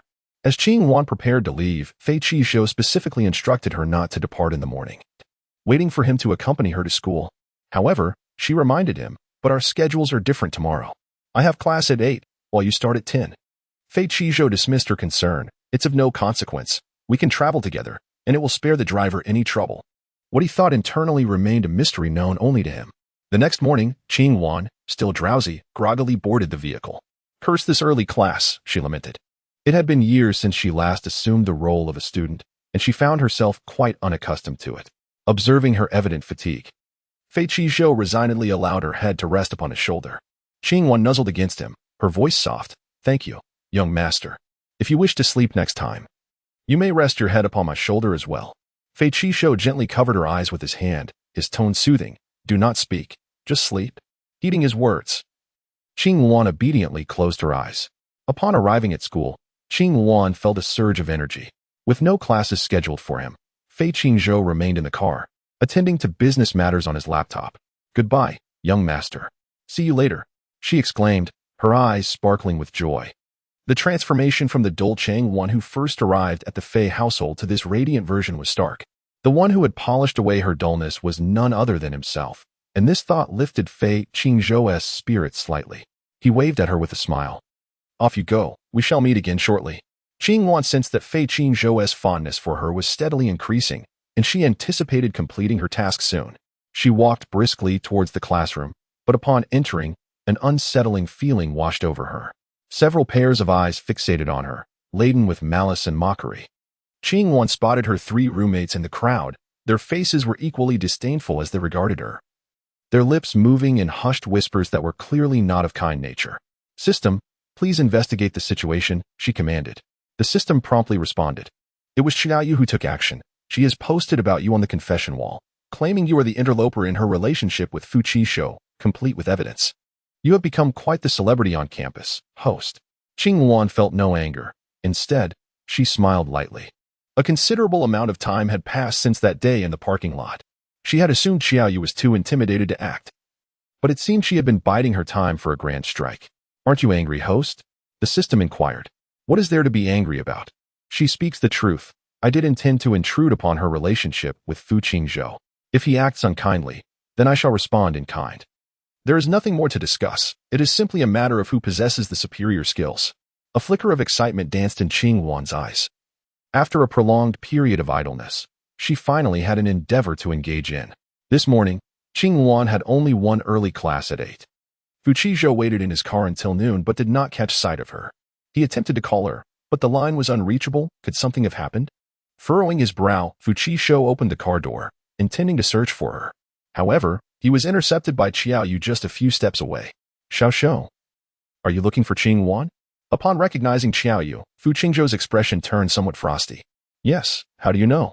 It seemed too coincidental that she would appear just after Qing-Wan was unreachable. Yet, the concern etched on Xiaoyu's face appeared so genuine that Fu Qingzhou found it difficult to discern the truth. I saw Qing-Wan walking that way, looking quite upset, as if burdened by something, she said. Fu Qingzhou glanced in the direction she indicated, thanked her politely, and proceeded towards it. Only after Xiaoyu's figure had entirely vanished from the parking lot did he halt his steps and turn in the opposite direction. Chapter 59. The lovebird Qing-Wan was aware that Xiaoyu would undoubtedly seek to trouble her. However, she did not anticipate that Xiaoyu would enlist her very own roommates for such an endeavor. What do you intend to do? Qing Yuan feigned trepidation as she was seemingly coerced into an abandoned classroom. Witnessing her fearful demeanor, the trio grew emboldened. Further convinced that the narrative Qiao Yu spun was indeed the truth. Qing Yuan had intruded upon her relationship with her fiancé and was nothing short of a complete homewrecker. Can a good student really engage in such behavior? How do you think that good student came to be? Surely not by merely pleasing those in authority. One of them scoffed. Just look at her. It is entirely plausible she would resort to such actions. Hey, why not just go and entertain that old man of yours instead of meddling in someone else's promising relationship? Truly disgusting. The three women hurled accusations at her, each one more aggressive than the last, as if Qing Yuan were the most abominable and lascivious woman in existence. Repeat that once more? Qing Yuan cast a cold glance at them, as if the timid version of herself they had just witnessed was merely a figment of their imagination. One of the girls stepped forward, shoving Qing Yuan. What are you pretending for? Can't we talk about the things you've done? I've long found you intolerable. You, a wretch, pretending to be a noble lady. Haven't you just been ingratiating yourself with those men? Qing Yuan let out a disdainful laugh. Earlier, in the corridor, she had feigned weakness to evade the surveillance, but now that the watchful eyes were absent, she felt no need to endure any longer. The girl continued to babble on, and Qing Yuan raised her hand, delivering a resounding slap across her face. With a mouth so filthy, I assume you brushed your teeth this morning with toilet water? The girl covered her face, her eyes wide with disbelief, clearly taken aback by Qing Yuan's sudden aggression. You wretch! You've done unspeakable things and still dare to strike me? I'll make you pay. Her face contorted with rage as she lunged at Qing Yuan. With a swift kick, Qing Yuan sent her sprawling into the corner, her pained cries echoing through the abandoned classroom. I show you a bit of kindness. And you think you're someone important, don't you? Having been stifled in this little world for far too long. Today was finally a chance for her to unleash her pent-up fury, and Qing Yuan showed no mercy. Seeing their companion assaulted, the two other girls hesitated momentarily before advancing towards Qing Yuan. Did they truly believe they could overpower this slender figure? The reality proved otherwise. Qing Yuan, having navigated the confines of this small world for years and subjected to the system's enhancements, possessed immense strength without even needing the pills from the marketplace. Though her appearance was petite and endearing, apt for the guise of a harmless creature, she rarely resorted to violence. However, the words of these girls had irked her tremendously, and she felt the necessity to vent her frustrations. The classroom filled with mournful wails, and Qing Yuan settled into a clean chair, a smile gracing her lips as she reveled in their suffering. One day, she vowed, she would reduce Qiao Yu to this very state. Only then could she feel justified for the torment she had endured at her hands. Before Qing Yuan could enjoy the scene to her heart's content, the system alerted her. The male lead has arrived. So soon? Hadn't Qiao Yu attempted to intercept him? Qing Yuan was taken aback. She tried. But Fu Qingzhou is a rational and sensible individual who knows better than to heed the words of those with ill intentions. He inadvertently found his way to you. Going against Qiao Yu. How rare it was to encounter a rational being in this small world. Qing Yuan had been on missions for years and had hardly met any male leads who possessed a sound mind. She accessed the system's marketplace and purchased 3 scar concealment devices, applying them to the 3 girls. Instantly, the marks on their bodies vanished without a trace. Qing Yuan then consumed a pill herself, swiftly fabricating some scars on her own skin. Thus, when Fu Qingzhou entered, he was met with a scene that would ignite his fury. The azure gown lay in tatters, her short hair disheveled, and the marks of swollen handprints marred her cheeks, while faint red lines adorned her fingers and calves. She curled in a corner, tears welling in her eyes, trembling uncontrollably. In stark contrast, the other 3 girls sprawled together, unscathed yet feigned despair, weeping theatrically. Without sparing a glance for them, Fu Qingzhou strode directly towards Qing Yuan. He draped his coat over her shoulders, prompting a slight shiver from her as she gradually raised her gaze to meet his. Upon recognizing Fu Qingzhou, her previously muted sobs crescendoed into heart-wrenching cries. And she lunged into his embrace, gasping, "Why did you come so late? It hurts so much," Fu Qingzhou, clutching his garment tightly. Her choked and fragmented voice pierced his heart with grief. He held her delicately, as if cradling the most precious treasure in the world. Filled with remorse, Fu Qingzhou murmured, "I'm sorry for allowing you to endure such pain repeatedly. Shall we go to the hospital?" His expression indicated he was aware of the rumors spread by Qiao Yu. Perhaps this was for the best. It spared him the need to elaborate on the situation. Now, her task was to evoke his sympathy. The more guilt and concern he felt, the better. Nestled in his embrace, her voice emerged as a soft, sorrowful whisper. "Young master, I truly don't know what I did wrong. I have tried so hard to maintain my distance from you. Why does Miss Chiao treat me this way? Must I perish for her to relent? Her tone, steeped in despair, sent a shiver through Fu Qizhou, compelling him to raise his voice in reproach. What nonsense are you spouting? You will not die. You shall live a long and prosperous life. Though Qingwan remained silent, he sensed her body tense momentarily. Realizing his haste had frightened her, he softened his tone, gently reassuring her, "It is my failure that allowed her to hurt you again. Do not be afraid, Qingwan. I promise this will never happen again. You must not blame yourself. It is not your fault, all right?" Despite her own wounds, she still sought to comfort him. How could there exist such a pure and kind-hearted girl in this world? Fu Qizhou felt a pang in his heart. He wished to keep Qingwan by his side at all times, shielding her from any harm. At that moment, Xiaoyu arrived, her eyes narrowing at the sight of Fu Qizhou's frosty demeanor as he cradled the injured Qingwan. A flicker of malice crossed her gaze. Curse be it. She had yet to act, and Fu Qizhou had preempted her. Gritting her teeth, she forced a fade of concern, "Xiaoshou, is Qingwan all right? I may have mistakenly rushed here in a panic. Thankfully, you found her first. I dread to think what might have happened had she encountered them alone." Chapter 60. Lovebirds 14. Before Fu Qizhou could confront her, she had already concocted a justification for herself. After executing a series of smooth, deceitful maneuvers, none could accuse her of wrongdoing. Fu Qingzhou's expression darkened, his voice laced with barely contained fury. "Is that so? Is the reality truly as you claim?" In the face of Fu Qingzhou's skepticism, Xiaoyu remained unfazed, donning a mask of sorrow as if he had uttered the most venomous words imaginable. "Xiaozhou, is this truly how you perceive me? Why would I obstruct your search for Qingwan? She bears no enmity towards me." Unbeknownst to her, Fu Qizhou had witnessed her cruel treatment of Qingwan that day, while she feigned innocence like a pure white lotus. Qingwan, intrigued, gazed at her, eager to hear what blasphemous words she would utter next. Yet, Fu Qingzhou had no desire to continue this charade. He spoke in a low, resolute tone. "Stop pretending. I witnessed everything in Qingwan's room that day. How you trampled her hand, and the words you spoke to her." Xiaoyu was momentarily taken aback, her mind blank, before she struggled to regain her composure. What are you saying, Xiaoshou? I don't understand. Did you perhaps misinterpret what you saw? You know precisely what you have done.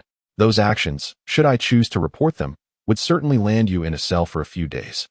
Out of respect for our years of acquaintance, I shall grant you one last reprieve. Fu Qingzhou narrowed his eyes, his usually gentle demeanor now revealing unmistakable anger for the first time. "If there is a next time, you shall witness my true capabilities." Xiaoyu opened her mouth to retort, but at that moment, Qingwan, cradled in Fu Qingzhou's arms, suddenly cried out in pain. "Young master, it hurts so much." Her tears flowed freely, and blood continued to trickle from the wound on her forehead. Upon seeing her in such a pitiful state, Fu Qizhou disregarded everything else. He hurriedly carried Qingwan forward, not pausing as he passed by Xiaoyu, as if she were a mere specter. Xiaoyu had harbored feelings for Fu Qizhou for over a decade. He had always been gentle and courteous in her presence, never once speaking harshly to her. Though their relationship was not particularly intimate, she was nonetheless his nominal fiancée. Fu Qingzhou would buy her favorite treats, gift her expensive presents on her birthday, assist her in times of trouble, and comfort her with tender words, wiping away her tears. She had once believed that given enough time, he would inevitably come to love her. However, the arrival of Qingwan shattered this illusion. Since the wretched Qingwan had moved into the Fu household, everything had changed. Fu Qingzhou grew increasingly impatient with her, and the distance between them widened. Now, after merely attempting to teach that vile Qingwan a small lesson, he was in a frenzy. Xiaoyu clenched her fists, her meticulously manicured nails cracking, blood dripping onto the floor as she fixed her gaze on the retreating figures of the two. Even if Fu Qingzhou were to pay off all his debts, there would inevitably come a day when he could no longer protect her. "Qingwan, I shall eventually bring about your demise." Standing in silence for a long while, Xiaoyu suppressed her rising fury and took out her phone to dial a number. "Uncle Fu, do you have some free time recently? It has been quite a while since I last saw you and Auntie. I find myself missing you both. If you are available, I can reserve a table at a restaurant for us to share a meal tomorrow." The voice on the other end of the line spoke, and Xiaoyu's tone grew increasingly melodious. "All right, then. Tomorrow evening at 8 o'clock, Xiaoshou and I will be waiting for you." After concluding the call, Xiaoyu wore a smug smile, while the sounds of weeping from the abandoned classroom persisted. She cast a cold glance inside and scolded, "Useless wretches, ruining my plans." With that, she grabbed her bag and strode away. At the hospital, Fu Qingzhou remained unaware that he was to dine with his parents the following day. The doctor attended to Qing Wan's wounds as she obediently lay on the hospital bed, occasionally letting out a cry of pain. In truth, she was uninjured and felt no pain. She merely needed to maintain the facade. The system remarked, "Host, it appears Qiaoyu intends to use Fu Qingzhou's parents against you." Qing Wan responded, "Oh." She called Fu Qingzhou's father today to arrange a dinner without informing Fu Qingzhou, likely hoping to exploit this opportunity to portray herself as a victim and slander you for seducing Fu Qingzhou. Is she beginning to rally support? Qing Wan raised an eyebrow. Little birdie, engage in battle. Donation of 500 star coins. I want to witness the pitiful underdog take on the affluent. Donation of 5,000 star coins. Qing Wan rolled her eyes. Can you all refrain from losing your minds? Is this something a person can do? The system inquired, what do you plan to do? I intend to do nothing. Huh? The system was taken aback. What do you mean, huh? There is ample evidence to prove that Qiaoyu is an inadequate fiancée. If I must resolve this matter myself, what purpose does Fu Qingzhou serve? My conquest of a man is not for the sake of venerating him. He must contribute to my endeavors. Otherwise, what purpose does it serve to pursue him? Would that not be self-inflicted torment? Some strategists begin their quests by unconditionally flattering the male lead, believing that relentless giving will procure genuine affection. However, this only encourages him to demand more. Furthermore, if even a single expectation is unmet, he may turn around and blame you. Yet, without the intervention of the strategist, he would be nothing more than a mere puddle of mud. Qing Wan would never play the fool, in her eyes. A strategy involves offering only a minuscule part of what she possesses, nurturing the other into someone capable of serving her purpose. This way, her efforts are not in vain. Otherwise, if she were to expend her energy on an ingrate, what meaning would such a strategy hold? It would be better to perish. Upholding this principle, Qing Wan thrived in every small world she encountered. Under her influence, or rather, indoctrination, many were willing to serve her, eager to prove their worth and vie for her favor. If Fu Qingzhou couldn't handle this situation despite such overwhelming evidence in his favor, Qing Wan would truly be disappointed in him. Does it hurt? Just bear with it a little longer. We'll be home soon. Fu Qingzhou sat by the bed, holding her uninjured hand, his eyes brimming with tender concern as he comforted her. After days of Qing Wan deliberately closing the distance between them, he had unconsciously begun referring to the Fu residence as their home. This was a promising sign. Qing Wan, her delicate face swollen, turned her head slightly to gaze at him. Don't worry, it doesn't hurt at all. Fu Qingzhou gently squeezed her hand. With so many injuries, how could it not hurt? You're lying. As long as you're with me, I don't feel any pain, Qing Wan blurted out. Chapter 61. Lovebirds, 15. The moment the words left her lips, silence enveloped the hospital room. Fu Qingzhou stared at her, his voice unsteady. What do you mean? Why would you say that? Do you like me? The tips of Qing Wan's ears flushed faintly pink as she bit her lower lip, shaking her head without hesitation. No, young master. You've been so kind to me. I already see you as my own brother. When I'm hurt, having family by my side makes the pain fade. Her large, luminous eyes remained clear and unwavering, devoid of any coyness or evasion. Fu Qingzhou knew she spoke nothing but the truth. Yet hearing her response, an inexplicable heaviness settled in his chest, neither joy nor sorrow, just a dull ache. Initially, his kindness toward Qing Wan stemmed from her intelligence and competence. He had intended to mold her into his most capable subordinate. Now, she regarded him as family. Once she became his employee, she would undoubtedly serve him with even greater dedication. This was the outcome he had originally desired. But when he heard her declare she saw him only as an elder brother, an indescribable sense of loss surged within him. He couldn't fathom the source of this emotion. Noticing his dazed expression, Qing Wan allowed a faint smile to curve her lips. She knew Fu Qingzhou was beginning to awaken, though he himself remained oblivious. No matter. One day, she would make him recognize the truth in his heart. Feigning innocence, she waved a hand before his eyes. Young master, what is wrong? Her swollen little face looked both pitiful and comical. Suppressing his restlessness, Fu Qingzhou gently clasped her hand. After you graduate, stay by my side forever, one to you? How could I? The Fu family has already done so much for me. I shouldn't cling to you forever. I must have my own life too. Sunlight streamed through the window, bathing Qing Wan in its glow. Her doe-like eyes shimmered with anticipation for the future, and despite her injuries, her entire being radiated hope and brightness. It seemed Qing Wan could thrive even without him. All the suffering she endured was because of him. At this thought, Fu Qingzhou's heart swelled with a crushing sense of defeat. He couldn't help but think that if not for him, Qing Wan would never have had to endure such torment. clutching her hands. He buried his face deeply into the warmth of her palms. Everything you've suffered is because of me, Qingwan. Do you resent me? Qingwan paused briefly before tenderly stroking his hair. How could I? I don't blame you. If not for you, I might have been sold off to the village fool long ago. It's because of you that I have the life I do now. Young master. Don't blame yourself. None of this is your fault.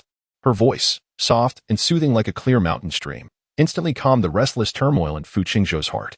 His dark, profound eyes met hers as he vowed, from now on, I will never let you suffer again. I will treat you well.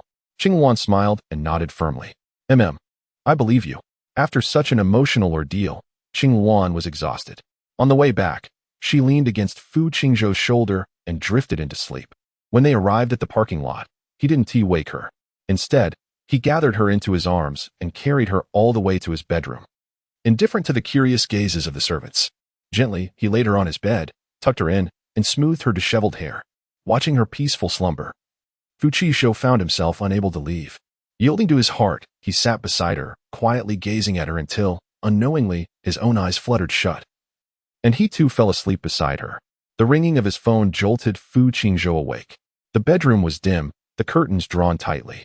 Qingwan, curled against him, murmured incoherently at the sound before tugging the blanket over her head, cocooning herself completely, patting the little mound under the covers.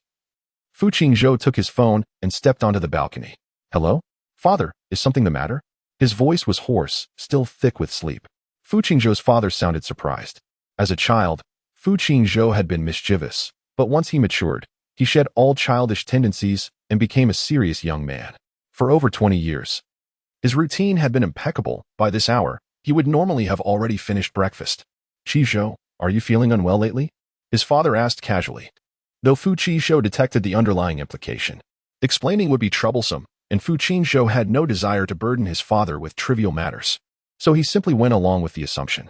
I caught a slight chill last night, so I overslept this morning. But I've taken medicine. It's nothing serious. Fu's father was uncertain whether he believed it or not, yet he chose not to pursue the topic further. The two engaged in a discussion regarding work matters. And Fu Qingzhou was the first to terminate the call. He had spotted Qingwan awake on the balcony. She sat amidst a fluffy, soft blanket, her gaze dazed as she glanced around. Upon seeing him, her large eyes sparkled with recognition. Fu Qingzhou pushed the door open, approached the bedside, bent down, and gently caressed Qingwan's slightly swollen cheek with his warm palm. What would you like to eat today? Qingwan's eyes sparkled with mischief as she listed her favorite dishes.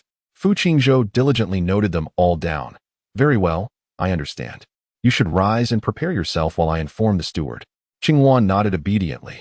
Their interaction flowed with an effortless intimacy, as though they were a long-married couple. Fu Qingzhou's temperament blended gentleness with a subtle detachment. Having never experienced such closeness with another, he remained blissfully unaware of anything unusual about their dynamic. Without any frame of reference, he simply assumed this was how all affectionate relationships naturally unfolded. With no lecture scheduled that day, they shared meals, immersed themselves in books, and enjoyed films together until evening descended.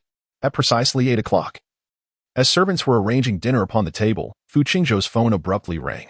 Glancing at the caller ID, he answered promptly, Father. The Fu family's expansive parlor, occupied solely by the two of them, amplified the hollow silence, making the voice from the phone distinctly audible. Where are you? Why haven't you arrived yet? Fu Qingzhou wore a bewildered expression. What? I am at home. What is going on with you? Xiao Qiao and I had arranged to have dinner together today. Please do not tell me you are unaware of this. The tone of Father Fu grew more serious. In Chapter 62, Lovebird 16, Xiao Yu's delicate voice resonated. Uncle Fu.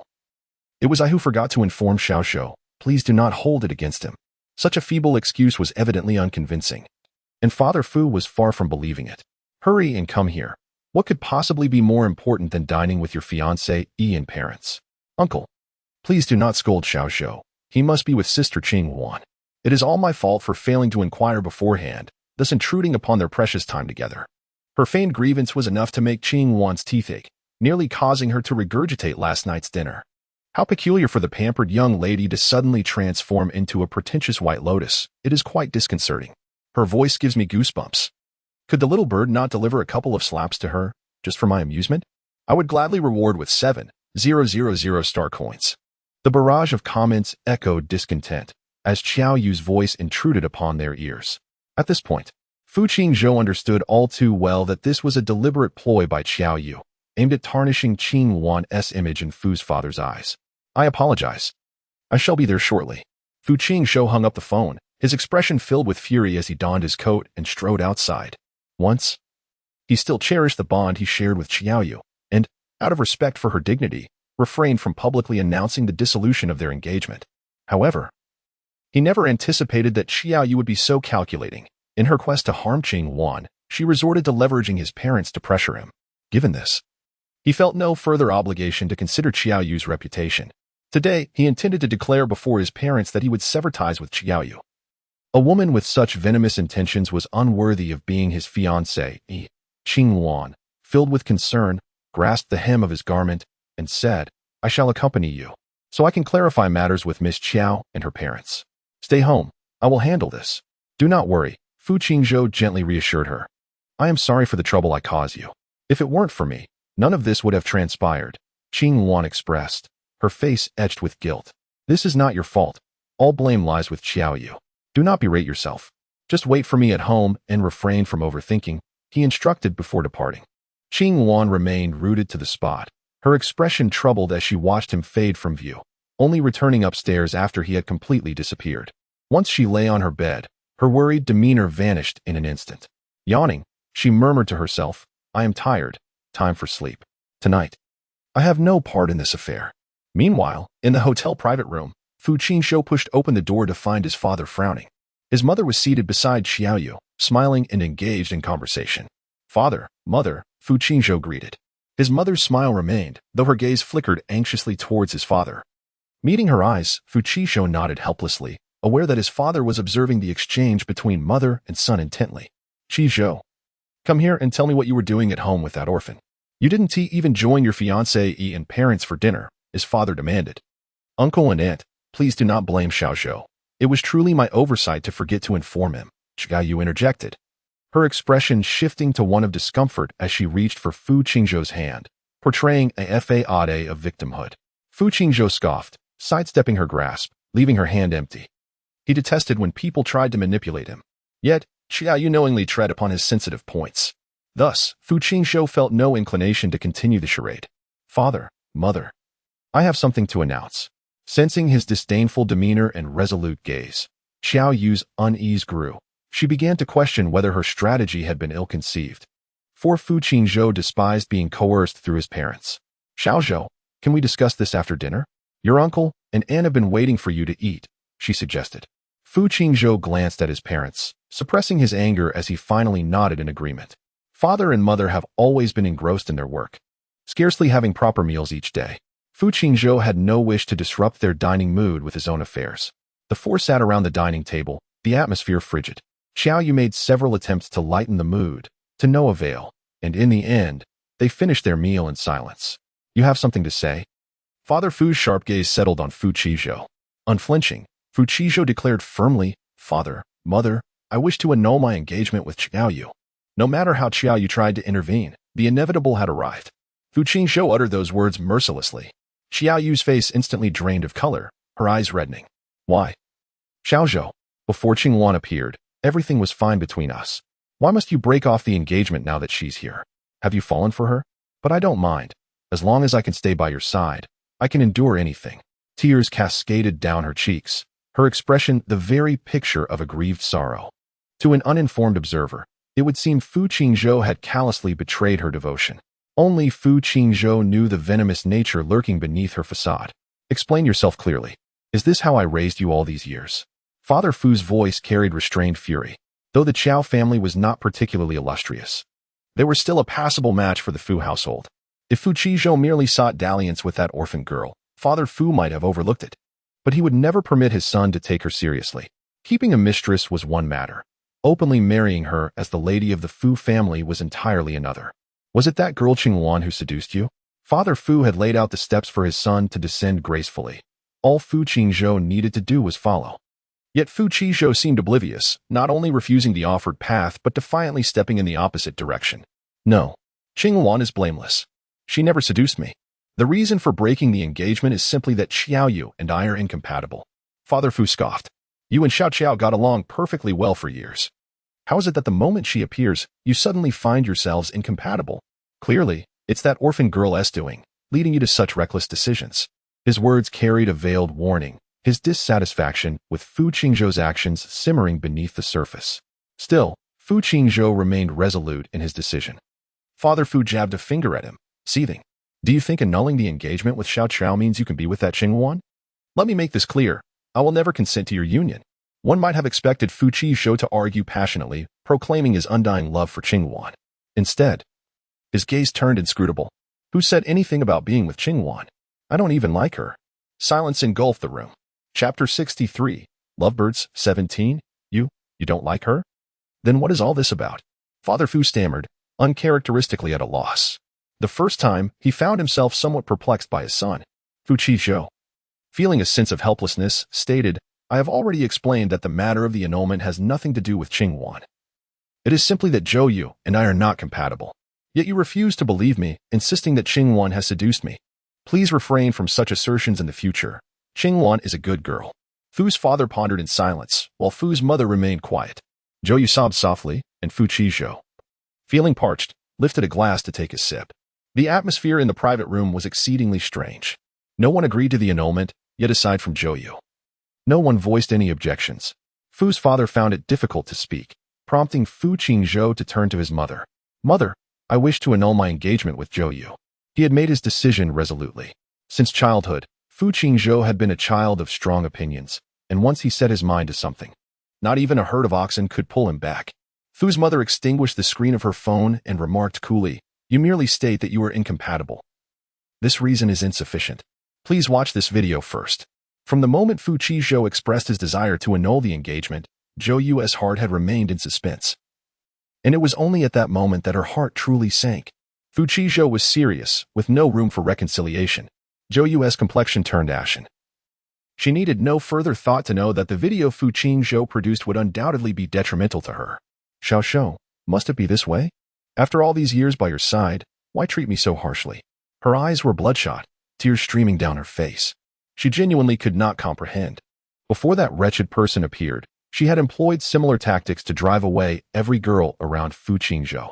Why, then, did he protect Qingwan so fiercely? Emerging from a remote mountainous region, devoid of any notable lineage, and lacking even in striking appearance, Zhou Yu could not fathom why Fu Qingzhou held such affection for this girl. What was it about her that captivated you so, compelling you to defend her? With the facade of civility torn away, Zhou Yu no longer concealed her feelings. She was determined to learn the reason today. Speak. She glared at Fu Qingzhou, expecting him to enumerate Qingwan's virtues. However, he did not hesitate for an instant, responding simply, There is no reason. It is merely because she is Qingwan. In that moment, Zhou Yu felt something within her shatter. If he cherished Qingwan's beauty, she could find ways to enhance her own allure. If he admired Qingwan's intelligence, she could strive to learn fervently. Yet, he did not mention a single merit of hers. His boundless favoritism and protection stemmed only from the fact that she was Qingwan. How could she compete with that?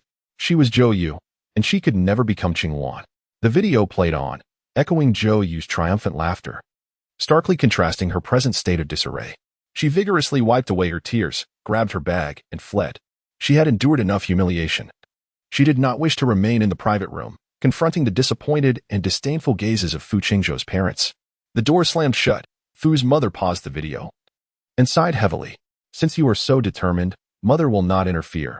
However, you must understand what is permissible and what is not. No matter how admirable that girl may be, she cannot be with you. Faced with Mother Fu's keen and discerning gaze, Fu Qingzhou hesitated in silence for a moment. Mother, my relationship with Qingwan is not as you perceive. She regards me as an older brother and appreciates my support, while I admire her capabilities. The proposal that Father praised recently was written by Qingwan. Upon hearing this, Father Fu's expression shifted. He recognized that Qingwan was an exceptionally talented girl. Otherwise, she would not have been able to secure admission to a prestigious university from such a remote place. However, he had not anticipated her to be this remarkable.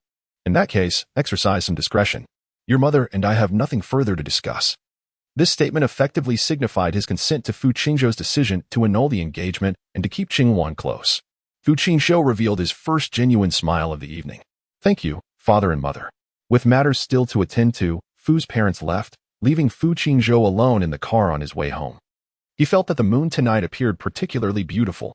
He would capture a photograph to show Qingwan tomorrow. A faint smile graced his lips. Previously, even while engaged to Qiaoyu, he had not felt particularly constrained. Yet, after annulling the engagement today, a sense of ease washed over him. Upon waking, Qingwan's eyes met Fu Qingzhou's. Dressed in a white shirt, he appeared as radiant as jade in the morning light, strikingly handsome.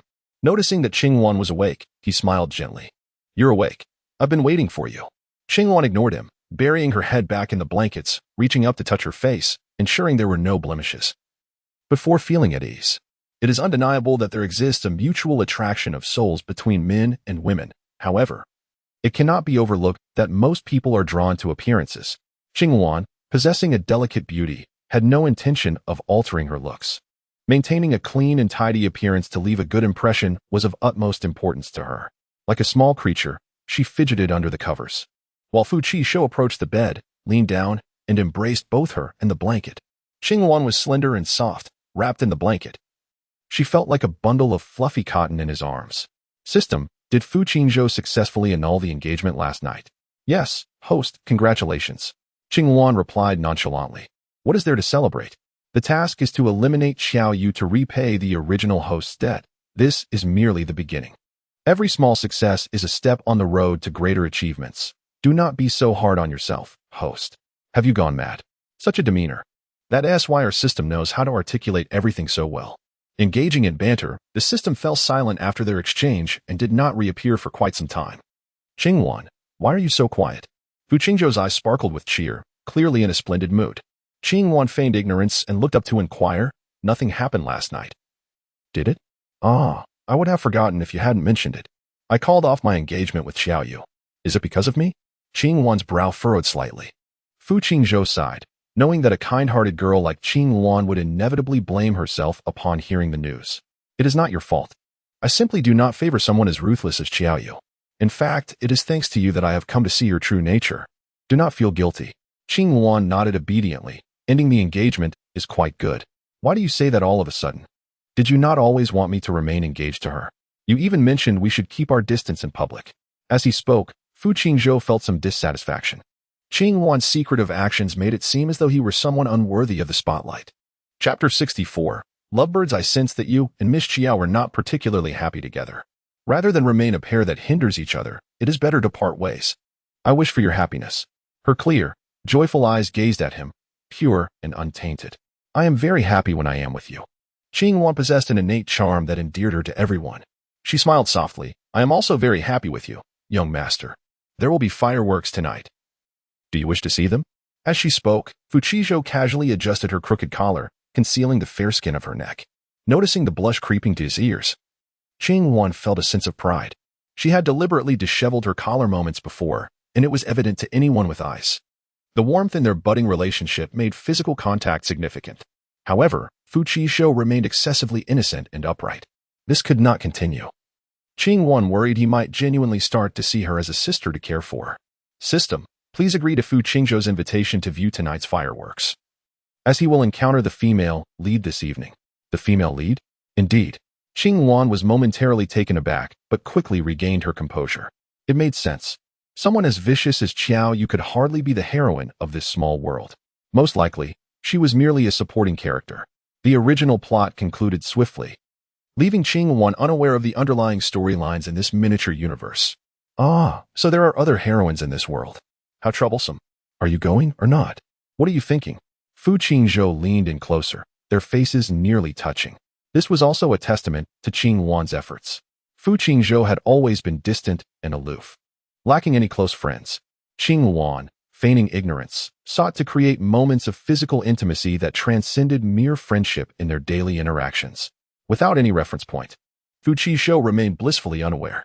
This resulted in him still regarding Qingwan as a sister or a companion in his heart. However, his body language revealed a closeness between him and Qingwan. Qingwan gently nudged his shoulder, exerting little force, resembling a kitten resting its paws on its owner. Of course, I want to go. In our village, every year during the new year, fireworks are set off. Without family to accompany me, I can only hide alone in a corner, watching the fireworks twinkle in the sky. As she spoke of this, a heaviness, even a hint of sadness, glimmered in her eyes. Fu Qishou felt somewhat at a loss. He had intended to cheer Qingwan up with the fireworks, yet now it had stirred her sorrowful memories. Observing his desire to comfort her, yet at a loss for words, Qingwan let out a soft laugh.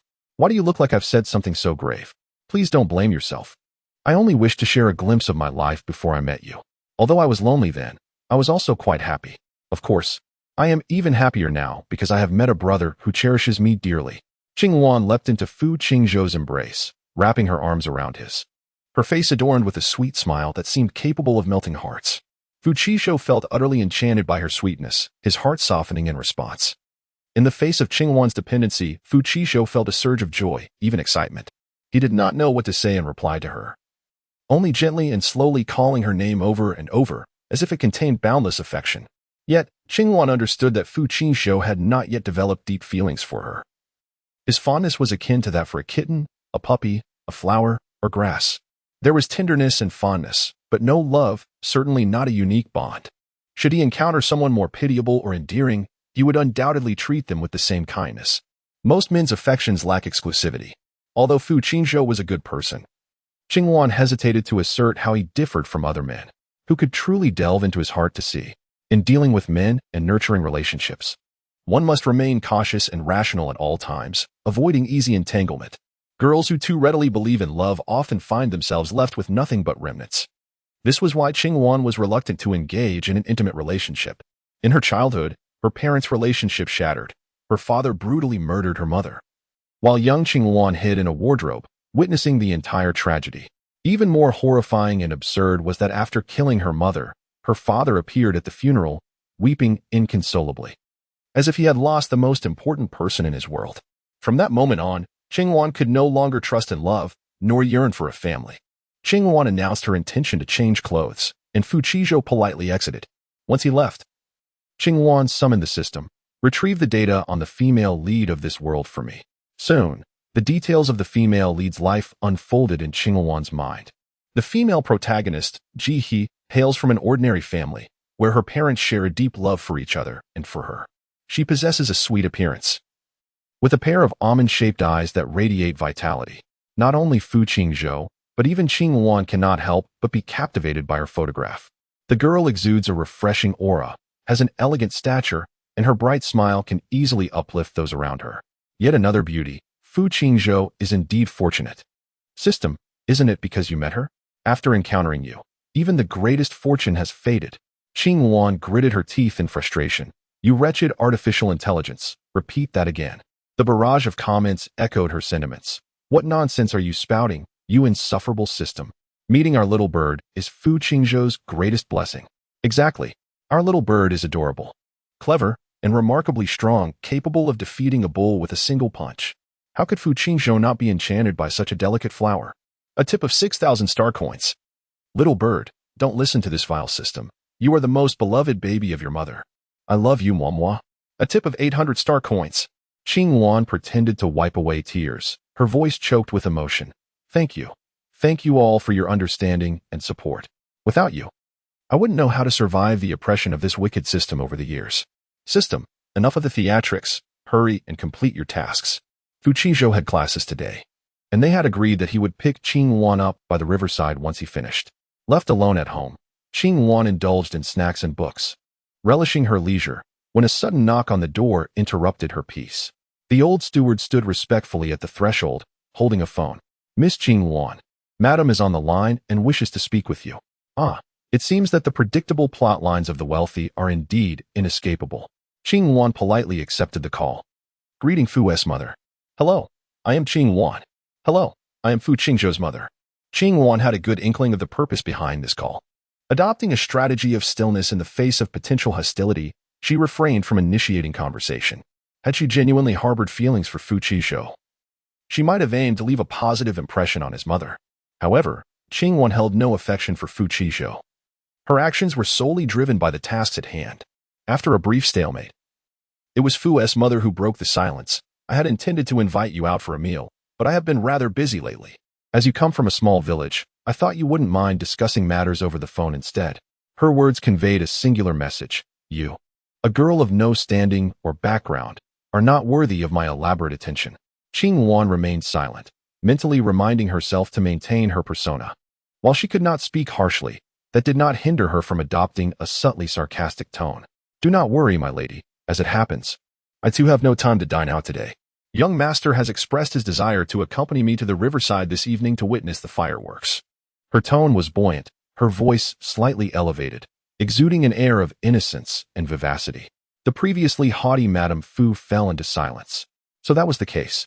Qing Wan could faintly discern the gritted teeth behind her composed facade. Indeed, madam, I am immensely grateful for your support and nurturing over the years. From the mountains to the city, I once feared being bullied, yet young Master Fu is a genuinely good person. He even annulled his engagement with Miss Chiao for my sake. Please do not blame him for this matter. It was Miss Chiao's excesses that compelled him to make such a decision. Madame Fu let out a cold huff, retorting, is it Miss Chiao's cruelty? Or is your skill merely superior? Qing Wan twirled a slender finger around the ends of her hair, feigning ignorance to her words. Miss Chiao has caused much harm to others. Young master, being kind-hearted, would undoubtedly not permit someone like her to remain by his side. My dear girl, I shall not beat about the bush and waste our time. You are clever, yet I hope you comprehend what is permissible and what is not. There are certain individuals whom you cannot aspire to. Her voice turned icy, imbued with an undertone of warning. Qing Wan innocently replied, I do not understand what you are implying, madam. Faced with Qing Wan's impenetrable demeanor, Madame Fu abruptly ended the call. At that moment, the butler entered. Taking the phone away, he scrutinized Qing Wan's expression, observing her cheerful demeanor, seemingly unaffected. Could it be that she was truly a fool? Incapable of grasping such an obvious warning? What are you looking at? Qing Wan inquired, lifting her gaze to pierce through the butler's eyes. Uncomfortable under her stare, the butler averted his gaze. I thought I spotted something in your hair, but upon closer inspection, it was merely a mistake. Please, take your time to rest. I shall take my leave. The butler turned to exit. If she were not a fool, then her feigned innocence was indeed a remarkable ruse, he mused. As the sun descended, Fu Qizhou returned home at 5 o'clock. Upon entering the living room, he caught sight of Qing Wan. She greeted him with a radiant smile. You're back. The weather has turned warm again. This evening, she donned a delicate pink camisole paired with deep blue wide-leg trousers, complemented by white sneakers. Her silky short hair swayed gently with her movements, and her doe-like eyes sparkled with flecks of light, embodying purity and vitality. Her complexion was fair. Even her kneecaps bore no discoloration, instead radiating a soft blush. Fu Qingzhou's brow furrowed slightly, a shadow of concern flickering in his eyes. It might be chilly by the riverside tonight. Perhaps you should wear something warmer. Qing Wan leaned closer, brushing aside the short strands of hair by her neck, exposing her delicate, fragrant nape to Fu Qingzhou's gaze. You can see how I have perspired profusely. If I wear more clothing, I might succumb to heat stroke. Qing Wan seems to be merely demonstrating to Fu Qizhou just how hot she truly is. After a brief moment of exposure, she swiftly lowered her short hair and retreated to a safe distance. She appeared composed, while Fu Qizhou was so anxious that beads of sweat formed on his palms. His gaze flickered, and he dared not look at Qing Wan. The nape of a girl's neck is not considered a private part, yet for some inexplicable reason, Fu Qingzhou found himself feeling quite awkward upon glimpsing Qing Wan's neck. He remained oblivious to the fact that all of this was meticulously orchestrated by Qing Wan, whose intent was to capture his attention and entice him. Fu Qingzhou's reaction was entirely within Qing Wan's expectations. When it comes to innocent young men, the most effective tactics are those of bold allure and overt teasing. Yet, Qing Wan's appearance and persona somewhat hindered her in this endeavor. However, subtlety has its own means. And sometimes, a half-hidden allure, a hint of unvoiced desire, is far more tantalizing. Fu Qizhou, with his flushed face and Adam's apple bobbing nervously, served as a prime example. Qing Wan exclaimed in surprise, her cool little hand cradling Fu Qingzhou's cheek. What is the matter with you? Why is your face so red? Are you feeling unwell? She appeared anxious and concerned, devoid of any impure intentions.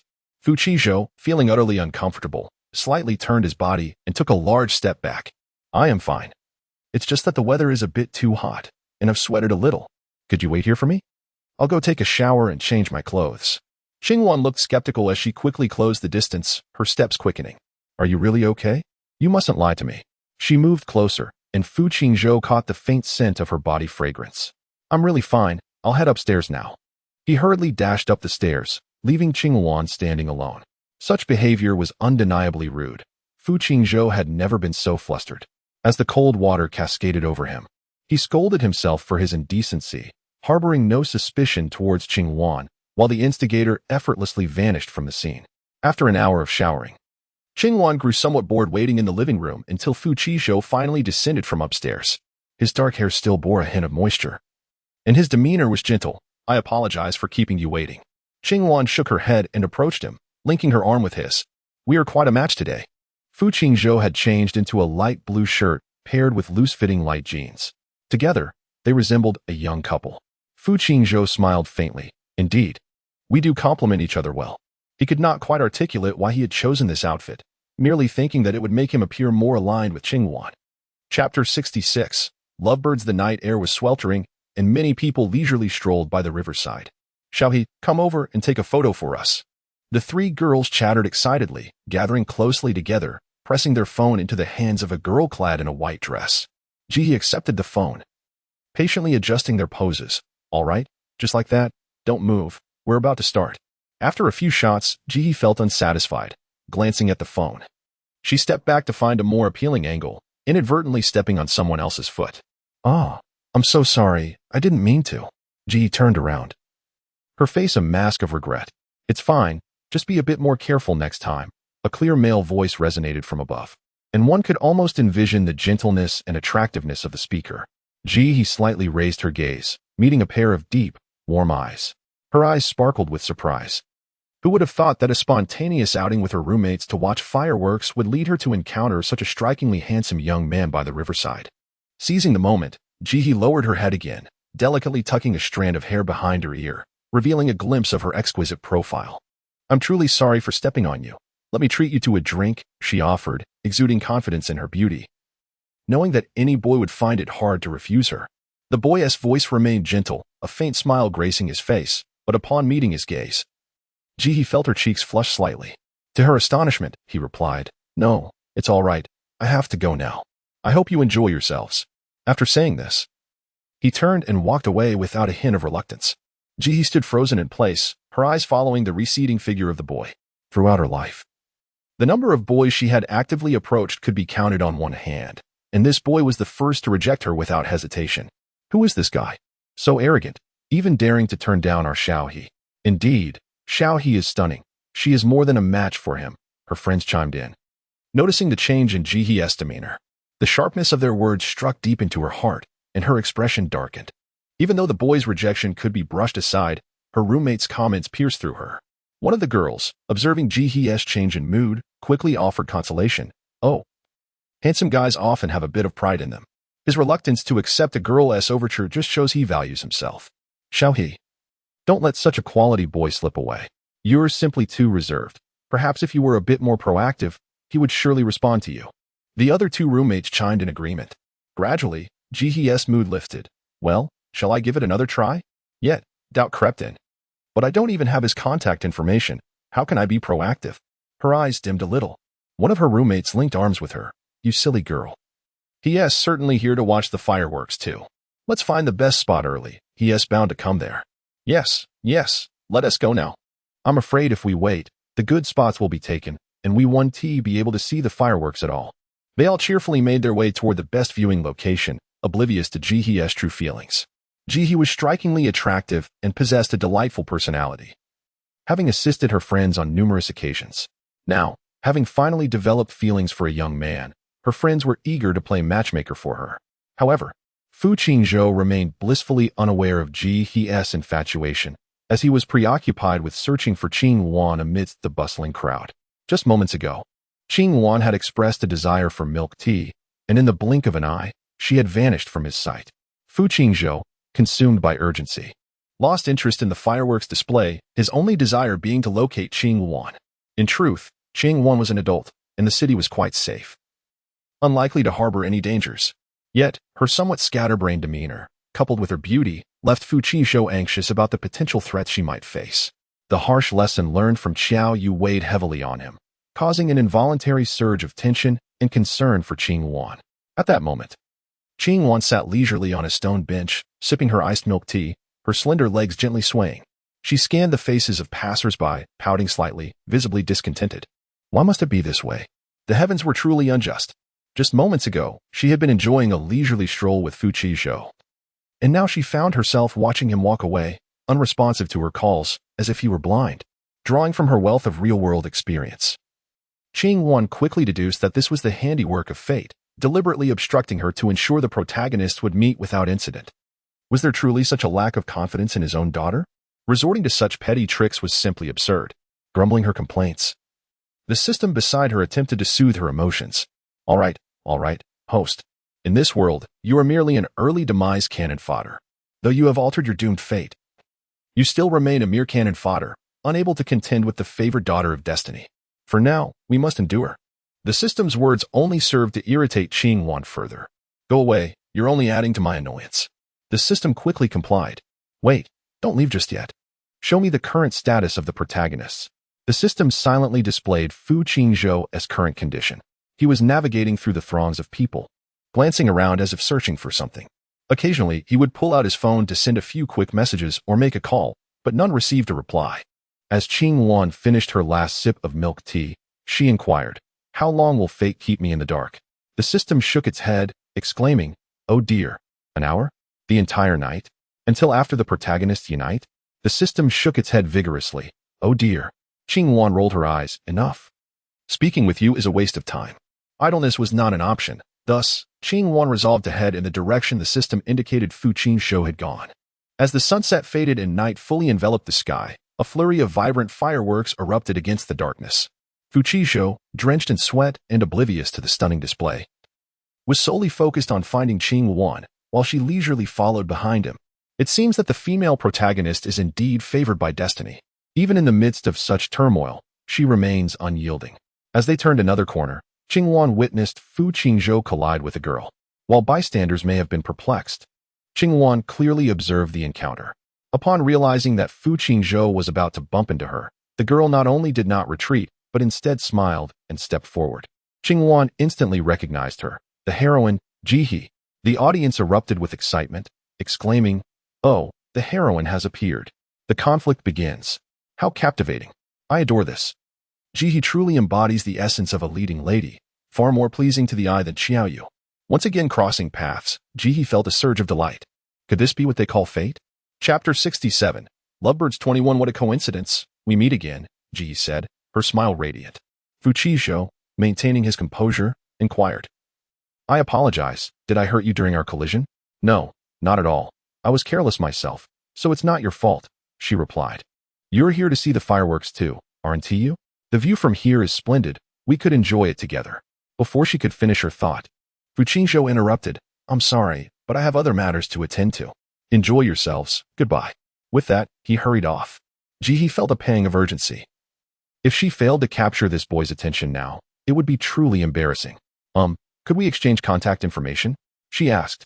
Fu Qingzhou recited a string of numbers. Before she could revel in her small victory, he added, "This is my family's butler's number. If you have any matters to discuss, you may contact him regarding any compensation." "What do you mean by that? Are you implying that I am trying to extort you?" Jihe's face turned pale with disbelief. She had not anticipated such a lack of understanding from him. Jihe's roommates chimed in, "Exactly. What's with the attitude? What's wrong with sharing your own contact? Is it appropriate to speak to a girl like that? You were in the wrong for bumping into our Jihe." Already anxious to locate someone, Fu Qizhou found himself entangled with a group of perplexing girls, which only intensified his frustration. For 20 years, no one had dared to address him in such a manner. Just as he was about to lose his temper, a pair of cool hands grasped his. "Young master, what are you doing?" Qing Wan's sweet voice floated from behind. Fu Qizhou swiftly turned around, gripping Qing Wan's hand tightly and pulling her beside him. With concern, he asked, "Where have you been? I've been searching for you everywhere. Has someone been bothering you?" A barrage of caring questions inundated her. Qing Wan chuckled helplessly. "No one has been bothering me. I just went to buy milk tea. It's quite crowded here, so it's normal to take some time to find someone. Please don't worry." She gently caressed Fu Qingzhou's hand, silently soothing his anxious emotions. The fireworks had already begun. Fu Qingzhou lowered his eyes, feeling a hint of delicate grievance, his words resembling a playful pout. "Well, there's still the second half, right? Shall we watch it together? Please don't be angry with me." In the dark, gleaming depths of Qing Wan's eyes, he saw his own reflection. She was entirely focused on him, rendering everything else, The crowd, the fireworks, insignificant. Fu Qingzhou felt as if his heart was being gently stirred, sending ripples through his being. Was this the gaze that friends shared? Even Xiaoyu, his former fiancée, had never looked at him with such unwavering attention, as if he were the sole inhabitant of the world. Suddenly feeling nervous, Fu Qingzhou dared not meet Qingwan's gaze, hastily diverting his eyes. They were friends, like siblings, yet he feared crossing the boundaries of their relationship. Observing his evasive glance and complex demeanor, Qingwan knew her purpose had been achieved. With a personality like Fu Qingzhou's, emotions could not be forced. One must subtly permeate every aspect of his life, waiting for him to respond on his own, whether through struggle or pain. Until he willingly shattered the shackles and acknowledged his love. Tonight was meant to be a beautiful encounter between the leads, with fate even shielding them from all distractions. Yet unexpectedly, it had all inadvertently favored Qingwan. The chemistry between the leads did not intensify. Rather, it was Fu Qingzhou who first realized his feelings, showing signs of awakening. Qingwan feigned ignorance to Fu Qingzhou's transformation, happily snuggling beside him, watching the splendid fireworks. Their conversation unfolded as if they were the only two people in the world, leaving Ji Hehe and her roommates entirely forgotten. Ji Hehe wore an expression of discontent, quietly scrutinizing Qingwan. She was undeniably adorable, with bright, beautiful eyes. Yet her beauty was not extraordinarily exceptional, falling short of Ji Hehe's own. What could this boy possibly see in her? Was it a fascination with the unconventional? Ji Hehe felt indignant and, for reasons unknown, chose to remain, standing beside Fu Qingzhou and Qingwan to witness the entire fireworks display. Her three roommates were mortified, wishing fervently to flee the scene, yet Ji Hehe remained stubbornly resolute. Her gaze frequently drifted to Fu Qingzhou, but his attention was solely captured by Qingwan, leaving no room for anyone else. It was then that Qingwan, with a mischievous glint in her eye, pointed at Ji Hehe and asked Fu Qingzhou, "Who is she? Your new friend? She's been watching you." Only then did Fu Qingzhou furrow his brow, finally noticing Ji Hehe, before he could formulate a response for Qingwan. Ji Hehe smiled and spoke up. "Hello, we just met recently. It's quite a coincidence that we've run into each other twice in such a large place. It seems we are fated." In the midst of conversation, her gaze lingered on Fu Qingzhou, imbued with a hint of affection, reminiscent of a young girl recently ensnared by the throes of love. Shy yet delicate, she drew attention effortlessly. Qingwan, ever the accomplice, exclaimed, "Wow, what a fateful connection." "Young master." Fu Qingzhou offered a silent smile, discreetly tightening his grip on Qingwan's hand, as if to caution her against further frivolous remarks. Ignoring him, Qingwan leaned closer to Ji Hehe, engaging her in warm conversation, leaving Fu Qingzhou with only the sight of her glossy, dark hair. Suddenly feeling bereft, Fu Qingzhou clenched his fist, standing still as he observed Qingwan conversing with several other girls. Upon hearing Qingwan address him as young master, Ji Hehe's eyes flickered with disdain.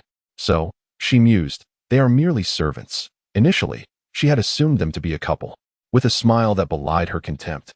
Ji Hehe spoke gently. "He just mentioned he would give me the phone number of your household manager. So, you two are one of their servants? Might I trouble you for his contact information?" He may be too bashful to ask. Indeed, our young master is quite a shy young man, but after some time, you should get accustomed to it, Qingwan replied innocently, pulling out her phone to share Fu Qingzhou's number. Fu Qingzhou, with his long fingers, grasped the delicate strap on Qingwan's shoulder, pulling her back towards him. "Why do you believe everything others say? You're so naive. I can't let you converse with strangers anymore." He covered Qingwan's eyes, chiding her in a tone that was not particularly stern. In the shadows of her blindness, he cast a dark glare at Ji Hehe. Chapter 68, Lovebirds 22. He had encountered many sycophants, those who spoke sweetly while harboring malice. Only a girl as pure as Qingwan could remain oblivious, mistaking such individuals for the virtuous. Meeting his gaze, Ji instinctively took a step back, her previous warmth replaced by fear. The boy who had exuded sunshine moments ago now appeared dreadfully formidable. Fu Qingzhou regarded her coldly, mouthing a silent command, "Leave. Come on. Let's go, Xiaohe." "His glare is too frightening," suggested one of her companions. Indeed, Xiaohe, one can easily discern that such a person is not worth the trouble. There are countless admirable men in this world. We need not concern ourselves with him. Ji clenched her clothes tightly, gritting her teeth. "Let us go." Once the four departed, Fu Qingzhou finally removed his hand from Qingwan's eyes. "What happened? What were you all discussing?" Qingwan inquired with curiosity. In truth, She had already witnessed the earlier events through the system and merely wished to tease Fu Qizhou. He had returned to his usual demeanor, taking her hand once more. They seemed to have urgent matters and left abruptly. I'm not sure why. It was rather rude. Observing his feigned innocence, Qing Wan felt a chuckle rise within her. It seemed that even the kindest of angels could possess dual facades. The wind has risen, and the fireworks have concluded. Let us return home. Yes, from now on. Do not call me young master when we are outside. What shall I call you then? Just call me brother.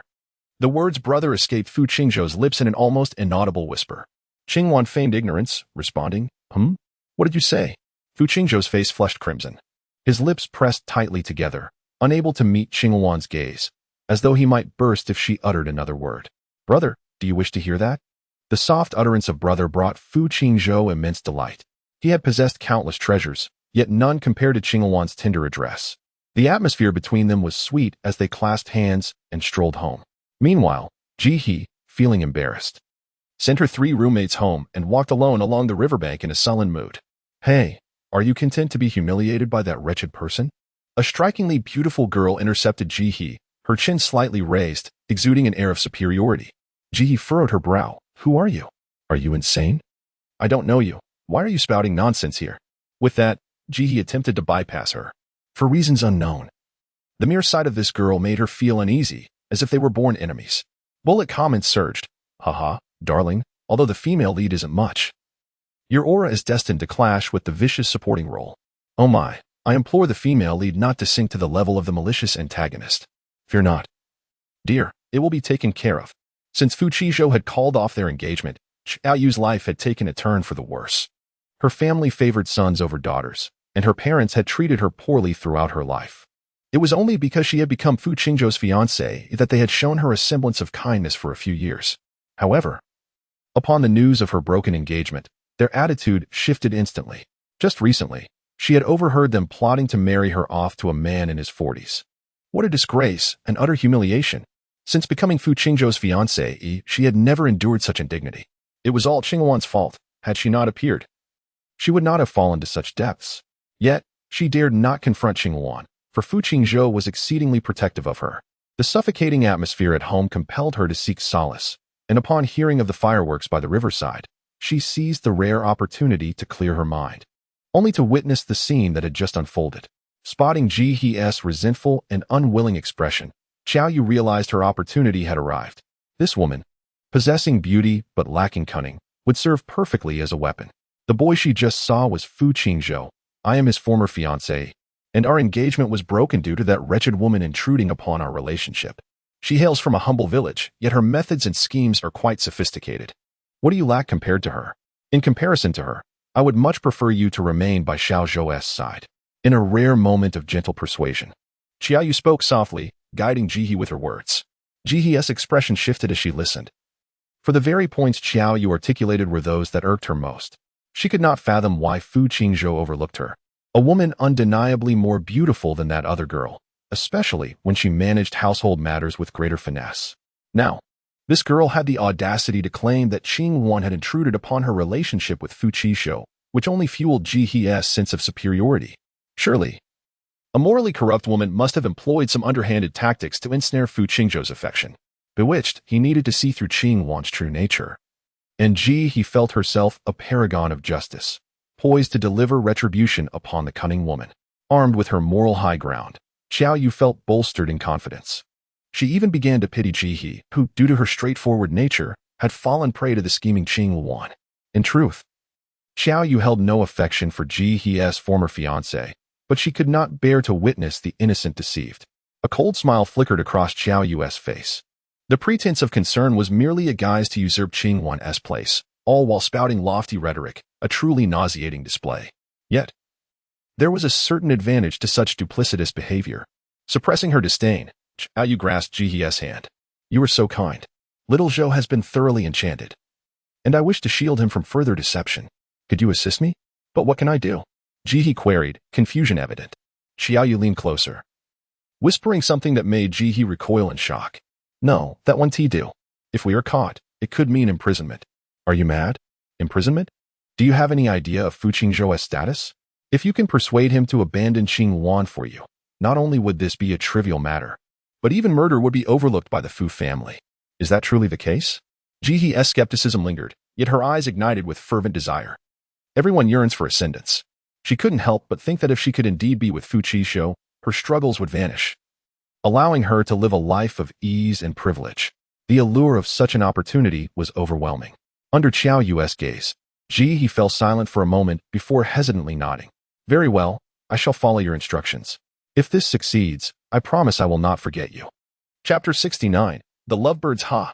Success? How utterly foolish. Qiao Yu regarded Jihe with scorn and disdain. The Fu family wielded considerable influence and power. Should Fu Qizhou insist on protecting Qing Wan, this scheme was destined for failure. She held no illusions that this plan could truly eliminate Qing Wan. It was merely a matter of resentment. Jiao Yu was unwilling to accept her fate, feeling it was unjust that she was destined for hell while Chang Wan basked in a life of comfort under Fu Qingshou's protection. If she were to meet her end, she would ensure that someone else bore the brunt of it. Even if Qing Wan survived, she would be left with a fraction of her vitality, especially after the news spread. Jiao Yu was eager to see how Qing Wan could continue to face the world with any semblance of dignity. When Qing Wan arrived at school, she was once again confronted by her familiar trio of roommates. However, their demeanor had notably improved this time. Qing Wan, do you have a moment? We sincerely apologize for the misunderstanding the other day. We were misled by hearsay, and we feel terrible about it. We wish to make amends today. As they spoke, their eyes flickered with ulterior motives, their expressions betraying a desire to ensnare her. It was perplexing who they thought would fall for their ruse. System. Investigate what Jiao Yu has been up to recently. Understood. The system promptly summarized Jiao Yu's recent activities. Qing Wan was astounded. What? Are you saying that the protagonist and the malicious female antagonist have teamed up to eliminate me, the insignificant pawn? Indeed, the system confirmed. Oh my. This world has transformed into something utterly unrecognizable. I wonder if the Heavenly Path has noticed that its daughter has allied with the wicked female counterpart. What of it? Even if he did, he would still unconditionally favor his own daughter, the system replied. Qing Wan forced a smile, though it did not reach her eyes. That may not hold true. The Heavenly Path has its own rules, and for an unworthy protagonist, she is no different from us pawns. The three individuals before her awaited her response with palpable tension. What's wrong, Qing Wan? Are you too busy today? I am available. Where do you wish to take me for this discussion? Her large eyes appeared innocent and naïve. You'll find out once we arrive, they replied. Qing Wan nodded. Very well, let us proceed. The four of them hailed a taxi, and as the scenery outside grew increasingly desolate, Qing Wan remained unfazed, her expression devoid of panic. With her eyes closed, she accessed the system's marketplace and selected an item called Universal Control. Then, she applied this item to Jiao Yu's phone. Rather than acting hastily, she turned to her three roommates. When will we arrive? Their responses were vague and hesitant. It seems that we share the same fate as pawns. But then again, why should a pawn trouble another? Qing Wan gazed out the window and soon spotted an abandoned factory in the distance. It appears this must be our destination. She opened Jiao Yu's phone, selected a contact, and sent a message to Fu Qingshou. After a moment's thought, she purchased another item from the marketplace and applied it to her own phone. Delayed alarm. If Fu Qingshou did not arrive in time, as a frail woman, she would surely struggle against the throngs of menacing figures. In such moments, one must rely on the assistance of the police. After being rescued, she can still play the victim in front of Fu Qizhou to elicit his pity and guilt. This little world was simply too kind to her, whether protagonist or supporting characters. They all continuously created opportunities for her. Qing Wan didn't even need to actively scheme. The chance to utterly destroy Qiao Yu had arrived. The moment they stepped out of the car, the three previously meek girls immediately changed their expressions. They shouted toward the factory, "Hey, you can come out now." Heavy, hurried footsteps echoed. Soon, several lecherous-looking men of varying builds stood before Qing Wan. Following them emerged the female lead, whom Qing Wan had only met once before. Qing Wan, you didn't expect we'd meet again, did you? Qing Wan quickly slipped into character, her face pale, trembling like a delicate white flower swaying in the wind. She whirled around, glaring at her roommates. You're in on this? Why would you do this to me? One roommate sneered. You dare ask why? We're the ones who want to know. Just because we hit you a little, the school forced us to drop out. Do the rich really get to do whatever they want? You home-wrecking bitch. Why should young Master Fu stand up for someone like you? Her voice was hoarse with rage. Her face twisted. The two girls behind her wore expressions of resentment and bitterness. It's all because of you. Because of you, we ended up like this. After today, when you're nothing but ruined goods, let us see if young Master Fu still protects you. Trembling, Qingwan turned teary eyes toward Ji He. We have no grudge between us. Why are you doing this? Blame yourself for crossing the wrong person. Ji He, truthfully, wasn't he confident either. She hadn't wanted to appear here today, but Xiao Yu had ordered her to stay, watch Qingwan suffer, and film the ordeal to send to her. Xiao Yu's hatred for Qingwan had surpassed Ji He's expectations. Yet Ji He, intoxicated by the grand promises Xiao Yu had dangled before her, could only feel fear, not resistance, not refusal. She wasn't afraid of the plan itself, but of being exposed as the mastermind. But it was too late to turn back. For the chance to rise to the top in one leap, Ji He steeled herself. She gave the men a meaningful glance. The men leered as they closed in on Qingwan, reaching to tear at her clothes. The act had gone on long enough. What remained required the other lead's arrival to continue. Qingwan had no patience for their farce. She quietly released hallucinogens from the system store into the air. Taking a step back, she settled onto a clean patch of ground. She watched as the men, like madmen, lusted after thin air, while Ji He stood at a distance, phone raised, recording intently. Qingzhou, an unknown number sent you a message. Do you want to check it? A friend kindly reminded. Fu Qingzhou did not even glance, swiftly extinguishing the screen. During this period, he had received numerous harassing messages from unfamiliar numbers, all sent by Xiao Yu using different phone numbers. The messages were merely pleas for him to return to her, urging him not to abandon her. Overwhelmed with annoyance, Fu Qingzhou blocked many numbers, yet it proved futile. Noticing Fu Qingzhou's indifferent demeanor, a boy, mustering his courage, reminded him once more. I accidentally glimpsed some of the message content. The situation seems quite serious. Chapter 70, Lovebirds 24. The boy, struck by a sudden realization, observed Fu Qingzhou's previously nonchalant expression shift dramatically, prompting him to urgently check his phone, his jaw clenched tight. A fury he had never witnessed before radiated from Fu Qingzhou. Sensing the gravity of the situation, the boy discreetly stepped back. Understanding that some matters were not for him to know, Fu Qingzhou strode away with purpose, his very silhouette betraying a tempest of rage. It was bewildering to witness someone with such a gentle temperament like Fu Qingzhou so incensed. Where could he possibly be heading? Fu's father had appeared behind them, startling the boy, who stammered, I'm not entirely sure. Miss Qiao just messaged him, and Qingzhou left in a fit of anger. Thank you, Fu's father replied amiably, patting the boy on the shoulder. He then turned to his assistant, instructing, keep a close watch on Qingzhou. Report to me everything he does and whom he meets. Understood. Mr. Fu, should we intervene? The assistant inquired. Fu's father pondered for a moment before responding, no need. He is just a child with a playful spirit. We simply need to keep an eye on him. Very well, Mr. Fu. We shall ensure the young master is well looked after. The assistant departed. Fu Qingzhou raced onward, his heart in turmoil. He loathed himself for repeatedly letting Xiao Yu off the hook. Had he dealt with her sooner, Qingwan would not have suffered such harm. He resolutely vowed that this time, he would not easily spare Xiao Yu. Qingwan had waited for a long time at the abandoned factory. With the police arriving ahead of Fu Qingzhou, she quickly darted into the crime scene, tearing her clothes to shreds. The sound of hurried, orderly footsteps grew increasingly near. Qingwan lay on the filthy ground, her eyes vacant, resembling a shattered porcelain doll. 3 men continued to paw at her. Stop! Everyone stop! A group of tall, uniformed police officers rushed over, swiftly toppling the men off Qingwan. They draped a coat over her, affirming, it's all right, miss, you are safe now. Qingwan froze momentarily before bursting into tears, her anguished cries echoing throughout the desolate factory. The officers, filled with compassion, gently supported her as they guided her outside, patiently soothing her distress. By the time the police arrived, Ji He had already contemplated slipping away unnoticed. Unexpectedly, the police acted swiftly and apprehended her mid-escape. Officers, this is a misunderstanding. We were just playing around. She stammered frantically, words tumbling out in panic. Qingwan watched her with an inscrutable expression before silently asking her system, is this really the wife the heavens ordained for Fu Qingzhou? This is rather disappointing. Wasn't she supposed to be beautiful, intelligent, and brave? How did she become so foolish all of a sudden? The system replied cheerfully, because she has lost her heroine-esque grace. The heavens have withdrawn their favor from her. The officers clearly dismissed her incoherent excuses and escorted her out. As Qingwan was helped out of the factory, Fu Qingzhou arrived in a rush, barely pausing to catch his breath before rushing to her side and grasping her hands.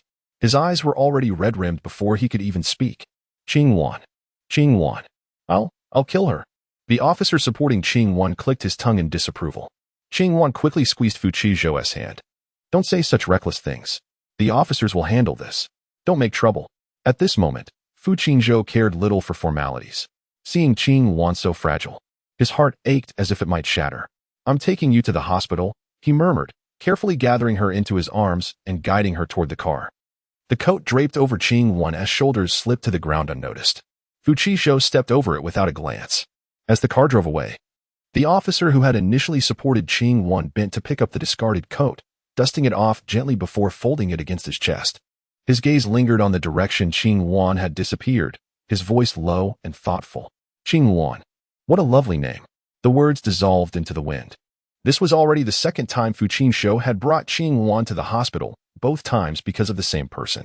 His expression darkened as he took in the grievous wounds marring her skin, his silence heavy with unspoken fury. Don't look like that, Qing Wan soothed, placing a gentle hand over his. Fu Qizhou forced his anger down, softening his tone. It's nothing. I was just thinking. Qing Wan nodded obediently. I see. Do you know who was behind this? A chance to reveal the truth. She bit her lower lip, her voice trembling slightly with lingering fear. I heard Jihe say. It was Qiao Yu who ordered this. Jihe? Clearly, Fu Qizhou had already forgotten the heroine they had met only once. Qing Wan reminded him softly. That girl we encountered by the river that night, during the fireworks. A curse slipped from Fu Qizhou's lips, drawing Qing Wan's startled glance. He pressed his fingers to the bridge of his nose, frustration flickering across his face. Forgive me. After everything that has happened, I'm struggling to keep my composure. But I promise you, I will make this right. His anguish and desperation lay bare before her. Qing Wan leaned into him, wrapping her arms around his waist. Brother, thank you for coming today. Just having you here makes me feel safe. Fu Qizhou experienced a choking sensation, grappling with the bewilderment of why such a pure and kind-hearted individual as Qing Wan existed in the world. The origin of all this turmoil lay with him. Yet he found himself seeking solace from the very victim, Qing Wan. The medication prescribed by the doctor had a sedative effect, and soon Qing Wan began to drift into a gentle slumber. Even in her sleep, she clung to Fu Qizhou's hand. Standing beside her bed, Fu Qizhou tenderly caressed her smooth strands of hair. His tall figure was illuminated by the bright lights, casting a long shadow that enveloped Qing Wan in silence. After a brief moment of quietude, he retrieved his phone and made a call. Have you found any results regarding the matter I asked you to investigate? The voice on the other end of the line conveyed something that sparked a glint of ruthlessness in Fu Qizhou's eyes. If she has escaped, go find her. I demand to see her by tomorrow, regardless of the means employed, whether alive or dead. He declared that anyone who had harmed Qing Wan would not find peace. Noticing that Qing Wan's lips were slightly chapped and that there was no hot water in the hospital room, Fu Qizhou took a cup and stepped out to fetch some. As he turned away, the sleeping Qing Wan curled the corners of her mouth into a subtle smile. Not bad, she thought. Although her persona was that of a little angel, she was not merely a naive do-gooder, aligning well with her standards for a partner. In this small world, she intended to survive until this body met its natural end. Yet, Qing Wan was inherently lazy, and now that she had the opportunity to cling to someone as dependable as Fu Qizhou, she had no intention of letting go. Unfortunately, Fu Qizhou had yet to genuinely develop feelings for her. It seemed she needed to stoke the flames of affection. Due to her injuries, Qing Wan remained confined to her hospital room. Fu Qizhou had specially arranged for a housekeeper to care for her. I have some matters to attend to shortly. You must focus on your recovery and eat well. Do you understand? He urged with utmost seriousness. Yes, I understand. You go ahead and take care of your business. Qing Wan replied obediently. However, Fu Qizhou was well aware of her deceptive nature. Thus, he instructed the housekeeper to ensure she consumed her entire nutritious meal without leftovers. After a moment's thought, he added, a tiny bit left is fine. Prepare some small cakes for her, as she enjoys those. The housekeeper nodded resignedly. Once the pampered young master, Fu Qizhou had taken a newfound interest in domestic affairs since Qing Wan's arrival. After he departed, Qing Wan cheerfully informed the housekeeper that she wished to rest for a while. Understanding her intention, the housekeeper discreetly exited, locking the door behind her. System, start the live broadcast. Qing Wan declared enthusiastically. Prior to arriving at the hospital, Fu Qizhou had made a stop at his company, now dressed impeccably in tailored attire. He exuded an air of elegance and beauty, seemingly untouchable. As he bent down to review company documents, shadows danced across him, obscuring his expression and rendering him somewhat enigmatic. Wow, this charming little angel with a dark side is captivating.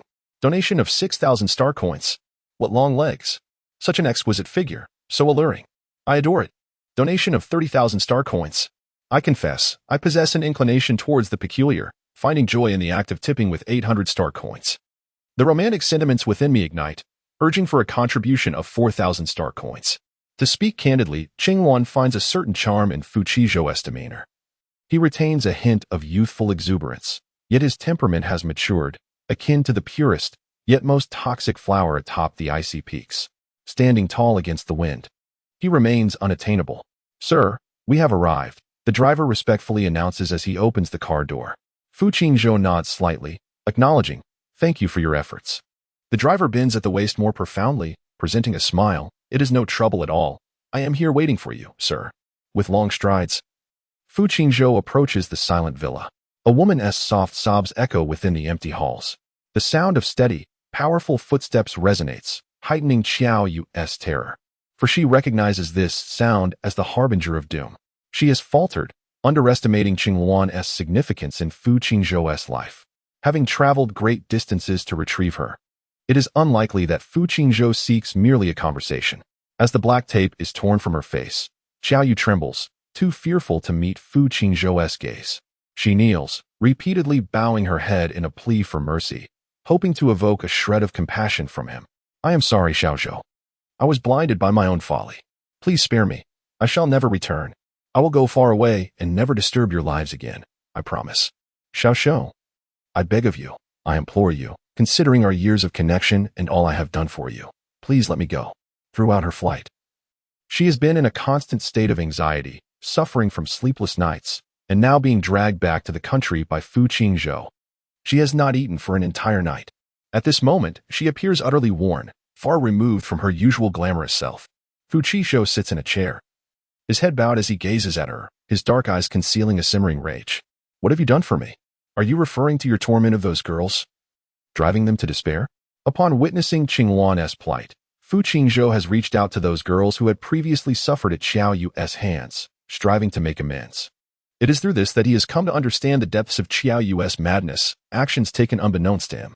His choice of Qiao Yu as his fiancée was a misguided decision, intended to be a fleeting romance. Yet, he has never instructed her to harm those girls. Qiao Yu, my greatest regret is choosing you to be my fiancé. Qiao Yu has abandoned all hope of rekindling any feelings from Fu Qingzhou. She had merely wished to survive this encounter.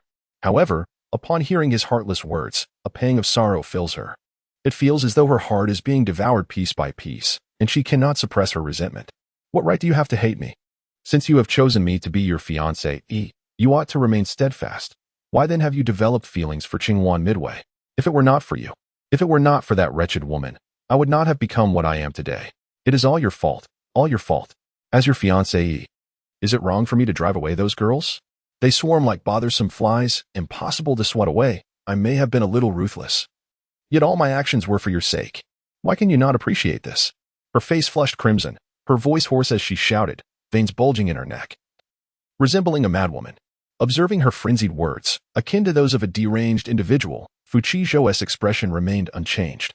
He replied indifferently, since you believe your past actions were justified, why not experience the pain those girls once endured at your hands? As he spoke, a multitude of people entered the villa. Miss Qiao, why are you lying on the ground like a dog? Do you remember me? A petite girl with noticeable burn scars glared at Qiao Yu with malice. 7 or 8 others accompanied her, each bearing indelible scars of varying severity, all victims of Qiao Yu's cruelty. At this moment, Qiao Yu truly began to panic. What do you want from me? She exclaimed in terror, attempting to retreat, only to have her hair seized by the scarred girl. Why run? It appears the glamorous Miss Qiao is also afraid. The girl's voice dripped with malice. You taught us this, Miss Qiao. Do you not recall? Qiao Yu's eyes widened as she flailed her arms. Get away. Go away. Do not touch me. Who do you think you are to humiliate me? A resounding slap struck Qiao Yu's face, turning her head to the side. What are we? You shall soon discover, Miss Qiao. They dragged Qiao Yu by her hair and forced her into their vehicle. The leader of the group stood her ground, casting a glance at Fu Qingzhou. her eyes filled with subtle hatred. Though it was Qiao Yu who tormented us, the root of it all lies with you. Had you not chosen her as your fiancée, we would not have ended up like this.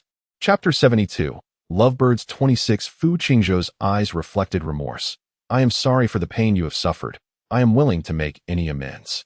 Your amends? Because of you and Qiao Yu, some of our sisters have had their lives ruined. You must take responsibility for their futures, ensuring they never want for anything. Of course. Fu Qingzhou replied earnestly. The Fu family possesses ample wealth. What does it matter if he supports these girls for a lifetime? Most importantly, Fu Qingzhou must manage this situation carefully, appeasing the girls' emotions and suppressing the news. Otherwise, should it leak, it would undoubtedly become a scandal of monumental proportions. Fu Qingzhou did not wish for these matters to affect the company. For him, spending money was merely the least costly means to resolve the issue. Soon, Qiao Yu and her group of girls departed. Fu Qingzhou remained seated on the sofa, his eyes cast downward, lost in thought. The system chimed, "Congratulations, host, on completing the task. Keep up the good work." Having witnessed quite a spectacle, Qingwan felt a wave of fatigue wash over her and was about to close her eyes for a brief rest when a knock echoed at the door of the ward. "Hello, officer. We are here to inquire about the details of the case. Do you have a moment?" A deep, cool male voice resonated, causing Qingwan's heart to flutter. Her aunt must have gone to prepare a meal. Slowly, she descended from the bed, each step accompanied by labored breaths, perfectly embodying the image of a patient. Upon opening the door, a striking officer came into view, his wheat-colored skin, sharp brows, and piercing eyes complemented by a short haircut and a subtle smile. The quality of male characters in this little world was commendable, showcasing an array of handsome figures. "Miss Qingwan, hello. We are here to understand the events of that day," he stated. Qingwan raised an eyebrow. "Officer, I don't recall ever telling you my name. Your boyfriend called you by name that day." "I remembered," he replied. His probing gaze fixed upon her, while she chose not to elaborate. "Please come in," she invited, her complexion still pale and her smile somewhat forced. It was only natural for a girl to feel pain and fear after such an ordeal. The two officers took a seat on the sofa, and Qingwan recounted the events of that day in as much detail as possible. Inevitably, her words were tinged with repetition and disarray. The officers, unfazed, noted that many victims tend to recall events in such a manner. In contrast, Qingwan was doing remarkably well. Noticing her occasional expressions of pain, the female officer paused the conversation, offering her a cup of warm water, gently saying, "It's all right. Take your time." Qingwan obediently sipped the water. She did not see the flicker of annoyance that crossed the male officer's eyes. After over an hour of discussion, Qingwan appeared utterly fatigued, her mouth parched. Fu Qingzhou entered, completely disregarding the two officers, and sat beside Qingwan, wrapping his arm around her. "Why aren't you resting? You're injured and need to recuperate properly." Qingwan cast a sidelong glance at Fu Qingzhou, almost stifling a laugh. She realized he had a knack for sarcasm.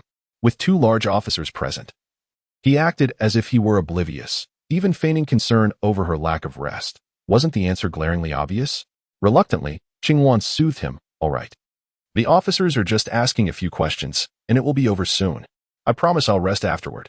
Fu Qingzhou neither agreed nor disagreed, casually picking an apple from the fruit platter and beginning to peel it. Perhaps sensing the awkwardness, the female officer, having truly finished her inquiries, stood up, saying, "We have completed our questions. Goodbye, Miss Qingwan." Qingwan offered a gentle smile, and the male officer stood in response, casting a glance at Fu Qingzhou and the countless remnants of the apple peel. It was merely that. It remained unclear to whom he was referring. Qingwan, bewildered, quietly inquired of the system, "Why do I detect the scent of gunpowder in the air?" The system replied, "I apologize, host, but our detection cannot ascertain that." "You." She sighed. "Let's go." There was little to be said to this artificial intelligence. Fu Qingzhou plunged a knife into the apple, lifting his delicate eyelids with an imposing demeanor. "If there is nothing further, please take your leave." The officer, undeterred, smiled at Qingwan, saying, "I am Xia Fan. Should there be any matters in the future, feel free to seek me out." Qingwan returned his smile, leaning against Fu Qingzhou's shoulder. "My brother will assist me, so there is no need for the officer to worry." Fu Qingzhou's stern expression softened slightly. Xia Fan maintained his calm demeanor, his smile unwavering. "Very well then. Miss Qingwan, farewell." Qingwan waved at him as he departed.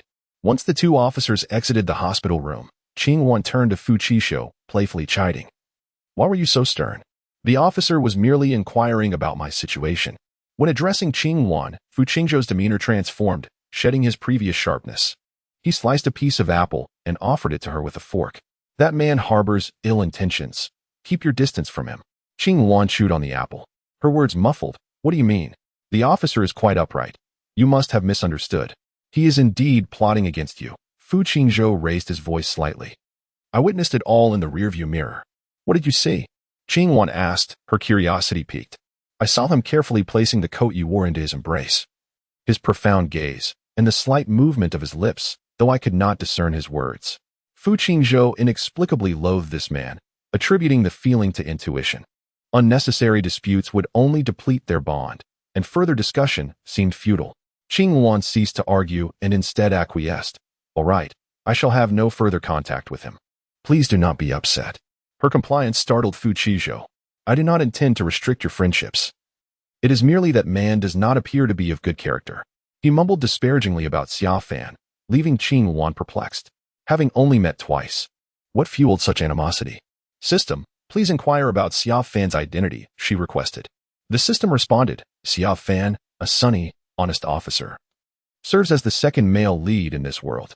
His fate, to facilitate the union of the heroine and the hero, while silently guarding the heroine throughout his life. Remaining unmarried. Qing Wan remarked, no wonder he is so detestable. It seems there is an inherent clash of energies.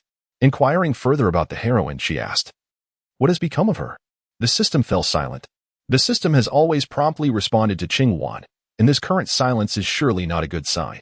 Qing Wan urged. Speak up. The system hesitated, its mechanical voice tinged with frustration. Host, we seem to have encountered a capricious heavenly Tao that disregards the rules. Chapter 73, Lovebirds 27. What did you say? The female lead has fled. Qing Wan exclaimed in shock.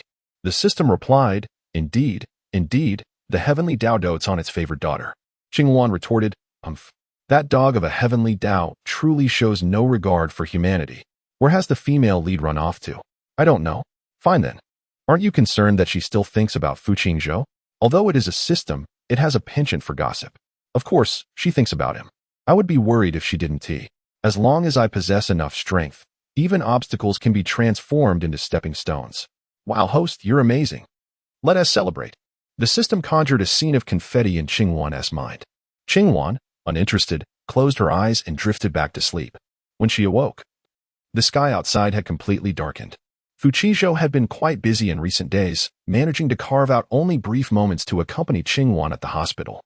Noticing Qing Wan gazing out the window, the aunt kindly explained, Young master just called to say he will be here shortly, so do not fret. Qing Wan, feeling both shy and annoyed, shot a glance at the aunt, who said I was waiting for him. I certainly am not. The aunt smiled at her with a look of affectionate tolerance, as if she could see through Qing Wan's little thoughts but chose not to reveal them. The door swung open. Fu Qingzhou entered, clad in a loose hoodie and jeans, his face framed by a pair of black-rimmed glasses, resembling a gentle, approachable neighbor. If you don't miss me, there is no delicious food for you. He deliberately displayed a small dessert he held. Qing Wan's expression changed instantly. Her eyes sparkled with delight as she sweetly replied, Why did you come so late? I've been waiting for you, brother. Fu Qingzhou playfully pinched her petite, perky nose, just now. I heard a certain little heartless one say she doesn't miss me at all. Do you know where she has gone? Qing Wan shook her head, pretending to be clueless. Where could she have gone? I suppose the ward contains only one person who misses you dearly. Oh, and a very thoughtful aunt who cooks delicious meals, she added. Fu Qingzhou chuckled. Your words are so sweet. You've made the aunt quite happy. Qing Wan gazed up at him, her eyes shining like a puppy's. What about you? Have I made you happy? Of course, and thus I have decided to reward you with your favorite cake. Qing Wan moved the cake before her, savoring it in small bites. If it weren't for the injury at the corner of her mouth, she would have devoured the cake in one go. After days of bland, nutritious meals provided by the aunt in the hospital, Qing Wan felt as if her sense of taste was on the verge of extinction. Observing her wince as she inadvertently tugged at the wound at the corner of her mouth while devouring her food, an infinite sense of compassion surged within Fu Qingzhou. He retrieved 2 tissues, gently wiping away the cream from Qing Wan's lips, whispering, From this day forth, no one shall dare to harm you again. This was a subtle indication that Qiao Yu had been dealt with. Qing Wan obediently nodded, refraining from speaking on Qiao Yu's behalf any longer. Previously, she had defended Qiao Yu to cultivate an image of kindness and fragility, but now to speak up for her would be to disregard Fu Qingzhou's earnest efforts. A true display of ingratitude. She understood when to be virtuous and when to refrain. Such discernment was not lost on her. Thank you, brother. No one has ever treated me with such kindness or devoted so much thought to me. You call me brother. Who else would I treat with such care? Qingwan inquired. Will you treat me well for a lifetime? Without hesitation, Fu Qingzhou affirmed, Of course, I shall always treat you well. With a joyful smile, Qingwan nestled beside him, resting her fluffy head upon his lap. Then, when I marry, will you still treat me this well? The smile on Fu Qingzhou's face faltered. He had never contemplated the notion of Qingwan getting married. From the moment she had boldly entered his room, seeking his protection, he had already claimed her as part of his world. In his life's design, Qingwan was meant to remain by his side eternally. The thought of her someday walking into the realm of marriage with another man, establishing an independent household, made her feel like an outsider. It was an unsettling possibility that caused him to furrow his brow. Having experienced such a beautiful Qingwan, Fu Qingzhou could not fathom relinquishing her to anyone else. Do not marry. Most men in this world are not good. Fu Qingzhou solemnly cautioned Qingwan, the word do not carrying a weighty command. Surprised, Qingwan remarked, Is it really that exaggerated?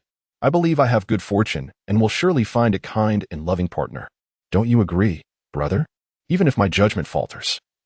You will watch over me, right? Her eyes glimmered with hopeful anticipation as she gazed at Fu Qingzhou, though they had not yet embarked on the journey of romance. She was already displaying signs of infatuation. Fu Qingzhou couldn't bear to consider the scenario where Qingwan encountered a man adept at masquerading his true self. His expression darkened as he muttered, There are many bad men. Even with my protection, you cannot entirely avoid them.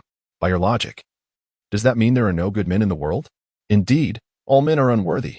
Fu Qingzhou replied with a serious nod. That cannot be true. I believe you're mistaken, Qingwan countered. You truly do not comprehend. As a male, I possess a deeper understanding of them. Qingwan playfully shook his arm, her voice dripping with affection as she exclaimed, But I believe my brother is the finest young man in the world. Fu Qingzhou momentarily froze, only to realize she was referring to him. With a hint of exasperation, he remarked, You only know how to sweet-talk to make others happy. Qingwan beamed, revealing her pearly white teeth. Isn't it wonderful for us to be together for a lifetime? You accompany me, and I shall accompany you. After a brief hesitation, Fu Qingzhou summoned the courage to voice his thoughts. He genuinely wished for Qingwan to remain by his side, desiring to share an eternity together, much like they do now.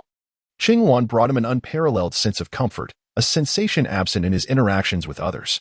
The white curtains in the hospital room danced gracefully in the wind, their contrasting stillness and movement mirroring the turmoil within Fu Qingzhou's anxious heart. He fixed his gaze on Qingwan, yearning to hear the answer he sought from her lips. Yet, Qingwan's eyes widened in astonishment as she exclaimed, Brother, what are you saying? Even the closest of friends or siblings cannot possibly remain inseparable throughout their lives. Chapter 74. The Lovebirds, Why Not? Why can't it be so? Fu Qingzhou pondered defiantly. Since no one had ventured to undertake this endeavor, he resolved to be the pioneer. He observed Qingwan's shocked expression but refrained from voicing his thoughts, fearing it might frighten her. He lacked for nothing, and ensuring Qingwan's comfort and security was a trivial matter. Moreover, he vowed never to let her experience sorrow. He would learn how to cherish her, so profoundly that her world could no longer accommodate anyone else. Thus, Qingwan would never be drawn to other men, and they could remain together for eternity. Fu Qingzhou meticulously schemed for the future. Regrettably, he failed to comprehend the sudden surge of possessiveness that gripped him, a misunderstanding for which he would lament for many years. At present, Fu Qingzhou was youthful, still carrying the audacity of adolescence. From the moment of his birth, he had been the center of attention, a prodigy whose world revolved around him. A notion not entirely absurd. He believed he could control everything, only to later pay a steep price for his hubris. Now, Fu Qingzhou simply wished to prevent Qingwan from leaving him, to ensure no other man would enter her life. The appearance of Xia Fan unsettled him, akin to an unfamiliar beast encroaching upon his territory. He felt compelled to drive away the unwelcome intruder. Henceforth, nothing resembling Xia Fan could infiltrate the delicate world he shared with Qingwan. Perhaps it was a case of speak of the devil, and he shall appear. Just as Fu Qingzhou contemplated Xia Fan, Qingwan held her phone before him and remarked, Officer Xia is so enthusiastic. He invited me to go out once I'm feeling better.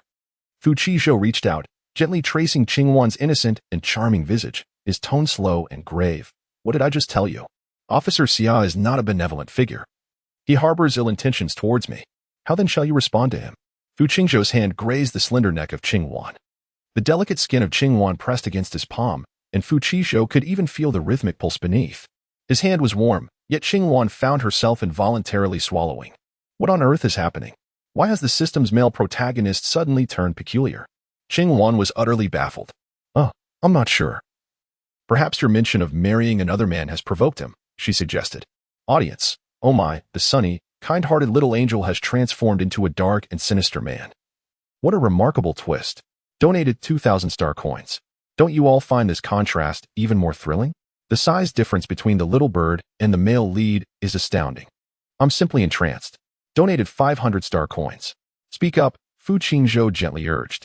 Qingwan, resembling a timid creature, quickly declined Xia Fan's invitation and then offered Fu Qingzhou a conciliatory smile. As a reward, Fu Qingzhou affectionately ruffled her hair. I have no intention of restricting your friendships. But your health has not been the best lately, and he seems rather unreliable. I can't help but worry about you going out with him. He discreetly administered a dose of caution to Qingwan, who earnestly agreed with his perspective. Fu Qingzhou's mood brightened. Tomorrow, I shall bring you a piece of your favorite cake. Qingwan scrunched her nose playfully. How stingy, brother. I also want ice cream. Not a chance, Fu Qingzhou unhesitatingly denied. Qingwan, feigning annoyance, lay back on the hospital bed, covering her head with the blanket. Fu Qingzhou swiftly pulled the blanket down below her chin. You must not behave like that again.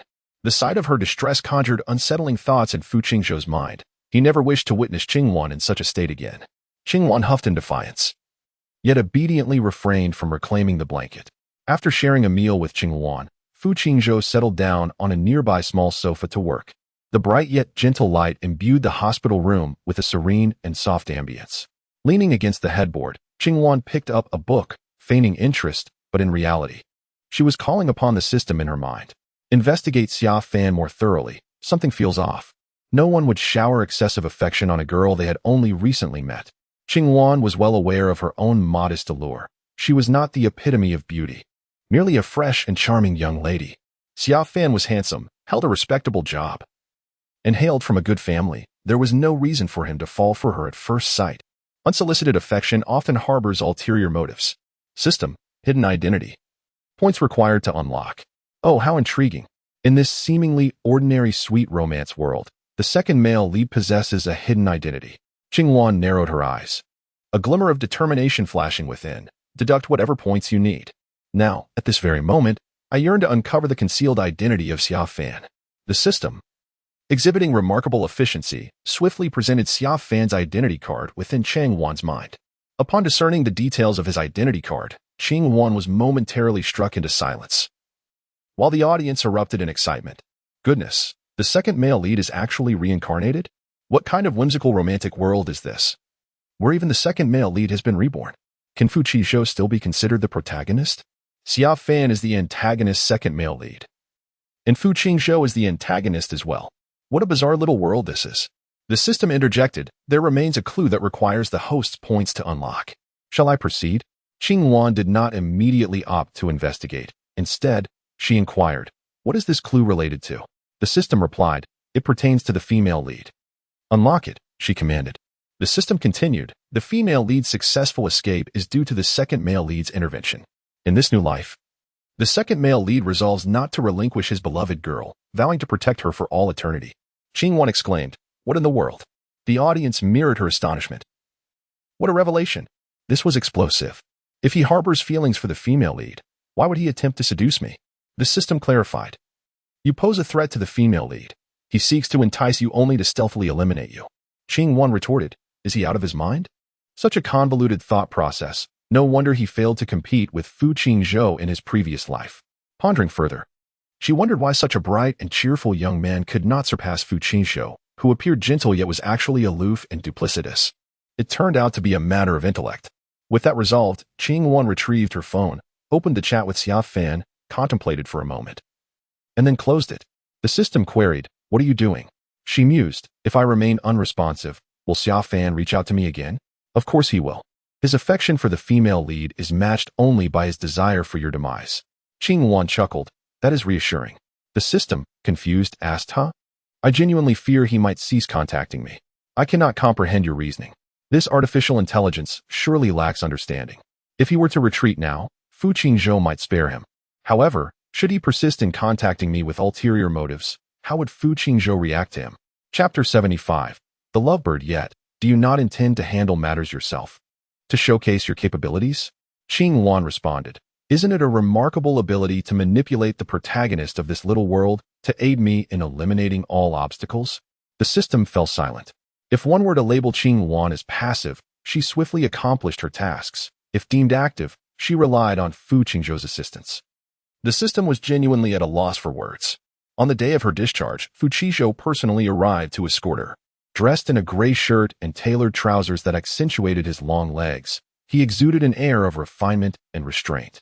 As the weather began to turn cooler, Fu Qingzhou handed a cup of milk tea to Qing Wan while placing his luggage in the trunk. As Qing Wan merely sipped her milk tea with her eyes half closed, she was promptly halted by Fu Qingzhou. The outside world is unhealthy. If you wish to indulge, wait until we return home, where Annie can prepare it for you. In our haste today, I forgot to bring something to warm your hands. For now, make do with this, and no more drinking, understood? Qing Wan lifted her gaze to the sun hanging high in the sky, then glanced at Fu Qingzhou, falling into silence. The two exchanged glances, yet words eluded them. The book suggested that during cooler weather, it would be prudent to bring something warm when meeting a girl, even if it was merely for warming hands. However, it was evident that the timing was far from appropriate. Fu Qingzhou felt a twinge of regret. He had made a grave mistake on their first encounter. Upon returning home, Qing Wan took a nap. When she awoke, she discovered a magnificent bouquet of fresh flowers adorning her bedside. Daily, Andy would replace the flowers in the room with a delightful arrangement, each placement meticulous and aesthetically pleasing. The bouquet on her nightstand, however, was neatly tied. The vibrant flowers huddled together in a manner that appeared quite forlorn. It was unmistakably the handiwork of someone special. From that day forth, Fu Qingzhou's demeanor shifted strangely. He became markedly gentler, yet his possessiveness intensified. He insisted on accompanying Qing Wan wherever she went, even to gatherings with her classmates, under the pretense of concern for her safety, fearing she might suffer harm again. Yet, Qing Wan keenly sensed that whenever she spoke to a boy, Fu Qingzhou would fixate on them with an indescribable, ominous gaze. If she failed to appear before him for more than 2 hours, he would incessantly message or call, not relenting until she returned to his sight. I've told you before, he is merely my classmate. Why must you behave this way? Qing Wan glared at Fu Qingzhou, her large eyes brimming with indignation. Fu Qingzhou adjusted the coat that had slipped from her shoulders, his expression serene. This week marks the 3rd occasion I've attempted to invite you out, and the 5th time I've rested my hand on your shoulder while speaking to you, causing me to blush. Is this what you call a mere friendship? His dark eyes resembled a calm, profound sea. Though appearing tranquil, they concealed tumultuous undercurrents. Qing Wan sniffled. But you promised you wouldn't interfere with my friendships. I cannot endure this. What on earth is wrong with you? The biting cold wind reddened her cheeks, and tears sparkled in her eyes as she looked up at Fu Qingzhou, a picture of both sorrow and charm. Fu Qingzhou's warm palm cupped her cheek. Those with ulterior motives towards you are not ordinary friends. Why must you act this way? I dislike it. Qing Wan could no longer tolerate it. She forcefully swatted his hand away and shouted, I am not your pet. I am a person. Even if both the Fu family and you have shown me kindness, you cannot control my life at will. I am free, and you cannot bind me under the guise of goodwill. It seemed an invisible barrier separated them, and Fu Qingzhou's thoughts and intentions could not, no matter what, reach Qing Wan's heart. He could not comprehend how things had come to this point. He had followed the instructions laid out in the book, yet the relationship between him and Qing Wan had grown increasingly strained. Fu Qingzhou felt weary and heartbroken. All he desired was for Qing Wan to remain by his side, without seeking the company of others. Was that too much to ask? Suddenly, a profound sadness enveloped him. Throughout his life, he had never truly had a friend. When he was 10, a lively child moved in next door and took the initiative to greet him, visiting the Fu household daily to play. Young Fu Qingzhou believed he had found a true companion. He was elated, sharing all his favorite toys, storybooks, and treats with his newfound friend. However, one day, he overheard his so-called friend speaking to other children in their circle, if it weren't for the Fu family's wealth. Who would want to serve the young master? The voice was starkly different from the one that had spoken to him, now devoid of softness and innocence, filled instead with indifference. Little Fu Qingzhou stood frozen, eyes cast down for a long while before he discarded the cookie he held into the trash. From that moment on, he ceased seeking friendships. He deliberately sealed his heart, treating everyone with kindness, yet remaining indifferent to all, until Qingluan's arrival. She was so innocent and lively, like a delicate white bird trembling in his embrace. Fu Qingzhou's heart softened once more. He tended to the bird's injured wing, grooming her feathers daily, adorning her beautifully, believing that she would remain with him forever. Yet, that was not to be. The bird declared her intention to seek another, leaving Fu Qingzhou wondering what he was to her, perhaps nothing more than a benefactor. A surge of anger welled up within him. He had rescued the bird, not for her to fly into another's arms. Qingluan stood silently by, observing the turmoil in Fu Qingzhou's handsome face, which was now slightly contorted. She sensed that the moment had arrived. After attending various gatherings and conversing with other boys, she felt exhausted. After waiting for so long, she was finally witnessing Fu Qingzhou on the verge of an emotional eruption. It was time for him to unleash all his pent-up anger onto one individual. And Qingluan had already chosen her target. As she wiped away her tears, she stepped forward, retrieving her phone from her bag to dial Xia Fan's number. Hello? Is this Xia Fan? Is what you said that day true? I want to come see you. On the other end, Xia Fan fell silent for a second, seemingly recalling when he might have uttered such words. He had indeed said no such thing. It was a fabrication of Qingluan's. In her quest to incite animosity, Qingluan would say whatever was necessary. After all, he harbored ill intentions, seeking to plot against her life. Such a person, Qingluan resolved, would not be allowed to live long. Fu Qingzhou's cold voice pierced her thoughts. Who are you on the phone with? Qingluan sprinted away with an urgency that suggested she was desperate to escape his grasp. Officer Xia reassured her that she could seek him out at any time, but Qingluan declared, Fu Qingzhou, you have treated me poorly, and I no longer want you. In theory, Qingluan should never have been able to outrun Fu Qingzhou. However, after purchasing a stamina pill in the mall and consuming it, she felt a surge of energy and gradually left Fu Qingzhou behind. Find out where Xia Fan is right now, they both said simultaneously. Fu Qingzhou stood still, watching Qingluan's diminishing figure, his gaze growing increasingly frigid. He dialed his assistant, who swiftly relayed Xia Fan's location to him. Qingluan hailed a taxi, provided the address of Xia Fan's residence, and before she could settle into her seat, Xia Fan's call came through. What did your call mean just now? Are you in danger? Yes, Officer Xia. I'm so scared. Can I come to see you? There was a hint of hesitation in Xia Fan's voice. But I'm not really in a position to do so right now. How unprofessional. With such an attitude, you still wish to entice me? Qingluan, on the verge of tears, implored, Officer Xia, Fu Qingzhou is all I can rely on right now. If you want to help me, I truly don't know who else to turn to. What has Fu Qingzhou done to you? Xia Fan's voice suddenly became more animated, but Qingluan ignored him, continuing to sob. Xia Fan was consumed by anxiety, eager to understand what had transpired with Fu Qingzhou. In his previous life, he had been bested by Fu Qingzhou. Now, given a second chance, Xia Fan was determined to reclaim everything that belonged to him. Not only would he pursue Ji He, but he would also seize the opportunities that belonged to Fu Qingzhou, ensuring that he experienced the same profound anguish he had endured in his past life.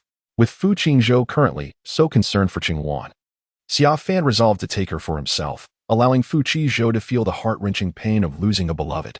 This would also serve to eliminate the woman who had harmed Xiaohe.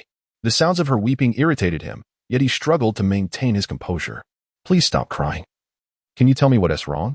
He said gently. I'm so scared. Can we meet to discuss this? A strange noise suddenly interrupted from Xia Fan's end, followed by a brief silence.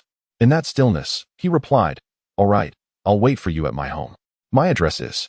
Thank you, Officer Xia. You truly are a good person. Qingluan hung up without hesitation and exchanged a glance with the driver in the mirror. His eyes reflected doubt and astonishment, as if he were looking at a madwoman. Qingluan smiled at him and then lowered her gaze back to her phone. Those in her profession were often perceived as deranged, a notion she had grown accustomed to.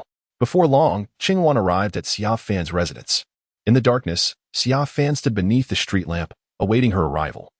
A coat in hand, he had intended to drape it over Qingluan, but upon noticing the substantial garment she was already wearing, his hand hesitated.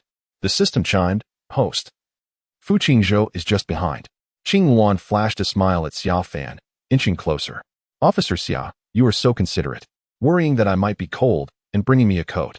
Her eyes and the tip of her nose were tinged with red, and her voice held a nasal quality that evoked an instinctive urge to cradle her gently.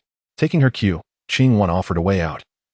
prompting Xiao Fan to finally drape the coat over her shoulders. He inquired, "Did you have a quarrel with your boyfriend?" Qing Wan retorted indignantly, "He is not my boyfriend. I despise him." Xiao Fan patted her shoulder, exuding an aura of reliability. "Young boys can be thoughtless. You should show him some understanding," while seemingly offering advice. His words fanned the flames of her ire. "Maya, I've encountered a male green tea. Xiao Fan has quite the rugged appearance. Yet hearing such tea-sipping words from him makes me slightly nauseous. Dear sister above, you are not alone. My friend, in this lifetime, your path remains quite narrow. Little bird, slap him twice. I simply cannot endure this any longer." In truth, Qing Wan was struggling to maintain her composure, yet for the sake of her plans. She forced herself to nod despite the distaste. "I don't want to discuss him right now. Officer Xia, can we go to your home?" Xiao Fan raised an eyebrow, realizing that this girl named Qing Wan was not as innocent as he had initially presumed. Observing her seemingly naive expression, a mischievous element within him stirred. He leaned in, bending slightly to whisper in her ear, his warm breath caressing her delicate skin. "Do you realize what it signifies to voluntarily accompany a man to his home?" Qing Wan maintained her innocent facade, a cunning smile dancing in her eyes. She stood on her toes, mirroring his lowered tone. "I know. It signifies that you are about to get a beating." No sooner had she spoken than a hand seized his collar, forcefully yanking him backward. "Why are you so close to her? Is that polite?" Fuchizhou spoke softly, his voice reminiscent of a serene valley. His expression remained impassive, yet his gaze bore the intensity of one scrutinizing a corpse. The Fuqingzhou before him still embodied the same youthful handsomeness, a stark reminder of how he had been taken from him in a previous life by this very boy. Xiao Fan found it difficult to contain his emotions. How dare this child speak to him in such a manner? He scoffed. "What are you angry about? Your girlfriend's first reaction after a spat is to seek me out. Little Fuqizhou, you truly are a failure." Before he could utter another word, Fuqingzhou landed a decisive punch on his face. "What do you think you are? How dare you speak to me like that?" Xiao Fan's eyes blazed with fury as he picked himself up from the ground, ready to retaliate. However, the two imposing bodyguards brought by Fuqizhou forcefully subdued him back to the ground. If your tongue cannot articulate, then it would be prudent to refrain from uttering further words. The bodyguards immediately comprehended his intent and gagged Xiao Fan with a cloth, ignoring his desperate struggles as they forcibly removed him from the scene. At that moment, Jihe, carrying a bowl of hot soup, approached from outside the community. Upon seeing the disheveled Xiao Fan, her eyes widened in fury. It's you again. What do you intend to do?" She turned the tables, leaving Qing Wan somewhat speechless. "Shouldn't I be the one posing that question?" Qing Wan's gaze shifted to Xiao Fan, igniting further flames upon Fuqizhou's already dwindling rationality. "Officer Xia, didn't you profess your affection for me? Then who is she?" Upon hearing this, Jihe's eyes widened in disbelief as she stared at Xiao Fan. Fuqizhou's expression darkened, his deep black eyes brewing a tempest of danger. He laughed in fury, tightening his grip on Qing Wan's wrist. "Didn't you pledge to me that you would cease all contact with him?" Chapter 77. Lovebirds 31. "So, it appears that in the shadows where I cannot see, your relationship has flourished to this extent?" He fixed his gaze on Qing Wan. "It's none of your concern. You have been nothing but unkind to me. Unlike Officer Xia." Qing Wan struggled desperately to free herself from Fuqizhou's grasp. Yet he held her firmly in place. Fuqizhou was on the brink of madness. Ever since he witnessed Qing Wan alongside that insufferable officer, jealousy had consumed him. Qing Wan was molded by him. She should be his closest friend and partner, and Fuqizhou would not allow anyone to encroach upon what belonged to him. "Take him away." His demeanor was indifferent, yet fury surged beneath the surface. The bodyguards attempted to drag Xiao Fan away but were halted by Jihe. "No. You cannot do this. What are you planning? This is illegal." Ever since the day Qing Wan was abducted to the warehouse, misfortunes had inexplicably befallen her family. Everything going awry. Her father, unable to resist temptation, had succumbed to gambling addiction and now owed a significant amount of money. Xiao Fan was her only pillar of support. If even he were to be eliminated by Qing Wan and Fuqizhou, Jihe truly did not know whom she could rely on. "I beg you. I implore you not to be so merciless. Qing Wan, you are also a girl. You understand the pain of being isolated and helpless, do you not?" Jihe looked at Qing Wan with pleading eyes, seemingly requesting her to show mercy and grant her and Xiao Fan a chance at survival. Yet, the resentment in her gaze threatened to overflow. Before Qing Wan could speak, Fuqizhou preemptively responded, "As long as I am here, Qing Wan will always have support." Fuqingzhou replied emphatically, "Miss Ji, You might be overstepping your bounds. Instead of meddling in others' affairs, it would be wiser to focus on Officer Xia, ensuring he refrains from his duplicitous antics, seducing others' friends. Ji He's delicate face contorted momentarily, yet she was not foolish enough to misunderstand the gravity of the situation, forcing forth an exceedingly unappealing smile. If Master Fu is willing to spare Brother Xia, I assure you I will keep a close watch on him and prevent him from associating with those he should not. Master Fu, we truly recognize our mistakes. Could you kindly exercise leniency and let us go? As the atmosphere fell into a tense silence, Fu Qingzhou appeared genuinely contemplative about granting them a chance. Qing Wan fixated on his profile, already devising ways to torment Fu Qingzhou. The last time, Heaven S will had spared Jihe. However, if Fu Qingzhou were to let Jihe go this time out of compassion, then he could forget about ever receiving another favorable glance from Qing Wan. If he could overlook the very one who sought to harm her, it would only signify his lack of discernment. Such a person would be tedious to train. Before Qing Wan could avert her gaze, Fu Qingzhou suddenly turned his head towards her, a hint of a smile gracing his refined and scholarly visage. Our family possesses several coal mines. Where do you think would be the most suitable place for them? Ha ha ha. I genuinely believe the male lead would spare them. Oh my, how benevolent he is. His method of punishment is to make them toil day and night in the mines. As is widely acknowledged, waste is merely a resource misplaced. Just look at that towering figure of Xia Fan. He would be perfectly suited for coal mining. This little angel of a male lead? How utterly cruel. Yet, I adore it. Here is a reward of 9,000 star coins. Qing Wan nearly succumbed to laughter, thoroughly amused by Fu Qingzhou's wit. Just moments ago, his expression hinted at a desire to eliminate Xia Fan, yet something had evidently shifted his resolve. Perhaps it was the astonishment etched across Qing Wan's face that prompted Fu Qingzhou to clarify. I am a law-abiding citizen. I would never engage in illicit activities. Qing Wan skeptically thought, how gullible am I to believe you? Jihe and Xia Fan stood in a daze, their expressions void of comprehension. With Jihe no longer crying, as if her very soul had been drained. What did you say?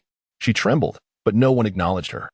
Fu Qingzhou regarded Qing Wan intently, yearning to hear a response from her lips. Qing Wan bit her lower lip, tears glistening in her eyes, her face wrought with conflict. Why must you insist on this course? Officer Xia and I truly have nothing between us. Please spare him. I will return with you. And I promise I shall never quarrel with you again, all right? Fu Qingzhou desired for Qing Wan to submit and accompany him. Yet he did not wish her compliance to stem from her concern for another man. The more she pleaded for Xia Fan, the more incensed Fu Qingzhou became. Since you cannot choose, I shall make the choice for you. Let us send him to the newly developed mining area. Qing Wan opened her mouth as if to argue further, but Jihe's sharp voice interrupted. All right. We will go. It dawned on her that as long as Qing Wan pleaded, Fu Qingzhou's punishment would only intensify. Now, they are merely engaged in coal mining. If Qing Wan were to plead a few more times, it is likely that both she and Xia Fan would not survive the ordeal. With a look of helplessness, Qing Wan gazed at Jihe, seemingly perplexed by Jihe's lack of gratitude. You are so kind, always considering others and treating them as friends. Yet they may not reciprocate your sentiments. Despite these words, Fu Qingzhou drew Qing Wan behind him, effectively shielding her from Jihe's gaze, silently protecting her. Qing Wan, feeling somewhat dejected, lowered her head and ceased to speak. Fu Qingzhou's icy gaze fell upon Xia Fan as he quietly warned. Do not let me see you before her again. Otherwise, next time, fortune will not favor you. Xia Fan and Jihe were taken away, likely never to meet again in this lifetime. Qing Wan, in a melancholic state, followed Fu Qingzhou back to the car. Throughout the journey, silence prevailed. Even the driver was apprehensive, scarcely daring to breathe loudly for fear of incurring wrath. Upon returning home, Qing Wan hastily retreated to her room, while Fu Qingzhou trailed behind, attempting to take her hand, only to have it swiftly brushed aside. I am not in the mood today. Perhaps we should refrain from talking for now. Fu Qingzhou, however, held a different perspective. You are evading the issue. Shouldn't we address the problems between us and resolve them? Why do you remain silent? Qing Wan's brows knitted together, her voice rising. I have expressed myself. Have you taken it to heart? Do you even respect me? I desire for you to cease interfering in my life. I wish for normal friendships and for you to keep your distance. Outside, the night was thick and dark, yet the room was brightly lit. Fu Qingzhou's eyes, shrouded in darkness, reflected no glimmers of light. He stood in the corridor, backlit, like a silent statue. Why? He resembled a novice, struggling to comprehend his mistakes. persistently questioning the teacher about where exactly he had gone wrong. Fu Qingzhou, no one conducts friendships in such a manner. Your possessiveness and need for control instill fear within me. Chapter 78. Lovebirds 32. No friend behaves in such a way. How should normal friends interact? The early autumn night was chilling, causing Fu Qingzhou to feel a profound cold enveloping him. Qingwan's earlier words echoed relentlessly in his mind. Thoughts swirling chaotically like a tangled ball of yarn, impossible to unravel. Fu Qingzhou had never had friends, thus he remained oblivious to the correct answers. At the moment Qingwan was about to shut her door, he reached out. The heavy wooden door slammed against his wrist, causing his skin to redden and swell instantly, eliciting a muffled groan from Fu Qingzhou. Alarmed, Qingwan poked her head out from her room, standing before him in a flustered manner. What are you doing? Her voice was raised, filled with urgency and a hint of barely perceptible concern. Fu Qingzhou remained silent, resembling a chastised dog. Qingwan softened her tone. Are you hurt? Does it hurt? Fu Qingzhou shook his head. His eyes glistened with unshed tears, his voice hoarse. What then defines a friend? Will you teach me? Please. Will you teach me? I find myself devoid of friends. Thus I am uncertain as to what constitutes normalcy. Should I err in my approach? I beseech your understanding and forgiveness this once. Fu Qingzhou, who was nurtured with tender care since childhood, finds himself in a position so humble it is almost unthinkable. Even the Fu Qingzhou of yore would be incredulous upon witnessing his current state. Yet, some matters are delicately intricate. Love has blossomed, yet remains unnoticed. One must endure hardships and traverse myriad trials to attain it wholly. The atmosphere has been charged with emotion, signaling that it is time to advance to the next phase. Qingwan's bright eyes fixated on Fu Qingzhou, hesitating momentarily before articulating her query. You truly wish to be merely friends with me, do you not? This question, to Fu Qingzhou, felt like a test of his resolve. Without hesitation, he nodded affirmatively. Indeed, I wish to be your friend. Shall we be the best of friends for a lifetime? If you do not desire friendship, we could be siblings instead. I shall protect you always. Upon hearing this, Qingwan suddenly smiled, a smile that Fu Qingzhou found indescribable, as though something within her had shattered, or perhaps she felt a sense of relief. Though he was perplexed by the sudden shift, he sensed something ephemeral slipping away.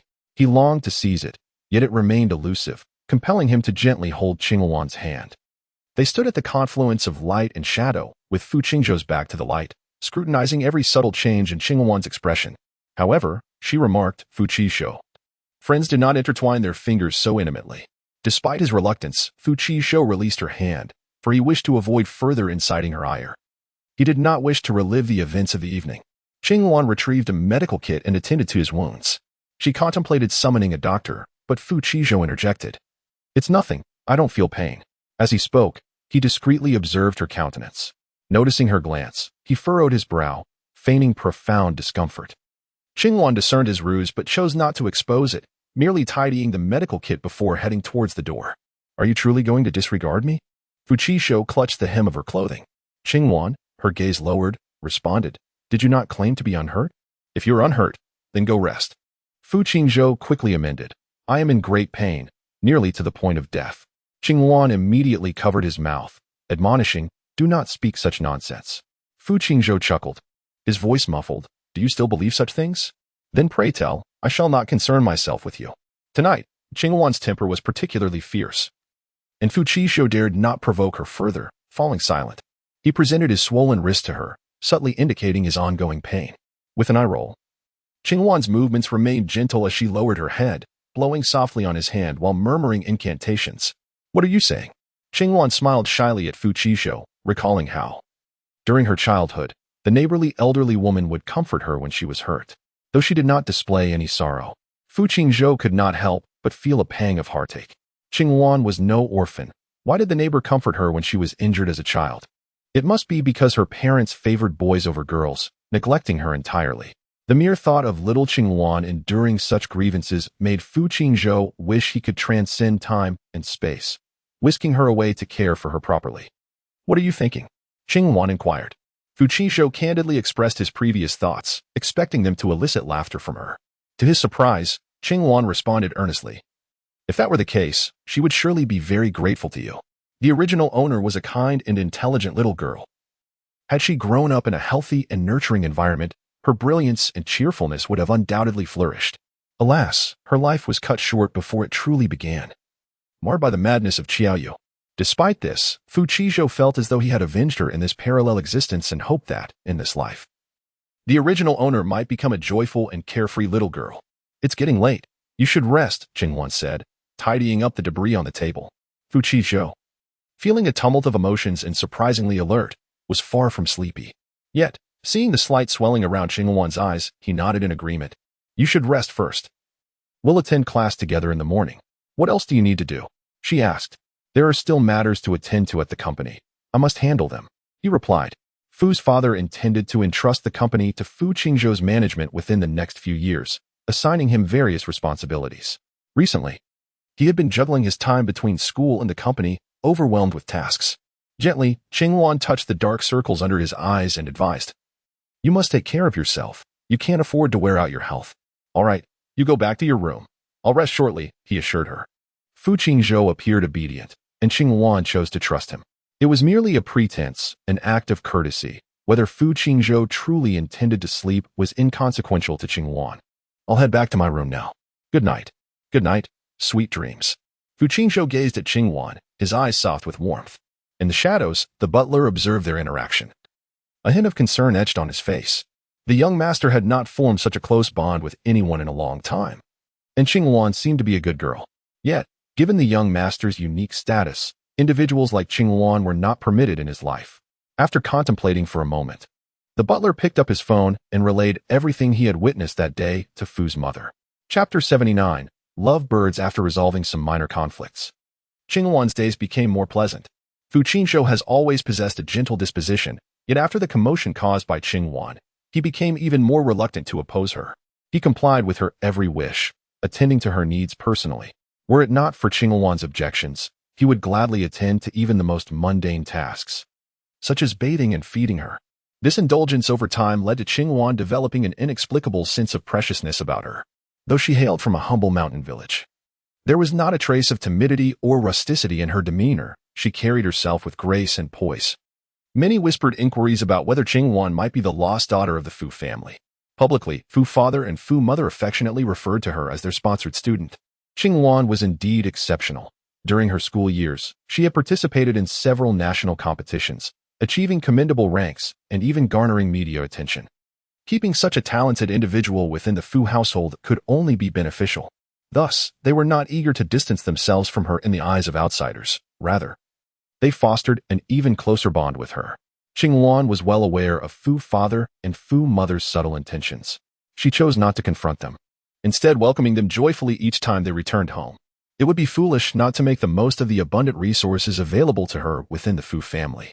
Thus, they navigated this delicate and false equilibrium for 5 years. On the day of Fu Qingzhou's 25th birthday, Fu father insisted on organizing a birthday banquet, urging him to set aside work and arrive early at the hotel. Father, there are some issues with a recent project at the company. I truly am quite busy, so I might have to skip it. Last year, Fu father and Fu mother had fully entrusted the company to Fu Qizhou. He was perpetually occupied, with even mealtime squeezed into his hectic schedule, leaving no leisure to attend a birthday celebration. No, you must come back today. Fu father's tone was firm. All right.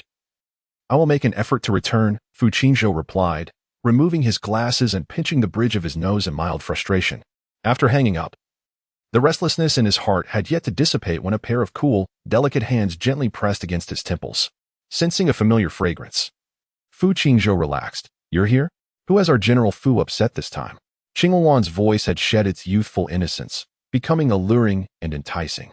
Each time he heard her speak, Fu Qizhou found himself momentarily entranced. Tonight is my birthday. Accompany me back for a while. Fu Qizhou grasped Qingwan's hand, briefly pressing it against his cheek.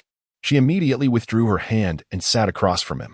Over the years, their physical contact had gradually diminished, and whenever Fu Qingzhou expressed dissatisfaction, Qingwan would deflect with the excuse that friends ought not to be so intimate. This instance was no exception. Gazing at Qingwan, who was so close yet seemingly distant, Fu Qizhou felt an intensifying restlessness within him. A sense of emptiness enveloped him, as if he were unable to grasp anything. Fearing that Qingwan might slip away from him at any moment, he was in urgent need of the warmth of Qingwan's skin against his own to alleviate his unease. Yet Qingwan seldom granted him that solace. Sipping her tea, Qingwan turned down Fu Qingzhou's request. Not tonight. You will likely have to return alone. Why? Madam arranged with me last week to attend an exhibition today. Very well. I shall have the driver take you there shortly. It is your birthday today. Do not let it sadden you. If I cannot accompany you this evening, I shall present your birthday gift in advance. I deliberated for quite some time. A pair of sapphire cufflinks lay quietly within a velvet box, radiating a resplendent glow under the sunlight. Upon seeing the gift, Fu Qingzhou's expression softened slightly. He removed the cufflinks from his sleeves and extended his hand toward Qingwan. With a smile, Qingwan acquiesced, adorning him with the cufflinks. His fair skin and delicate wrist bones rendered the cufflinks a picture of elegance and opulence. Why must it be so unfortunate?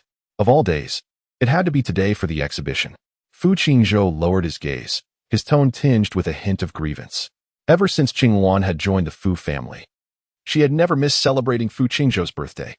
This was the first time he found himself celebrating without her presence, and it left him somewhat discontented. Qingwan merely offered a gentle massage to his temples, remaining silent. Over the years, although they regarded each other as friends, the bond between Qingwan and Fu Qingzhou had only deepened. It had reached a point where Fu Qingzhou would heed no words but hers. His mother had never shared a close relationship with her, often exchanging only a few words when they met. To arrange an exhibition visit a week in advance, coinciding with Fu Qingzhou's birthday, could only indicate that they could no longer contain themselves and were poised to act. Only Fu Qingzhou remained oblivious, genuinely believing today was merely coincidental. Unbeknownst to him, a surprise awaited him at home. Qingwan speculated that this might become Fu Qingzhou's most unforgettable birthday. After work, Fu Qingzhou personally escorted Qingwan to the parking lot. Fu's mother sat in the back seat, her eyes betraying a flicker of dissatisfaction, which quickly faded away. With a smile and a gentle tone, she teasingly remarked, "Watching so closely, are you afraid mother will take Qingwan away?" Fu Qingzhou, maintaining a neutral expression, explained. "Qingwan is somewhat afraid of the dark. I am accompanying her." "Is that so? Is it innate? How dark it must be in the mountains at night." "Poor child. I wonder how you managed before." She lightly patted Qingwan's hand, her face reflecting an appropriate concern. Observing her genuine and unpretentious demeanor, Qingwan felt a sense of admiration. The art of performance and eloquence was indeed a forte of seasoned artists. What seemed like concern was, in fact, a veiled insinuation that Qingwan was feigning vulnerability to evoke Fu Qingzhou's sympathy. Seizing the moment, Qingwan settled beside Fu's mother, her eyes gleaming with laughter and a hint of provocation. "In the past, I had endured much fear due to this, but now I feel liberated. With my young master by my side, I fear nothing." Mother Fu nearly lost her composure upon witnessing this exchange. Qingwan gazed at him with a radiant smile, as if the earlier hint of provocation had merely been a figment of her imagination. An invisible tension permeated the air.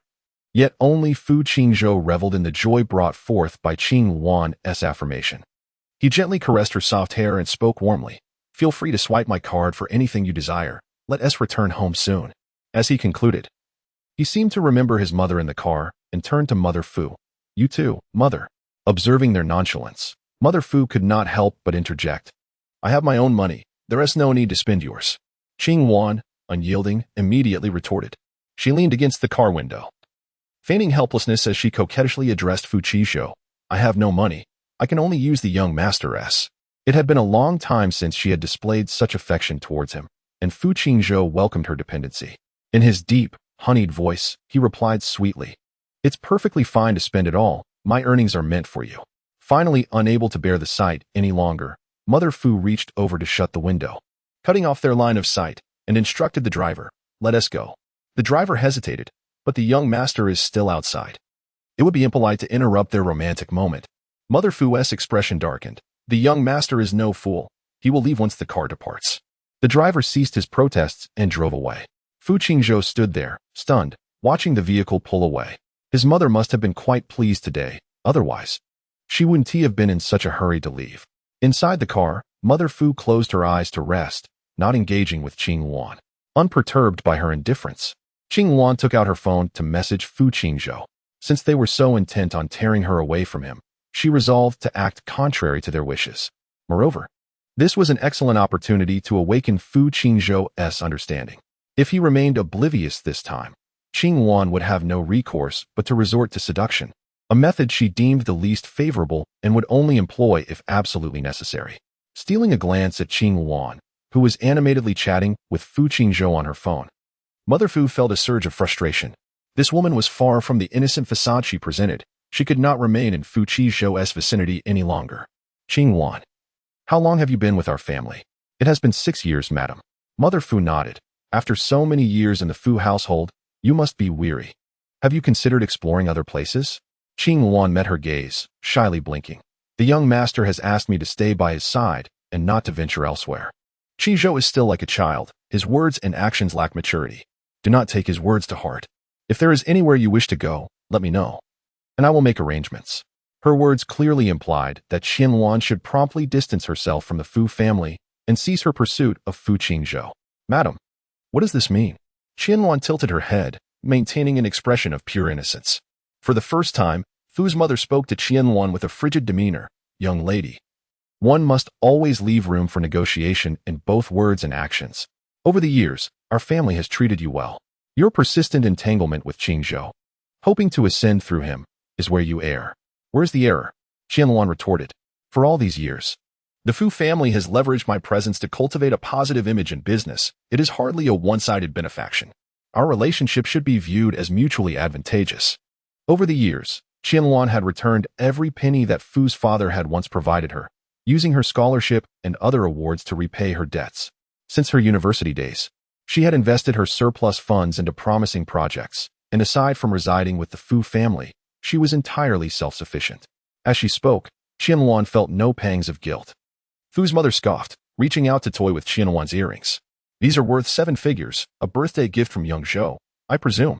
Without him, even with a lifetime of effort, you could never acquire such treasures. Fu's mother expected to see shame and embarrassment on Qianluan's face, but instead, she found her unflappable, even exuding a hint of pride. This is my ability, madam. The young master is willing to spend such sums on me, which signifies my worth in his eyes. I see nothing shameful in this. The value of such matters, and how they are measured, should not be judged by outsiders. Being able to inspire a man to invest in you is a skill in itself, far superior to the futility of unrequited affection. You possess some intrigue, ambition, cunning, and intelligence. However, we shall not allow you to continue clinging to Qingzhou indefinitely. If you are wise, you will leave now. You would not wish to witness my methods. Qianluan turned her gaze toward the window, her reflection revealing eyes devoid of turmoil. You should discuss these matters with the young master. There is no use in bringing them to me. As long as he disapproves, no matter where I go, he will always bring me back. Did Fu's mother not understand Fu Qingzhou's character? Of course, she did. The reason she opted to intimidate Qianluan was to shift the blame entirely onto her, portraying Qianluan as a callous woman who squandered Fu Qingzhou's genuine feelings. This way, she could evade all responsibility, allowing all of Qingzhou's resentment to be directed at Qianluan. Even if one party were to regret their decision later, there would be no chance for reconciliation. The driver, rigid behind the wheel, was drenched in cold sweat. The Fu family had more than one driver. He had been temporarily assigned to drive Fu's mother today. What he thought would be a simple task had unfolded into a grand drama of a wealthy family. Inside the car, the atmosphere felt almost stagnant. Qianluan glanced at a nearby dessert shop, her mouth watering with desire. Madam, let us conclude our conversation here. There is no need to elaborate further. The exhibition was merely a superfluous pretext. This exchange was the true intent of Madame Fu today. Having finished their discussion, Qingluan felt no desire to continue feigning pleasantries in Madame Fu's company, which made her quite uncomfortable. Following Qingluan's suggestion, Madame Fu halted the vehicle at the roadside. Just as Qingluan was about to alight, she suddenly spoke. I presume Qingzhou is currently enjoying a delightful conversation with Miss Wang. Would you care to join me in returning to see them? Standing amidst a dazzling array of lights, Qingluan lifted her delicate, pale face, her smile genuine and sweet. No. Thank you. I wish young Master Zhu and Miss Wang a pleasant evening. Her indifference to the matter was palpable, and Madame Fu sensed it. Suddenly uncertain about how to handle Qingluan, she found the woman akin to burning plastic, both uncomfortably hot and impossible to cast aside. Qingluan remained unfazed, unaffected by Madame Fu's words. Regardless of any developments between Fu Qingzhou and Miss Wang that evening, they would undoubtedly serve her own interests. Qingluan was confident. She would not allow the trifling remarks of others to disturb her mood. No matter the complexity of Madame Fu's emotions, Qingluan remained unperturbed. Now, she was determined to relish an enjoyable evening meant solely for herself. In the hotel, within the private room of the Yulan, Fu Qizhou sat with a cold demeanor beside his father. Observing his aloof expression, Fu father quietly warned, "Miss Wang holds a fondness for you. Do not neglect your manners." His words only served to heighten Qingzhou's ire. The fact that Qingwan had chosen not to celebrate her birthday with him was already distressing enough.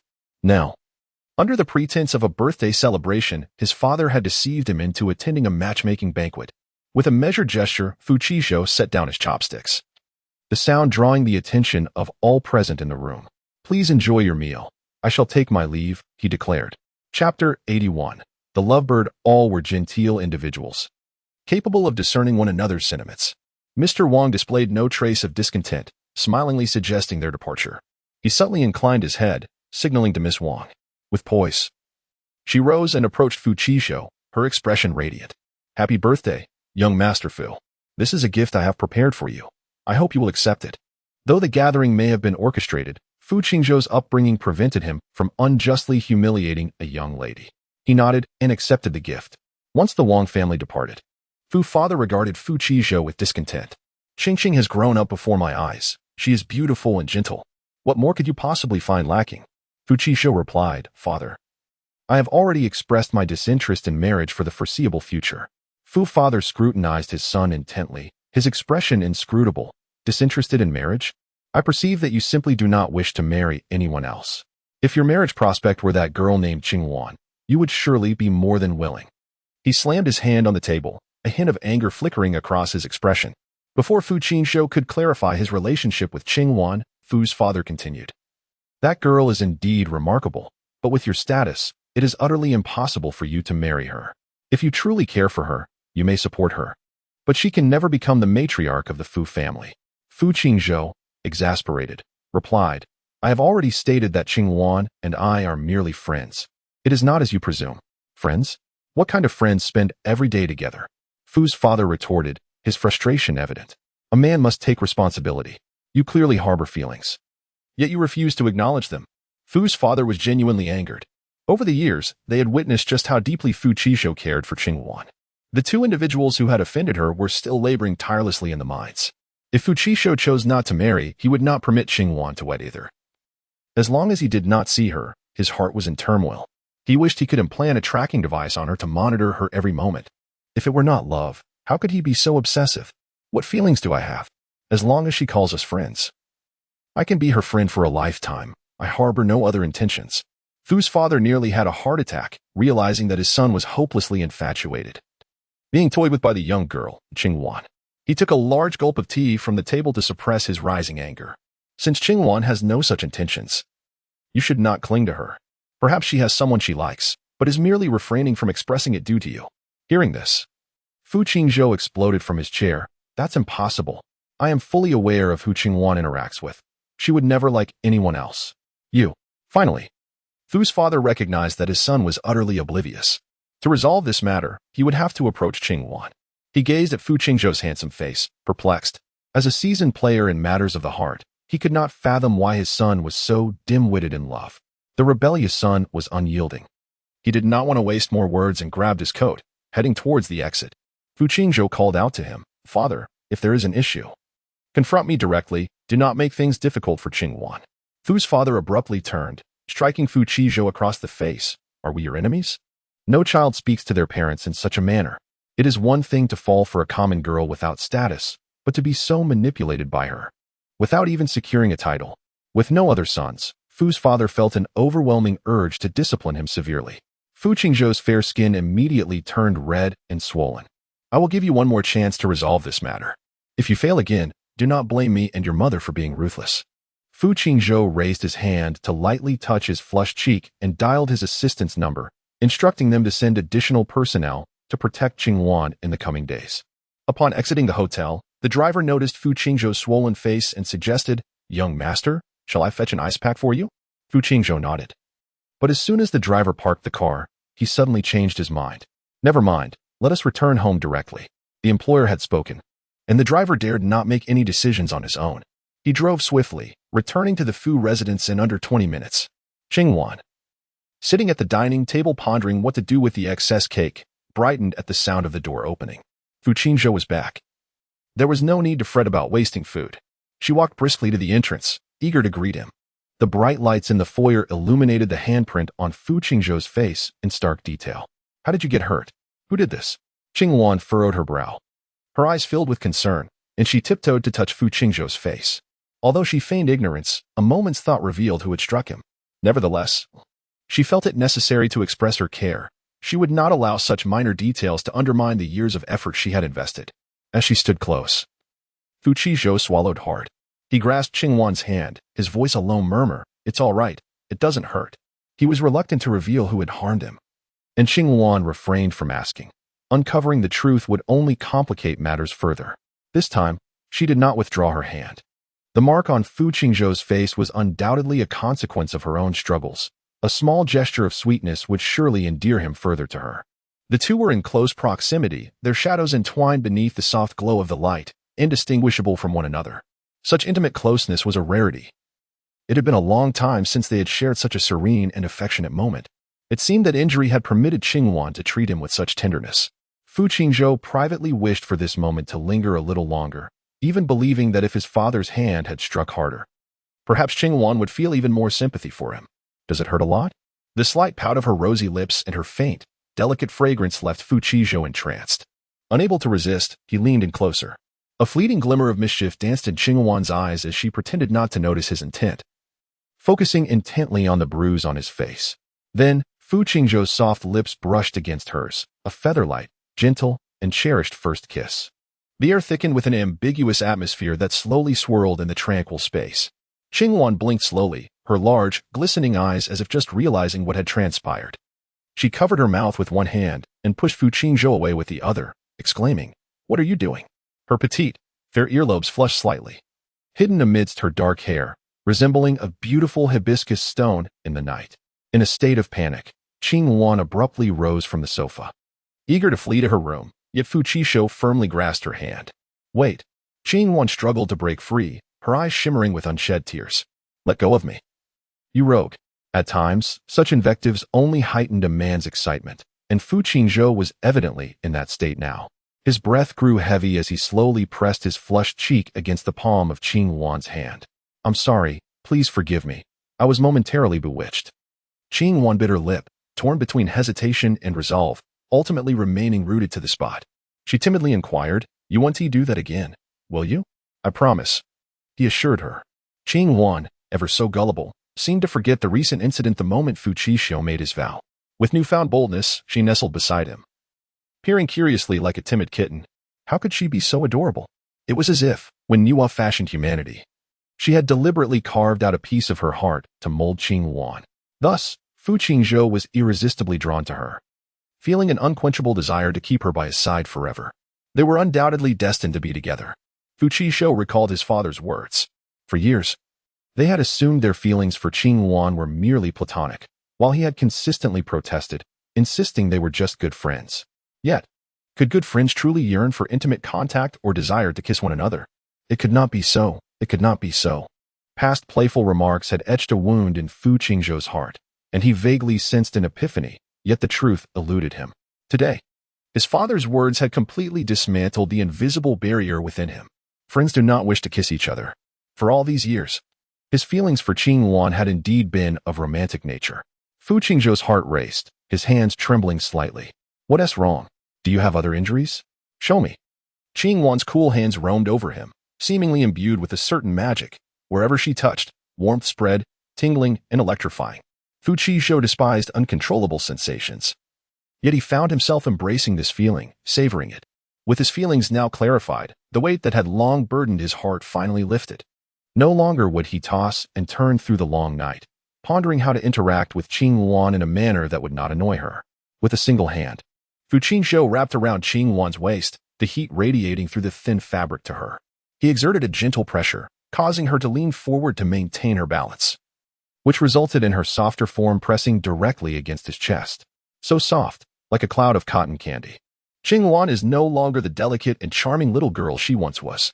She has matured, developed a sense of beauty, and learned how to highlight her advantages. Today, she donned a light purple silk halter dress, its slender waist accentuating her lush form above, where her collarbone curves gracefully, adorned with a small, vivid red mole nestled in the hollow of her neck. Her fair skin draws the gaze irresistibly to that striking red spot. Fu Qingzhou is no exception. That mole is truly lovely, he remarks, likening it to a charming little red fruit atop fresh snow. Feeling a touch shy, Qingwan covers it, causing the fruit to vanish. And Fu Qingzhou reluctantly diverts his gaze. Why are you holding on to me? It's quite uncomfortable. Qingwan struggles slightly. Yet Fu Qingzhou pulls her back into his embrace with greater insistence. Don't move, he commands. It is rare for Fu Qingzhou to speak in such a commanding manner to Qingwan, which prompts her to glance at him with mild discontent. Yet, deep down, she is elated. Qingwan has always been fond of those who exude a strong desire for control, aloof yet dignified in their superiority. Just one word, do it. Reward, 400. 000 star coins. They did nothing yet managed to be more intimate than anything else. Reward, 600 star coins. Now that we are adults, this is what I should be watching. Reward, 8,000 star coins. Sisters, this is my first time watching such a live broadcast. Is one pack of tissue sufficient? Reward, 3,000 star coins.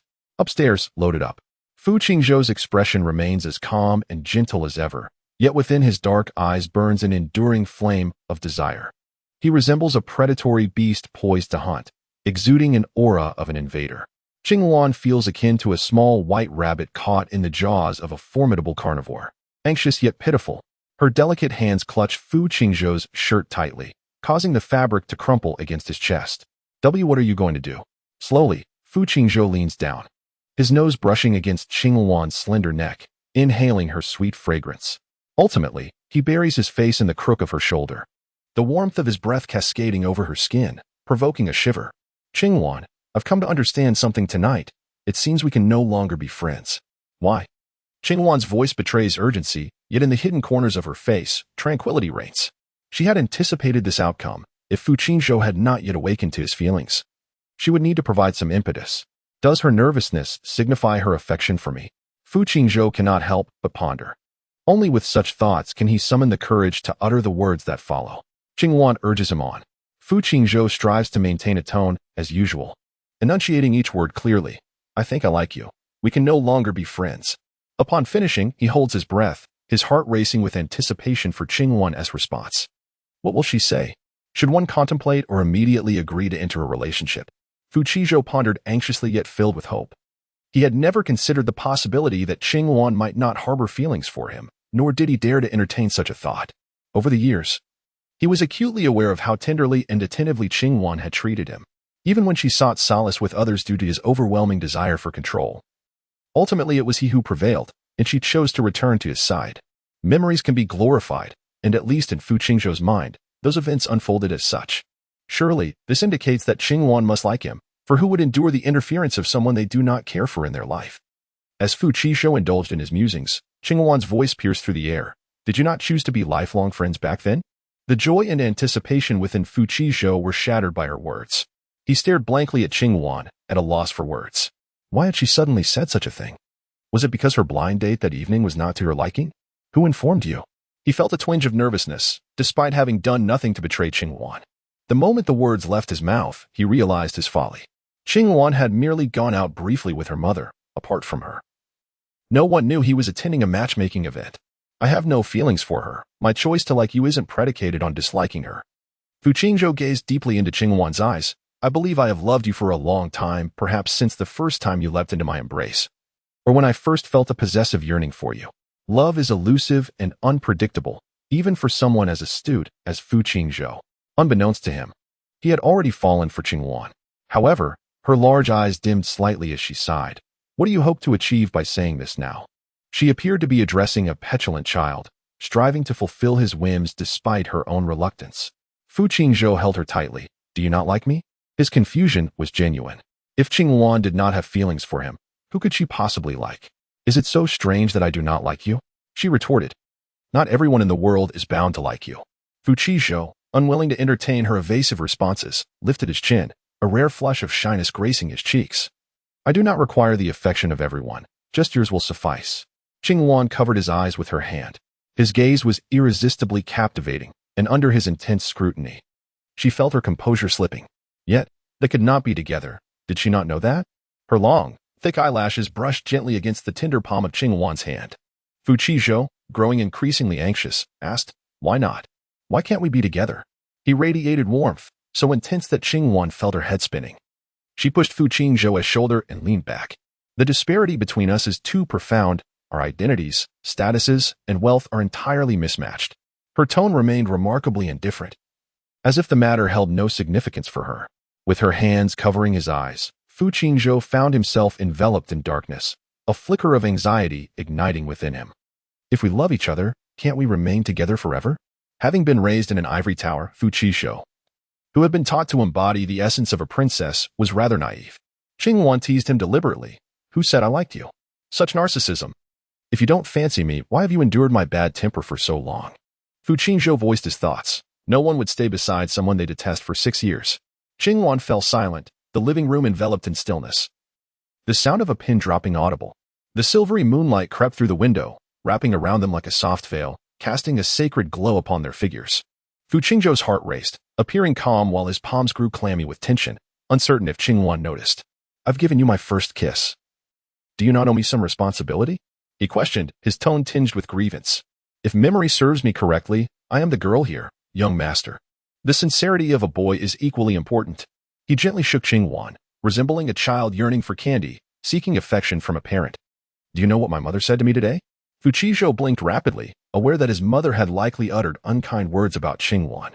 "She said I'm unworthy of you and cannot provide any assistance in your career. She mentioned that the earrings you gifted me are beyond my means for a lifetime." Qingwan's tone was unprecedentedly despondent. Unable to contain himself any longer, Fu Qingzhou enveloped Qingwan in his arms, showering her fluffy head with kisses.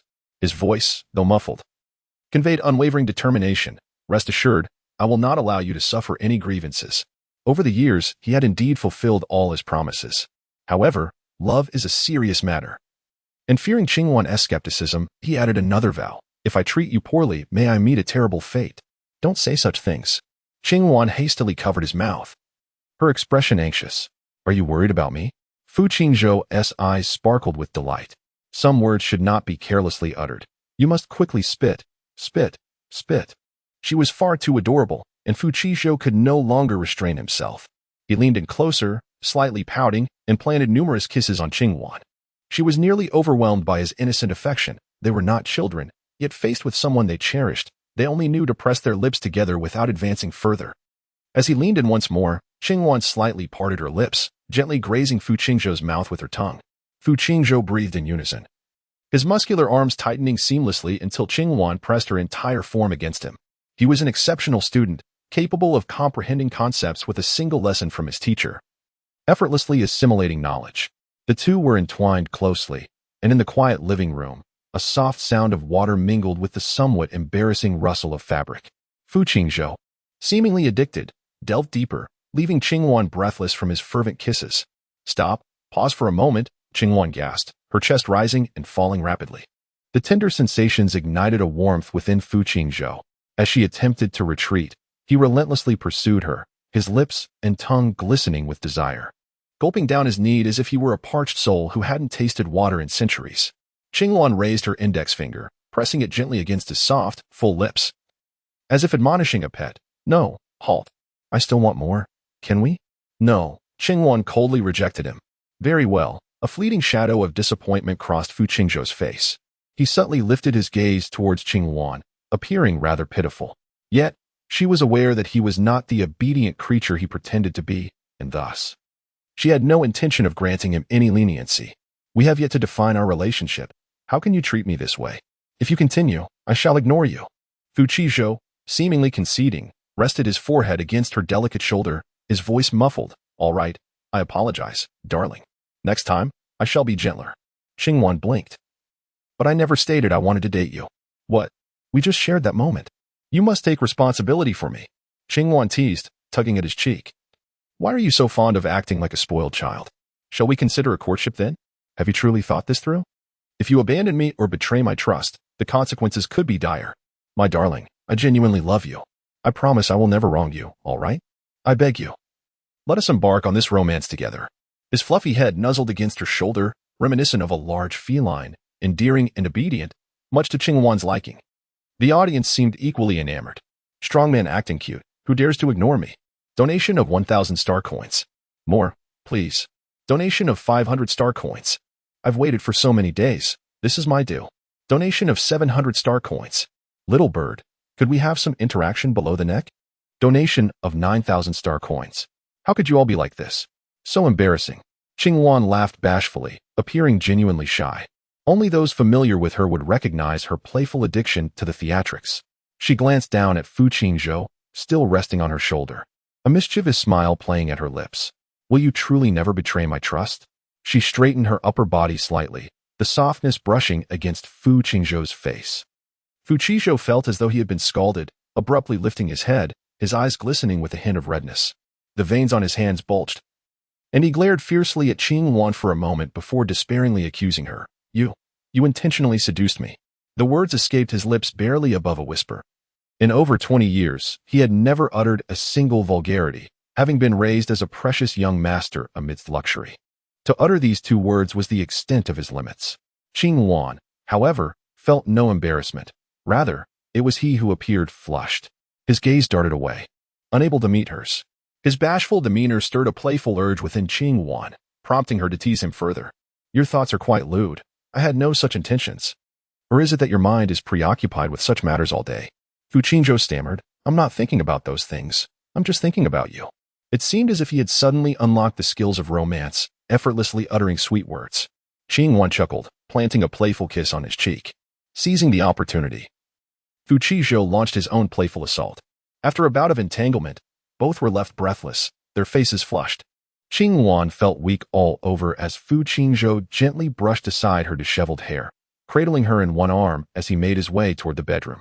The manner in which he held her resembled that of carrying a child.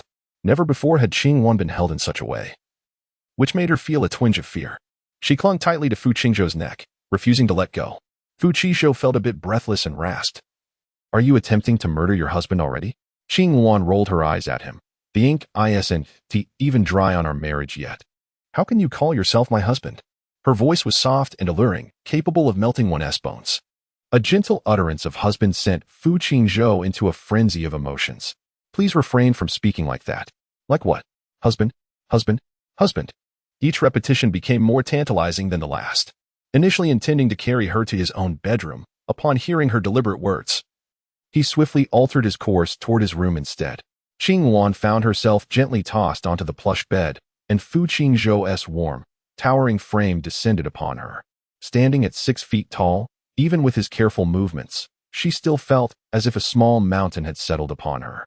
His dark eyes glimmered with desire, the warmth of their skin transmitting through the layers of thin fabric between them. Fu Qingzhou's exquisite Adam's apple bobbed slightly. Qingwan tilted her head to gaze at him. Even from this angle, his face remained impeccably handsome. After fulfilling so many tasks, it was finally her turn to indulge in something delightful.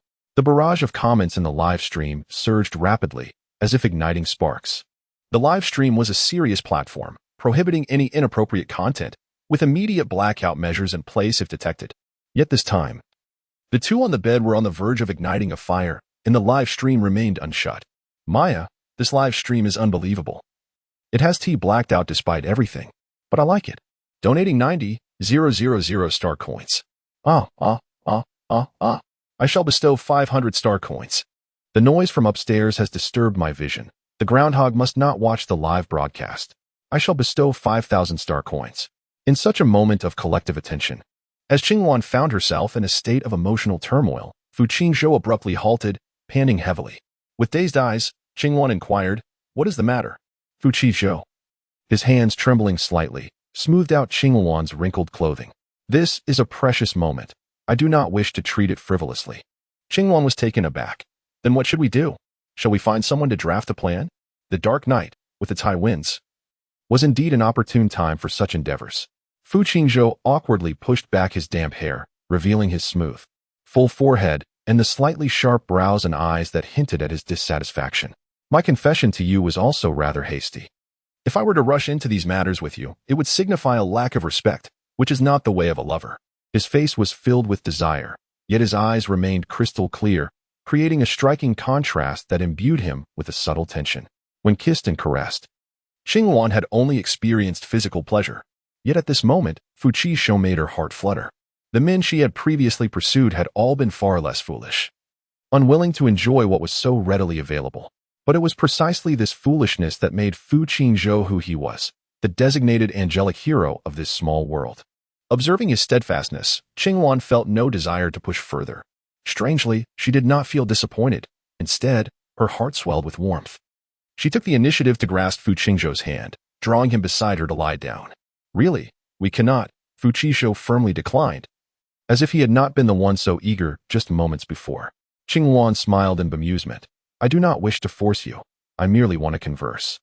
Hearing her assurance, Fu Qingzhou finally felt at ease lying next to her.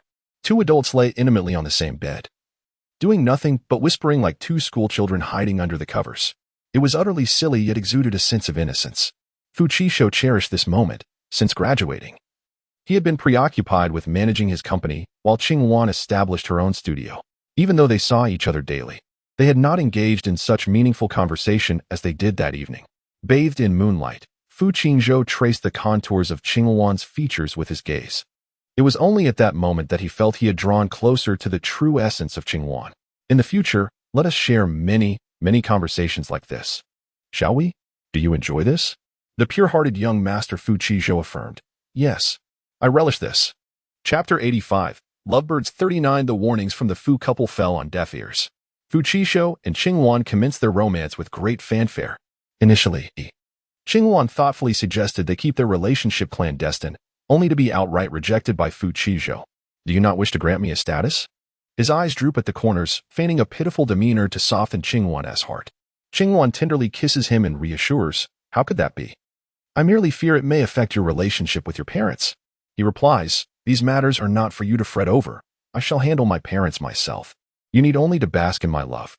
5 years have elapsed, yet in Fu Qingzhou's eyes, Qingwan remains that fragile girl, ever in need of his protection.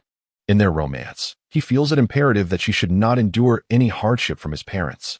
If he cannot even manage this, then he ought not to delay Qingwan's happiness. Such as Fu Qingzhou, once he resolves upon a matter, he approaches it with utmost seriousness and dedication. The Fu family sat grimly on the sofa, their assistant dutifully reporting on Fu Qingzhou and Qingwan's recent developments. Upon hearing that they planned to travel abroad, Fu's father could no longer contain his indignation. He slammed his hand upon the table, exclaiming, this is utterly outrageous. It was clear that they could no longer allow their son to indulge in such whims. A plan to separate them must be devised. Fu's mother, equally stern, joined in the deliberation, and together they concocted a cunning strategy. In Florence, the majestic and solemn Santa Maria del Fiore Cathedral stood resplendent as the peach-orange sunset enveloped the city. Fu Qingzhou held Qingwan's hand tightly. Akin to every young couple in love across the globe, Qingwan excitedly whispered to him, and Fu Qingzhou patiently responded. Though Qingwan had traversed many little worlds and witnessed an array of diverse vistas, she remained easily enchanted by such a romantic and ethereal atmosphere. Before her binding to the system, Qingwan was merely a child from an ordinary family. Her parents were school teachers, with an elder sister and a younger brother. As the middle child, she did not attract her parents' worry like her sister nor receive the attention lavished upon her brother. At home, she felt as inconspicuous as air. This prolonged neglect fostered psychological issues within her, leading her to make the irrevocable decision to end her life at the tender age of 18.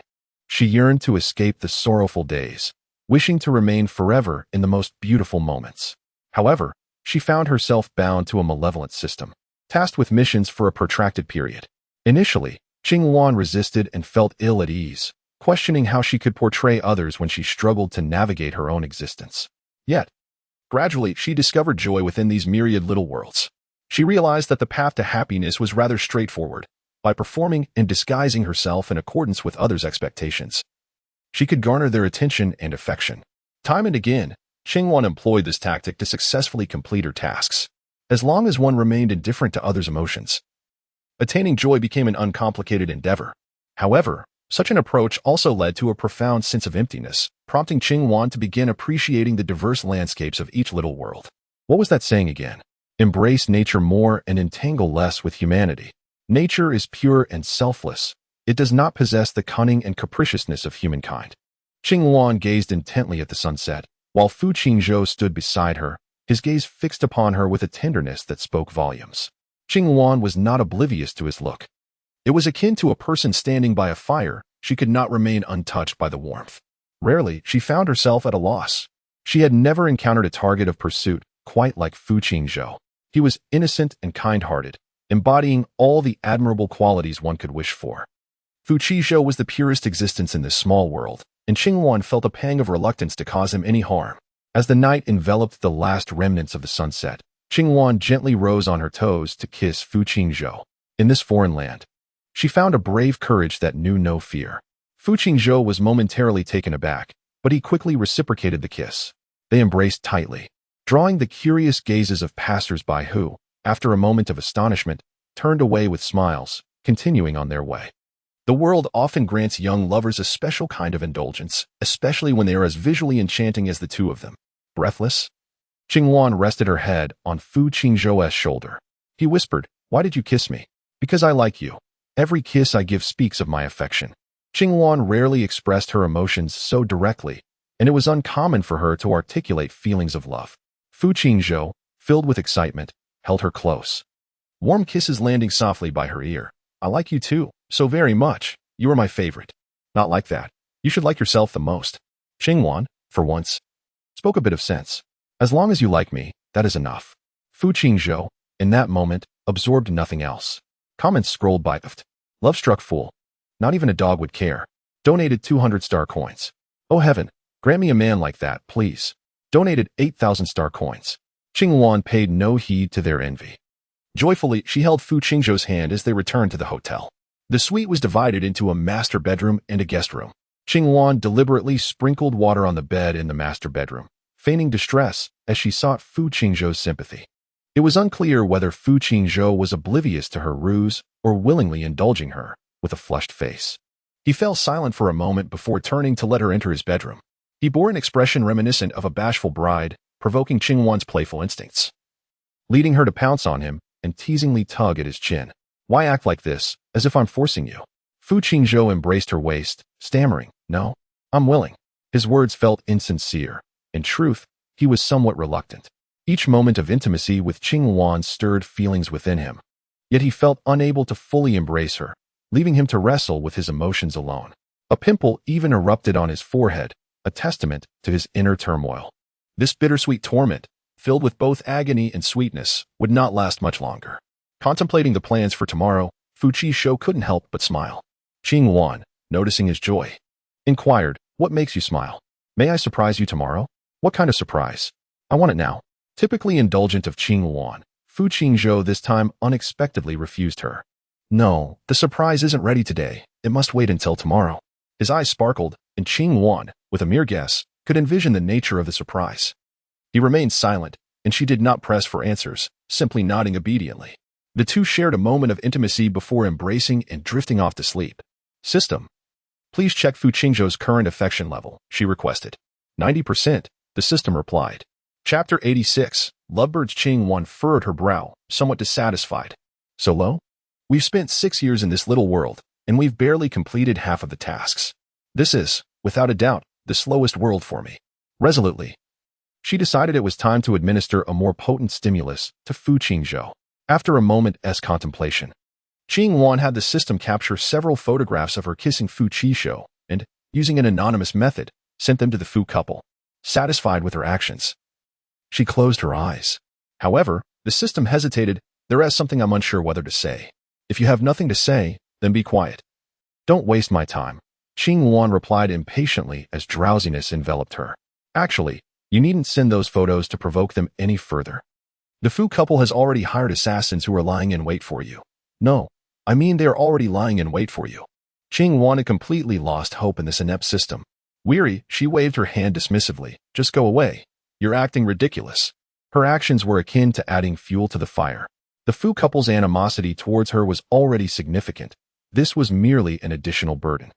With a mindset akin to that of a dead pig unafraid of boiling water, Qingwan fell into a deep slumber. Upon waking at dawn, Qingwan felt elated. Fu Qingzhou was in high spirits as well.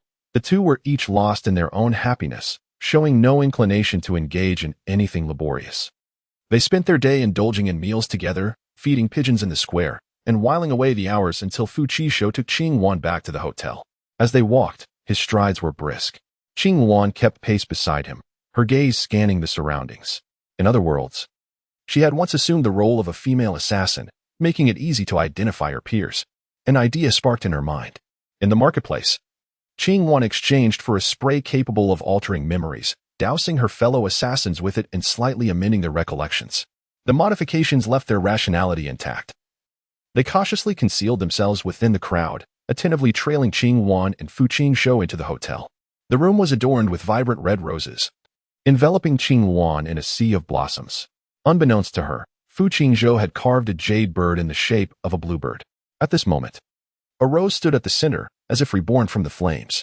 Layer upon layer of roses intertwined, leaving a narrow path for two to traverse. Fu Qingzhou held Qingwan's hand, step by step guiding her to the vividly carved azure bird before them. His gentle voice resonated. In legend, the Qingwan is the divine bird beneath the Queen Mother of the West, said to be born of love. The Qingwan does not fly alone. It is accompanied by a partner. My dear, I wish to journey through life hand in hand with you. He gazed at Qingwan with unwavering intensity in this moment. It felt as if the world contained only the two of them. Qingwan momentarily set aside the looming crisis outside, relishing the profound emotion Fu Qingzhou bestowed upon her.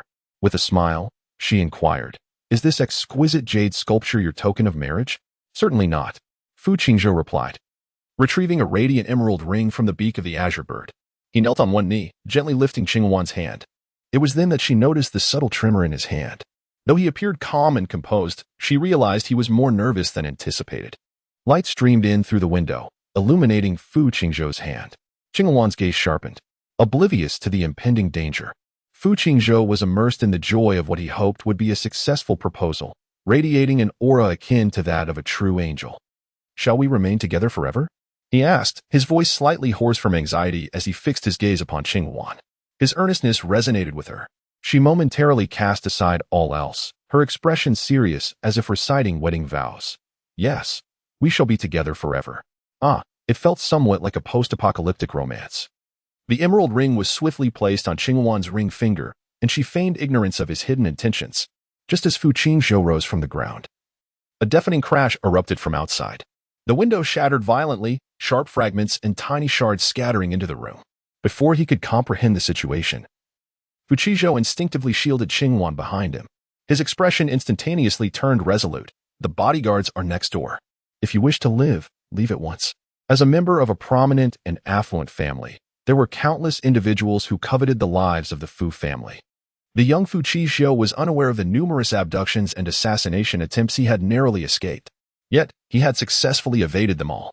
It was not due to some innate strength that allowed him to confront many adversaries. Rather, it was the wealth of the Fu family. Money could accomplish an abundance of things. In order to ensure the safety of his sole heir, Fu's father established a professional security team. No matter the time, Fu Qingzhou was always accompanied by 2 or more bodyguards. They were mercenaries, agile and ruthless. Thus, he had managed to grow up safely over the years. Behind him, Qingwan's eyes glinted with ferocity. "Damn it," she thought. "Could you not arrive a little later? Just moments ago, I had barely secured the ring when they burst in," nearly causing Qingwan to fling the exorbitant ring from her hand in fright. "Young Master Fu, I advise you to comply quietly. We are merely carrying out Madame Fu's orders to take Miss Qingwan away. If you wish to avoid harm, I suggest you step aside." "What did you say?" Upon learning that it was Mrs. Fu's directive, Fu Qingzhou's expression swiftly darkened. He was aware of his mother's disdain for Qingwan and had been attempting to persuade her for some time. Yet, he had never anticipated that she would resort to such madness. When the assassins received this task, they too found it peculiar. Typically, one would conceal such a scheme from the son. However, the employer insisted there was no need for secrecy, stating that if he resisted, they would take him along as well. Was this young Master Fu not the biological son of the Fu family? The assassins were baffled but adhered strictly to the employer's instructions. Any act of defiance would result in both being taken. The lead assassin's gaze hardened as he advanced swiftly toward the two. Qingwan silently calculated her angle, activating her pain suppression and allowing the system to fire a shot. With a gunshot, no one could discern who had pulled the trigger. "Qizhou, be careful." Qingwan abruptly shoved Fu Qizhou aside, letting out a muffled groan before collapsing weakly to the ground. Fu Qingzhou rushed forward to catch her, his expression blank, his trembling hand gently brushing against Qingwan's face. Stains of blood, unknown in origin, marred her fair complexion. "Thank goodness, you're unharmed." As she spoke, A mouthful of blood surged forth, the warm liquid trickling onto Fu Qingzhou's hand. He shuddered violently, as if burned. It was only after the sound of gunfire that the 5 bodyguards arrived. But the assassins attempted to flee, only to be firmly restrained in place by the guards. Chapter 87. Lovebird's Fu Qingzhou's eyes were bloodshot, his hands stained with blood, resembling a vengeful spirit emerging from the depths of hell. He gently cradled Qingwan, his voice unnaturally calm. Keep an eye on them. Do not let anyone perish. The bodyguards broke into a cold sweat. This situation arose from their oversight, and they could only wonder how their young master would choose to punish them. Presently, Fu Qingzhou had no time to dwell on that. He hurriedly carried Qingwan outside, forcing a grim smile as he coaxed her. Darling, open your eyes and speak to me. Let us talk, shall we? Qingwan squinted and smiled, pale and feeble. At that moment, a gentle breeze wafted by, and it seemed as though Qingwan might be swept away by it. Fu Qingzhou tightened his embrace, fear creeping into his voice, now tinged with an underlying sob. I beg you, I cannot bear to lose you. Please open your eyes and look at me. Don't cry. As long as you are safe, that is all that matters. She cast everything aside to save him, and it was her life that now hung in the balance. A wave of self-loathing suddenly surged within Fu Qingzhou. It was his fault. It was all his fault. He had long been aware of the discord between his parents and Qingwan, yet he still chose to flamboyantly pursue a romance with her. If only he had heeded Qingwan's counsel at that time, and they had quietly come together, would she have been spared the anguish she now endured? Fu Qingzhou despaired, contemplating that had he foreseen the future and known the tribulation awaiting Qingwan, he would not have lingered so long over the issue of their status. If her happiness and safety were assured, he would willingly remain her clandestine lover for eternity. It was his own arrogance and hubris that had led to Qingwan's current plight. Regret and guilt nearly consumed Fu Qingzhou's heart. Qingwan's hand stained with blood no longer felt so cold. She gently brushed his eyelids and softly reassured him, do not blame yourself. Everything I have done is of my own volition. Please, do not dwell on such thoughts, all right? The vehicle raced towards the hospital. Hot tears streamed down Fu Qingzhou's face, falling onto Qingwan's cheek as he wept. It turned out that even someone who had always stood atop the world like Fu Qingzhou could cry just like anyone else, tears cascading down his face, fragmented and disheveled. Qingwan's complexion grew pale, and she coughed up a mouthful of blood. Fu Qingzhou, in a flurry, wiped it away with his sleeve. Qingwan's eyes began to flutter shut, her lips murmuring something. A wave of immense panic surged within Fu Qingzhou as he leaned closer to listen. He heard her whisper, Young master, I want to hear you say you love me one more time. Fu Qingzhou shook his head repeatedly, taking a moment before he could muster a complete sentence. No, I want to say it. You must hold on. We have so much time ahead. Every single day, I will tell you 1,000 times, 1,000,000 times. Please, I beg you, do not fall asleep. Moments later, Fu Qingzhou reversed his stance. He embraced Qingwan, whispering, I love you. I love you. Can you just hold on a little longer for me? In that moment, he truly wished to exchange his life for hers, but heaven did not heed his plea. And Qingwan tightly closed her eyes. Suddenly, a heart-wrenching wail erupted from the back seat. The driver, witnessing the usually fastidious young master, who was always impeccably dressed, now reduced to a state of unrestrained sorrow, felt a shiver run down his spine. The sound was tragic, as if he had lost the most significant thing in this world. The driver dared not look further. Such matters were not within their purview. Upon arrival at the hospital, doctors and nurses swiftly wheeled Qingwan into the emergency room. Fu Qingzhou anxiously attempted to follow, but a nurse barred his entry. I'm sorry, sir. Family members of the patient are not permitted inside. Please wait outside. Despite being stopped, Fu Qingzhou felt no anger. He earnestly implored, Please, you must save her. We will do our utmost, the nurse replied, closing the door and leaving Fu Qingzhou outside. A compassionate doctor noticed his bloodied attire and suggested he attend to his own wounds, but Fu Qingzhou refused. Thank you for your kindness, but the blood on me is all my wife has. I'm fine. The doctor has left, and Fu Qingzhou stands alone in the silent corridor, as if he were a marionette stripped of its soul. Time ticks by, each second stretching into what feels like a century. Suddenly, Fu Qingzhou turns and asks, She will be all right, won't she? The driver, hesitant to offer any guarantees, can only provide comfort. Miss Qingwan is a favored child of destiny. Fu Qingzhou lets out a bitter smile, then abruptly squats down, burying his face in his hands. Tears drip, one by one, from between his fingers onto the polished floor. His towering figure trembles slightly. It is my fault. It is all my fault. Qingwan watches this scene unfold alongside the audience, some of whom, with lower thresholds for tears, have already begun to weep. After a while, Qingwan inquires of the system, "What is Fu Qingzhou's current affection level for me?" The system replies, 80%. Qingwan falls silent, and both the system and the audience mistakenly assume she is disheartened. After all, having made such a significant sacrifice, Fu Qingzhou's affection level has not only failed to rise, but has instead diminished. This is hardly a worthwhile investment. Host, do not be upset. This time may not work, but we shall have another chance. However, Qingwan shakes her head, denying herself for the first time. No, I have employed the wrong method. The system responds with confusion, huh? Yet, Qingwan does not intend to elucidate, for she herself cannot pinpoint where the mistake lies. In Fu Qingzhou's eyes, the act of self-sacrifice does not prove Qingwan's love. Rather, it highlights his own inadequacy. He can only perceive it as his failure, believing it is his shortcomings that cause Qingwan to suffer. Guilt and regret will continue to haunt him. The path to earning Fu Qingzhou's love has always been simple, devoid of complex stratagems. He only desires her to remain joyful and cheerful, to be by his side always, and to heed his words.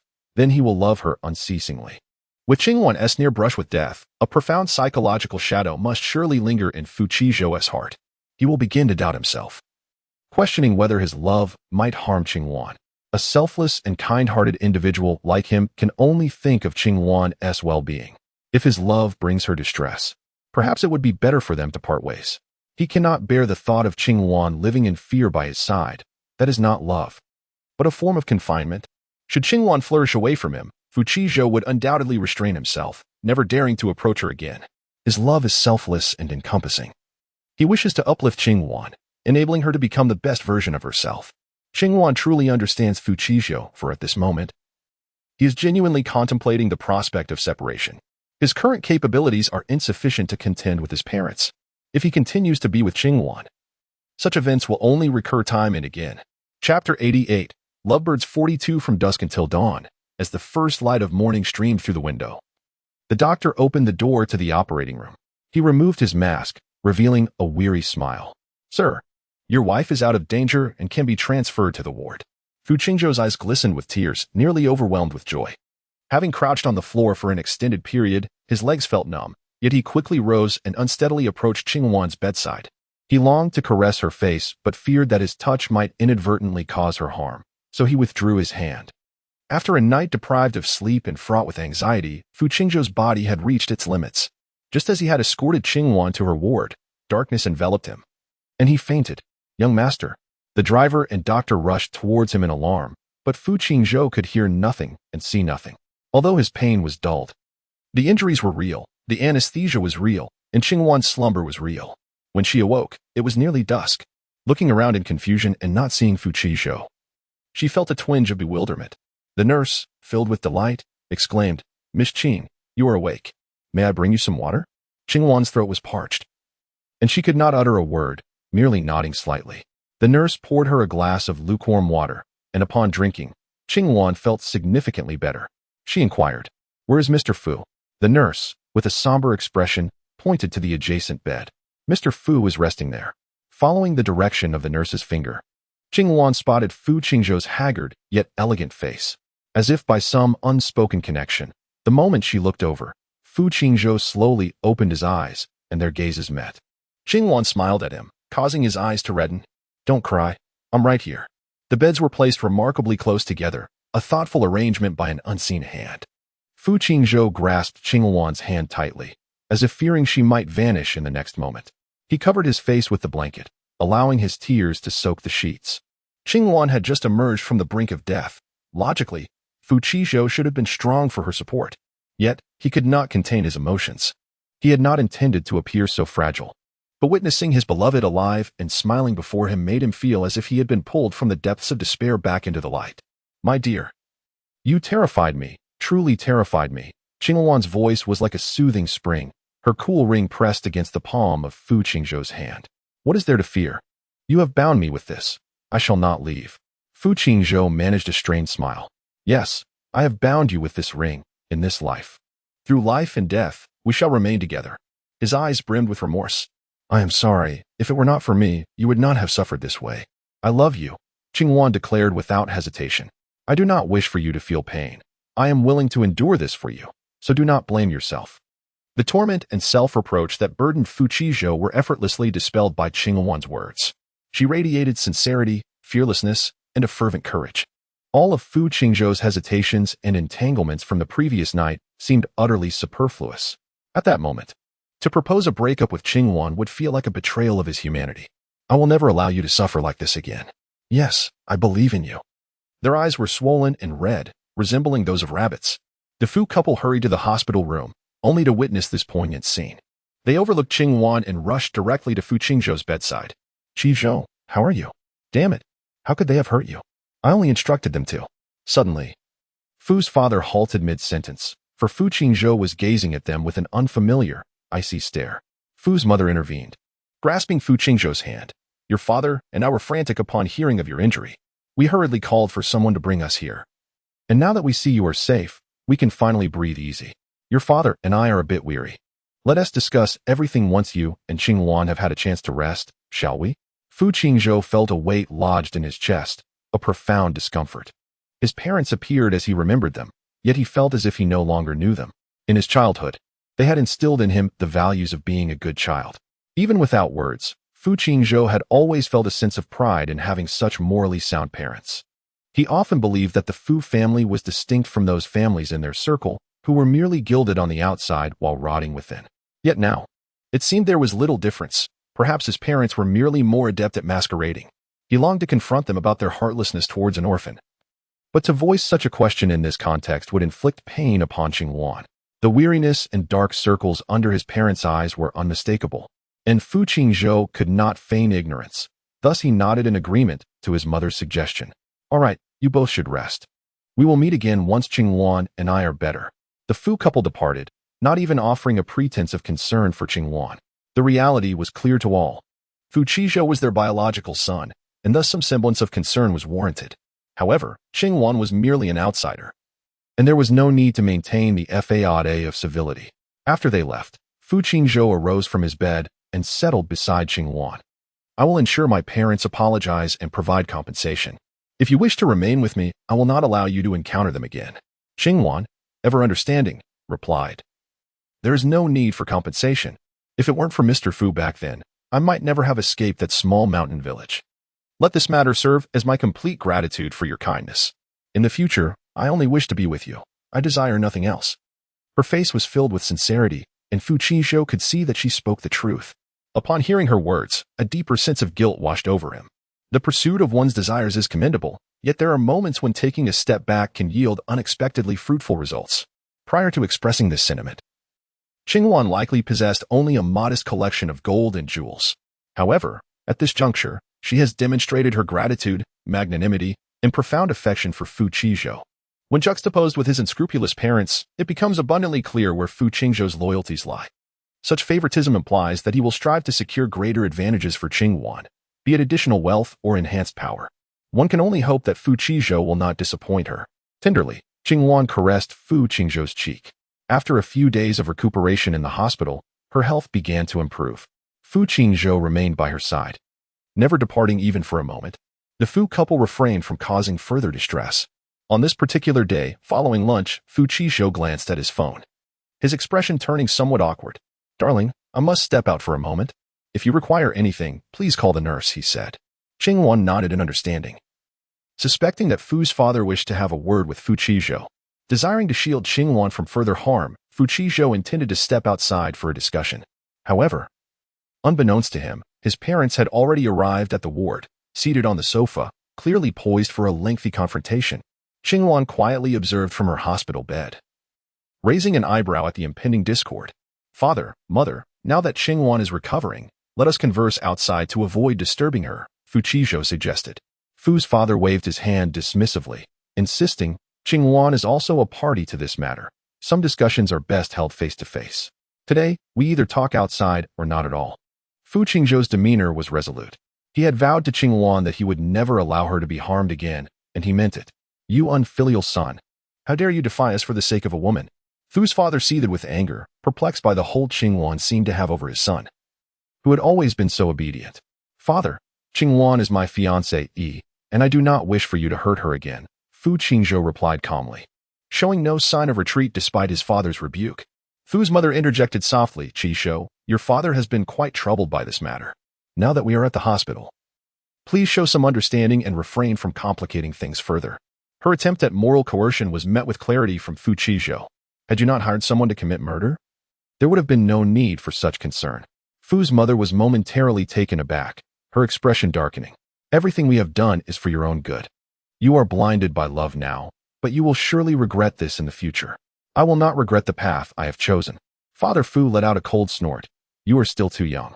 This woman lacks both family background and resources. What do you expect to gain from being with her?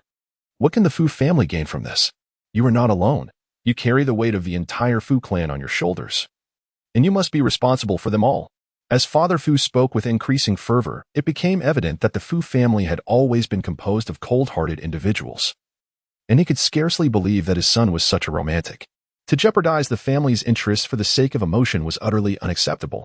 They relentlessly placed pressure on Fu Qingzhou. However, Fu Qingzhou's expression remained unchanged, maintaining an air of cultured calmness. His reply was audacious. I can uphold the entire Fu family on my own. I do not need to rely on a marriage to acquire resources and assistance from my wife. Moreover, Qingwan is remarkably talented, even without a family background. She will undoubtedly become an extraordinary person through her own efforts. Seeing his unwavering determination to be with Qingwan, Mr. and Mrs. Fu found little more to say. Mrs. Fu turned to gaze at Qingwan, who sat quietly on the bed, her tone less than amiable. Our family has not treated you poorly over the years, have we? My husband supported you, helping you escape from that small mountain village. And now you are seducing my son, driving a wedge between him and his parents. Is this how you repay our kindness? Qingwan's delicate face turned pale, her expression pitiful. Madam, I have already returned every penny that Mr. Fu provided me. So I owe the Fu family nothing now. Qingzhou and I are simply in love and wish to be together. Is there anything wrong with that? As she spoke, her eyes began to redden. Just because you are an orphan, just because you lack a family background, does that mean your love is a mistake? Mrs. Fu glared at Qingwan, resembling a furious she-beast ready to pounce. She would never allow her son to marry such a woman without any advantages. To become the mistress of the Fu family. Qingwan trembled slightly, visibly frightened. The barrage of comments read, this poor little bird looks so pitiful that I just want to hold her and comfort her. This must be breaking Fu Qingzhou's heart. Reward, 8,000 star coins. The Qing dynasty fell so many years ago. Can we please stop with this prince and princess nonsense? The baby's acting is so good. I'm almost drawn in. Reward, 600 star coins. The aggressive Mrs. Fu made Qingwan appear like a delicate flower being crushed. Fu Qingzhou, filled with compassion, approached Qingwan and embraced her. Father, mother, if you have any grievances, direct them at me, not at Qingwan. It is I who love her and have insisted she be with me. If there is blame to be assigned, let it fall upon me. Sir or madam, your son is an exceptional individual. I do not believe he needs to rely on a woman to succeed. You claim to love him. Yet why do you not try to trust him? Qingwan clasped Fu Qingzhou's hand, her fear palpable, yet she bravely defended him. Fu Qingzhou's heart swelled with emotion. He was not ensnared by Qingwan's charms. His steadfast choice was rooted in her worthiness. She comprehends her thoughts and intentions, fully aware of the choices she makes. In moments of his confusion and unease, she offers him solace, and in the face of peril, she fiercely protects him, standing before him despite her own fears. Who could possibly resist such a Qingwan? Father, mother, you need not torment her any longer. I have resolutely decided to spend my life with her and will never regret it. If there is nothing else, you may take your leave. At this, his mother was genuinely enraged. She abruptly stood from the sofa, pointing at Fu Qingzhou and scolding, you foolish boy. Are you truly willing to create such a rift over this woman? It is not I who seeks discord, but your prejudice against Qingwan that is intolerable. Since you have expressed your stance, I too shall declare mine. No matter how you attempt to obstruct me, I will not part ways with Qingwan. I see you have lost your senses. The sharp sound of a slap echoed within the hospital room. Qingwan, startled, rushed from the bed, covering Fu Qingzhou's face in concern. Why are you hitting him? Fu's mother advanced, pushing Qingwan aside. Although her force was not excessive, Qingwan still fell to the ground. In her panic, her hand brushed against a glass on the bedside. As it shattered on the floor, her hand pressed against the shards, and blood immediately flowed. You little wretch, do you think I am blind to your schemes? You intend to use this to evoke pity from Qishou and sever our bond, do you not? Her words rang true. Qingwan had indeed acted with intent. Yet, such a tactic could not be acknowledged. Qingwan shook her head in distress. No, madam. I do not wish to drive a wedge between you and young master. Fu's mother had no desire to hear her defense and raised her hand once more. Chapter 90. Lovebirds. The anticipated pain did not manifest. Qingwan opened her eyes to see Fu Qingzhou gripping his mother's wrist with determination. Enough. You cannot strike her. He released his mother's hand, disregarding her entirely. He bent down, gently lifting Qingwan and placing her back on the bed, then called for a nurse and bodyguards. What do you intend to do? Do you wish to force us away? Fu's father demanded sternly. Fu Qingzhou closed his eyes momentarily, his voice laden with indifference. Since you do not respect my fiancée, I must ask you to leave. Caught between his parents and the woman he cherished, Fu Qingzhou faced a difficult choice. However, he would not permit his parents to continue to harm Qingwan, lacking a suitable resolution for their conflict. He decided to have his emotionally charged parents exit for the time being. This was the first instance Fu Qingzhou spoke so harshly to them. His mother was momentarily taken aback, but once she regained her composure, her fury intensified. If you insist on being with this woman, then your father and I shall consider you no son of ours. Her face bore not only anger, but also a hint of triumph. Everyone was well aware of Fu Qingzhou's character, kind and principled. He adhered steadfastly to his personal code of conduct. Such an act as abandoning his parents for the sake of his fiancée was utterly beyond him. At this moment, did Mother Fu truly not comprehend the implications of severing their mother-son bond, or was she attempting to manipulate Fu Qingzhou into ending his relationship with Qingwan? As expected, Fu Qingzhou's expression was no longer as cold as before. He clenched his jaw tightly, veins protruding on his forehead, and his eyes glistened with unshed tears. Mother, you know I cannot make such a choice. Why must you force me? I simply wish to be with the person I love. Is that truly a sin? Since Fu Qingzhou's birth, his parents had been preoccupied with work, seeing him only a handful of times each year, mostly leaving him to the care of the household servants. Yet, he was still a piece of her flesh and blood. Witnessing his current state pained Mother Fu. She softened her tone. This matter is easily resolvable. If you break up with her, we can remain a family. You are a clever child. This decision should be simple for you, should it not? The immense pressure made Fu Qingzhou unable to lift his head. He opened his mouth, but found himself at a loss for words. The nurse silently tended to Qingwan's wounds as she observed everything with a cold gaze. In that moment of hesitation, Qingwan resolved herself. Madam, please do not further torment Qizhou. You know he cannot make such a choice. Why do you insist on pushing him? If my existence will cause a rift between you, then I am willing to leave Qizhou. Qingwan, what are you saying? Fu Qizhou suddenly lifted his head, fixing a fierce gaze upon her. His tone was strong, yet his eyes betrayed an imperceptible plea. With his parents pressing him, only Qingwan stood unwaveringly by his side. If she chose to leave him as well, Fu Qingzhou would be at a loss for what to do. He desperately needed support. Of course, Qingwan would not be foolish enough to hurt him at this moment. Yet Mother Fu's foolishness knew no bounds. Now that you have made your decision, do not be swayed. There are plenty of good girls in the world, without her.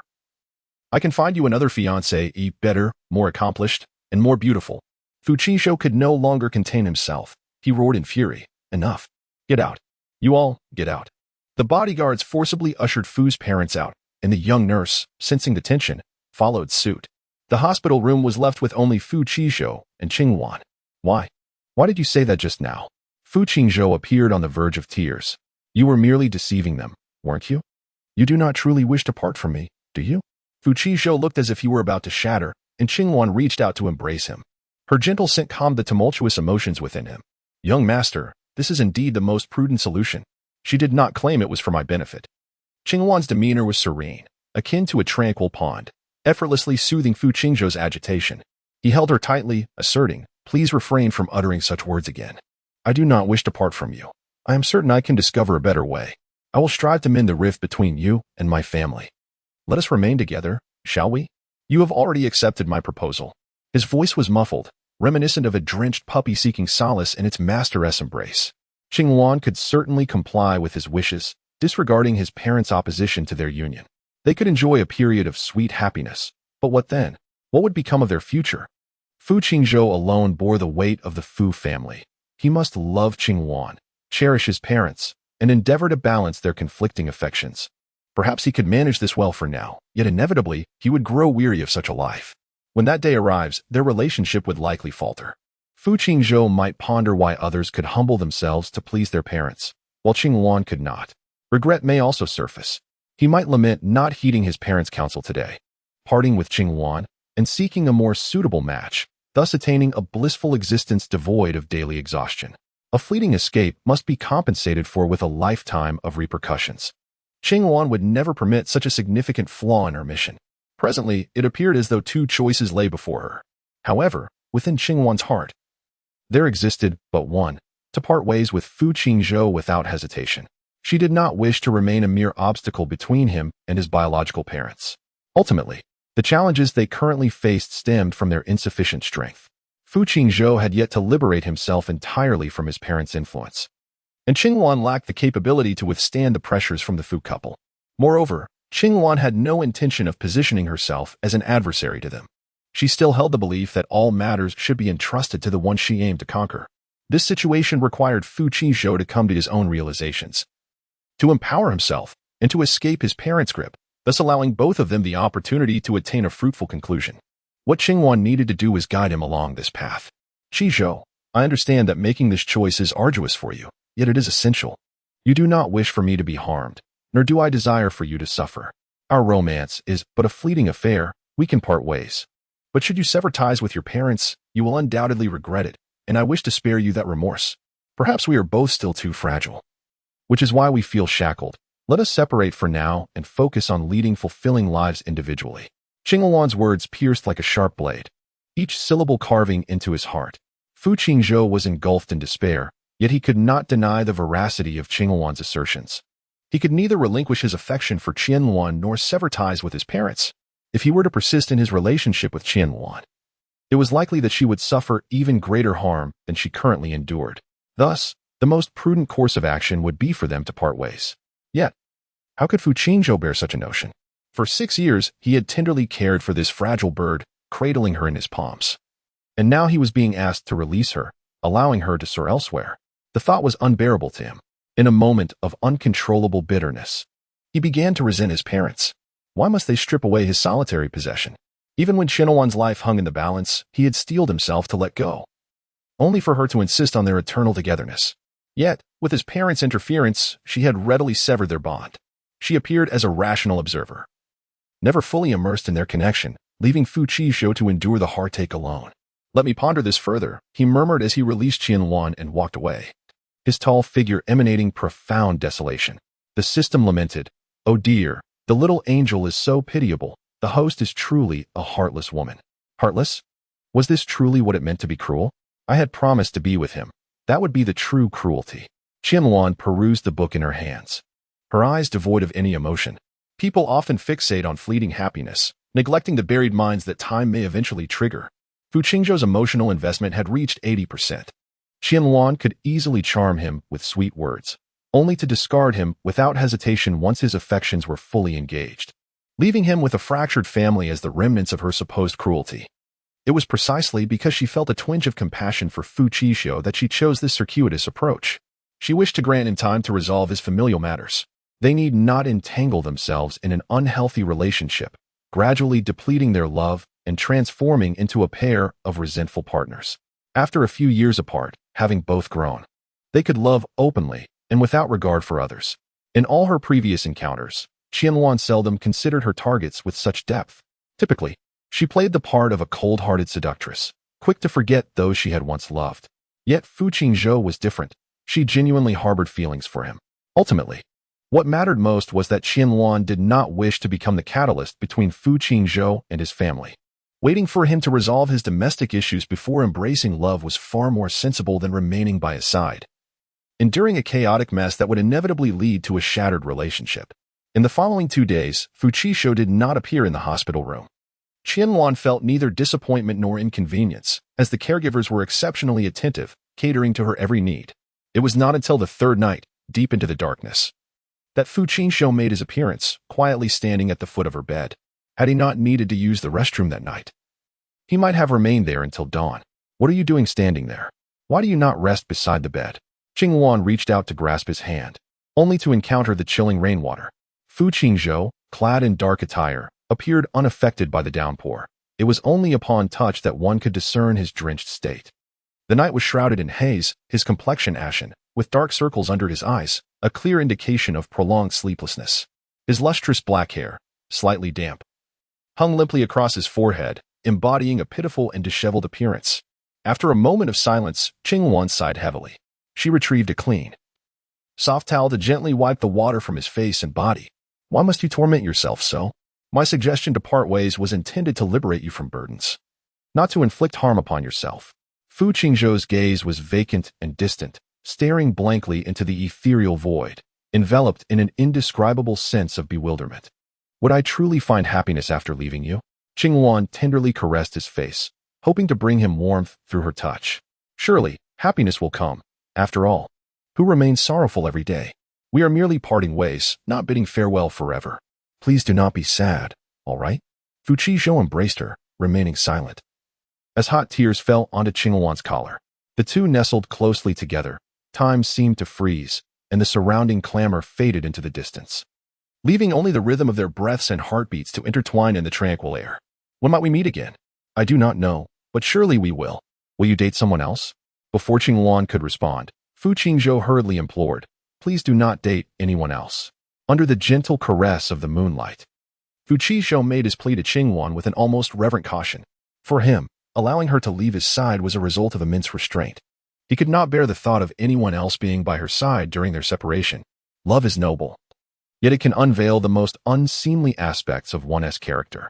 Though Fu Qingzhou appeared to have it all, before Qingwan, he felt like an empty-handed child. Clutching tightly to his stubborn, genuine heart, he hoped to prolong her stay, even if just for a moment. Should Qingwan reject Fu Qingzhou, he would never reveal such a raw and flawed side of himself to her. In her presence, he would forever maintain the facade of a virtuous gentleman. Fortunately, Qingwan did not react with surprise or anger to his request. She merely stroked Fu Qingzhou's head, saying, having loved you, who else could I possibly date? Fu Qingzhou pursed his lips, questioning, am I not good enough? Love instills fear, transforming the proud into the self-doubting. Qingwan wished to see him restored to his gentle, composed self, the young master who always seemed to possess the upper hand. Certainly, you are exceptional. I have never encountered anyone more remarkable than you. Receiving affirmation from Qingwan alleviated Fu Qingzhou's heavy heart, if only slightly. They ceased their conversation, finding solace in each other's presence during their final moments together. Qingwan began to contemplate where she would travel after parting ways with Fu Qingzhou. She had anticipated that this time would pass peacefully, yet unexpectedly. On the eve of her departure, Fu's mother appeared once more.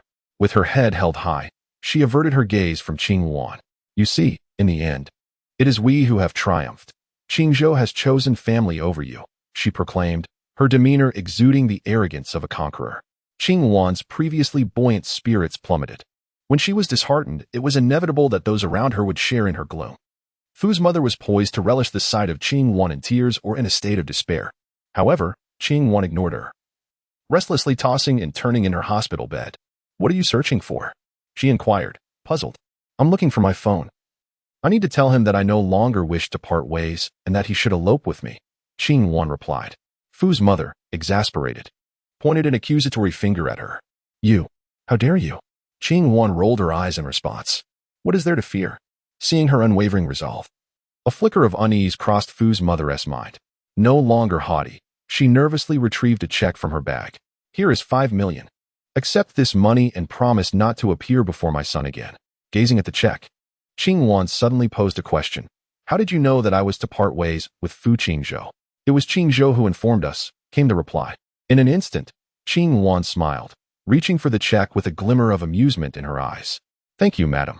I assure you I will not trouble the young master any longer. Her charming countenance, accentuated by her smile, was quite endearing. Fu's mother shot her a glare, leaving with a warning to remember her words. As Qingwan placed the check into her bag and resumed packing, her expression was inscrutable. Before long, Fu Qingzhou arrived. He had been unusually silent lately, often lost in thought, as if burdened by some concern. Qingwan broke the silence in the room. Why did you tell your mother about our breakup? Was it deliberate? To have her come with a hefty severance to humiliate me? Caught in his subtle machinations, Fu Qingzhou felt a twinge of embarrassment. In his leisure, Fu Qingzhou had perused some popular novels online. The narratives often depicted a heroine devotedly serving her beloved and his family, only to be scorned and ultimately driven to separation by his relatives, who would then attempt to humiliate her with money. Yet, the heroine would invariably display resilience, refusing to accept the substantial sums offered. At that moment, Fu Qizhou thought of Qingwan. He believed that, given her intelligence, she would surely accept the money to secure a better future for herself. At that moment, Fu Qizhou never envisioned such a melodramatic scene unfolding between him and Qingwan. Yet, the absurdity of reality took him by surprise. Initially, he had no intention of making their breakup public. However, upon witnessing Qingwan's ailing visage, he was inexplicably reminded of a narrative from a novel. Thus, in the dead of night, he dialed his mother, revealing their separation and emphasizing his reluctance to part with Qingwan. His mother reacted much like those affluent matriarchs, eagerly brandishing a substantial sum to humiliate Qingwan. Why the silence? Qingwan urged. Fu Qizhou reluctantly replied, "This is what they owe you." He had promised to ensure his parents compensated Qingwan. Yet, that meager amount was insufficient.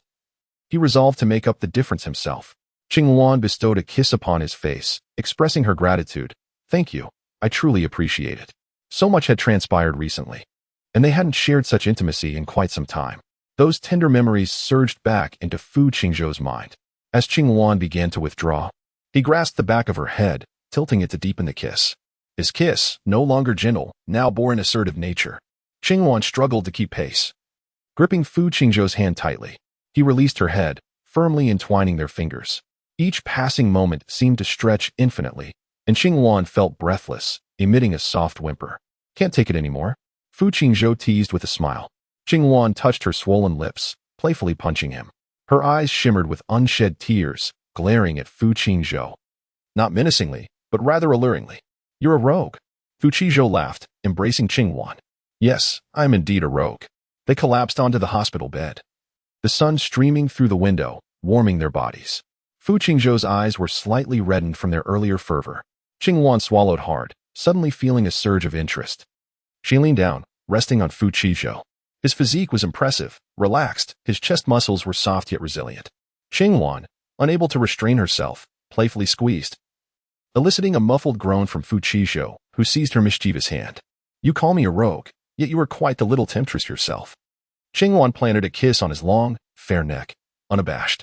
"Indeed, I am a temptress, and now this temptress intends to thoroughly enjoy you, my dear human." Feigning ignorance, she teased along his Adam's apple, sending shivers through Fu Qizhou. Ultimately, unable to withstand it any longer, he pinned Qingwan beneath him. His voice dropped to a husky whisper. "No more games." Meeting his gaze, she exhaled softly. "Qizhou, do you desire?" Fu Qizhou diverted his eyes, fearing he might succumb to temptation. Yet, Qingwan was determined not to let him escape. Once separated for an extended period, the anticipation of reunion was palpable, and a taste of sweetness was long overdue. "Qizhou, I desire you." Fu Qingzhao's eyes widened in disbelief, caught off guard by Qingwan's bold declaration. For years, he had been her steadfast companion, shielding her from the influences of those of questionable character. Where had she gleaned such knowledge? Who had led her astray? Who taught you to express such sentiments? He queried sternly. Yet, unperturbed, Qingwan drew closer, her demeanor unabashed. "Must one be instructed in such matters? I simply yearn for you. This is my heartfelt truth." Her candid and forthright attitude regarding these affairs astonished Fu Qingzhou, leaving him more bashful than before. "No, we cannot proceed in this manner just yet." Qingwan pouted, writhing beneath him like a child yearning for a beloved toy. "But we shall be apart for a long time. Qingzhou, do you not feel the slightest inclination?" Meeting her fervent gaze, Fu Qingzhou felt warmth flood from his cheeks to his neck. Faced with Qingwan's undeniable allure, he found himself unable to lie, thus suppressing his embarrassment and nodding. "I do miss you." Upon hearing his admission of longing, Qingwan beamed, pressing herself against him like an irresistible morsel of candy. "It is not too late. Shall we venture to a hotel?" She leaned close to his ear, her breath a warm whisper that threatened to engulf him. Like a spellbound scholar ensnared by a siren's call, Fu Qingzhou felt utterly helpless, compelled to heed Qingwan's wishes. Chapter 93, Lovebirds. As Qingwan expressed her desire to go to a hotel, Fu Qingzhou cradled her and gradually made his way out of the hospital. Upon reaching the hotel, Fu Qingzhou fumbled nervously at the front desk, stammering in his request for a room. What should have been a rather mundane transaction became shrouded in embarrassment due to his awkward demeanor. The receptionist cast curious glances their way. Fu Qingzhao tightened his embrace around Qingwan. Do not be anxious. We are merely a couple, not engaging in infidelity. Please refrain from speaking so carelessly. He admonished with a hint of severity. Provoked by her relentless teasing, a flicker of irritation ignited within him. Qingwan obediently wrapped her arms around his neck, falling silent. Resembling a gentle and harmless little rabbit, both were somewhat eager as they entered the room. Qingwan promptly headed for the shower while Fu Qingzhao sat at the edge of the bed, his thoughts in disarray as he awaited her return. His mind swirled, struggling to comprehend how events had unfolded to this moment. The sound of water echoed from the bathroom. The frosted glass door allowed Fu Qingzhao a glimpse of Qingwan's graceful silhouette. He loosened his tie, feeling a thirst that compelled him to drink half a bottle of ice water before feeling somewhat revitalized. The bathroom door swung open, revealing Qingwan in a white bathrobe. Stepping forth from the enveloping mist, she transitioned from a hazy figure to a clear vision of beauty. After a warm shower, Qingwan's cheeks glowed with a delicate blush. Her eyes sparkling with clarity, and her lips, full and crimson, glistened as droplets of water trickled down her slender neck to more concealed areas. The phrase vividly enchanting sprang to mind for Fu Qingzhao. Qingwan approached him with a lightness reminiscent of a joyful sprite, playfully waving her index finger before him. What are you dawdling for? It's your turn. Fu Qingzhao grasped her hand firmly, his long, dark lashes quivering. He reverently pressed a kiss upon her peach-pink fingertips. You are exquisite. A hint of shyness prompted Qingwan to withdraw her hand. Thank you for the compliment, sir. Since becoming a couple, she occasionally teased him by calling him sir, her tone laced with mischief. However, this time felt distinct. Her voice and body language bore an enticing allure that left Fu Qingzhao spellbound. Qingwan walked directly to the mirror to dry her hair, and when Fu Qingzhao offered to assist, she declined. I only have today, so seize the opportunity, sir. He hurried into the bathroom, and as Qingwan finished drying her hair, he emerged, still damp. Silence enveloped the room, thick with an ambiguous atmosphere, and before long, they found themselves entwined upon the soft bed. Qingwan's skin was delicate and tender, akin to the softest silken tofu.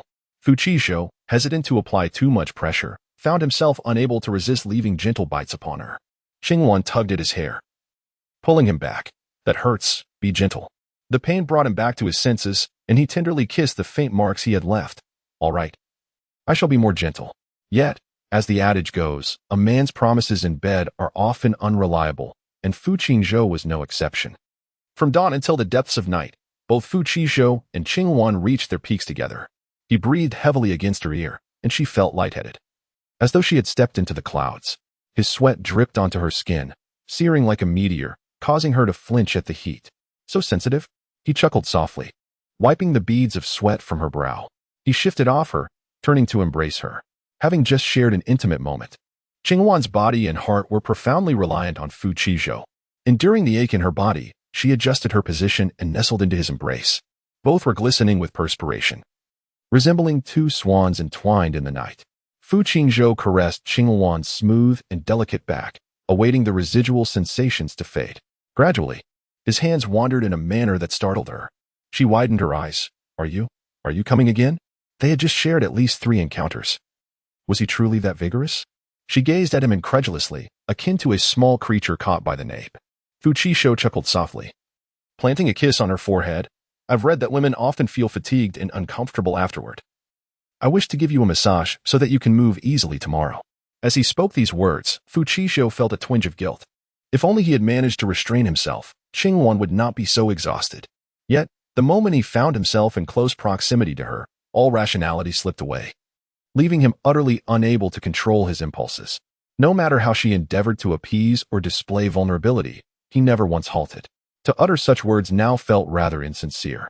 Qingwan's voice was soft and tender. My waist and thighs ache a bit. Could you please massage them for me? Of course. Fu Qingzhao applied a gentle pressure as he massaged, and soon Qingwan began to drift into slumber. He gazed at her drowsy visage, his eyes brimming with affection and tenderness. Thank you, my love. I adore you. His voice was barely above a whisper, as if he feared that someone might overhear this moment of sincere devotion. With her eyes closed, Qingwan nestled closer into his embrace. She was truly adorable, and he vowed never to let her go throughout this lifetime. Fu Qingzhao carried the blissfully unaware Qingwan to the bathroom to cleanse her body. The bed in this room was no longer suitable for rest, so he booked another room, tightly holding her hand as they drifted into dreams. Upon awakening, Qingwan was greeted by the sight of Fu Qingzhou's unparalleled beauty. How wonderful, she mused, feeling utterly content as the man had thoroughly claimed her. Cautiously, she retrieved her phone, carefully selecting an angle to capture the moment. Just as she set the phone down, Fu Qingzhou stirred awake. Still slightly groggy, he did not immediately open his eyes, but instead buried his head into Qingwan's embrace. "Good morning, sweetheart." "Good morning." Both were quite polite. However, Fu Qingzhou's lips were less so, and soon, Qingwan's skin bore a few more rosy imprints. "Well then, do you suffer from skin hunger?" Fu Qingzhou's head remained nestled beneath the white duvet, his dark hair bobbing slightly. With something still in his mouth, his words came out muffled. "Indeed. I suffer from skin hunger, along with separation anxiety." Qingwan chuckled, permitting him to leave his marks upon her. "I never heard you mention such an affliction before. I didn't have a wife before.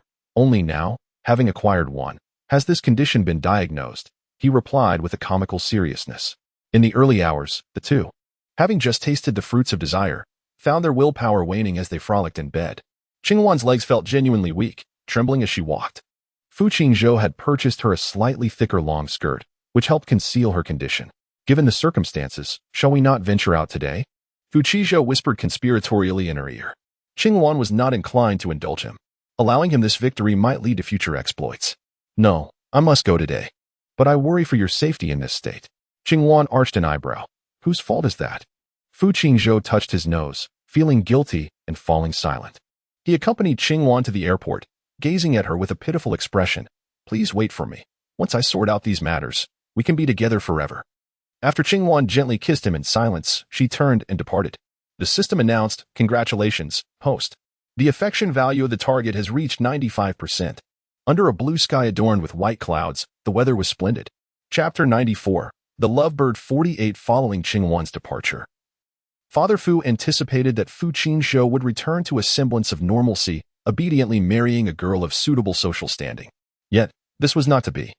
The idyllic conclusion he envisioned failed to materialize. Without Qingwan, Fu Qingzhou resembled a finely honed blade, sharp and formidable.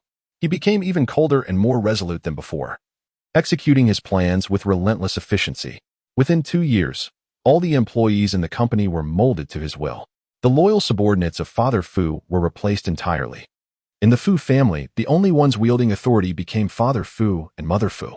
Fu Qingzhou immersed himself in his work, returning home only a handful of times throughout the year.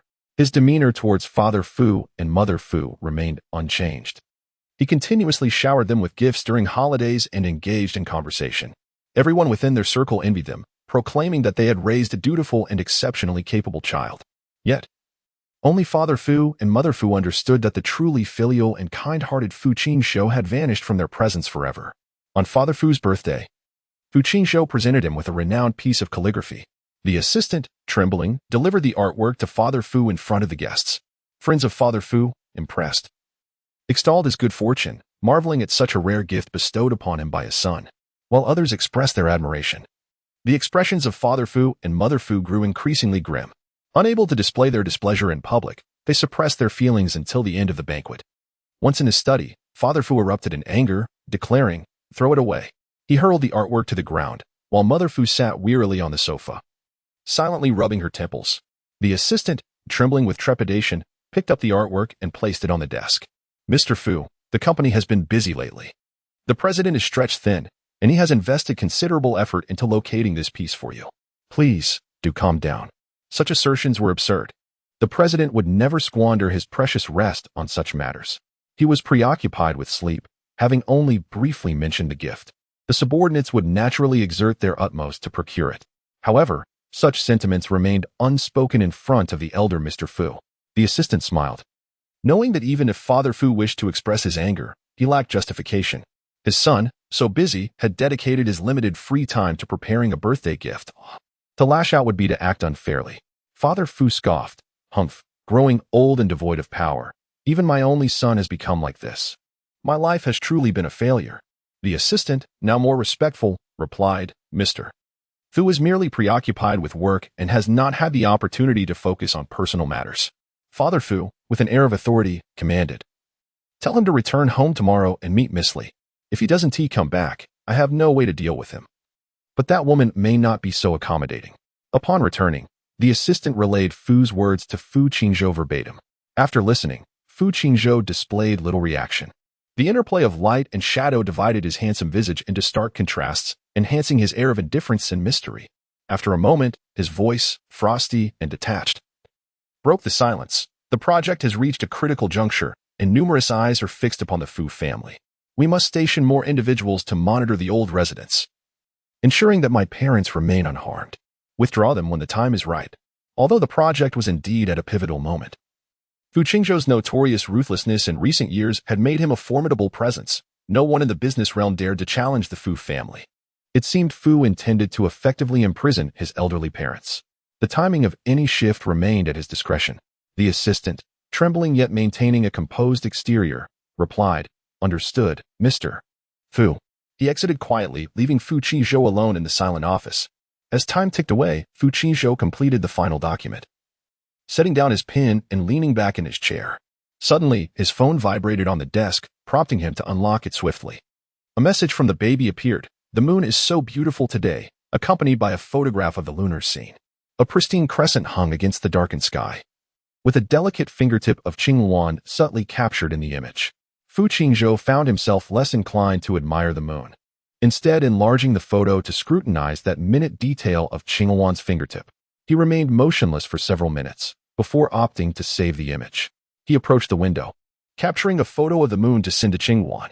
Gazing at the night sky, a string of numbers escaped his lips. 630 days. The visage of Qingwan materialized in his mind. They had been apart for 630 days. Yet, it was not entirely separation. Qingwan shared photographs with him, and they conversed daily. Nonetheless, Fu Qingzhou felt an emptiness within. He yearned to meet Qingwan, to hold her in a tangible embrace. He had now completely severed ties with his parents' control, able to take responsibility for his own decisions. Was the moment right? Fu Qingzhou found himself engulfed in uncertainty. While he wrestled with his turmoil, Qingwan had already begun planning her return. After spending so long away, she found herself missing Fu Qingzhou. Over the years, she had not sought out information, yet she often encountered his name in financial news. Descriptions of his ruthless tactics and profound intellect filled the air, proclaiming his exceptional prowess, surpassing all expectations. In such moments, Qingwan would find herself staring blankly at the chat window, pondering whether the playful Fu Qingzhou, who sent cat emojis, was indeed the same man portrayed in the articles. A sense of disconnection washed over her. The system chimed in, "If you don't return soon, Fu Qingzhou will truly descend into darkness." In truth, Qingwan could easily observe Fu Qingzhou's current affairs alongside the audience, yet she refrained from doing so. Life, aside from its tasks, should encompass other dimensions as well.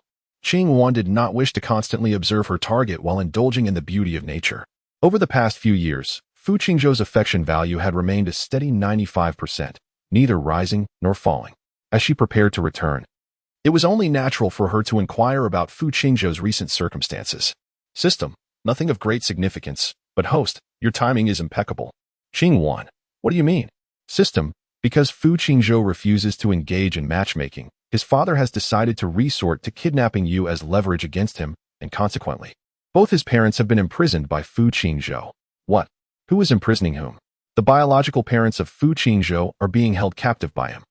"Qingwan, he is truly a devoted son." Comments, a grand display of filial piety. "Don't worry, little bird, although Fu Qingzhou has imprisoned his parents, he has not lost his sanity towards you. He often gazes at your photographs in the dead of night and weeps in silence." That pure-hearted youth has finally undergone a transformation. Qingwan's eyes sparkled, and she promptly purchased the earliest flight ticket. Her curiosity about Fu Qingzhou was insatiable.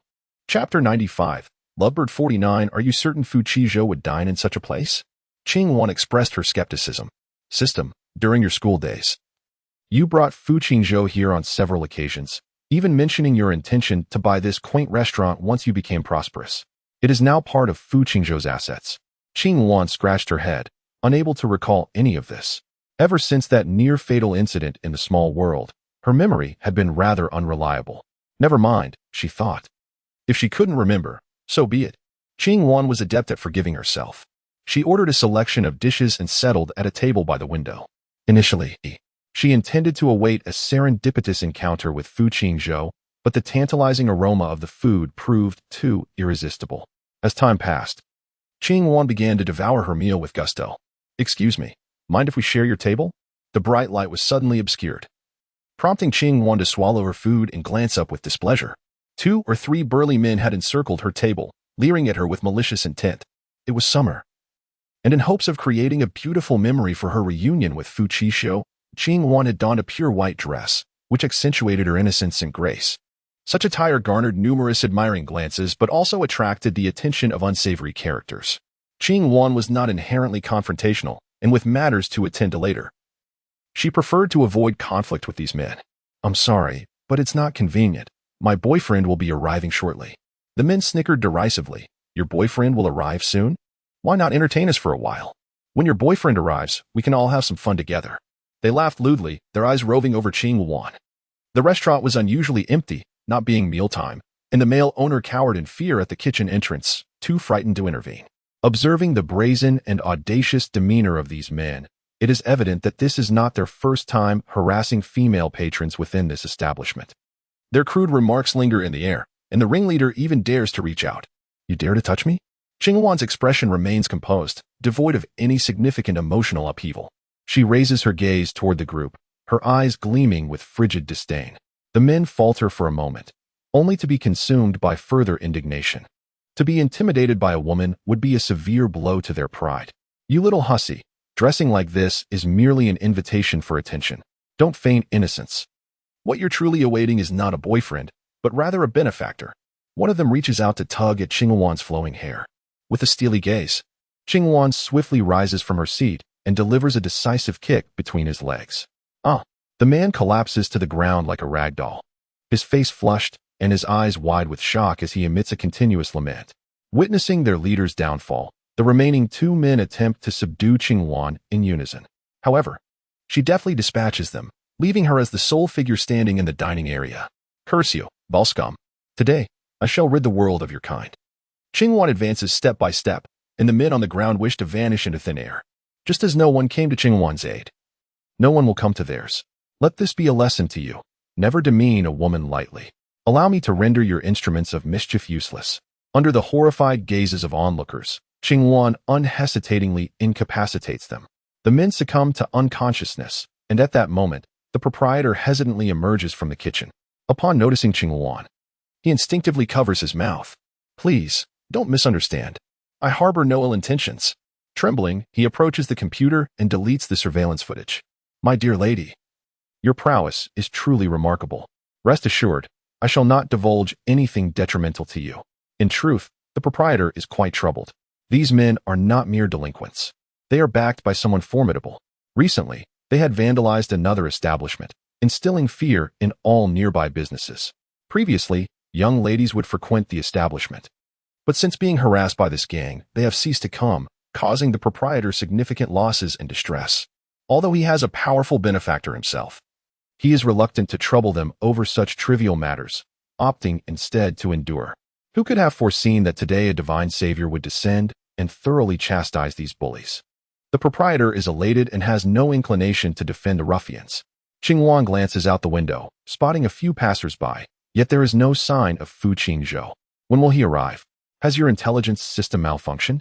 Her previously buoyant mood has been sullied by these intruders, and her white dress bears some stains. Qing Wan wishes to depart post-haste. The system responds, it's coming soon. It's coming soon. Please be patient. Very well, I shall address this another day. I am simply not in the mood today. In a swift manner, Qing Wan tidied her belongings and made her way outside. As she approached the counter to settle the bill, the proprietor intercepted her. No need, no need. You have alleviated several of my troubles. I am grateful beyond words. Allow me to treat you this time. Very well. Thank you, Qing Wan replied without further formality. She turned on her heel and stepped outside, her pristine skirt tracing a graceful arc in the air before settling gently against her elegantly shaped calves. As the doors swung open, a delicate fragrance of jasmine wafted in, enveloping Qing Wan's senses. She busied herself adjusting her attire, her gaze fixed ahead when suddenly, her wrist was seized with considerable force. Frowning, she exclaimed, "What are you doing?" Before she could react further, the man swiftly drew her into his embrace. The scent was unfamiliar, yet Qing Wan recognized this body all too well. It was none other than Fu Qingzhou, the very person she had longed for. With a playful pout, She lightly struck Fu Qingzhou's shoulder, her voice tinged with feigned grievance. Why did it take you so long? I was almost harassed, did you know? The two had been apart for quite some time. And Fu Qingzhou often dreamed of reuniting with Qingwan in this quaint little shop. Upon seeing her, he initially believed he was still in a dream, and instinctively, he pulled her close, as he had done countless times in his slumber. She felt warm and soft, and unlike in his dreams. This time Fu Qingzhou truly beheld her visage. Before he could revel in his joy, he heard her voice, thick with emotion, lamenting about her near harassment.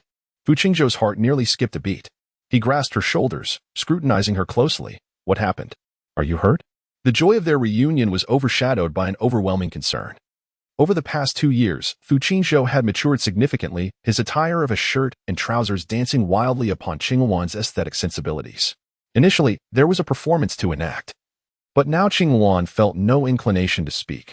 All she desired was to whisk Fu Qingzhou away to her bed, to indulge in their longings. She gestured towards the disheveled figures sprawled on the ground, stating, "They attempted to harass me, but I managed to subdue them." Fu Qingzhou barely glanced at the men, treating them as inconsequential debris. Instead, he gazed at Qingwan with tenderness and admiration. "You are truly remarkable, my dear."